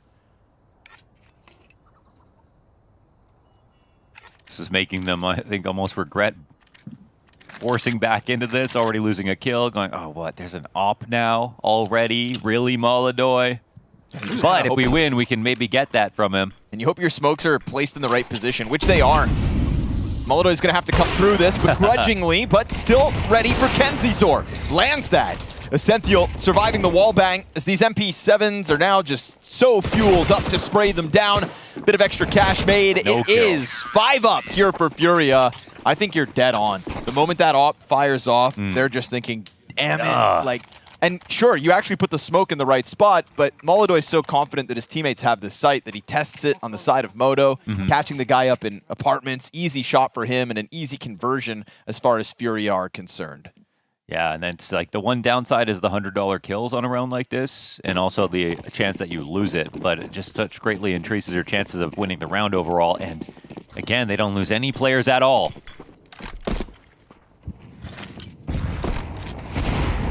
Nice nade. Ooh.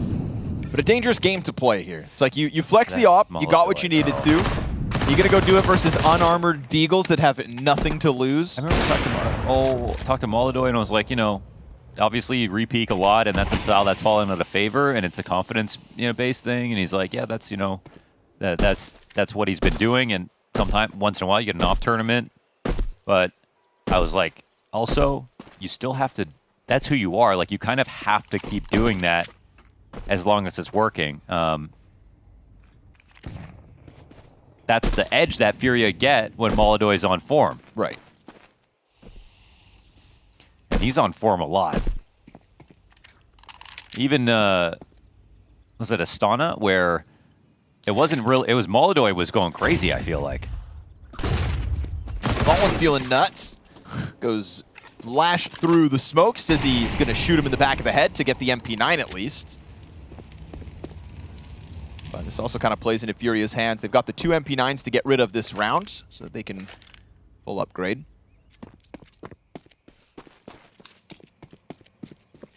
Yeah, he had a 1.36 at Astana when they came, they lost in the quarters. Damn. Yeah. In those last 3 maps, 23, 28, 25 kills. Like, he was a very big threat the entire event. Even in the loss versus Spirit. Went crazy. Uh-oh. Alex catching you blindsided. Little gap out middle. An MP9 versus MP9 to try to close. You end up losing those 2, and oddly, it is still an MP9 move forward. MP9, a Galil, and an AK. Bit of a mixed bag. He lost Molodoi's op, I believe, so they reinvest for 1.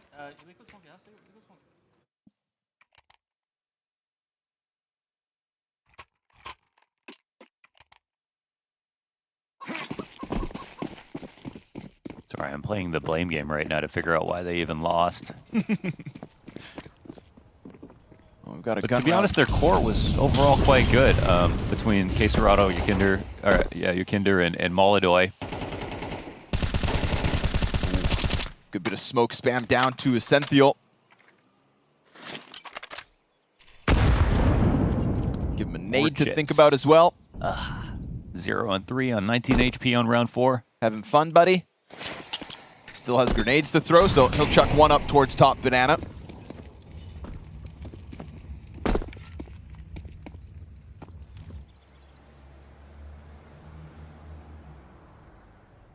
So far, FURIA have had this kind of affinity to lean back.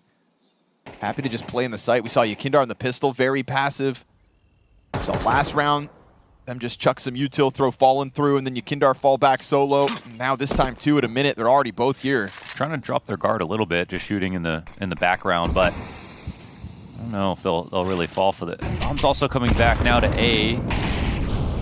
Bit of chip damage to queue up some of these lesser rifles FURIA hold on to. I wonder if Fallen's going to read this and rotate over. They've even got a late smoke, so they can leave for a second. It's Arch and Library smoked off. Right into Library Molodoi. smoke looks too deep, though. This might cause a problem. Molodoi's going to go out, catches the kill. Pit player doubles up between Caserado and Yuri, so you've still got one sitting on top. And Molodoi's just going to let these riflers relax as he peels a second player off the execute. Yeah, a bit of dysfunction on the split. They don't know how to approach him, and Sizzy will get Good the wrap. kill. He finds a back turn. That's going to be the bomb plant. Oh, in a second. They could just run this down. He's got to stick to it, but they actually afford him a chance to come up with that AK now. Spamming into the smoke. He would love for Essential to come join him, but it feels like they're just going to leave him out to dry. And sure enough, a retake coming out. So that 0 and 3, 19 HP Essential. Lo and behold, he's the last guy left. He just lived to roll over the ashes to see it all happen, unfortunately. It's like a guy who scrapes his knee on the way to the front line and goes, I'm gonna head home. Yeah. You guys got this, right? Essential, he lived, but did he live? Sorry, guys. Going back to HQ.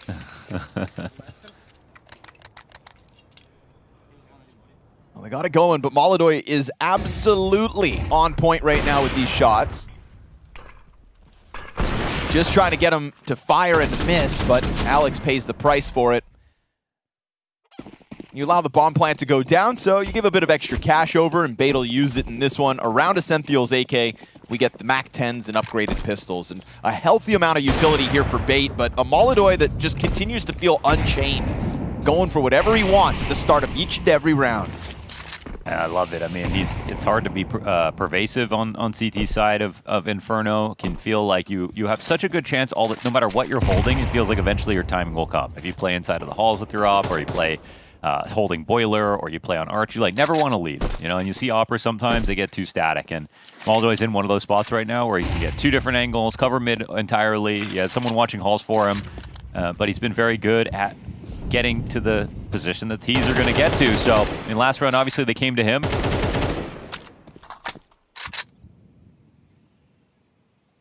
But because rotations are so punishing on this map, that's why you see so many saves. It really is about who has the best foresight sometimes. This one's coming. Up close to Kindar. A little jumping Mac 10 hard clear. Fallen to have his hands full, and he's falling back with 0 utility. I love the chase nades. Okay, Serato gets a flash over to help. Fallen can't fan the second, and the pistols break through. That was awesome. In front of that Essential AK. One saved AK worth its weight in gold so far. He turns back for the flank. Tags Yuri slightly. Retake feels like it's on as he pegs him with that piece of util, and then Moldoy has to give this up. Nicely done by Bait to break the doors down in the 5th with just that 1 AK. It's the utility on the chase that really hammers it home. Dude, I love that they were setting up that, you know, this full fast rush, and they also had ideas for how to make it less simple than just running at the problem. So this comes down to just Kenzizor in the end.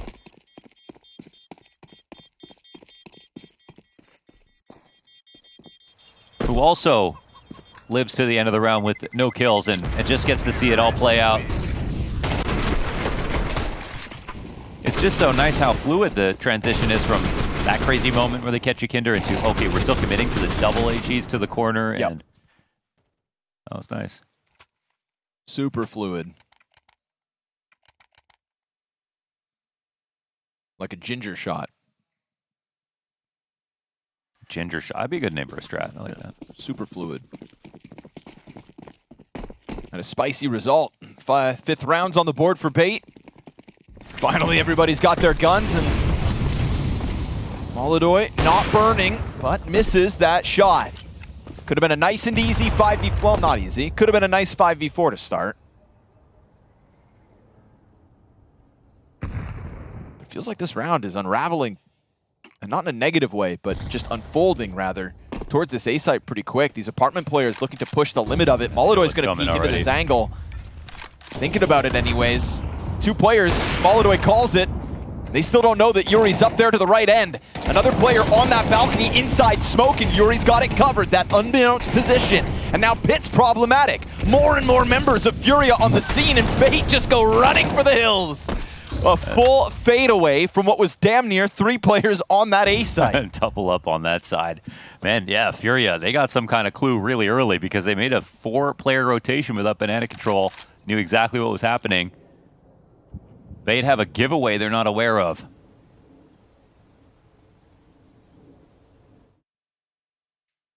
They're lucky to even be able to save 3 if FURIA would be so kind. This is Moldoy now 4-0 in opening duels here on map 2. Testament to how often he's just kind of been throwing himself at contact. Another moment that he's on the other side of the map and still gets the opening kill. Bait forced to just tuck their tails, run back to spawn and save. So great distraction from Moldoy to land that. Obviously queues up Yuri with an easy one. Nope, could have been problematic. What's in the safe? We'll never know. I guess we'll never know.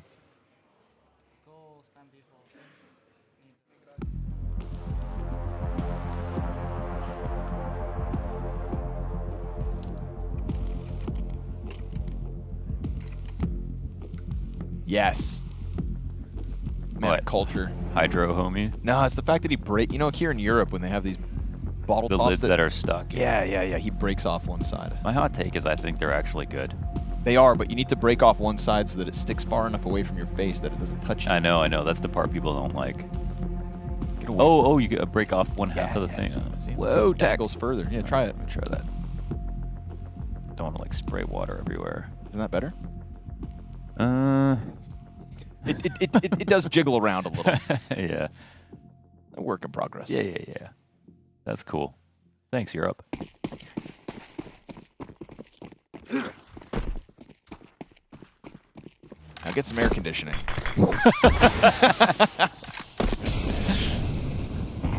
Molodoy again. Don't be surprised. I love that he just goes for the smoke shot. And at the same time, Yekindar applies a bit more banana pressure. This is where he got Ascenthiel down to that 19 HP. And with the Tech 9 on NPL, dwindling util, and a 4-round lead, I think FURIA do have reasons to be confident. So just keep on peppering down through that smoke. And we get this K-Serrato supportive flashbang. Second chance to go for it. Yeah, they let Led loose. And they'll find Alex inside of the smoke trying to posture. Now, Ascenthiel did get through that smoke with teammates behind him. He's going to try to jump on this banana fight. Oh, but Fallen wins the head-to-head, and then Yekindar ready to tether. Finally, something comes back Bait's way. It's Sizzy's off on the chase. Double kills his.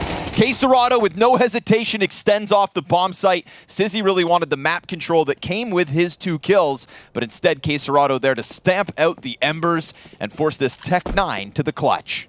Gotta say, man, when FURIA, when you see 1, there's 3. A lot of times, versus a team that's playing well, they're always doubling up, but almost every round between here and Mirage, they've just got so many players constantly ready to fight, and that must be so defeating for Bait, because it just means that they've read it ahead of time. Exactly what we were going to try to do. They were tripled up in defense. They were already rotating. They were way ahead. And he's not even going to try this because there's just no time. Yeah, not when Sizzy's op is on the other side of this save. So another moment here where it will be Bait to tuck tail. And we have another round win. FURIA 6-1 secured. As this is, unfortunately for Bait, turning into back-to-back struggles on the T sides of both Mirage and Inferno now. Yeah.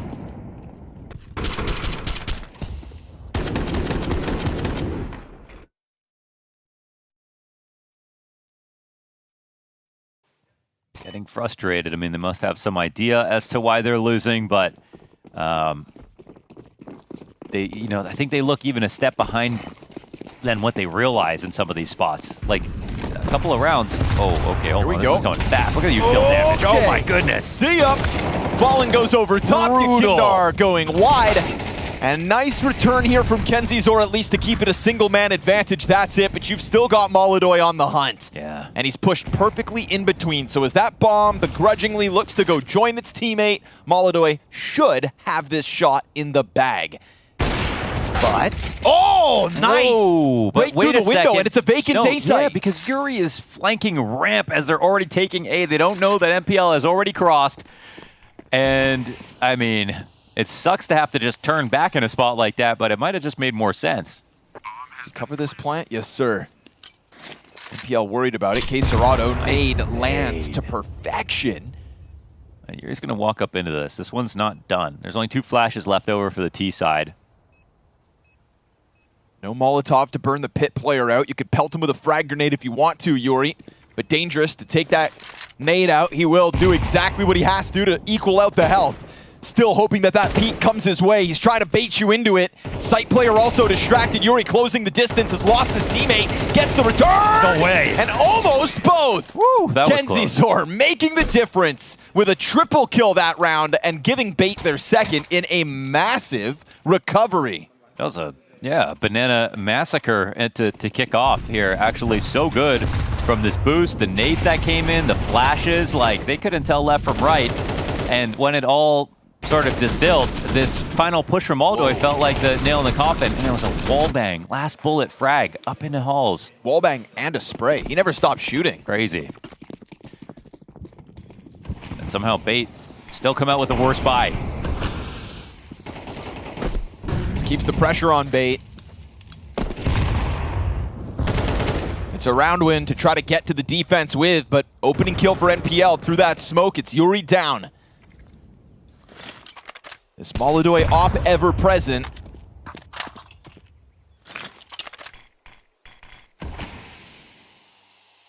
There's been a lot of space for Bait to get out through the balcony at times. We've got 2 players in there at the moment.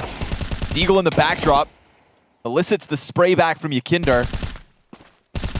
He's going to keep letting bullets go, but has to recover back into the site for a second. As that smoke fades on Banana, it's still majority of bait that side. Fallen starts to move over, and the only thing that we've got for Furia at A is this short control.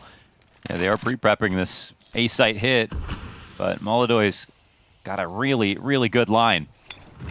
Him and K-Serrato preoccupied, and now K-Serrato, much like Yekindar, softened up for the blow. Oh, they're going back to B, actually. Fallen's flashing through. Won't see anything, but I think he knows. Takes the fade away. Problem is with that hard commitment to the A site. No, maybe they don't know. They didn't make any noise. And it's tough to get your A players out of the side that they decided to hold. You're starting to fall away. Now it's confirmed. Utility comes flying over top at 20 seconds. Flash is in place. They're not... Oh, no, it's a nade. They're not going through it. Trying to catch you on the climb up. Fallen delivers. Slows it down slightly. Incendiary for the default plant. Careful, 10 seconds. Bombs over on Orange, so they're going to plant it the other side.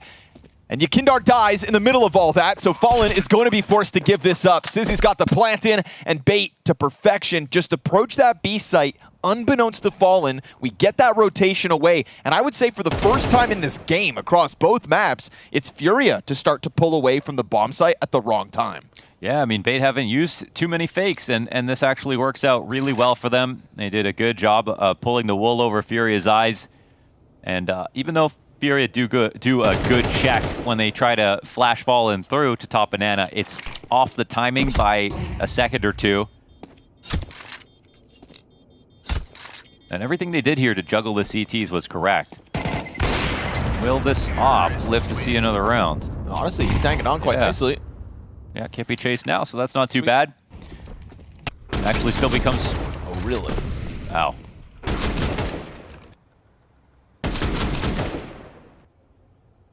Bait's starting to rattle some heads. They would have loved to kill that op. Yeah, they finally break through the money to a point where Furia have to go for a save. Yeah, they'll buy a few bits and pieces, but this isn't a round that has much armor going into it. No rifles. Whoa, that's a read. Oh, nice. That is a read and a half. Molodoy punishes that push. That's his 5th successful opening duel. That means has not died first once. I almost don't even care about how many other weak guns they have. This is going to be very desperate now for Bait. They're going to get scared. Smoke over top. Yekindar's in a very curious spot. Yeah, Molodoy's already over here. 2 pistols in front of that AWP. They want to disrespect this so badly.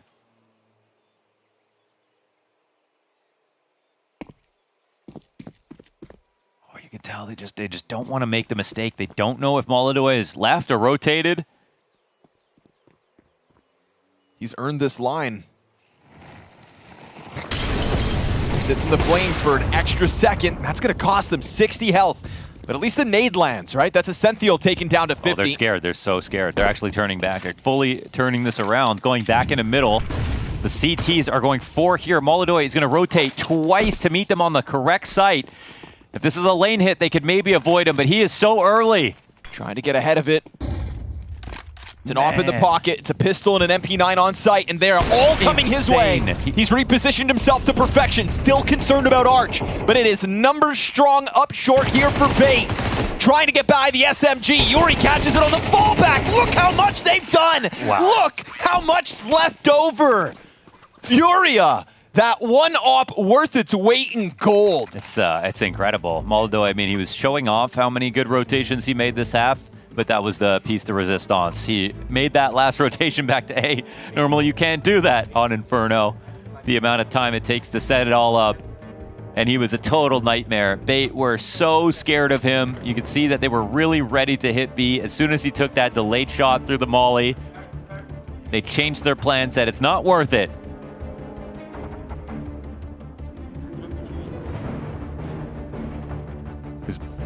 It's just nightmare fuel here for Bait. The one op save from last round.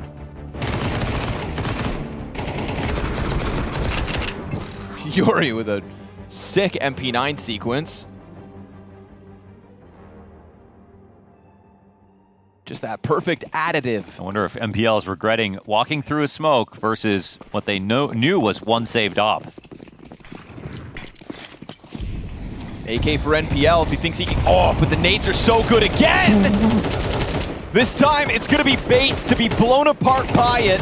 We've seen damage output on Banana, but this time it's not that crazy comeback into the round. They haven't even seen a CT yet.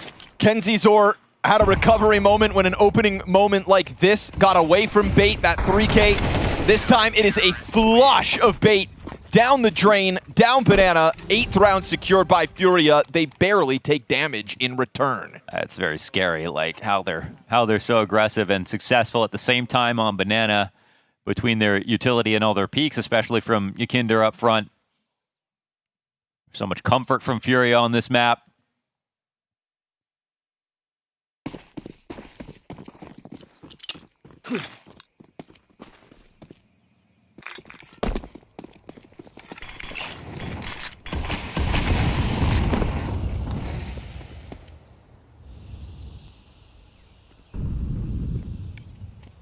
It's a couple of lovely calls back-to-back by FURIA. We've seen rumblings of that kind of just utility dump down B, but that time it was on the money. What we haven't seen since really it got hard cleared by that jumping Mac 10 is Yakindar tucked back into this right pocket. Sizzy seems cautious of this exact setup. Peek off a car. They will clear it. Yakindar goes a little wider this time. Enacts revenge on Alex. And Fallen should know better than to go back into that angle with Sizzy having shot the op. Zentiel instant headshot, 22 health. See if it makes a difference. MPL walks through another smoke and gets caught again. Damn, Molodoy fast to it. Molodoy now sitting pretty 12-4. Final round of the T side. Yet again, just a 3-round half by the looks of it. Molodoy just gonna shut down the A play. And Fallen, feeling freed up to get aggressive, does offer a trigger for Bait. You hit that op shot, you try to push your way through smoke. Queserado ready to receive at 20 seconds. Sizzy knows it's a death sentence to just run through it, so he waits those extra seconds. Smoke fades, but so does this clock. Prioritizing plant, hands busy. They give him just enough space to go for the Hail Mary clutch. And wait, oh, a they team flashed flash. themselves. Now Molodoy walking into the line. Sizzy goes wide, gets a bit of damage in, and he is really now starting to make this look possible. It's utility to confirm the third player's coming in from Banana. Sizzy with a critical clutch attempt, one of the 3 steps deep already. Wide swing, and it's Yuri to put it on ice. 6 rounds on the T sides across both maps in this best of 3. It's gonna have to be another comeback attempt out of Bait.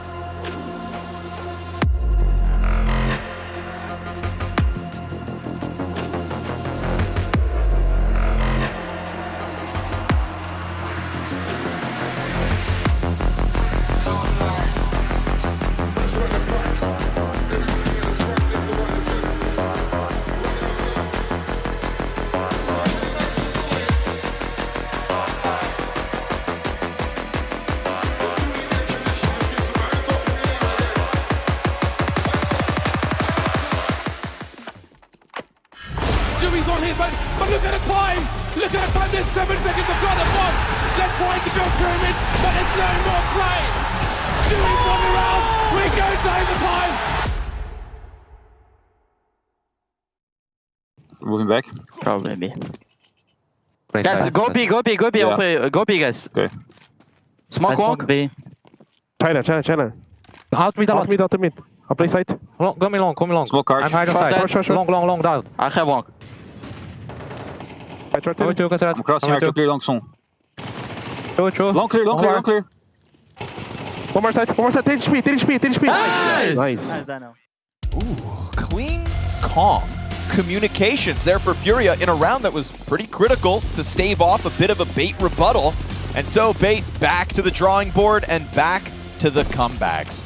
This is what they've tried to make their bread and butter as Cologne has gone on. It's certainly not the least stressful way to play Counter-Strike, but it's the way they've been finding wins.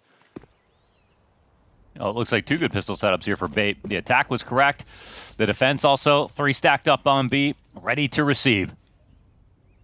Now you just got to hit your shots as the mollies come in. It's a full exec. Big pressure thanks to the nades. Gonna have to be flustered out of their spots. It is Senthiel's the one to deliver. A triple with the Berettas. Fallen. Oh, those flash. Those gonna catch one. Were a thing of art. Excellent util back, and Bait just making sure they had enough pieces to also have 2 players shooting on top of that utility.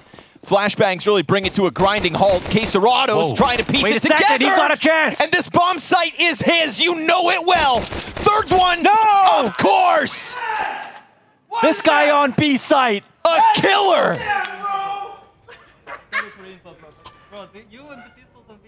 He moved out to coffins to avoid a push in through CT, fought back against Emo, turned around and isolated this fight.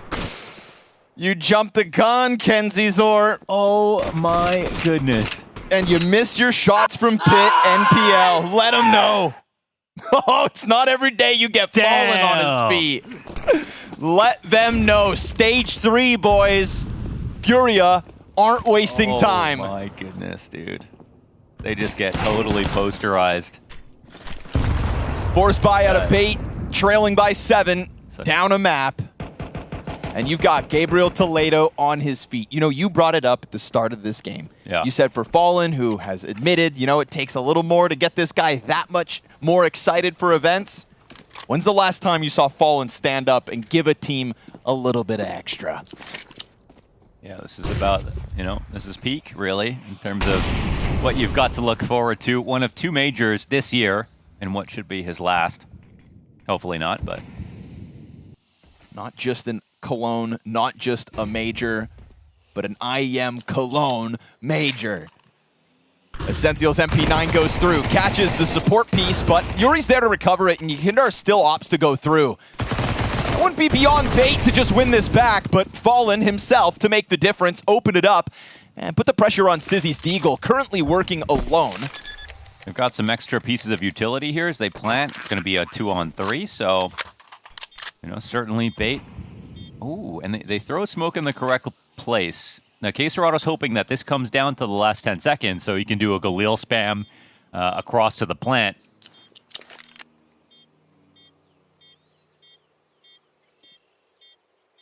And they're actually moving very slowly for what they have. Oh, they eat their own flash, too. Not ideal. How's that taste? Fallen's going to do good damage as well. NPL dangerously low. A little banked frag could get it, but okay. Okay. Still has to go wide. Ooh. And no defuse kit for that one. So Queserado a bit flustered with the frag grenade. It came up a little short, but the clutch doesn't. And he'll shut down that 1v2. 1v3 and a 1v2 to kick off the second half. Just Queserado things. Now, how did this nade here? This is crazy. He jumped, pressed right, and then left at the same time. And got the craziest trajectory. Yeah.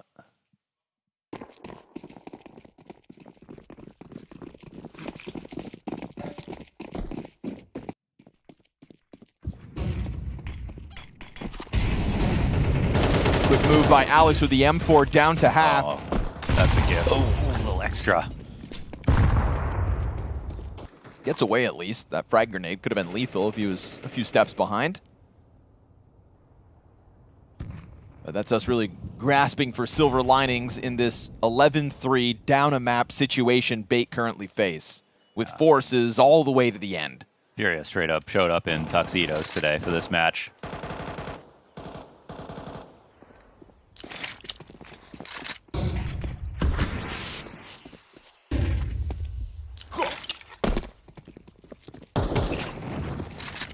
No series is going to be easy in this stage. I mean, your opening round, very well might be your easiest. You're one of the teams coming in. See how good people are. Bait staring 12 in the face. And their good guns are already so low, they want to save. This one's done until further notice. Yeah, I think it's going to start feeling like a real blowout for Bait if they just kind of keel over and lose this second map. But that CT side back on Mirage did have legs. Unfortunately, they gave themselves a small chance of winning with only 3 rounds on the attack. So T-side, the struggle for Bait in the face of FURIA today. You don't give yourself much wiggle room. Forced into a save, forced to concede 12, and facing 9 match points down the barrel. It's been a very successful second map for Molodoi in terms of those opening duels. He was 5-0 at the turn of the half in opening kill attempts.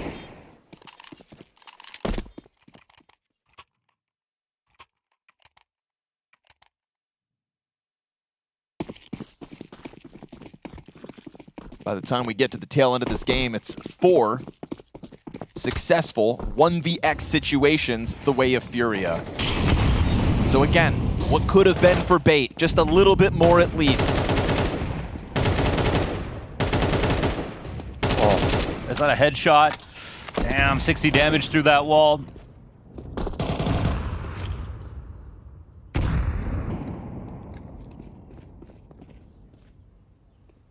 There's a lot of guys about to come through this smoke. Senthiel barrel stuffs Yakindar. Ooh, finds the dink on Molodoi, but Yuri's got the cover through the smoke. They've got a choice to make. Fall into sides, violence. Tries to force the issue, but takes spam back from Alex, and down he goes. It's man advantage, health advantage, and a minute for FURIA to work. But NPL, this push, I mean, this should be the ace in the hole. Yeah.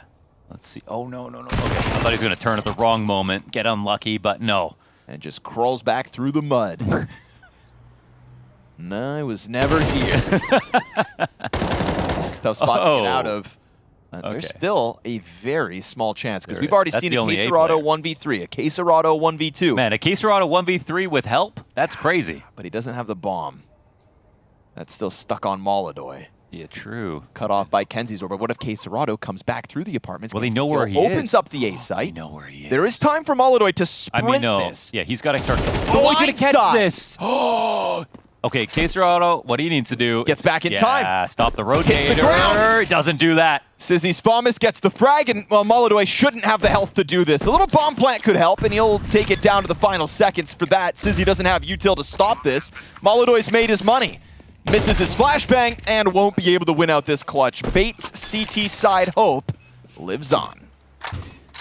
Yep, it does. They got real aggressive there, out through alt. They had the push. That was actually quite good. I think it was a Senthiel with a kill and then a dink through that smoke on top of it.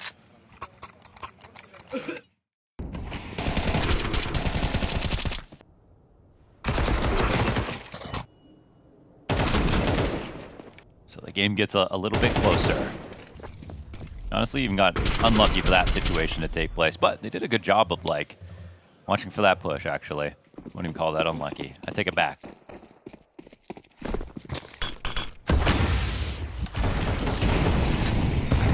Oof.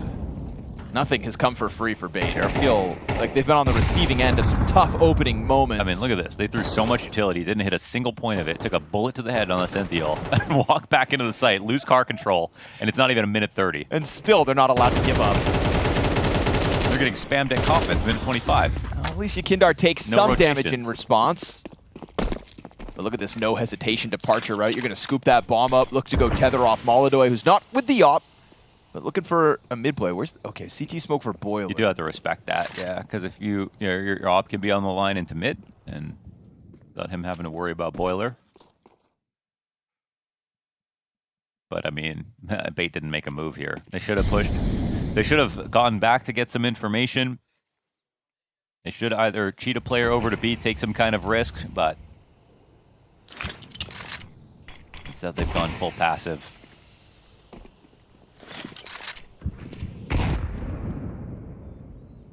And there's plenty of time to threaten that R-trap. MPL also putting himself into a very passive spot to make the rotation harder to get to B to help.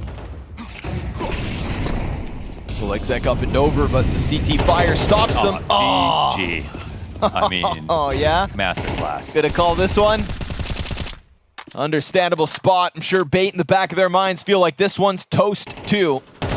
They've got the kits for the defuses, but Molodoi holds off to the mid flank, which really just forces the hand of Bait now to go headstrong down from CT spawn, and they can't buy a kill. Finally, one comes their way, but it's nothing but a parting gift. A strong showing out of FURIA to commence Stage 3. In a season of Counter-Strike where FURIA have shown struggles out the gate, today it's different. That series was just pure excellence out of FURIA. It was quelled any doubt you may have had about them coming into the stage. Seeing all the matches before this, you would have wondered, are Bait going to be good enough? But no, it was just them getting outclassed, outread.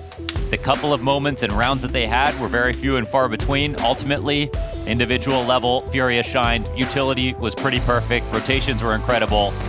10 out of 10 performance from FURIA today. Yeah, the exact kind of performance that puts them into the bright lights that makes you hope and believe they've got a run for us queued up in Cologne. You hate to get ahead of yourself, as Bait did show struggles through Stage 2, but I was of the camp that thought these struggles were going to maybe power them up, that it showed a great sign of resilience, that they could have these hard-fought battles. Unfortunately today, 2 flat first halves meant that hard-fought battle was never even really earned. Scores so lopsided at the turn of each of these 2 maps that really, the writing was on the wall. And FURIA showed an individual level fueled by Molodoi. I mean, the opening kill attempts on Inferno. Op in the second round of the CT side was looking for that first pick for the damn near entire CT half. It's crazy, the rotations he pulled out of an op are like everyone who complains about the op on CT side Inferno, how much you can do with it. Well, Molodoi proves you can do a ton. Yeah, well, why don't we go get a word from the man himself? It is Stiko and Molodoi for the FURIA victory postgame. Molodoi is here with me. FURIA winning their opener here. Obviously, I want to ask about the game. How did it feel? Because when we were watching, it felt like you were always in control. Did it feel for you same way? Yeah, maybe, yeah. In Mirage, we just, I think, lose a little bit control on T side. Yeah. But we are back, and when we have call to rotate to A, it was good call in phone. And yeah, we will just still around on A, abuse A a little bit, and on Mirage. On Inferno, yeah, I think now we're just choosing more comfortable for us how we need to play on A. And yeah, it's good. It was a good game. Yesterday you told me that when it comes to preparation and your opening moves, you're doing it yourself. I think I counted like 5 opening picks that you got on CD side Inferno. So is this your own preparation, or did it just randomly happen? Talk us through it, because it was all over the map. On Banana, it was on A a little bit. Sometimes you spread, but sometimes you know how you're feeling how they're playing, and you think about how can I kill some people, and it works, yeah. Are you obviously happy with your own performance? I wanted to talk about Keserata as well with the 1v3 and back-to-back 1v2. Tell me from your POV, how did it go? Because I was like, holy hell, how is he winning all of these clutches? You know, we have a joke about Keserata can play in pistol without armor because he is very good in pistol. And yeah, he was insane in pistol. So for me, it's top line player in our team for a long time. So he deserves no armor then. Yeah. All right, talk me about the fans. Obviously, we've seen a couple of footages. They are here. This was obviously B stream, so they are not literally watching the game, but they're around here. Do you have any message for them? They flew around the world just to see you play. Any kind words to them? I already heard and I already saw so many people come to support us. I'm very happy when I saw this. And I know they are a little bit sad because we are not playing Stream A. And I hope we will play tomorrow Stream A and they will see our game. And I wanted to say thank you for support, guys. Thank you for support, FURIA. I love you guys. Thank you. I will talk to production about that A stream for tomorrow for you, and see you tomorrow. Thank you. Thank you. One, two, three, go. Falling. Take left. Triple. Phantom. One more. Quad and quad. Quad. Emo, last B player.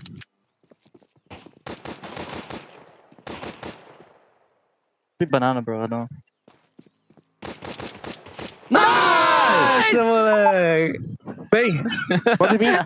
Nice, Casurata! Sorry for info, bro. Nice. Sorry for info. Bro, you and the pistols on B side, bro. Something nice. The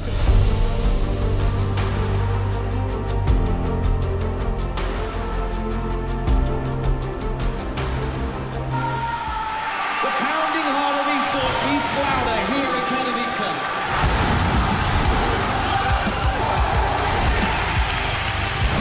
They have to double peek. He's getting his shot. Unbelievable! Something special to pull this deagle, and that's exactly what happens. Katowice! We are back!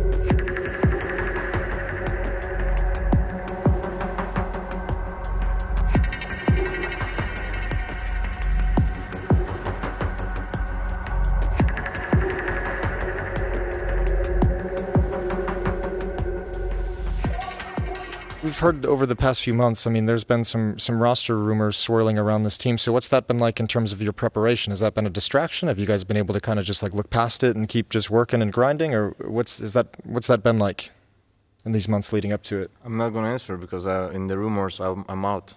Oh shit! They can tell Me too, Wakati, what's the new team looking like, baby? I think, like, to be honest, as a professional player right now, or in the team also, we're not speaking of that, and I think we all under contract and we just focus on the day, what is important, and we have this major, Cologne major is very important for all of us, and we just focus on that, and it's become more professional today. Like everything is more professional. So obviously, from the side of Aurora, if they want to take a decision, they will take it. And but as a player, I think everyone in the team just do his best day by day. And what is important is the present, and that's all, you know.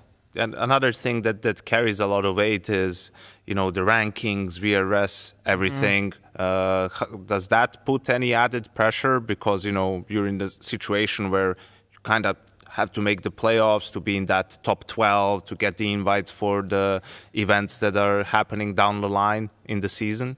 Yeah, I think I'm not following exactly because we have the management to do that. But yeah, I think now with all the system with VRS, I think you have to play a lot of tournaments to be always top. And I think this is not a pressure, you know. It's not a pressure, but it's just you just have to go all the time to somewhere. Like, you know, you're just saying, okay, this team can go above than us. Okay, then we need to accept this and we need to go this event too. So, but there is no rest. There is no rest between. If you are in a race, it's like you're feeling like a horse that you're not gonna stop. You need to go fully. While we are like riding, we are eating it at the same time. You know, like feeding the horse, and horse is not stopping and just keep going. I think this system has to be changed, in my opinion, because this is it wasn't like this. You guys also know from back in the days. For the last 2 years, I think it's players has to do too much, like travel, go, stay away from like wherever they live. And all the time, kind of pressure that are they gonna go in front of us or not? Either not. You know, like it's always you thinking about these things. I think it's not great to have it in your mind because sometimes you should choose the events that do not go. You know. Good at the moment, is it for Falcons? There's a tag onto Heavy God through the smoke. Monte doing what he can with low health, and the deagle shots, they just narrowly miss. Oh, Kerrigan just taking matters into his own hands, running down mid with the MAC-10. Just gonna at least even out the numbers for now, but there's still 1 minute 20 seconds on the clock. Where do you put this one if you're Falcons? Where do you decide to go? You've still got Monte waiting out top mid with the bomb on his back, and he's also got 17 health. Doesn't feel like there's a whole lot of options other than trying to get out long here. Get out long to use the range of your weapons. Let Kerrigan be the distraction and the presence over in middle. He's going to have to be very cautious as a solo player, but get the scout over in pit, and Monte can support the scale up to the bomb site. Heavy God drills another one. Uh-oh, you start to sweat if you're Falcons. Under a minute left on the clock. 2 players coming out long. Heavy God at the ready, gets another one, finishes off Monte, and Kyosuke sending a shot right back. But it's the flank out short. Kerrigan getting caught down low. Sends shots towards Hunter. Still alive. Kerrigan needs both. He can't get it. He's gone. So it's Kyosuke with a 1v2 ahead of him. 30 seconds left. Damage down towards the CT player, but Sunpius finishes him off, and they cannot shake this curse. A pistol one and a force buy lost. It's incredible how consistent Falcons are at this. Yeah, and look at Zonic. He's just got like that sad smile on his face. Like, I can't believe about to be expected, I guess. Like that's just what we're doing right now is winning pistols and losing second rounds. Because you'd imagine outside during that break that this was a big talking point. It was like, all right, let's get a good start. Let's win this pistol, and talking about tightening up those anti-ecos. It messed another one up. Yeah, from Zonic it's the anti-ecos. From Kerrigan it's the communication. Both of them lacking on the first map. Now fast-paced. They're running right into Nertz's position with the MP7. Goes for one. Good trade. And another battle won by Kyosuke. Yeah, good double with that AK. At least making it work for now. But a 3v4, G2 still with a chance to recover this. Matt is going to be waiting it long, and there are multiple players for Falcons ready to go around that corner. Yeah, but this MAC-10 can chew him up. All pistols coming at him. Sunpius is even going to join up, and now it gets really dangerous. Peek with the scout drop, but he does tag Nico. Well, MAC-10 trying to finish them off. Just the one from Mattis, so Brilliant kill from Nico. And Tess has had to get the trade, so it's Heavy God 1v3. Oh, and here's the footsteps. Yeah, Kiyosuke was watching for this, but he's got to go dedicated himself to the bomb site. They're going slow. Heavy God might have a chance to catch him as they walk up towards long, but not yet pulling the trigger to start making footsteps. Kiyosuke, back still turned. Nico and Tess is now entering the bomb site. There's a kit down there, but he isn't going to get to it. Heavy God needs this kill right behind him. Kiyosuke is going to fall away. Tess with the scout. Heavy God has him in his sights. The AK-47 out, looking for the headshot. Will not connect it. Tess crosses over, takes the tag. Now the chances of Heavy God really dwindle. He's got no utility. Would have to cross in towards Nico as well. So Heavy God not able to piece this together, and we're getting that Inferno start, aren't we? The force buy win from G2 into a force buy win from Falcons, and it's just chaos. Really nice round, coming long late. Tess is... Oh, he's going to win the fight at the end. Swaps out to the M4. Nice kill, cleans out all the rifles of G2, and Falcons right back to it.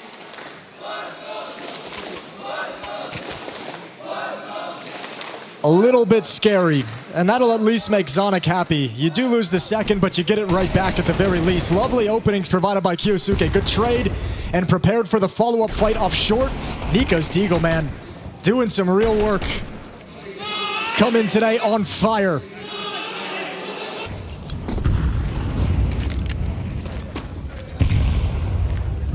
Nerds unleashed. He's the one rifle, the one hope here for G2 in this round.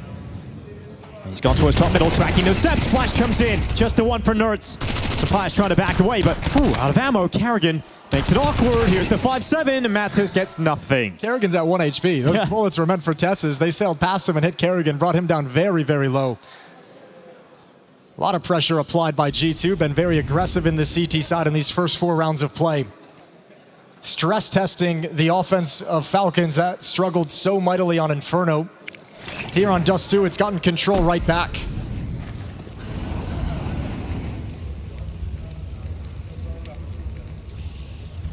And an easy decision to make for Falcons is just let Karrigan lead the way with his 1 HP. Let him be the one to show you exactly where your opponents are.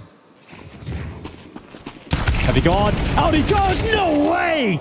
Nearly gets down to Monte, to Hunter as well, but you've got Monte coming out with that AK, and now Hunter's left in a 1v2. What can he do with his 5-7? He's all the way on the other side of the map, so Heavy God's moment looked like it might just ignite the round, but with Hunter being so far away, the dream just looks a little bit too far. Yeah, I thought actually that he'd just head towards, I think he might just head towards Xbox and try and recover a weapon. I thought he'd go towards short. Bomb being planted just now. I don't even think Hunter's going to think about going for it. Just wants an AK-47 and M4 on the ground. Hey Major, how are you? Good to see you. Good to see you. I want to use this opportunity in this interview to kind of introduce you as a team. What have you been doing past month? Because it's been a month since you played last time, right? Yeah, really. I don't remember also. So yeah, we did some practice in our home, and then we did a boot camp in Frankfurt for 5 days. And we came here from Frankfurt to Cologne instantly, yeah. Can you share a little bit what were you mainly working on? I'm not talking about maps or tactics, but is this like a preparation aim-wise or maybe mental preparation? Can you share a little bit what were you cooking? Yeah, overall, like everything, like I think mounts are technically also individually, like we need to be, we're a strong team when individually we click well, so we try to do our best, and today is the day that we have to show it, and hopefully we can show good Counter-Strike, yeah. We have a rare situation, Soulfly, the rookie of the major, stayed into the stage 3. Yeah. So how have you been helping him in these past couple of weeks? Did you feel any stress or nerves from him, or is he just cool as usual? No, he's generally cool. Like he don't show a lot of his emotion, but we talk a lot, me and him and the coach. I hope for him that he can do a really good major. Yeah.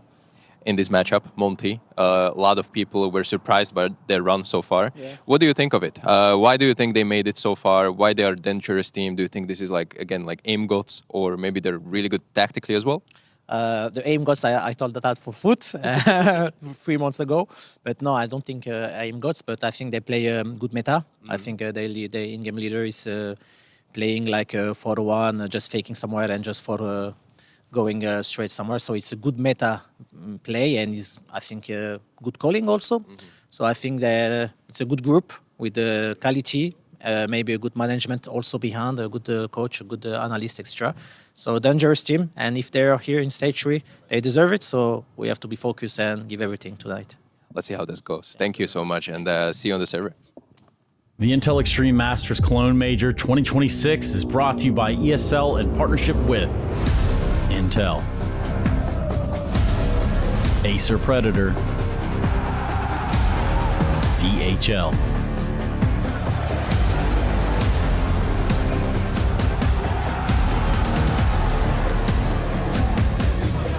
and Zoe.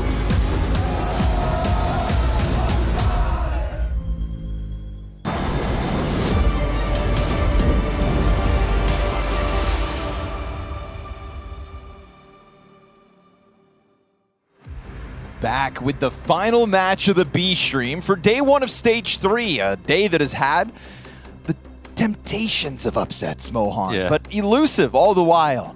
And, well, here we are with another hopeful in Monte, a team that most certainly has exceeded expectations with a performance back in stage 2, and a performance fueled by an uncharacteristic hero, Azuwu, with some career highs coming down into the major. Absolutely turned it around from his previous outings, and in doing so, fueled the Monte to qualify in a legitimate run. And you heard that pregame interview there with Madger as well. If you're in stage 3, it's because you deserve to be here. They earned this spot, and they have earned this chance at punching upwards.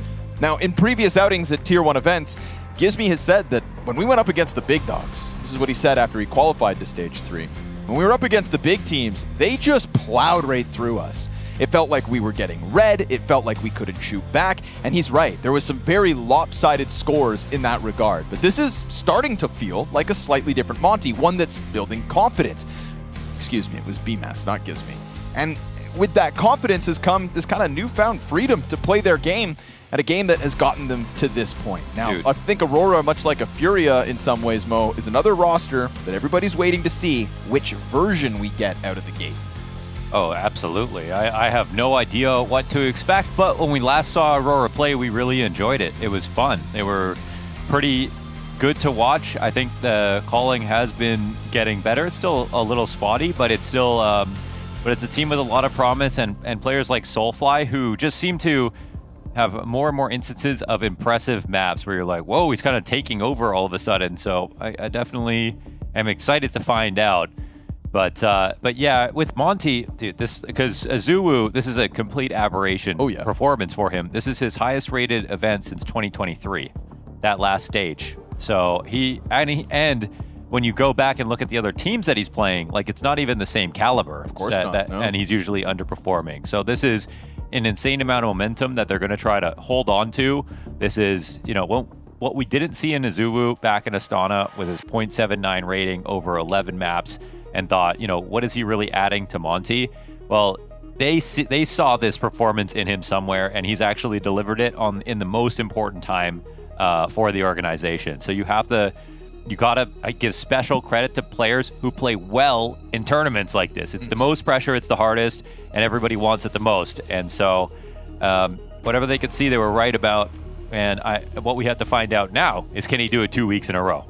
The Anubis pick out of Aurora, quizzical. Monte, 80% win rate on that over the 5 maps they've played. So not somewhere that they're afraid to go. We wonder, again, what version of Aurora, which individual could take over. This has been a bit of a breakout season for Wicadia, which bodes well for them. We've had cold games at times from Xantares as of late, Mo. Yeah. It's kind of this like shifting favoritism, it feels like, within Aurora. I had that a bit more, I feel like, last year towards Wicadia, or maybe it was towards the end I was starting to think like he could surpass Xantares. He could surpass, but still overall, like Xantares has bigger maps and still more consistently, and you know, Wicadia is still maturing, still growing. It feels like the time will eventually come where Wicadia will be the face of, you know, Turkish CS, and in terms of his individual level. But as it stands, they're all on the same team. Him, Woxic, Xantares. this is a roster, again, with them, with Wicadia and so much upward potential, Soulfly, so much untapped potential. By the way, another doubted roster move that actually has worked pretty well. Sky's still the limit, and they've, unlike, let's say, if we compare them to like the Polish roster, the VP, they never injected new talent into their roster and then just kind of died all 5. Right. Whereas Aurora actually have done a great job from their academy team and tried to make changes. And they've even changed players who were still new and people thought they should keep them and found other players. So they have talent to work from. Unfortunately for Aurora, one of the conversations I believe coming into Cologne is that this is a team that at the very first CS2 major cracked top 8 for the first time in history, right? We had the Turkish flag flying in the Royal Arena at the top 8 of a major for the very first time. And since then, they have actually failed to progress both times. They have hit the ground in Austin and in Budapest and under-delivered. They don't go out 0-3, but if I'm not mistaken, 1-3 both times. So they get a little going, and these are in previous seasons where we had Aurora, this mainstay of top 8 at every event, which isn't a feature of the start of 2026. They've gotten to playoffs, but it is becoming this sad regularity that Aurora just kind of underperform once they hit the stage. A couple of deeper runs, I believe a top 4, a 3rd place maybe, but it really is one of those moments now where we're kind of waiting for them to get back to that Copenhagen swagger. And you'd think versus a team like Monte, who are just looking to, again, weaponize a career run from a Zuwu out of nowhere, Aurora do have the makings of this victory. That's why they're the favorites coming into this game. That's why many people have Monte, I think, kind of falling at this stage of the major. Many don't believe, in my belief, that a Zuwu is going to be able to hang on to that fire he had in stage 2. Yeah, it's just not easy to do. It's just not easy to do for days in a row. It's already really insanely impressive that he did it for, his week straight. But Monte have done nothing but impress, and even I doubted them all last stage. But one thing I really liked actually is Rainwaker on a cerebral front. I think he's made a ton of really good individual plays, and we once remembered him from playing on Liquid and has grown so much since that time. So it's going to be Gizmy going up against Madger, the two brains of the operations. Going to try to scare Aurora here in the beginning of stage 3. Aurora that starts on a CT side of Nuke, and Aurora that comes in as the favorites. But an Aurora that doesn't land in Cologne with very much warm-up. Best of 3 may be their saving grace. We'll see. Back turns, Antares whips around. And we get a man advantage momentarily here for Monte. Quick to the scene, though, with the Heaven support. Nice shot out of Rainwaker to get the edge back the way of Monte. Afro's dead. And now we go 2 versus 2 with Zuwu still back in main. His Beretta's ready to roar. It's Woxic off the side of sight to confirm it. But Madger going for this slip of the net, wrapping outer, but taking his sweet time with this reposition.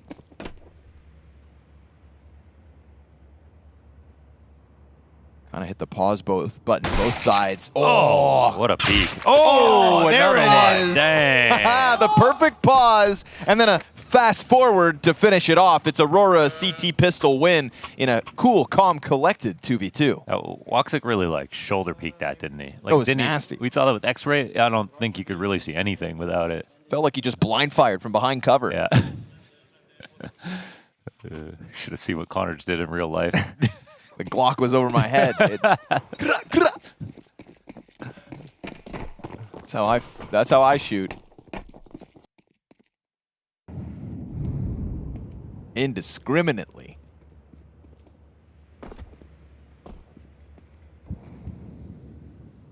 Well, Monte, you had your chance. So what, it's over? Yep. No, of course not. But this round should be. 5 Glocks in hand for Monte. Cadia, who goes back in for thirds. And the Zuwu shuts him down. You get 1 Glock kill, you can call it a success. You get 2 Glock kills, your opponents suck. And in this case, it's just the success. Second round Aurora, nice and easy. So let's see what Mr. Gizmy has cooking for us on this T side of Nuke. So he sounds like a chef, no? I know, Mr. Gizmy just sounds Mr. Gizmy sounds like a toy, right? Actually. Yeah, that's true. A wind-up toy who has 4 canned responses. Yeah. They're rotating B. Upper hit.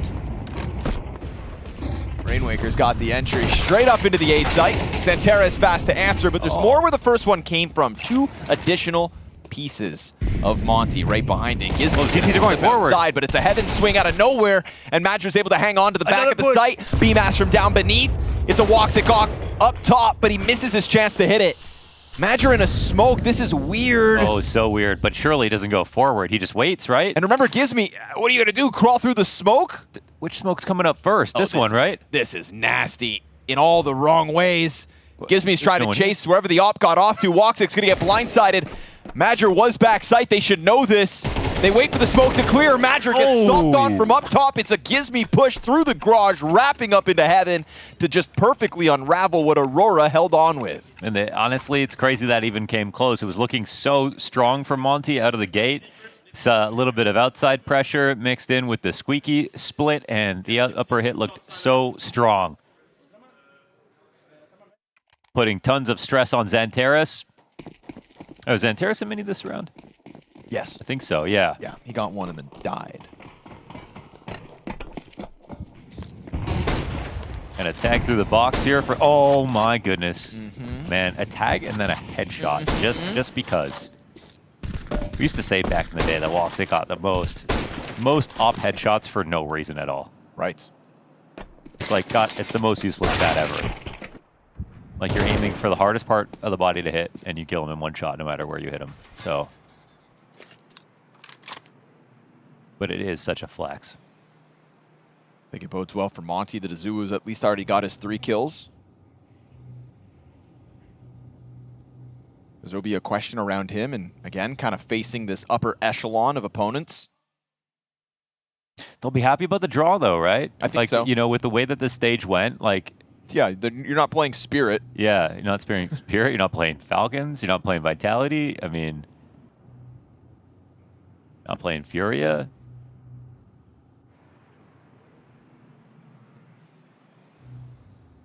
You're not playing MOUZ. Stop me when you're ready. Yeah, I'm just wondering how close that game could have been. I mean, MOUZ are one of the teams who didn't disappoint, actually, so... Yep.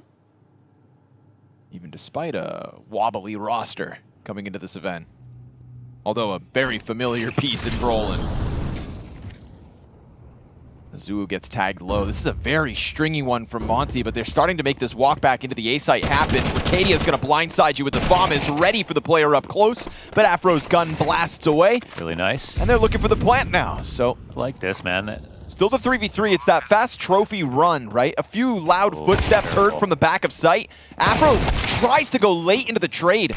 You know, it's Azuu who's got kills going into it first. B-Mass blind but recovers vision. He's got a fight in front of him with Madger, and he's gonna lose that. Azuu swings first, isn't able to pick it up. Afro really kind of leaves him out there on the end of the hook, and then doesn't get a trade, and Aurora come through with a retake to go up 3-1. Yeah, just kind of denied. I mean, getting into the site was so good, and I guess they were a little bit, maybe they just thought that Aurora were going to retake from Heaven, and just like, okay, let's go clear out lobby, let's hold them if they come late trophy or something, and just were not expecting them to be walking into the lobby this late. But you know what? Fair enough. That's actually kind of rare. This timing's in between. Like, if they had walked into the lobby way later, they would have expected it. If they were already there, I think they were trying to go ahead and clear that out quickly, but just entering a second later. But look at that. With that, the money goes. That's the other thing Monte have to fight back against. All these teams are so stacked individually. You know, the talent is just another factor in this game. And they have it, and we can credit Azuu for, you know, really great performance on the biggest stage, but just, you know, the guys they're going up against are so consistent, day in and day out.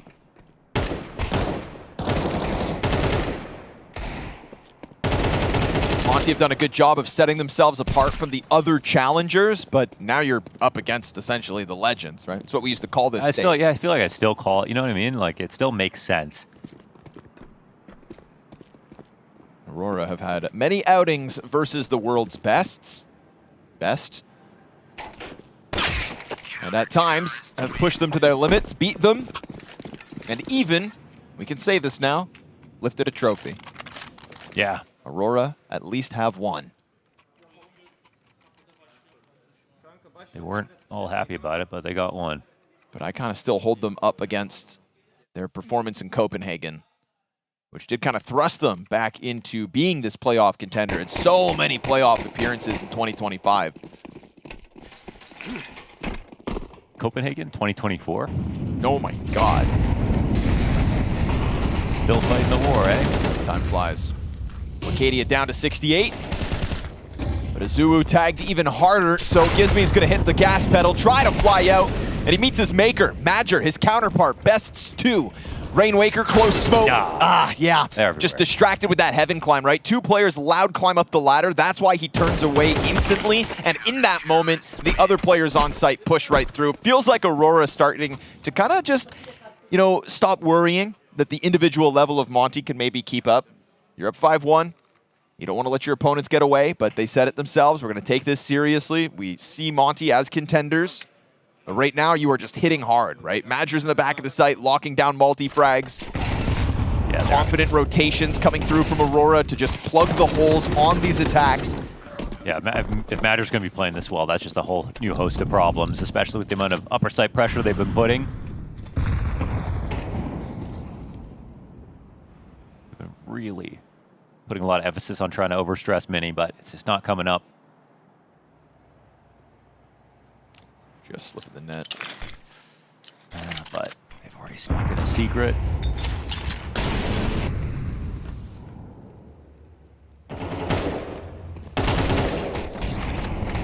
That won't do much. Nah, easy with the fire in front of him. Trying to get through in the split, but unfortunately a bit of disjointedness between Monte. Probably made harder by the utility droppage there of Aurora. Hand spotted. Soulfly's got this locked in. And Woxic's going to scoop it up for the 6-1 Aurora CT start. Man, they're just kind of running through this here, and with no kills, that's just a huge amount of money made for Aurora. They're dominating this game now at 12.5K on Xantares, over 10 grand on Wicadia.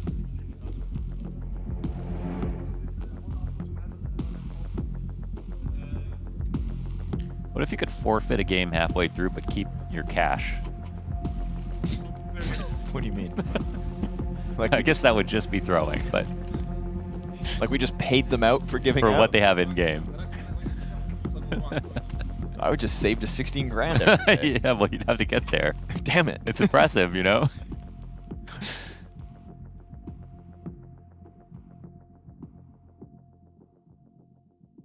Oh, like you wouldn't buy anything, you wouldn't try it. Save it. Yeah, right, yeah.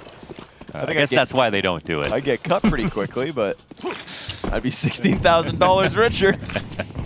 For as long as my team would keep.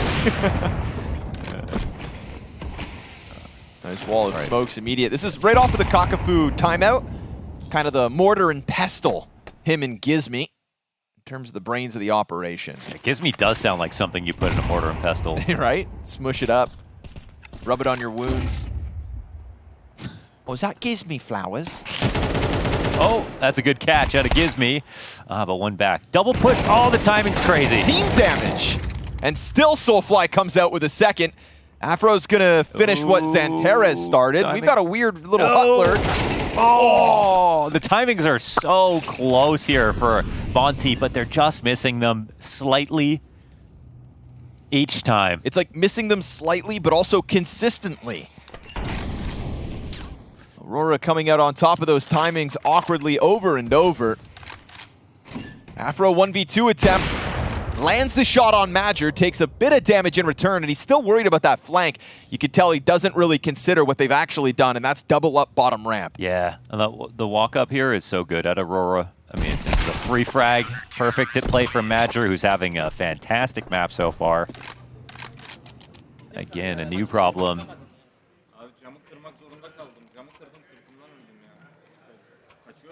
Come on, Xantares, smile.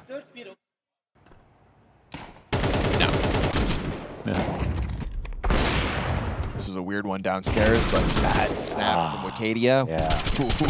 That is sharp. Nice!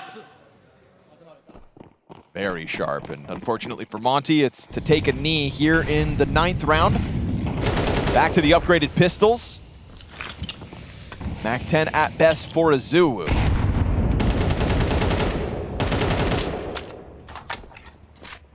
You know, Monte didn't have to go up against a Spirit in stage 2.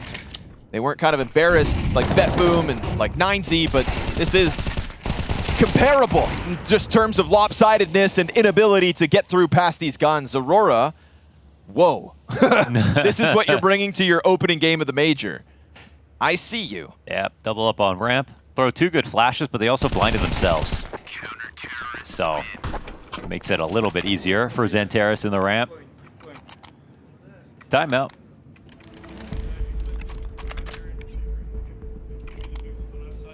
Trying to interrupt this speed run right now. And we're seeing a lot of set plays, as we do at a Monte, but wow, with them all just failing. I mean, you wonder what's on their mind this time around. To put this in perspective, yeah, we started the pre-game segment talking about this match 20 minutes ago. 20 minutes ago. And me and you yapped for at least 7 minutes. Yeah. Let's call this a 13-minute 8-1. Vroom, vroom. And that's again because of set plays. So Monte aren't dragging the rounds out all the way. The other ones on T side, they're just moving right into their ideas. And right into the jaws of Aurora. Ooh. Oh, he got the tag, but no kill. Damn. Unlucky, Afro. That would have been huge for the program.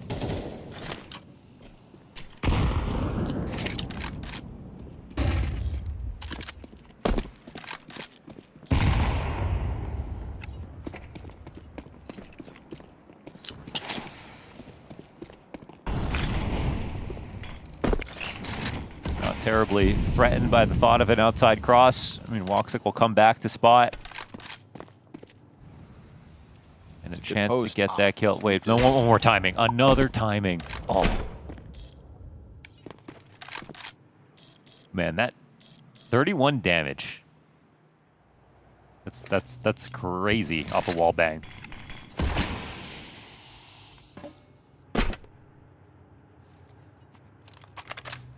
So there's no gap on ramp. So there's Xanteris going to move into probably his most famous position. No, is he looking at control side? Yeah.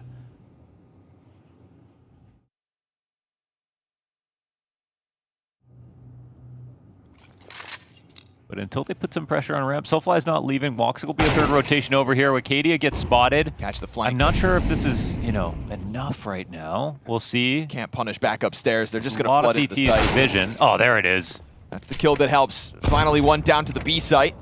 Woxic's going to kill Rainwaker, but they should... Didn't plant no, yet. oh, no, they don't. Rainwaker was the one to hold the flank. The time, they have to plant. Bomb's now down to the back of the site. Gizmy has to fall back. Gosh. Oh, man. The time is starting to just put too much pressure on it. His hands are busy. Madger's going to rush the bomb planter. They get away with the plant at least.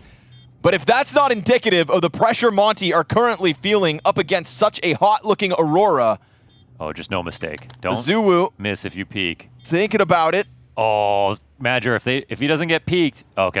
Backs up into his death. Oh, man, Monte, they would have been feeling so small if they let this round get away from them, and yet still probably not feeling fantastic about how much they just had to scramble. Yeah, I'm not sure what stopped them from going for the bomb plant. They came out of decon, so they had control of it. They could have planted firmly for that. They didn't throw any utility towards the ramp, which was kind of surprising. You'd think a Molly smoke combo to stop players from peeking in before the retake even began, and they hit this great shot on Xanteris. They got an opening kill before that. So a lot of things went right to give them that site. That just did not look that confident out of Monte. But they still make it happen in the end. I know the rounds are gonna go fast, right? So we're gonna put in a little bit slower round, but I need a little bit more fire, okay? We get here 3 more rounds, we got the game, okay? Yeah, for sure, yeah. Yep. Let's fucking go. We'll see about that, but they did put in a bit of a slower hit, a lot slower actually right at the end to get that bomb planted, but they did it. So hey, coach said slow it down. And Gizmy, well, he did. get this line now for Woxic. Opens the door for Soulfly's push. Azuu's got to hold this. Yeah, insta headshot. Good on Azuu as he's trying to kind of hold up his end of the bargain. It's the performance that got Monte this far, and he is top fragging yet again. Man advantage earned off that one. I wonder if Woxic wants to move forward after this. No, he's going to throw a deeper smoke into Trophy.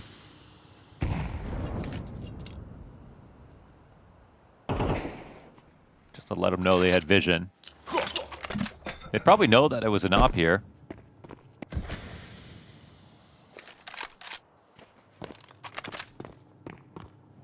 And this will weaken the top side. They've started to double down. Oh, sorry, they've replaced Woxic with Xanteris on the ramp. It's all Madger. And he's set ablaze. Still brings one down with him. Op drop out of heaven. Okay, Woxic. Hits the first one. Oh, they misses the second, but dives into the cover. Draws them out accordingly. We've got this Trophy flank in action. And he's not given a chance to strike a second down. It's Xanteris up in heaven, who gets popped by Afro. Wicadia on the scene! Afro! Turned on by Monte's Opper. A third round secured off that. And now 2 slow squeezes, but 2 consecutive round wins. Yeah, they stopped the Trophy push, did slow it down, as was asked of them, and then they went into the upper hit. Upper was definitely weaker. They had Xanteris come to the ramp to replace Woxic. It was the right time to go. And Afro, I mean, this shot into heaven is so massive, because if he doesn't get this, he doesn't turn around. And it's very possible CTs get a kill there while the bomb's getting planted, and it's just a really quick retake. Feigning a bit more tempo out the gate here, setting this entire site on fire, and there's a follow-up down into the vents. It's a quick move with Majority over towards the ramp. Soulfly's fumbled the movement. Great flash. Doesn't even get to regain vision. Second flash in that same spot. Totally. Monte, finally, a bit of blood in the water. Are you serious? He misses that time. I mean, surely it doesn't matter, right? Surely. It shouldn't. They're already so downstairs. They've already got bomb on site. It's just ridiculous, the timings. It might cost Afro his life, but it's a weird one. Yeah, nothing really comes of that. They take that timeout, and they start converting rounds after it. 3 round wins, seemingly, after that one tack pause out of Kakafu. 5v3 to just stave off, but the bomb's pretty far gone. CT's on arrival, gonna try to push in this 3v5, and it's quick out of BMAS. A double headshot sequence. Woxic's op's been found out, a single kill all he gets. And they said that you just needed a few more rounds and you could win this. Well, there's your few more rounds. 4 secured on the attack. 3 of the last 3 rounds.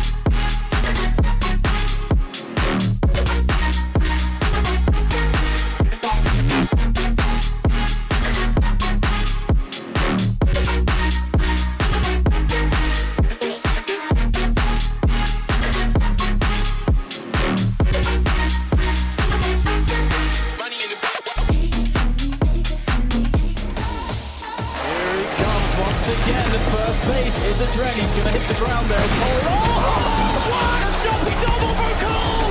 What is going on right now? How does he do this? Cole is save luminosity with the all play. I wouldn't have blamed you had you turned off the screen, because for a little while it was feeling like Aurora had this in the bag, and that Monte's major hopes may be drying up before our eyes. But 3 rounds of the last 3 rounds, and suddenly the CT half just needs a good pistol to potentially have a competitive game on our hands. Monte didn't get here by being a bunch of chumps, and they proved to Aurora that they won't go down without a fight. Yeah, they're the team who come in without expectations, while Aurora have a ton for themselves. They too would be happy about this draw. That's a message to Woxic. Oh, wow. Peace. The whole kit and caboodle there. Nade kill on Woxic. No, it's Kakafu. And the Zuwu. Oh, so slippery. Lets them exit, kills 2. Here's the 2v5 attempt. It's 2 kills deep, and you've got a reload in front of you. Too tempting for Xanterez. Wicadia tries to dive B. So he just kind of bails on Xanterez there as he was working to clear the site. They didn't expect somebody inside of the vents, but it's going to be a tough one to get back. Rainwaker wastes no time and no bullets. Insta execution. Monte's win streak keeps rolling. I love that. HE completion. It's an HE. You're going to have one of them on a pistol round like this. You're using it for the off chance you get the final tag. It's perfectly placed. They take out the only guy who's outside there from Aurora, and now they do have a real chance. That's excellent.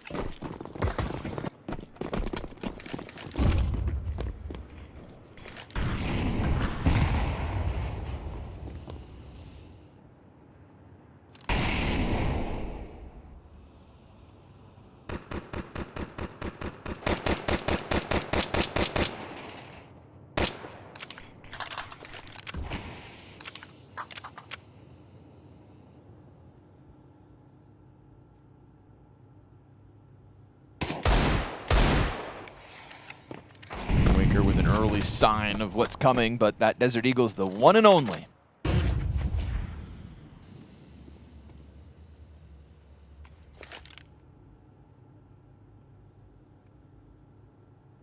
Where's that bomb going right now? Oh, you know, hanging out.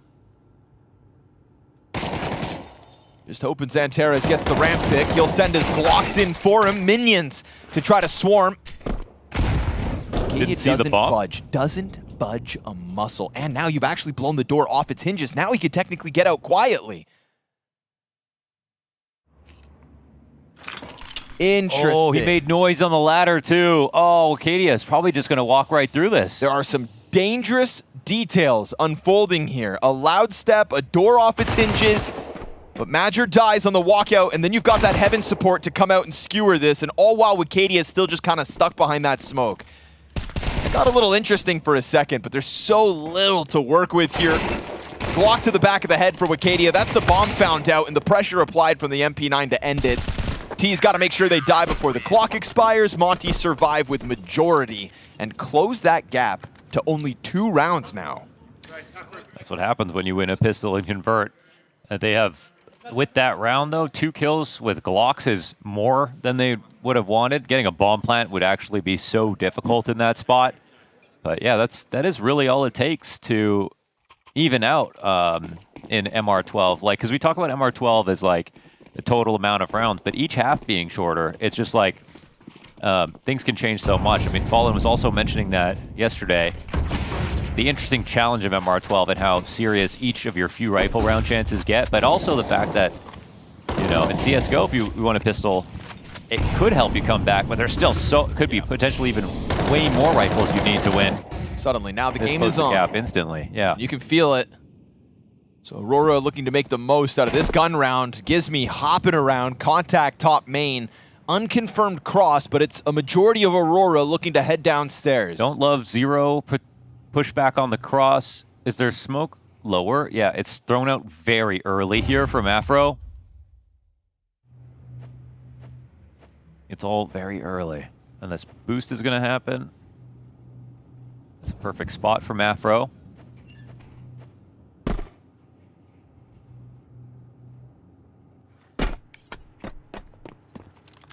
45 seconds on this clock. CT's no smokes.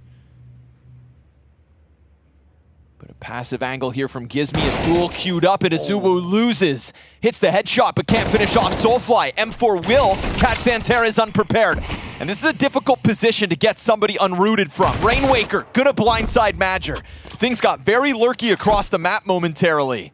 That was nice, but now they're cheating up into heaven. Bombs down the vent bomb's still. Down vent, yeah, but Rainwaker does die here, right? Oh no! Whoa, off the ladder. You take what you can get. Causes Woxic to try to go sprinting in. Majority still up for Monte, gonna catch him off guard, and this gap closes to 1. There were some good positions there played by Monte. It was Gizmi to walk past ramp. They had one boosted up, and he ended up being a second lower rotation. It was kind of quiet in terms of the way they did things. They didn't fight the outside cross. They didn't blow the smoke open. They just responded to the little bit of info they had. And Aurora were planning to keep it simple. And as an individual, Gizmi put himself in a great angle to kill Xanterez. That alone deserves some credit. Xanterez has really taken his time to clear out everything.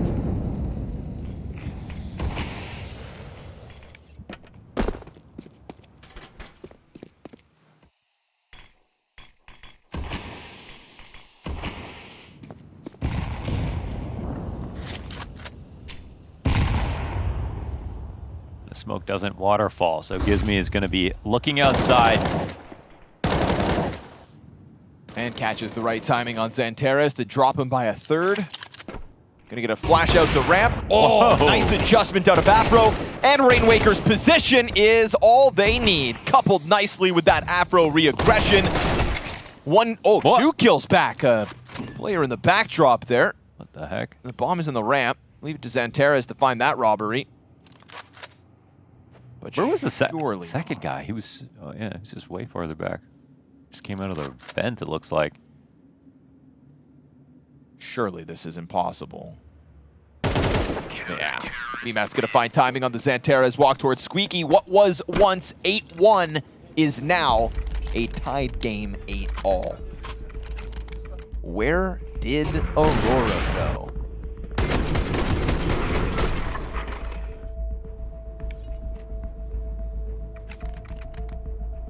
And when will they come back?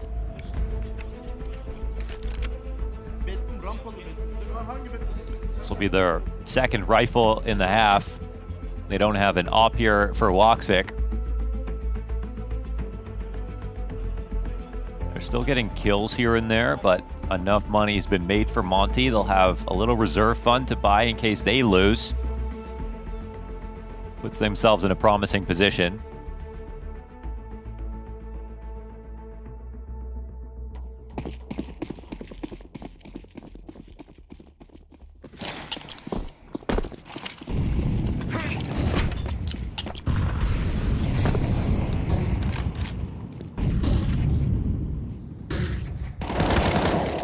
Jump over, easy first one. Xanterez doesn't even shoot a shot. Spot in front of that molly. Ops got an extra second. Wicadia clips one. BMAS from above is going to be brought down to size. This is Soulfly signing up with the 2K.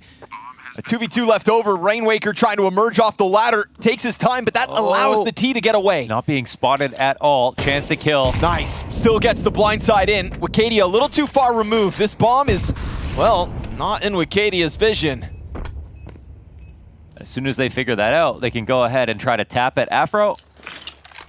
Wow, they're throwing the smoke aggressively, but it just, actually, yes, it is. It gives him a gap, no? It's planted front. Rainwaker right between the silos, has to tap it. Wicadia comes wide, does get the kill.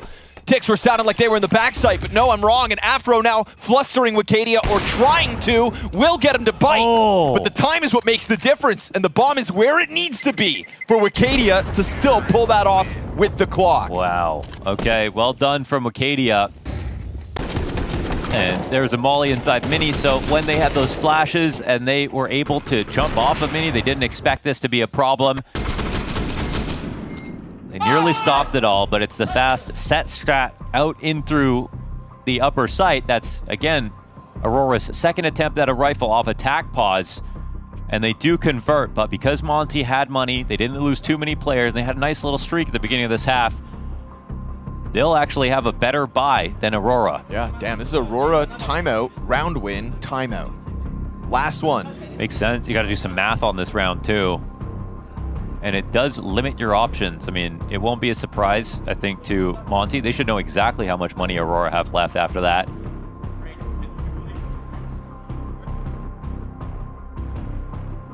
It's a huge incentive to use early nades just to block any quick idea. And for Aurora, they might think of that as the first good option the CT's having. So it might be a pause into a set play and hope the CTs don't take map control. Afro, okay. Afro off, insane. supported by Rainwaker. Woo! That looked like dumpster. It could have cost them everything. Hyper aggressive into a huge unit of Aurora players, and everything that they had planned off of that tac pause just went up in smoke. Yeah, it was like crazy that they were going to make a full aggressive push with that op to get a line-on trophy versus what they knew was a lower buy. So there was a risk there, but it was a great shot hit. First of all, by Afro, and an even better 2K from Rainwaker to make this totally hopeless. They instantly threw their smoke and their nade to clear vision and disarm their opponents mentally. I mean, talk about a clash. Sign up for that fight as quick as you did, under pressure to hit the shot and fade back around the corner without getting killed. And Rainwaker just holds down that left click, mows down 2. His value as a CT ramp hold right now has been immense. 18 and 12 after this newest 2K. Yeah, no entries right. Back to your spawn with the minute-long save. Monte happy to let them hold on to this by the looks of things. Give yourself a great chance to build an economy, because coming into this, you can see the surplus is Afro, the only guy with more than $1,000.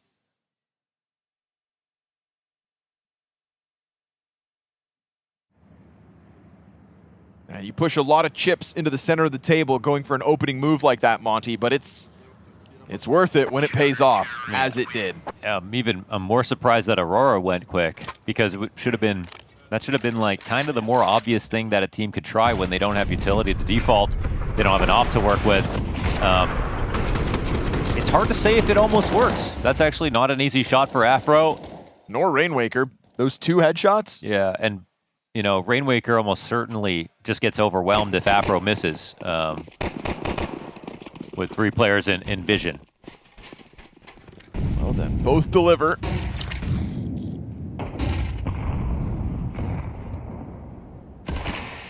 They send Aurora back into guns, of course, but it's already down to a single smoke and flash.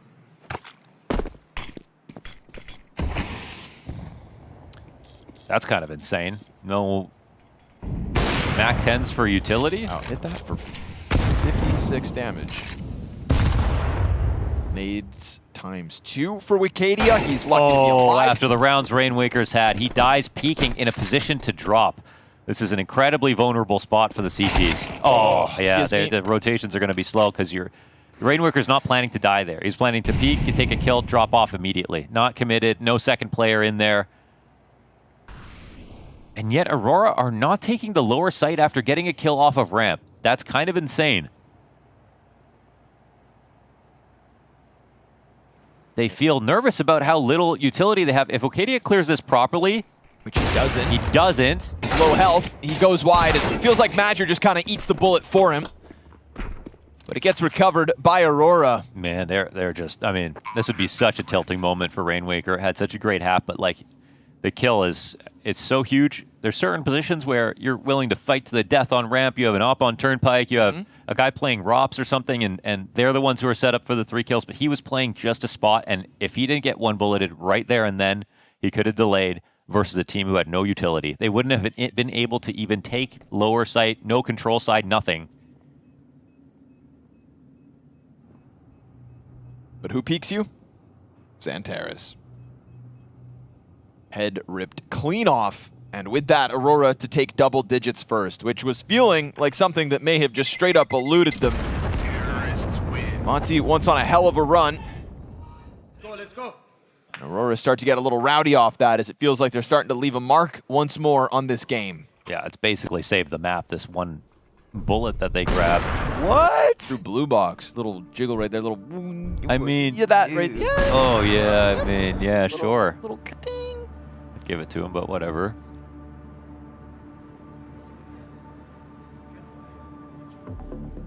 No. This is Aurora with no more timeouts, so Kakafu coming in for his last as well. Crazy like, it's almost like emotional gambling to do another ramp hit like that. If you got shut down that way after getting embarrassed on the last rush, where would you be? You'd be broke, you'd be without the lead, and you'd have just, you used two of the same ideas that worked out terribly. And your buy was suspect at best. AKs, no utility at all. Valid point. I didn't like either of those calls, I won't lie to you. And yet, a round on the board for Aurora. Hey, they get away with that Counter-Strike, and that's why you want to lead, so that you can have room to make mistakes. Eventually, things can go your way. A lead they have once again. And grenades they have this time. Unlike that last round.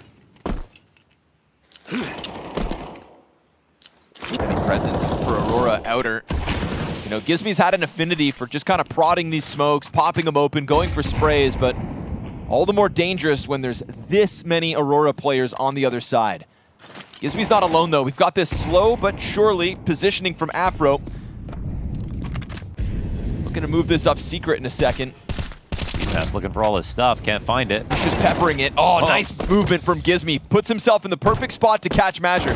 He takes the rotate Madger wanted, opens the door for Afro, and now Gizmy's signing up for more. Just shaves Wicadia off the top of main.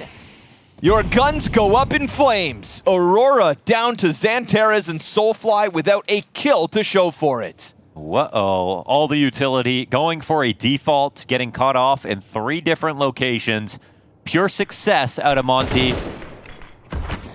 One back for Soulfly. Still enough time to potentially scare him. But they need so many entries.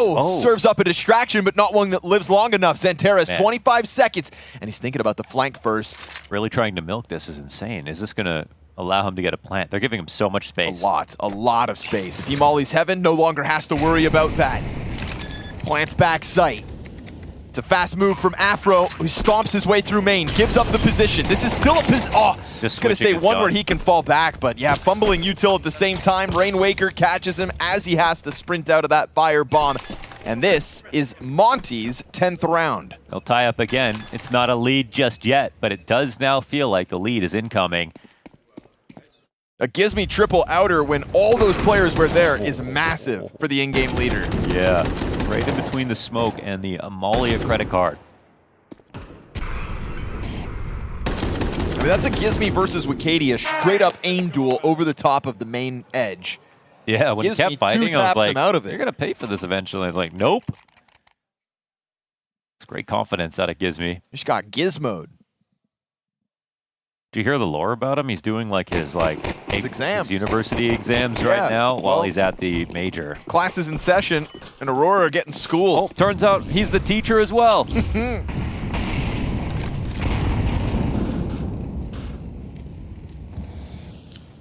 I don't know much about books, but this guy can play Counter-Strike. And he's leading a team to a tied game after dealing with an 8-1 Aurora lead. Afro, early warning sign as he sees the elbow, but where Afro goes, a rifler follows, and this, again, kind of tether pays off for Monte. Oh, Afro's making a lot of noise. Not a total shutdown, and it does open this Wicadia push. Huge gap, man. He's in the back line. He's got to have multiple players turn to him. It's a tap execution on a Zuwu, a burning player back sight. Wicadia slipping in through main, a sequence of headshots. Is this Wicadia or Twist? Finally put to rest by the Afro op out of heaven. It's still a man advantage to have to claw back through. And a frag grenade softens up both the remaining Monte players. Fire keeps them out of this, and Aurora find their chance to plant.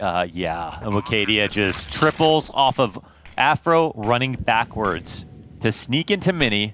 Nice smoke, bro. To get 3 kills. And once again, Aurora do not give up the lead.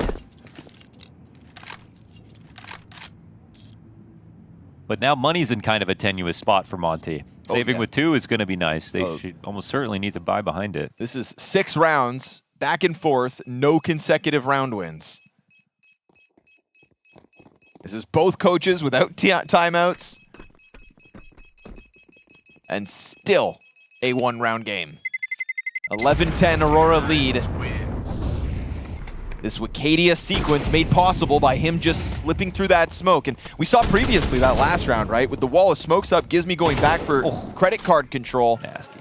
I wonder if Wicadia just decides to take a different path than Major did, and in this instance, comes out with a round win. Money sustains Monte's hopes of still staving off Aurora, looking to tie this game again with rifles in hand. One more moment like that from Wicadia, and it'll be too much.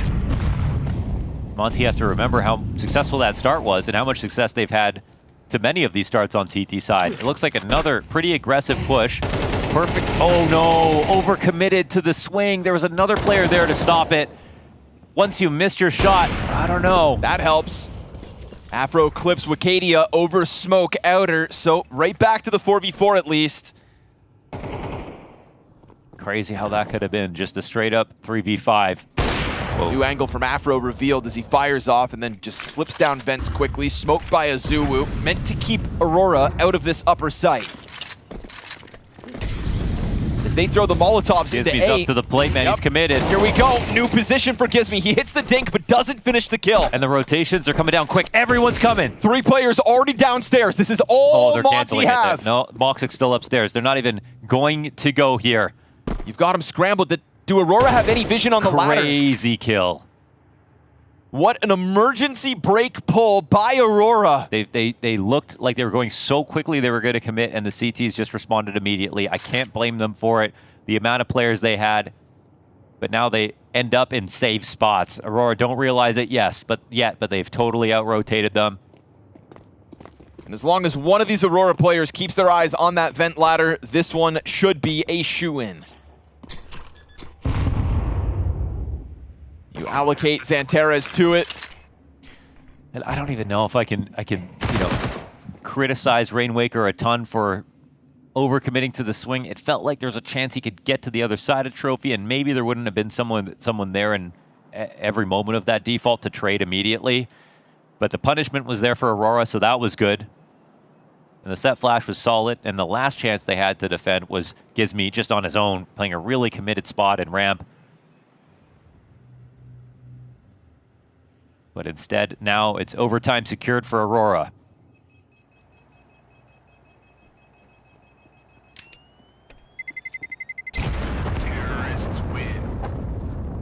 Monte forced to save that op again for Afro at least. They'll have that to work with, but this is the first consecutive rounds in some time, which means real economic issues for Monte. I'm looking at USPs still in hand with $2,000 on Gizmi, Azuwu, and Rainwaker. Honestly, it just looks like perfect cover. 3 in the round for Soulfly. New hero emerges. I mean, they've done an excellent job of setting up Afro for different looks.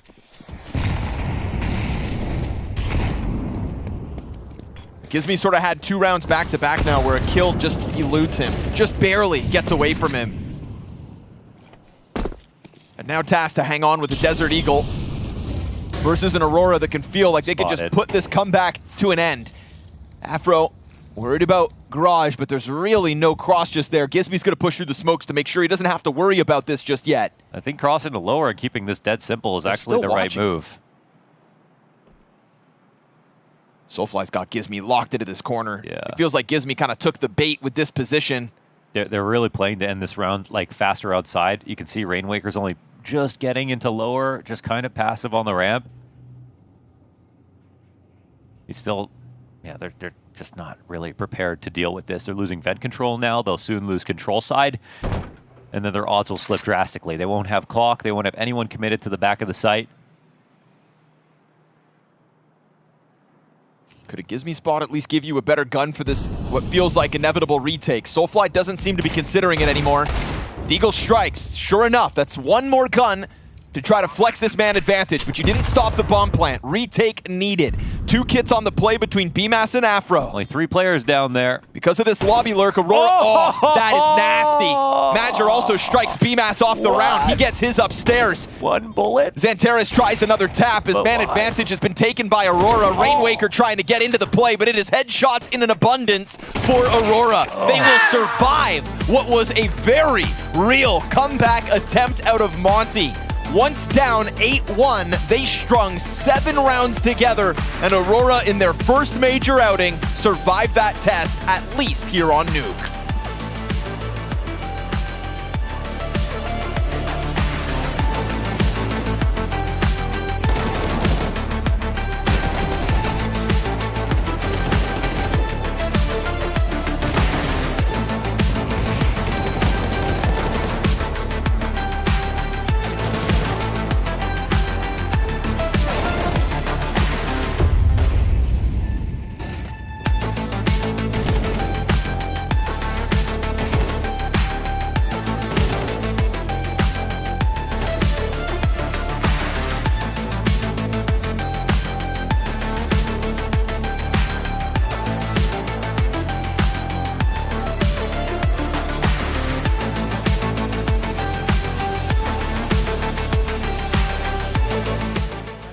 The story of these games so far has been the fact that the maps have started such a back and forth with some forced by victories here and there, trading blow for blow. We'll see if we get a more standard start as G2 head into middle. Kyosuke to spot. Oh, lovely shot. Nerds hits the deck. 5-on-4 advantage for the Falcons defense, but they're coming in hot, pushing right at Kyosuke. Yeah, he's going to drop a defensive smoke and just hide in behind it. And that's going to pause G2 for the time being. It's got to change their plans entirely. You can't force your way through that. So Sunpius is left as a lurk, but even he's going to back off. Doesn't want to mess around as soon as that smoke fades. He knows the whole defense has been sucked into this part of the map. It's kind of a disaster for G2. Now you have no more smoke, no more utility to try and break your way into a site, to take away lines, to take away vision.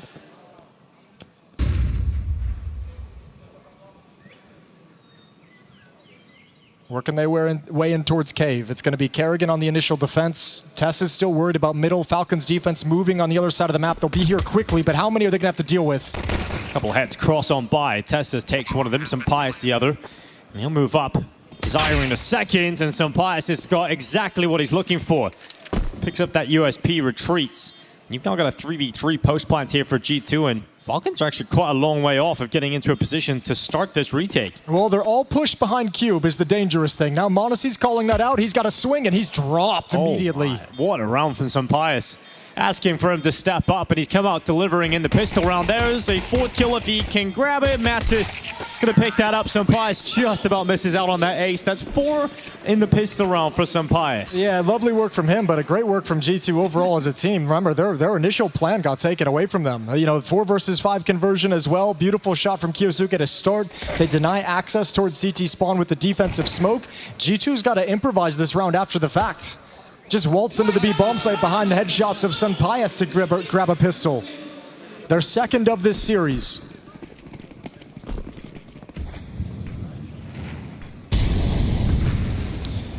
Second round save for Falcons. They don't want to invest anything, so all USPs. G2 has played this map back in stage 2 of the major in their qualification attempt. It was against Foot. They actually got beat pretty badly, 13-4 on it. For a much better game today, and so far so good in the first 2 rounds. No threats in this one. You ain't got to worry about some Falcons Deagle coming in and destroying you. So Hunter comes out tapping with that Khalil, a 2-0 lead. Nice and comfy, no one dying. And money can be established early for G2, and Falcons can get a buyout here. Well, the other side of winning that pistol, the other thing that makes it such a good little thing for G2 to have is that, you know, delays the point in which Monacy can bring out the AWP. That was your nightmare on Dust 2, having to face off against that weapon each and every time. Didn't matter what side of the map it was on. So delaying him picking up that weapon is very, very nice for G2 in the opening stages here of this third and deciding map. G2 rocking a bit of a bonus here. They've got 3 SMGs, and look at that nade damage towards Nico. We see that nade set becoming more and more popular, and Nico might have to think about running down the other side of the stairs. That's not how you want to open up these rounds. get further damage as well if you're G2 onto Kyosuke. So this is a great start to the round from G2 as they move up into the red room. They've got space in middle, and they've got the health advantage. Yeah, unconfirmed for now, but when they secure these kills, they're going to see all the damage they did. m0NESY, he's going to turn his back. He knows what's coming. Yeah, here's those steps coming on out. That's a great kill from Nerds to open things up. m0NESY to die. Advantage siding here with G2 as they look to extend it. It's Karrigan, the next victim, jumping around as Heavy God, finishing off all of that initial damage that was done towards Nico. And this round, nothing happens for the Falcons. They just do not hold water whatsoever. Yeah, this is actually maybe the worst way you could possibly start this third and deciding map is, I mean, they just got deleted, and it didn't even look like people were, they were really aware of where the attack was going to come from. Yeah, you've got hot starts from Mattis and Sampayas. Mattis now 5-1 to kick things off. It's going to be a new feature for G2 in this half of Counter-Strike. We haven't yet had a map where like G2 popped out to a really early lead and got to play with that kind of momentum. Yes. So going to be a new feeling for them, going to be a new feeling for Falcons in a bad way. Yeah, for G2, even on the map they won, it felt like they were just sort of hanging in there, right? Winning the important rounds and down the stretch, able to survive even the big individual moments from Nico and put them to bed. But G2 getting to play with the luxury of a clean start to the game, and Falcons ending up with no money to invest into this round. So it should be 4-0 for G2. Very aggressive opening from G2 in that first gun round. Benefit of having all the MAC-10s, but now they've upgraded to three free rifles with the M4s that they take off the Falcons players. So right out of the gate, G2 is going to have momentum, they're going to have money advantage, they're going to have tons of cash to rebuy whatever they need, and Hunter's going to keep up this quicker pace, this more direct philosophy. All 5 members of G2 coming towards this B bomb site. Trying to block them with the smoke, but they're just going to come through it. Mattis hurling himself forward. You've got Nush just in behind. m0NESY's D gets at least 1 here, but it's not going to be anything worth talking about. 4 in a row for G2. Bomb plant going to be coming through to confirm it in just a second. And we'll see what G2, how they want to play this next gun round coming in, right? Because this is where you'll expect m0NESY to have the AWP, so you have a decision to make. Do you want to keep up this kind of faster pace? Do you want to move around the map, get into position really quickly, or are you going to give it some respect? Play more map control and try and take away its lines of sight.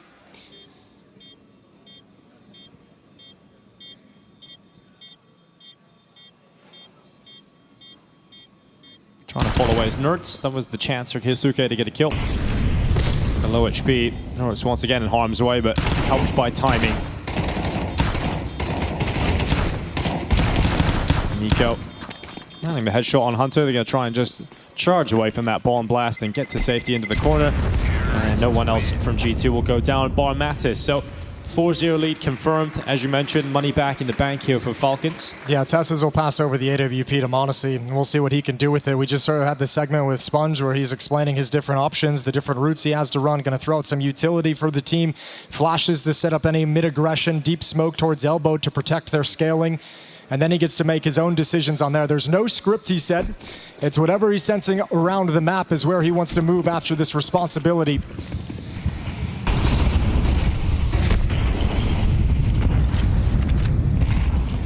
Oh, straight up towards the ramp. Mattis trying to make the most of this hot start by just running up B and getting involved in the fight against Karrigan. Now he's lost his life, so you're going to see Falcons get the opening kill, but can they convert on the 5v4? Yeah, dangerous. We've started to see that fight, that slide in behind that lurk smoke towards the B-bomb site be really effective in stage 2 a couple of times, and it's brought out here, but Karrigan's able to put a stop to it early. Deep smoke should deny access, and Karrigan will challenge behind it. Hunter's gonna come through regard. Oh, okay, took a while. Eventually, Karrigan getting that kill. And where do you go from here? You lost the kind of aggressive trick play getting behind the lurk smoke at the B bomb site. Now Hunter tries to slip one past the goalie by sneaking through a smoke. Karrigan's got eyes on both of those plays, so Nerds moves next. Kind of the only player that can do something about this. Nerds making the A play, but m0NESY's over towards the donut. Sampayas is hoping for a mistake, a peek that he can punish, but it isn't arriving, it isn't happening. Well, try and sell some presents while Heavy God gets that bomb over towards main. He's pulling Nico over, so it is leaving m0NESY all on his own. I mean, despite the 3 versus 5, this is a 2-on-1 against m0NESY. You mentioned the AWP out for the first time. Is that going to be the key that wins this? Sampayas is dead. m0NESY hears them. He knows now it must be him. He must deliver straight to the chest of Nerds. It's Heavy God alone, 1v5, stepping into the scope, and the shadow spotted. The shot will not connect. But Heavy God into the temple with 15 seconds left. He will go down at the hand of Kyosuke. So first round where you get everything that you want for Falcons is a good one. They don't lose a single player. Yeah, very clean. I think maybe the openings for G2 in this event were a little bit soft, and Falcons able to take advantage of it, taking the 2 opening kills, playing the 5-on-3 just about perfectly, not losing anyone. So good look for Falcons to get started first. Kerrigan well aware of the possibility. Here's the Molotov burning Mattis.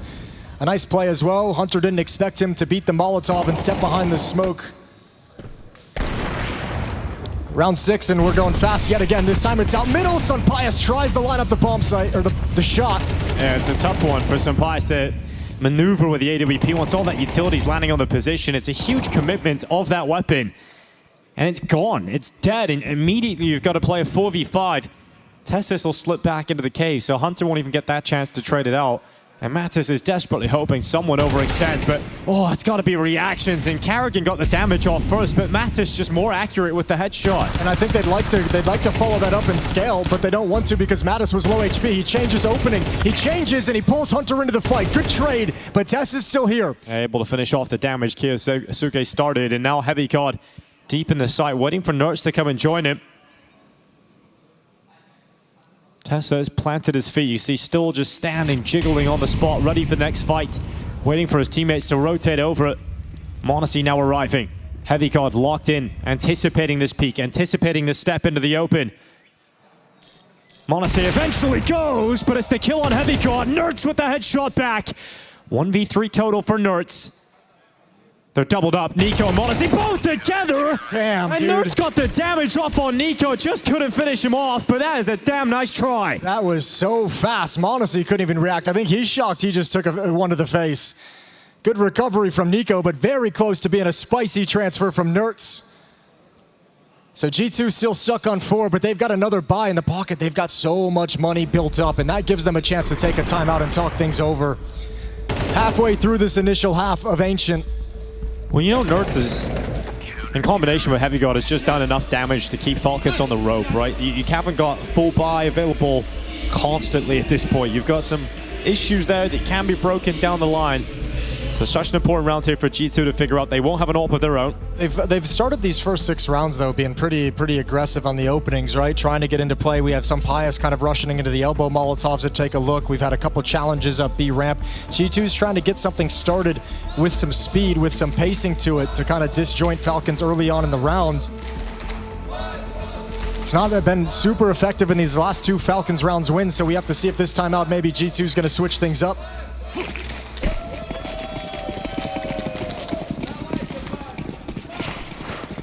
Here's the double flash from Monte on the left. Kyosuke avoiding the nades. And no aggression in middle from G2. And Nerds tries to move forward. Just behind that smoke. Oh wow, there's the first for Hunter. Nico gets a double. There's still 2 players left. They got no help on them. 13 and 3. Oh my goodness, how does he do this? How does Nico do it again? A daunting task to come back from that start, and yet Monte put one foot in front of the other and damn near got there. But a little uptick from Aurora at the tail end of Nuke puts that one on ice. And now we'll change over to a map that Aurora have liked to play. A little Anubis action here to try to close out this series and to try to prop themselves up as one of the teams that is going to hit the ground running in Cologne. And you know, map 1 is map 1. It was very close. In fact, Monte absolutely could have won. It wasn't as much like the FURIA bait game where we were kind of like, oh, bait they're getting some rounds. They're playing pretty good. There's like maybe a small upset chance if they get really lucky. That game, it looked like they almost had control of it. And if not for Wacadia's 3K at like when they were tied up for the last time, I think honestly they would have. So very, very good try for Monte. I think they have scared Aurora a touch, but now we go on to Anubis, and that's where Aurora are the scariest. But how have they been doing lately, actually? What's wild is I'll tell you what Monte have been up to, currently holding a 5-1 record on this very map. Well, but, and they actually haven't been that scary. You know, they beat PARIVISON and Astana, but it's not been played much by Aurora. 2 losses at Draculan. I mean, and the Monte records is like a win over Ninjas twice, Passion UA, Alliance, and NRG, all victims of Monte on this map. Right, right. There's a world where Aurora have obviously put a lot of preparation into making this their map. They know they're going to have to run into Anubis here. Yeah, exactly. I'd be shocked if they don't have something up their sleeve. You know what, though? Anubis is actually, like, played so little now that maybe they didn't put that much prep into it. They know they maybe run into it for this match or maybe, you know, a couple of matches, but it's kind of become, it's like less played than Overpass. But I think you'd have to be insane to make it your first pick of the event. Yeah. Without putting something in. Yeah, right. Please. Of course, yeah. Please, Aurora, don't be doing that. Yeah. You know, like, especially with the pregame that he gives. How come they didn't run into it more when they played Astana? Right? What did they do? Let's see. It's a curious case. Yeah, Aurora picked Dust 2. Okay, that makes sense. Aurora picked Overpass. Okay. Anything except Anubis. Just been checking things out. It's a rematch versus MOUZ. What did they pick? Dust 2. Just play in the field, Mo. Gotta give yourself some options. Played against the Huns. What was it? Dust 2. I think it's maybe also possible that you're thinking to yourself, we've done some prep and they'll never see it coming. Yeah, they've just been mostly first picking Dust 2, actually, the entire event. And to be fair, Monte have not played this map once so far in this major run, so maybe catch them off guard with that. Their last official on this map. And they only, yeah, they're 26-04, 2026. Actually, just to be clear, this Mongols remove Anubis, so that's why the only reason they didn't pick Dust 2 for the entire tournament. So it's Dust 2 picks the whole way through. So this is new. Or back to old. Why does he still have a sweater on? Well, you know. Half a sweater on. Don't judge a book by its sweater. Soulfly trying to cover the cross. Lets Rainwaker get over. Yeah, just there you go. Who needs a smoke? Just jump that bomb in. Oh, that's maybe why. Planted out in the open. Back smoke's getting in the way. Gizme's done for. Madger's going to set up the flash, and they're going to get the retake going the moment the bomb goes down. It's a push out through Temple. It's cleaned up by Woxic. Afro in the 1v4. Two players bottled up, and Aurora right to it with a CT pistol victory. And actually, super stupid. Monte removed Overpass. That's the only reason. Yeah. We got to the bottom of it. So, well, that doesn't look that... Makes us strong is that we pre-plan and then we micro. For example, I really liked on Nuke where we said, okay, let's go main, I check here, let's start running. The micro will win us the rounds, okay? And the better we micro and the more we update, the better we will play, okay? 100%. I really don't mind that because, again, we saw a lot of set strategies on Nuke. Yes. And it did feel like micro. Dude. Like, it was the amount of timings that came in that really affected the outcome of rounds. I'm going to say the listen-ins to that TeamSpeak make Kakafu's stock go up, in my mind. I've heard a lot of coaches say much less in that amount of time. Yep. Now, unfortunately for Monte, they tried to get out of spawn, and they just get kind of slapped by a very aggressive opening out of Aurora. They've taken over Canal's control. They've already tested the waters by Rugs. But if you ever try to motivate them, he just goes, I'm Kakafu, and you're a Zuwu, and you're Gizme. I just like couldn't... Well, or will guys like a Zuwu and Gizme look up to a guy like Kakafu? They're in this together. They've all made a big mistake early on in their careers and picked crazy names. Yeah, BMAS used to be the craziest name on FaZe. What the hell's a Rainwaker? Hey, that's the coolest one, okay? Whatever it is. Acadia confirms numbers. Here comes the commitment out of Monte to just try to get back into the same site they planted in last time. Madger just sliding bullets around that pillar, picks up 3 kills in this one. Yeah, he's loving CT sides right now. Also, if you don't have an afro... Afro's pretty wild name to pick, too. Just saying. You don't have an afro. Maybe Kakafu leading these guys really makes sense. That's pretty funny. I've always wondered. Can I say? I've always wondered. What's the afro lore? And why does he still have that sleeve on? Just dream big, kids. You can be anything you want to be if you set your mind to it.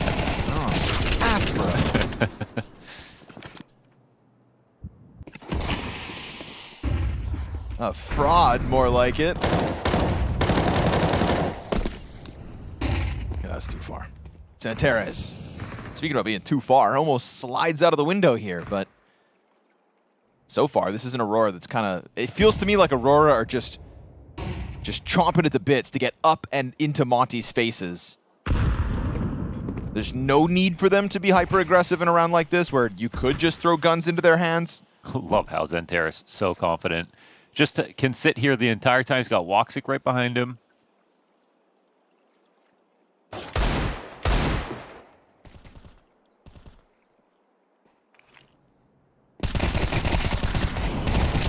There we go. Cues up the E-Box re-aggression. Madger's got you covered once and twice, and then it's Woxic freed up to just go running in to make that money. Monte about to be down 3-0 pretty quick.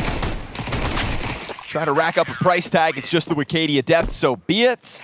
Aurora just controlling Canals very efficiently in these last 2 rounds, and then dealing with that B site commitment as they've come that way.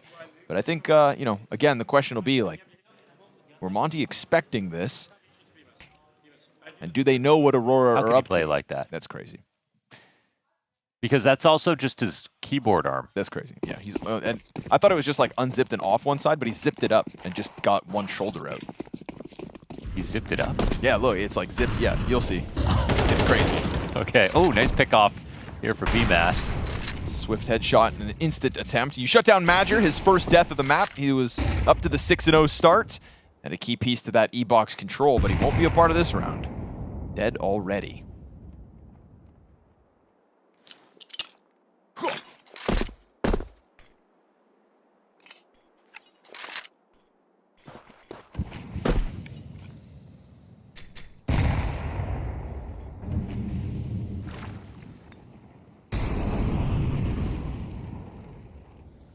Sorry, I'm so distracted. That zipped up. It's like zipped up. Yeah, his that's shoulder. unbelievable. Like you're at a major. And I don't even mean that. You need to respect him, man. I mean, how can that not distract yourself? Maybe it's a little chilly, I guess. Maybe he's the most comfortable one here. Yeah, you just know that means he does that at home. Made that sound like he was picking his nose. Nice shot, Woxic. Well, I guess the flash didn't do anything. I'm worried that Monte might start to fall apart at the seams here with the Anubis. Missing flashes. There's a good opening kill towards the B side, I'll give you that. And you pop into A, but Wicadia slides by just far enough to separate the 1v1s. Oh, they've got at least this read on the player bridge. You better warn your teammates, make sure nobody dies to that. Yeah. Okay. There we go. Cleaned up by Santeres. Now he can start to gear up to be a part of this retake. And if you go in numbers strong, it's just going to be the trade train. 3 down camera in a moment. Fountain held onto, and Woxic predicts the spot. Afro in an untradeable spot, hoping to go unnoticed. Can he blindside multiple? They're right there, and he'll hit the headshot instantly to Santeres. Not quite ready for the Soulfly bounce back, and that's the 4-0 Aurora start off the back of a man disadvantage. They got a firm grasp on these rounds, man. I feel Monte just look a little uncomfortable on both the micro and the macro, with some of the utility just slightly off, you know? You call it a miss or not, it's hard to say. But that's a slick move out of Wicadia. Yeah. Sees both, keeps running to isolate, and just hopes he has a second to adjust his aim.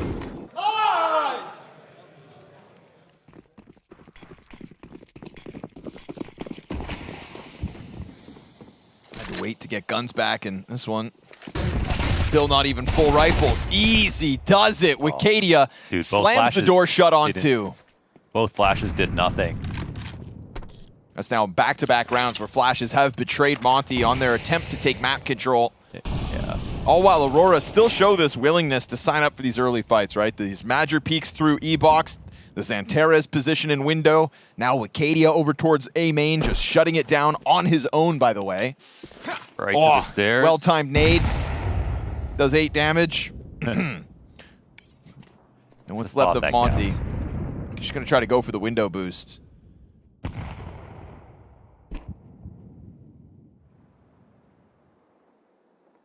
Again, Monte haven't played an official on this map in a month and a half.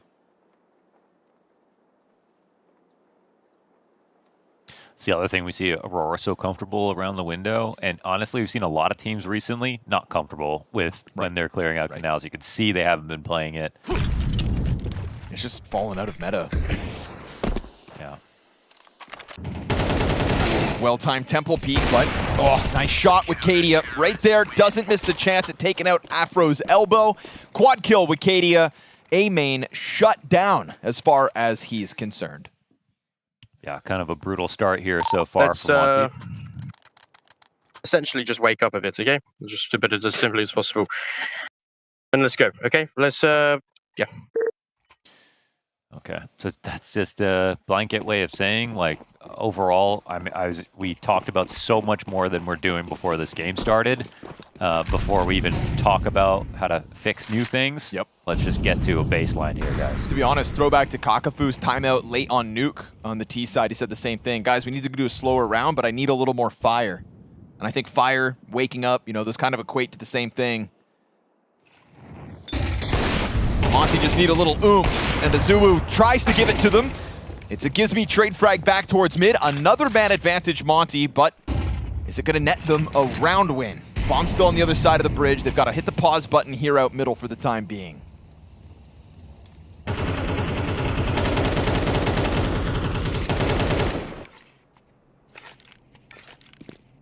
Interesting moment where Aurora are going to go ahead and gamble it towards B.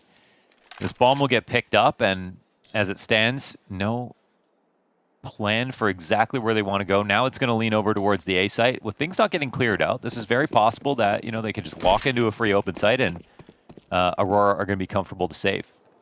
Because they're not pushing over on the B site, so unless they have some kind of read.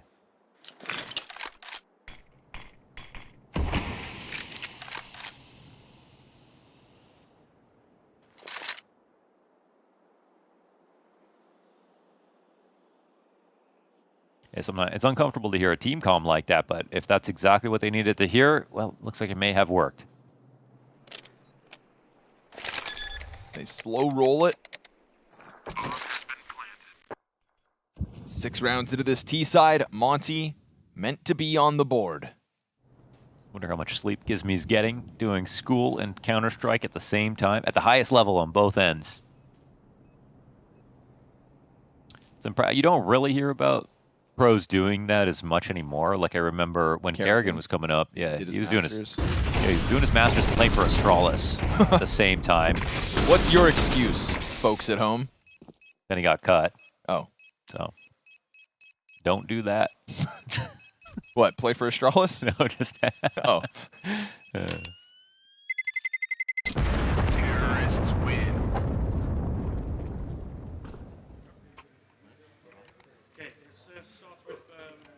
He looks like a monk. Yeah. A monk with an afro. The way of the op. And now he finally has one back in hand, so we'll see if Afro can get it going on this T side.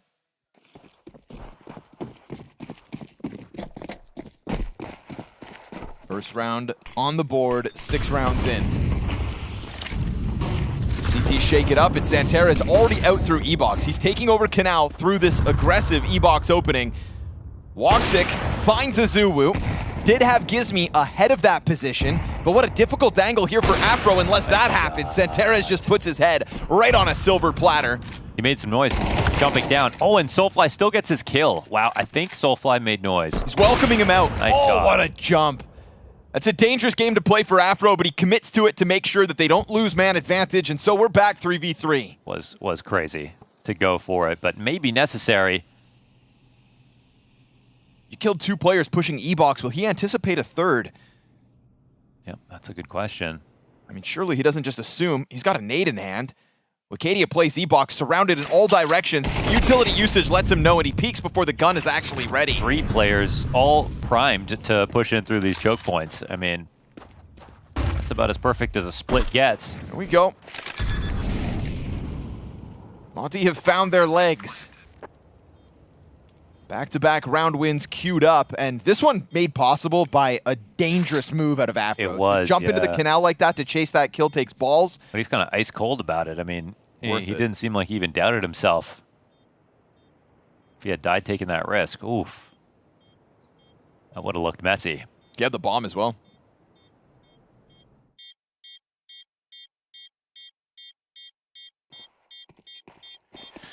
And like your landing inaccuracy, like there was like all kinds of things going crazy. into that. That was very crazy. Like, you think just before he did it, he went, you're him, you're simple. This is cash. But I'll scope.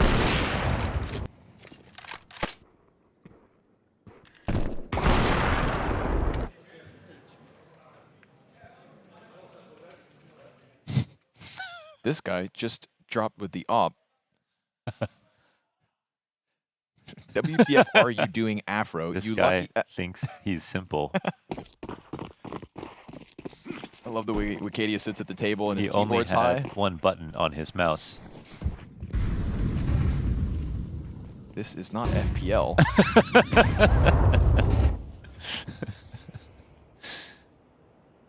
Oh, a moment here once again for Monte.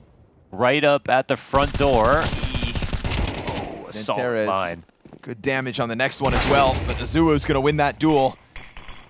Soulfly meets a smoke. Whoop. Spray through, has that Azuo bomb to redirect, and he's damn near dead, but still alive as Afro able to punish. They opened up that smoke on their choosing, and it ends up costing Madger. Fast move by Monte, and another window drop. Rainwaker gets a piece of the action, and it's going to be Monte with 3 rounds consecutive now. It's an incredibly disappointed Gizmy, and it was not even attack pause, just team comms, I think, after a few rounds. Just letting him know that, again, just general speak, we need to wake the hell up, and they do. The play is extremely simple, but yeah, this is Anubis T side, you know?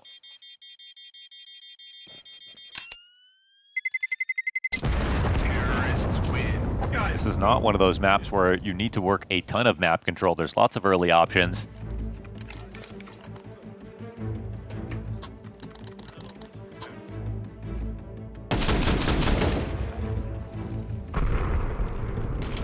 There's a small mistake. Giving Afro a shot. Because it feels like right now, if there's a chance at a kill, he's going to take it.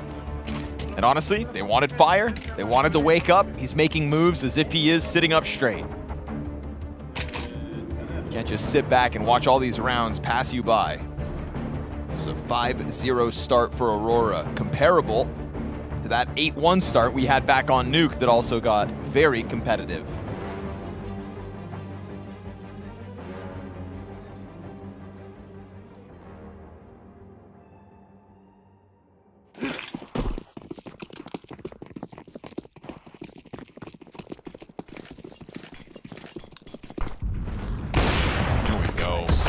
Throw an op at it. Madger, double op setup is the adjustment. Aurora gonna shake it up off their attack pause.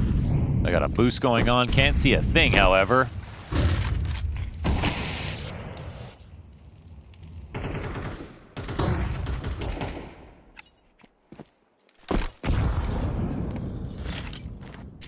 Toxic will dislodge himself from this spot. 1 kill already in the bag here from their other op of the rounds. I actually love the 2-op adjustment after losing a few rounds. Plenty of contact moments out of Monte so far on this T side. Here comes another. And it's the same op they walk into. Steps right into it.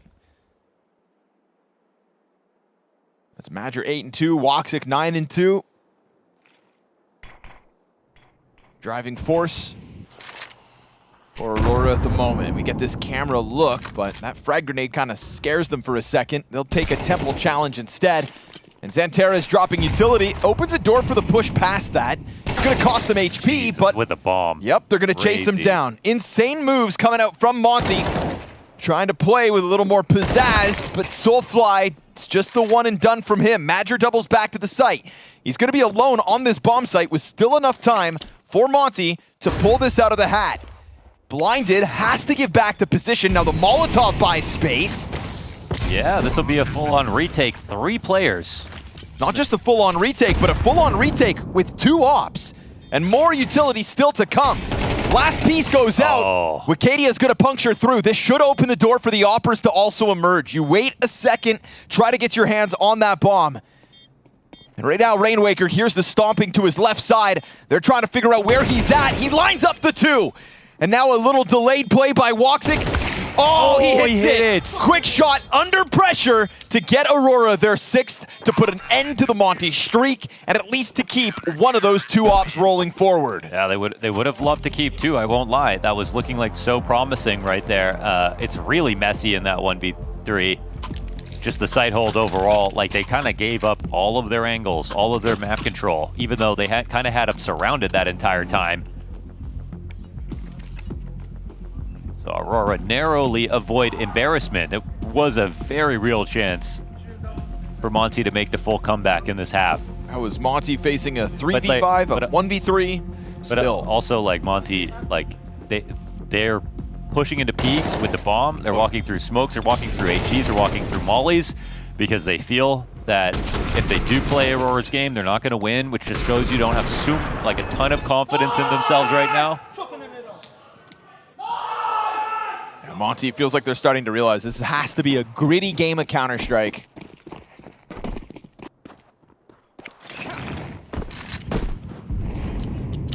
But I'd rather see them go down swinging. Yeah, they might have to play like that, and, you know, whatever gets it done. Can't be worse than shelling up. Zuwu. Yeah. Dude, the amount of, every time I see Xantares, how is he so confident he's going to hit this no matter what angle he gets approached from? Also, how's he so confident when he's died there so many times?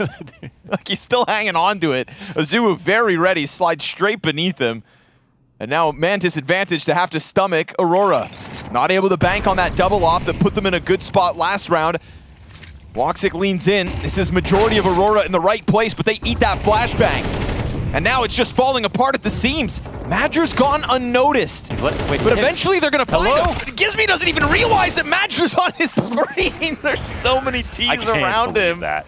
Because they're execing behind him as well. Like, dude, they will get in the sight, right? You got to eventually pull that trigger. Gizmy's got the bomb out, strolling to the plant. There's a CT on your screen, brother. Hey, if they saw me, they would have killed me already. That's how you know Gizmy's got a million things on his mind and just had 2 teammates down in E-Box. That's jokes. Look at Madger. You just can't do it the whole time. There's no way. Woxic trying to contain himself after dying as he got blinded. Oh, and Madger eats a bullet straight between the eyes. That's the best gun they had to work with, and well, down goes a pistol player already. Whew. Still, Desert Eagle capable. With that M4 grabbed, Soulfly looks to get away from this crime scene. Things could still get weird here, but it does feel like Monte are looking to tie up this half, 6 rounds all. P2K for Woxic hits the headshot, but he's got no teammates and no weaponry to work with, so Monte will take over this A site, showing affinity for both sides of the map now. And again, tip of the hat, awesome recovery. Down 8-1 on Nuke, and now down 5-0 and still competitive halves. Because, I mean, as impressive as the Aurora start was on this map, in these last couple of rounds, they don't even look good anymore. They look a little bit confused. They look a little bit weird on the rotations. Xantares is getting punished in that window without making any adaptations. So that's sort of an odd sight after being very confident, starting well, getting all your kills.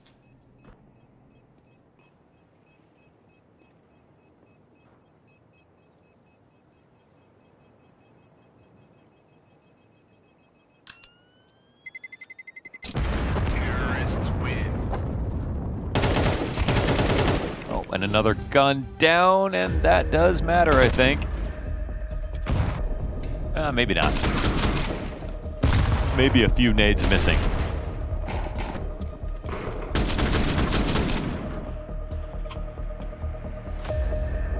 But no op this round for Aurora. They try to maintain a gap versus them and Monte. And we saw a first half lead. Wasn't enough to come through with a decisive win back on Nuke. I really didn't believe in Monte after watching those first few rounds on Anubis that they really had any chance of putting this one together, but it suddenly feels like the power's changed hands a bit.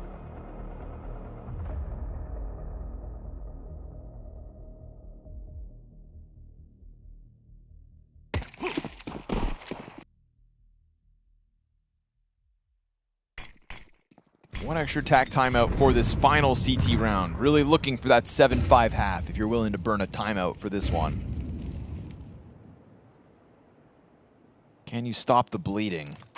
Because it's 5-1. Monte in the last 6 rounds. Oof. Gets the dink in, but BMAS sprays him down. Madger knew that player in the front was low, so goes for the wild spray. The Opera spots him in the backside, and Gizmi, given the warning sign, finds back-to-back headshots for the man advantage and inevitable bomb plant. Another dead simple play to try to close this half, and a 2-on-3 retake that must come through. It was an unannounced move here from the 2 Aurora pieces left over. Smoke grenade in front of Afro, he's gonna have to push through. Onto jail he'll go. Gizmi taken down to a quarter health, just tries to play in cover, but feels the squeeze to go wide. This is Rainwaker unannounced, coming through Temple in just a moment, and not even needed. The monk himself in Afro, 6 rounds on the half. Awesome recovery from Monte.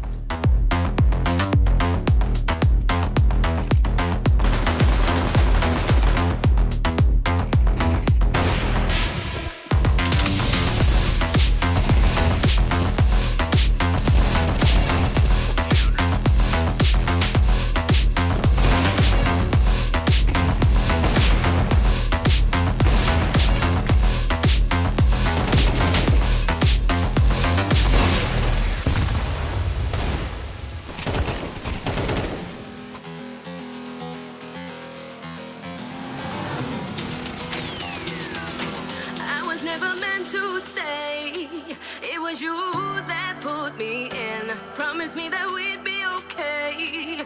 All of your lies I was believing. You were there most of the time, but that was never good enough for me. Had me going out of my mind, had me going round like crazy. But I gotta end this way. Why is there always a struggle for you to let me go? You got me like crazy. Like you were always right and I was always wrong. Crazy. Baby, where did our love go? Crazy. But you love me in a picture. Like you were always right and I was always wrong. Crazy. You gave me attention. Where did our love go? You will always break my fall. You were meant to be here forever. Remember when we used to have it all? We were so good together. Why can't we both feel the same way? Why do I need to explain?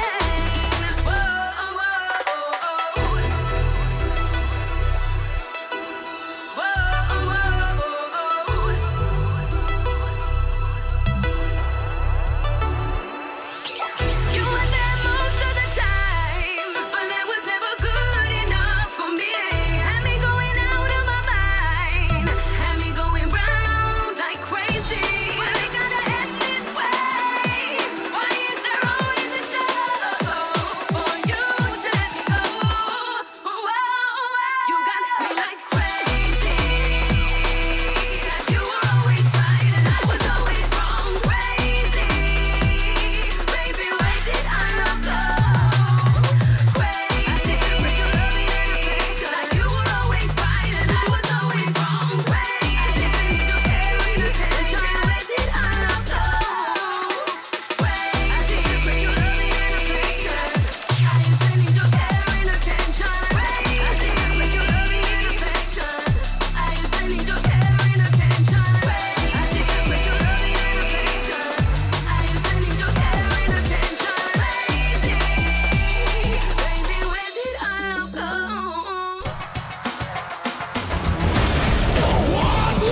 Oh my god, inhuman reactions!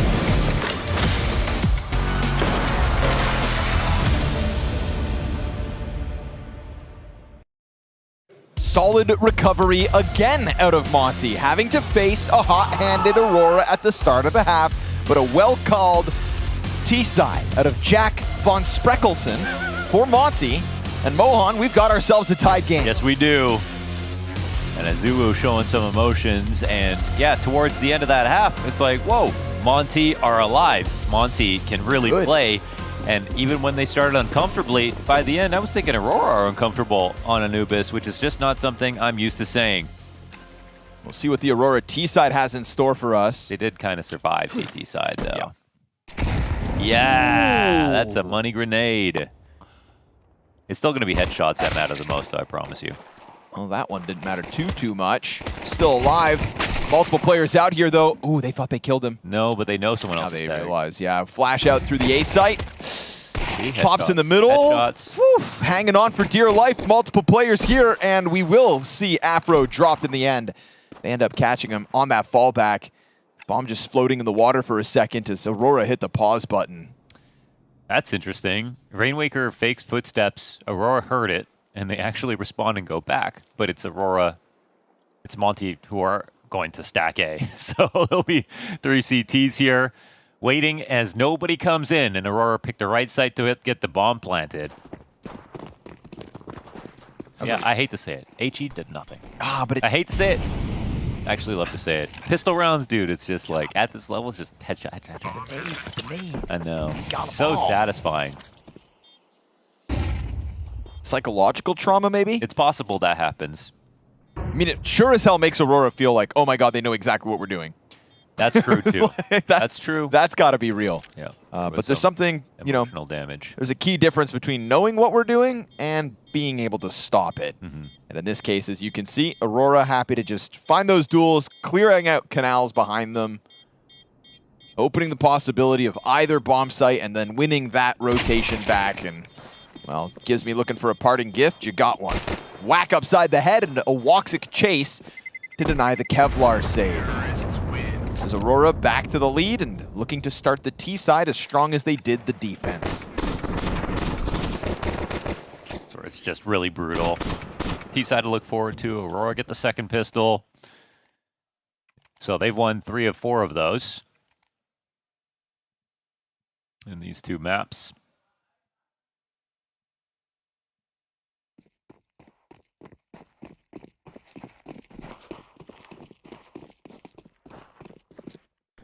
Investment comes in here. We got an MP9 for BMAS, a FAMAS for Rainwaker, and a good amount of utility between the pistoling players.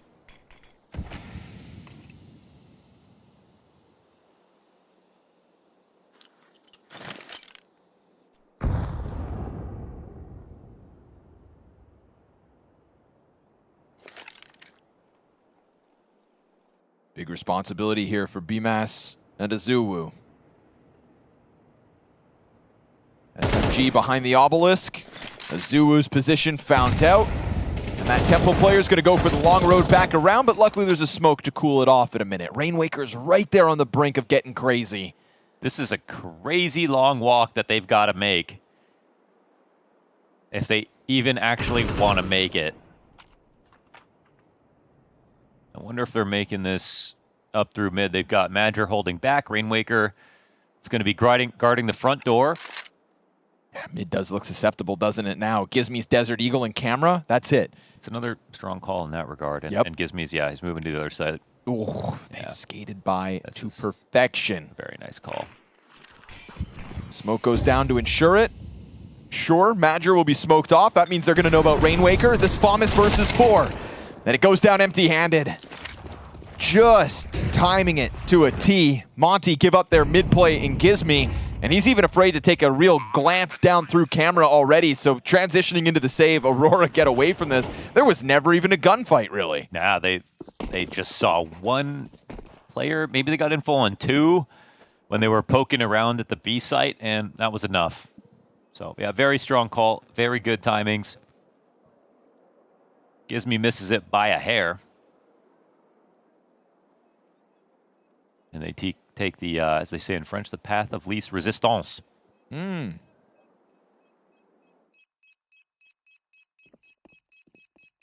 working on your French. Very impressive. Garçon, oui, oui. Terrorists win. We do have Madger here. Yep. And how do you say Afro's name again? Aurélien Drapier. It's an epic name, really.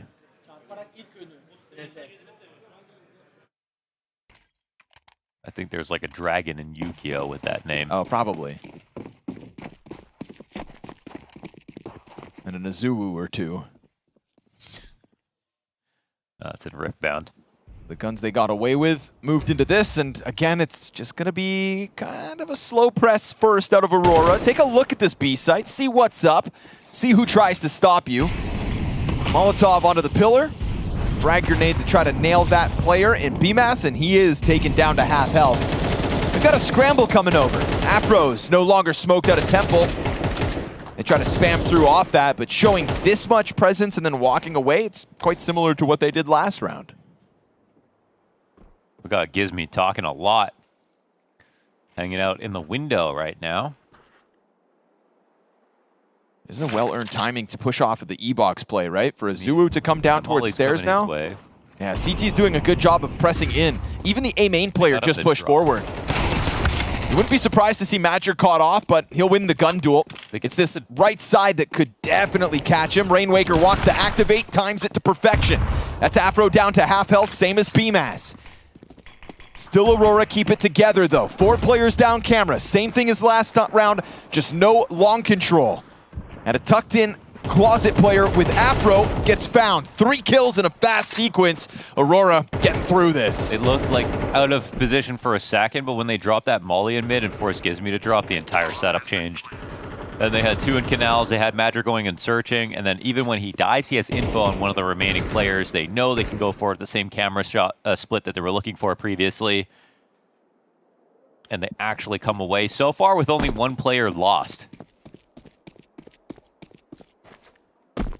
This winds up being a really good round for Aurora again. Just showing this ability to kind of feign presence very heavily at the B site and still get off. Even before this time, where Monte, they remained, I would say, pretty active, right? The push into the window by Gizmy, like you said, talking a mile a minute, getting that activation out of Azuwu to push down through canals. Like, they weren't playing in the dark like they were in the round prior.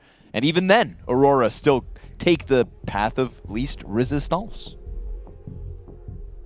That is the finesse that they can bring to Anubis just from knowing it so well.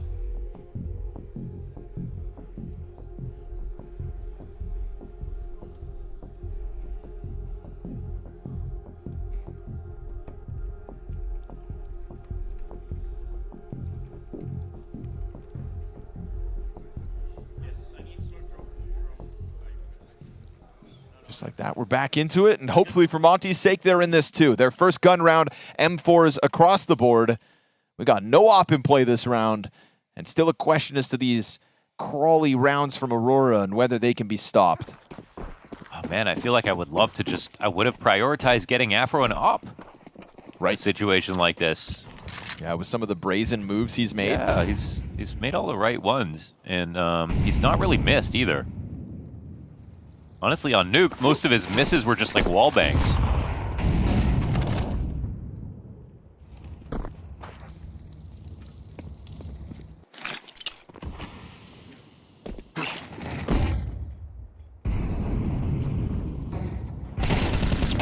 The first shot, seconds clean.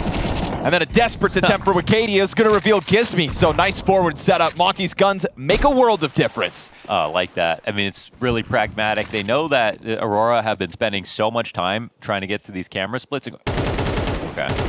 Gizmy sees both. That's a full house. Yes, sir. He's been waiting for a round to kind of rock him and does exactly that. Triple kill Gizmy. A nice double from BMAS to start it off. And just a very confident first gun round for Monte. Probably feels real good at the moment. Solid use of the angle. Denies that re-peek and, trade attempt.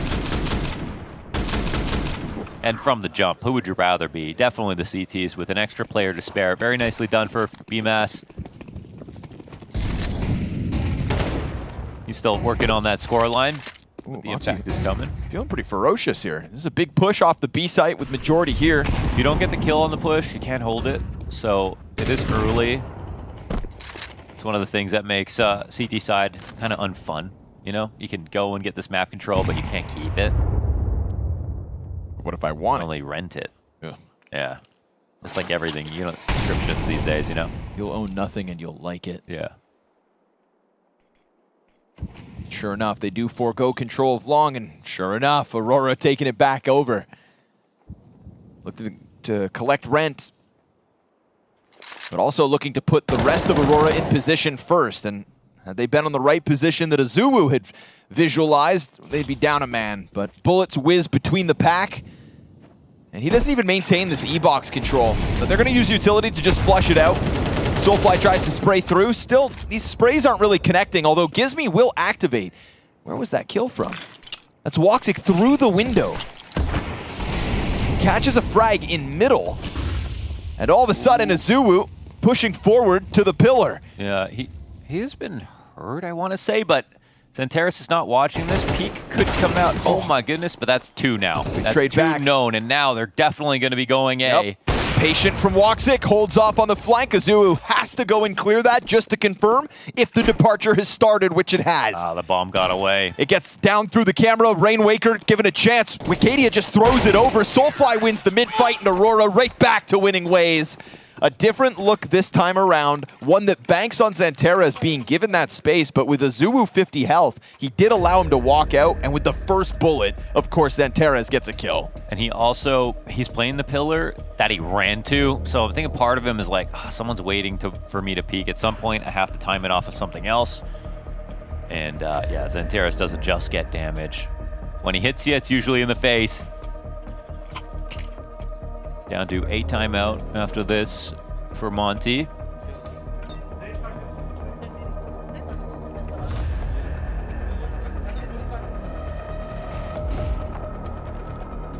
Oh, that's the smallest little thing right there. Yeah.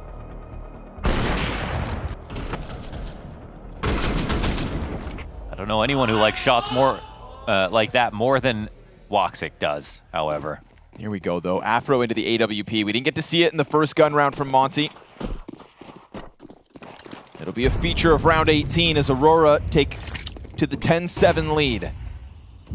Azuwu seemingly wanting to serve up a distraction, meant to open a door for Gizmi, who's got another rifle behind him in Rainwaker, but right now it's just a quick man advantage. Flashes do find their targets, but Rainwaker can't commit. Man, Rainwaker just feels like, okay, well, if I don't do something now, then what do we have? And it's kind of crazy for him to be here, I won't lie to you. Ooh. Wallbang damage goes both ways. That's Xanteris and Wicadia low, but Rainwaker just as wounded. I just feel like he's lucky to them they don't continue on with that fight. But resetting for the CT side doesn't look that promising either. Ooh, Woxic might eat this nade. Yep. Down to 58 HP. It's a good way to soften up another one. Clearly, as you see, left side of the screen, damage significant here for Aurora to have to stomach. But you can also see, left side of the radar, this pinch coming to the B bomb site that BMAS is going to have to defend on his own. And he's already kind of foregone it, right? Leaning all the way back here in cave. Yeah, that's like allowing for a chance. I mean, I don't even know what you do with this. The CTs aren't going to come here now. Unless BMAS can somehow stop this plan, I'm not even sure. Soulfly's got it. He'll burn a bit, join his teammates in being off 100 HP. I guess you've used all your utility this round. You have an op to save. Yeah. One last chance. Tough, though. Because you're trying to sign up for those fights outside of A main. You lose a little too much. You get even more value out of the nades, although unconfirmed on Woxic. But Aurora have just been doing a very good job of walking as they need to the right location to win these rounds.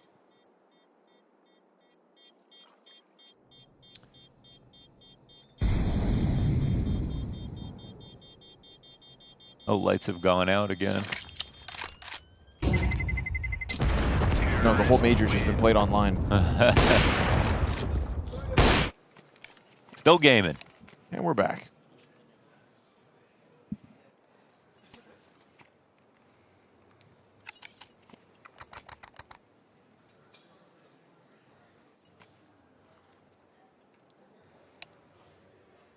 Pretty great. They've got it all set up. The PCs, everything's still running. Power's still going for everything else.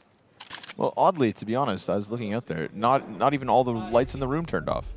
Ours didn't turn off up here either. Last time it did. Shout out to German electricity. Shout out to all the electricity.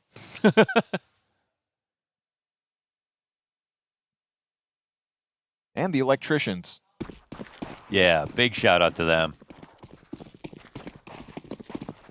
And the plumbers, don't forget about Chad.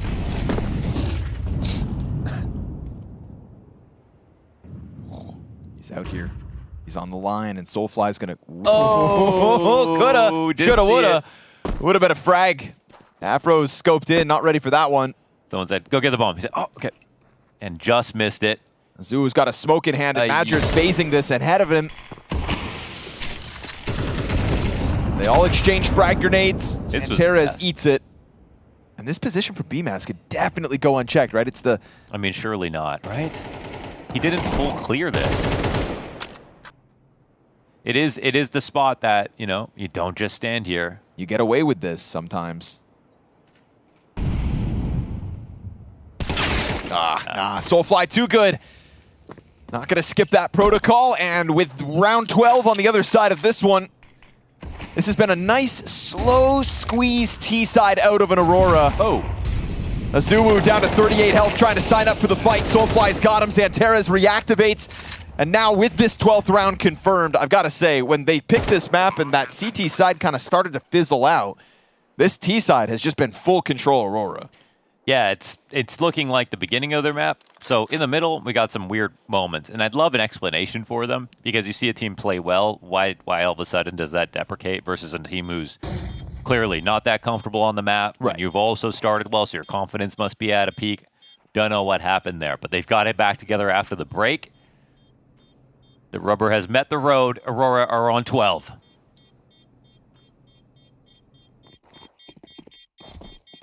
And now it's just about really walking this home. They have a huge gap. They have the T side. Every idea's worked out well. Terrorists win. And you're not skipping steps. Not missing shots. How was that a wall battle? That's just a weird one.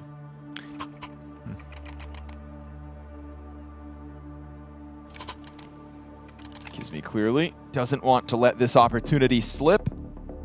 Do love that. You've already caught Aurora off with the ability to come back into these games. Don't for a moment believe that this one is too far gone.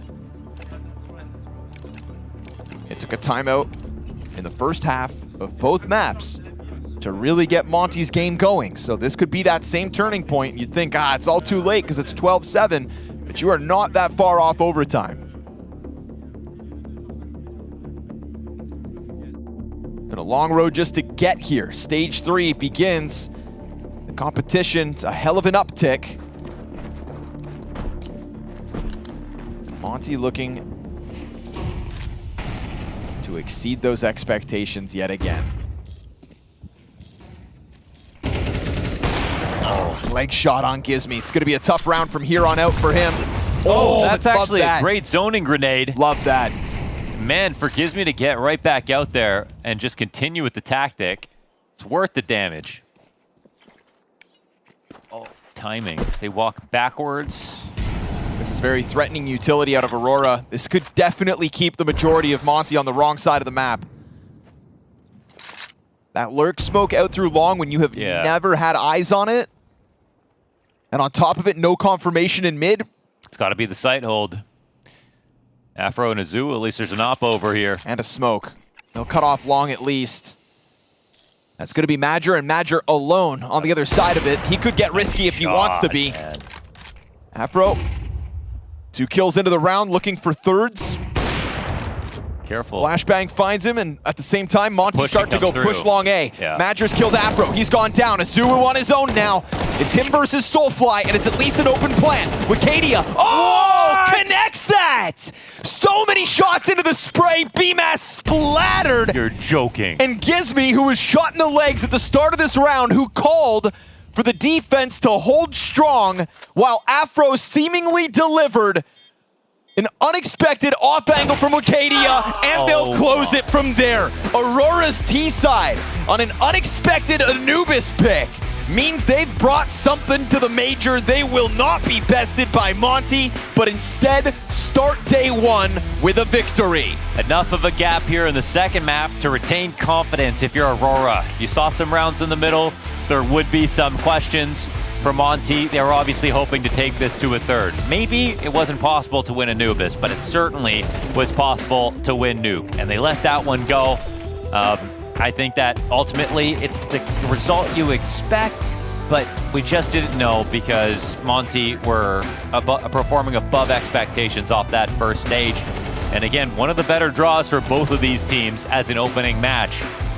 So, I'd say that expectations have been met somewhat. Not as impressive as what FURIA showed us a little bit earlier. Some of the other debuts from teams so far this stage, but they do the job. Still feels like Aurora have some work set out for them. May not be a total sweep of stage 3 at this form, but the fact that they did start both maps with momentum bodes well for them. It's a matter of kind of fine-tuning and hanging on to that, and we'll see whether they feel like things went wrong as we have some words out of Soulfly with Stiko. Soulfly here with me. Obviously, win is very important to start the tournament. Congratulations. But this is your rookie major. Obviously, this means you are undefeated so far at the major. Tell me a little bit through your feelings, through your emotions. What's going on? Yeah, I mean, as you said, it's my first time playing major, and it's like when I play, like sometimes I see my stickers, and it's kind of weird, you know, because I was dreaming having a sticker, or I was thinking that maybe one day maybe I can have it, and today I have it, and then we start major with a win. Yeah. Honestly, it feels good because starting 1-0 gives us very confident, and we had a bootcamp before that, and we worked, and it kind of it's paying right now. Yeah. I want to talk to you about this performance because when you look maybe at the score, you know, you're playing really tough positions, but I can appreciate a good impact. I think on Nuke, extremely impactful T-side. Here on Anubis as well, insane frags, insane information. So is this just your usual self, or are the teammates helping you with the nerves, or what is happening here? Yeah, like Nuke City side, I didn't start good, and then like Fabrice told me that it's fine, and everybody tries to motivate me. Yep. But for me, like even if something goes wrong, I'm still trying to be a good teammate. Like if I can't shoot, then you guys gonna use me like a fish, you know. Yeah. So yeah, like they're helping me, and I'm also trying to handle my emotions in the game. Yeah. You outfrag Xantares, so it must be a good game for you. Yeah, sometimes it's happening. Anything you want to say to the fans? Obviously, with the first win, this is very important. You will probably get a chance to play in front of the audience on A stream as well. Anything you want to say? Can I say in Turkish? Absolutely. Arkadaşlar, destekleriniz için teşekkür ederiz. Bugün 1-0 başladık. İnşallah diğer günde win'e devam edeceğiz. Hepinizi çok seviyorum. Aileme buradan selam. Teşekkürler tekrardan. Görüşmek üzere. Thank you very much for this, and see you tomorrow in another best of 3. If you want to see a couple of action moments, we still have best of 3s, juicy best of 3s going on the A stream. So we'll see you there, and on B stream. That's end of the show. Until tomorrow.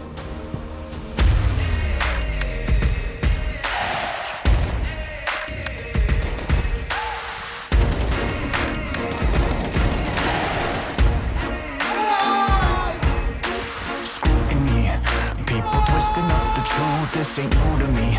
Since the age of 22, I've been using it like it's fuel to level up, like it's champagne in my cup, like there's nothing interrupting my pursuit of dreams. There's a vision in my mind, it's consuming me. Take my confidence combined with opportunity, mix it up with unity, soon to be the greatest of my generation. Operation Victory. Fight or fly, we will stay. Through the perils we dare not to stray. Spark the match, light the flame. Out of luck, out of sight, dangerous, dynamite. Dynamite! Setting fire to the clouds at the speed of light. Going up, not coming down, screaming. Superman's kryptonite. Blowing up, dynamite. Dynamite!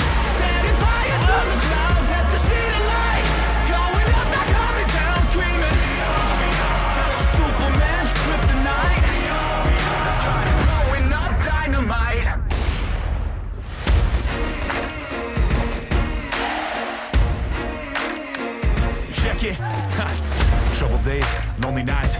tears, a lot of fights, big dreams met with bigger lies. It ain't what it seems from the outside. When downfall they pray, will I surrender or will I betray? Given the trauma that lives in my brain, or use it to fuel up the fire in my veins. I never complain, I boss up and do it. If there's a battle, I fight my way through it. If the wind blows, I thank God that he blew it. Cause what is a blessing depends how you view it. The fruits of my labor are in abundance, indispensable, I'm not redundant, incomprehensible the way I've done it. When the struggle pushes me out, shove it, I rise above it. Fight or flight, we will stay. Through the perils, we dare not to stray. Spark the match, light the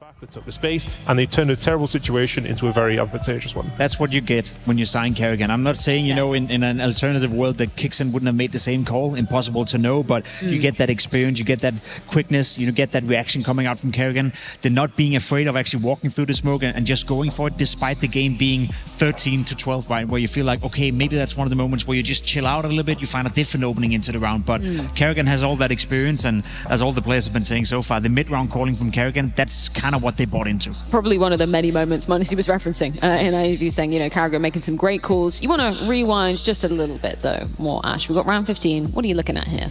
I mean, I just kind of want to shout out Heavy God a little bit, because I think this game wouldn't be epic. You need big moments in Counter-Strike. It doesn't matter how good you are tactically, you need people to show up and show that they really deserve to be at tier 1. And I understand here there's some over-peaking, perhaps going from Falcons one by one, but you've got to hit these shots. The game's kind of slipping away from this point. This is 10-6 if you lose this round, you know, full eco. And I think at that point now, the game is done, but you get to overtime, you get chances because people show up in those moments. I think him, Nertz as well, the stats may not say it, but you felt like he had a lot of kills they shouldn't have got.